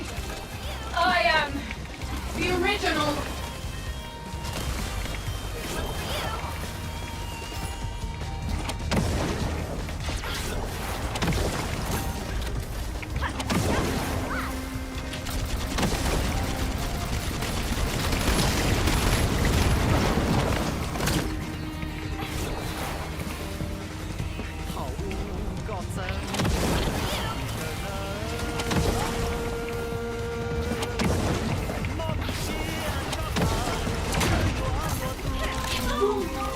Extraction from operation zone initiated. Good work, Descendant.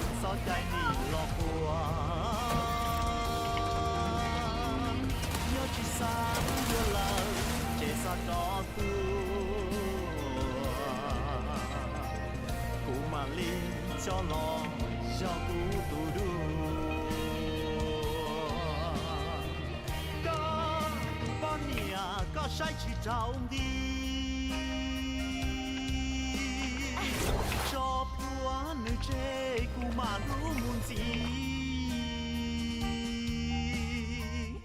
vì nữ cho tu nàng cụ gì mà li lu có chỉ nhỏ khó cháu có chỉ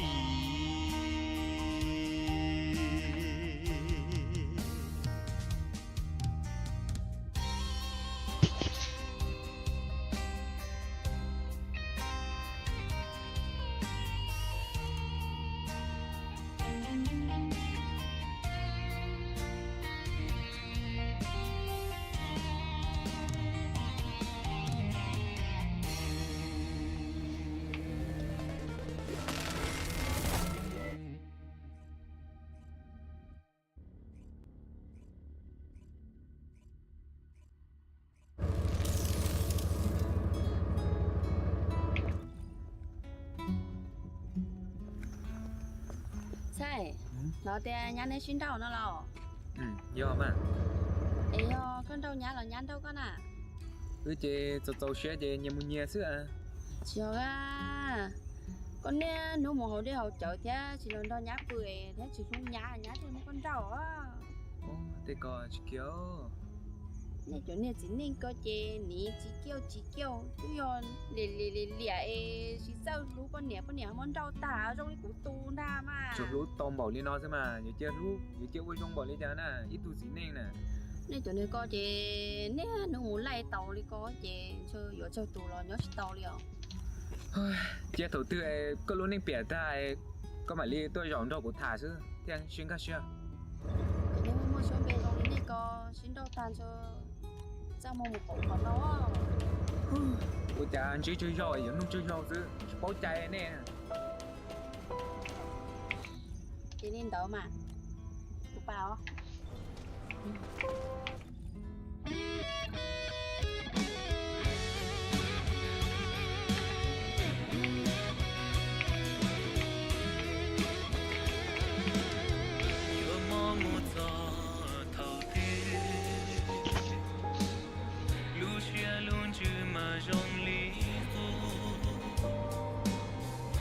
Đó khá mua kê nhu đua gió nhỏ trong ly tu nền tua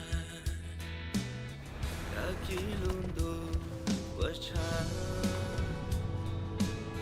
ít bề lo xa qua yoga. This is Hound Actual, reporting extreme concentrations of void energy within the operation zone. All units, please proceed at your own discretion, but do not exceed your limits.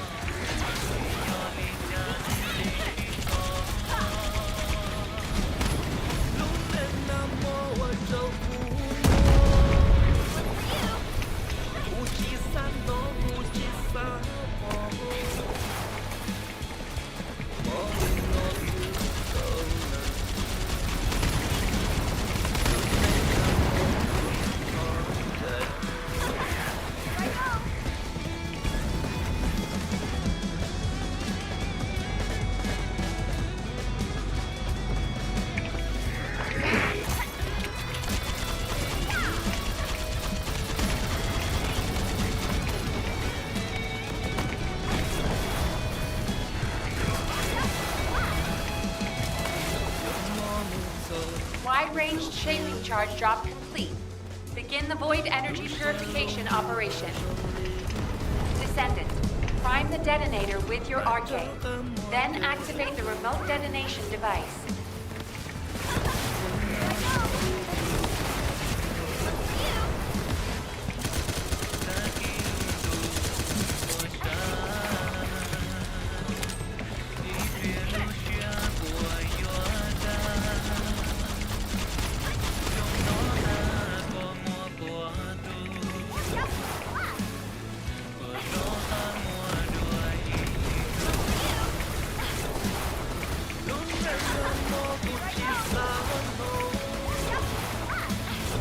Vì điều chân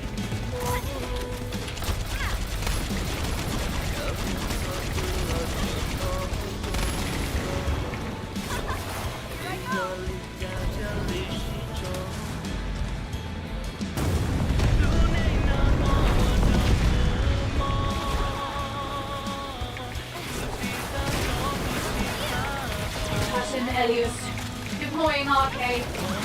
I am the original.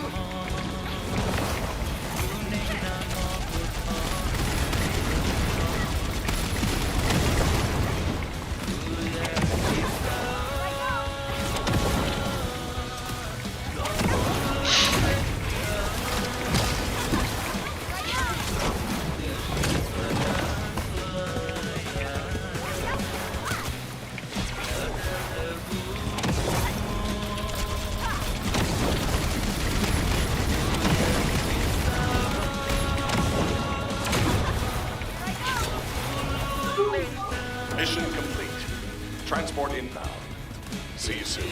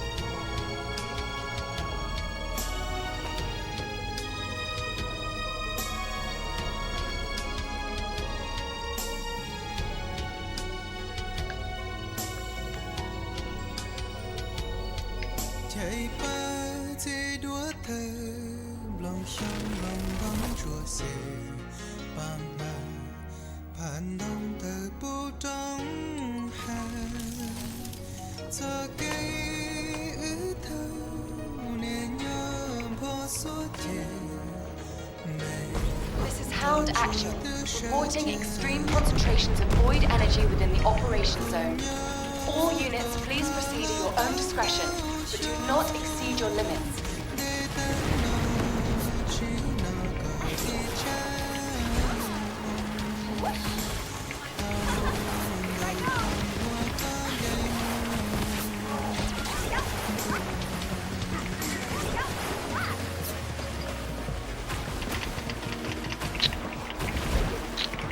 Descendant, we're detecting arcane life signs inside a vulgus structure.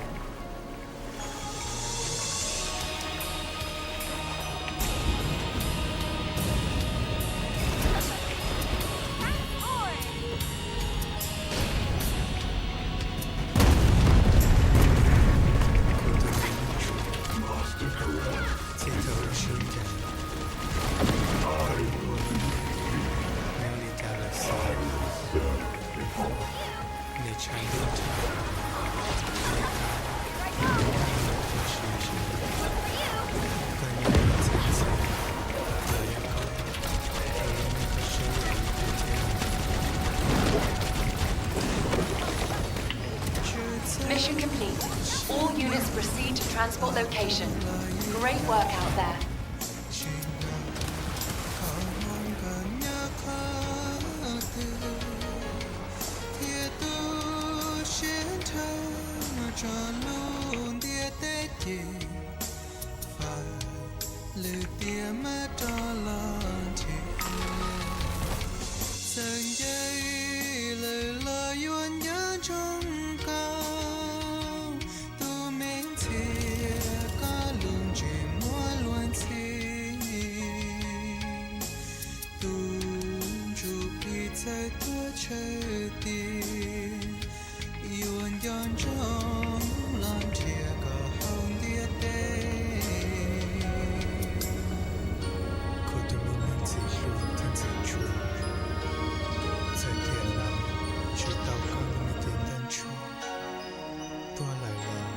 xa kể sứ Tù đu lên trong nguồn luôn xì Lên ra cổ nhỏ Một chút chút tỉa mơ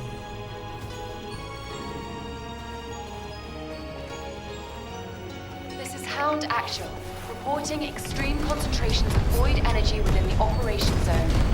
All units, please proceed at your own discretion, but do not exceed your limits.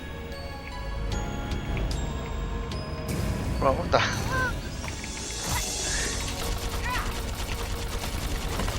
A specialized Vulgus aircraft has appeared over the operation zone. Blasted out of the sky.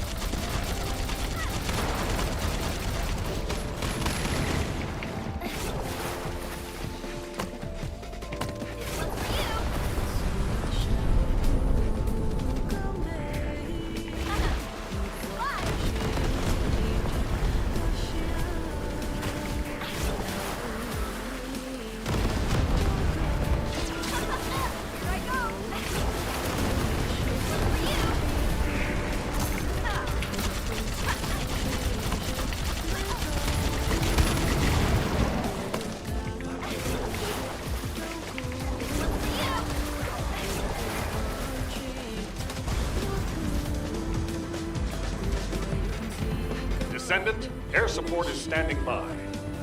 On your signal, we'll initiate suppression.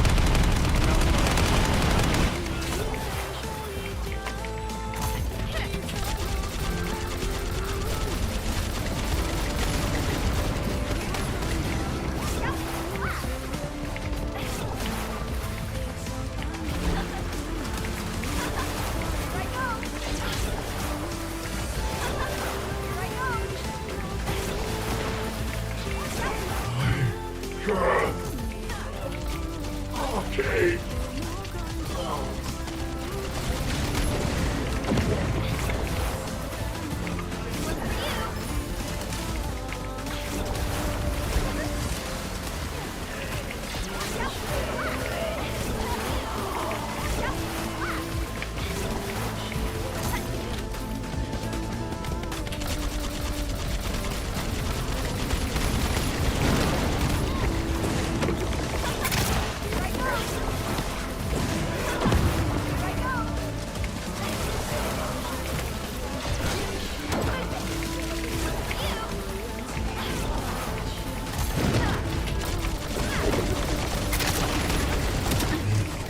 Mission complete.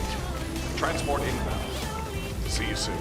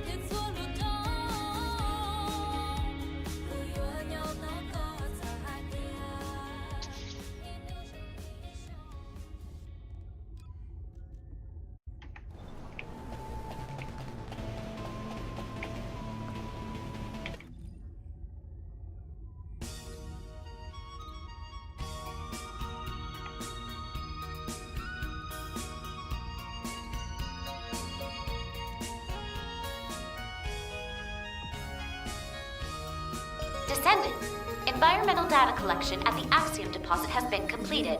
Please activate the stabilizer.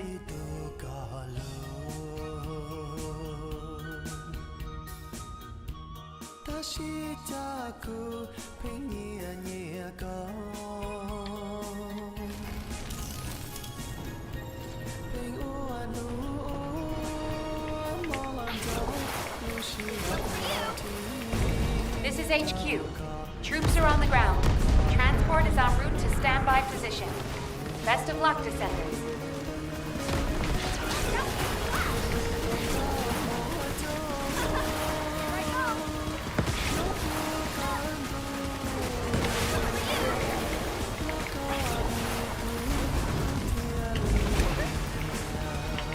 We've detected signs of life inside a nearby RK receptor.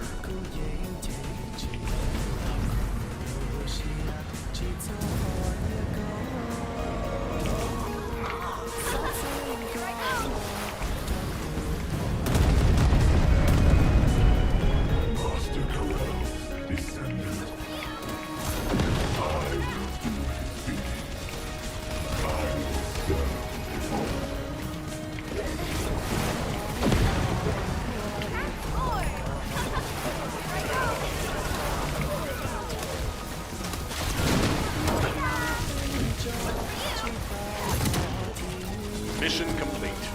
Transport inbound. See you soon.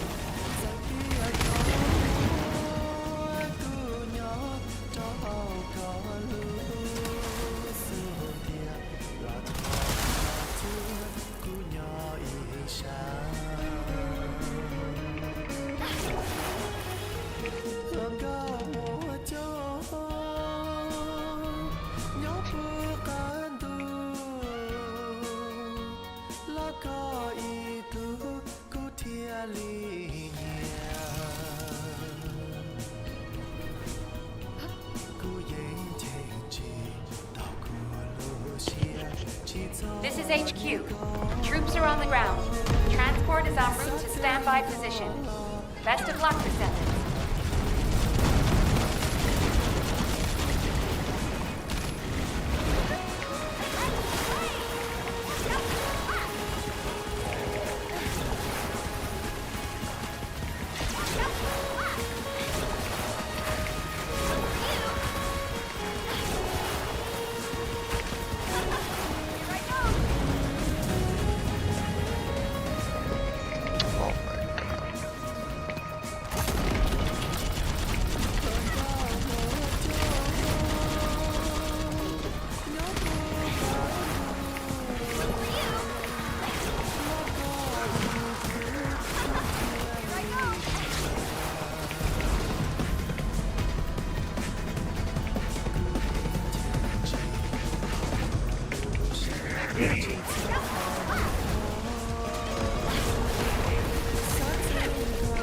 Descendant, the transport has dropped a wide-ranged shaping charge on the ground.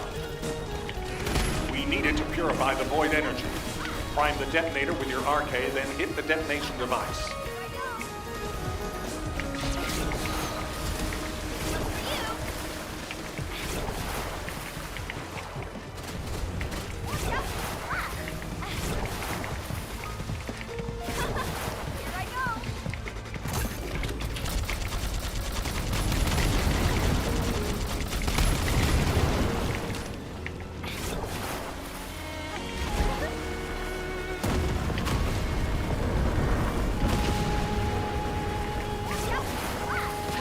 LUS, deploying RK. I am the original.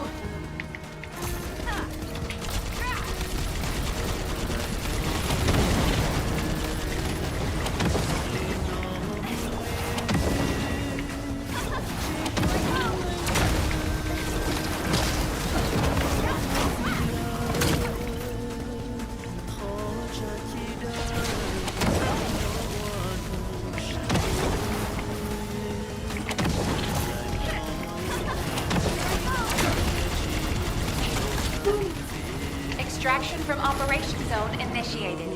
Good work, descendants.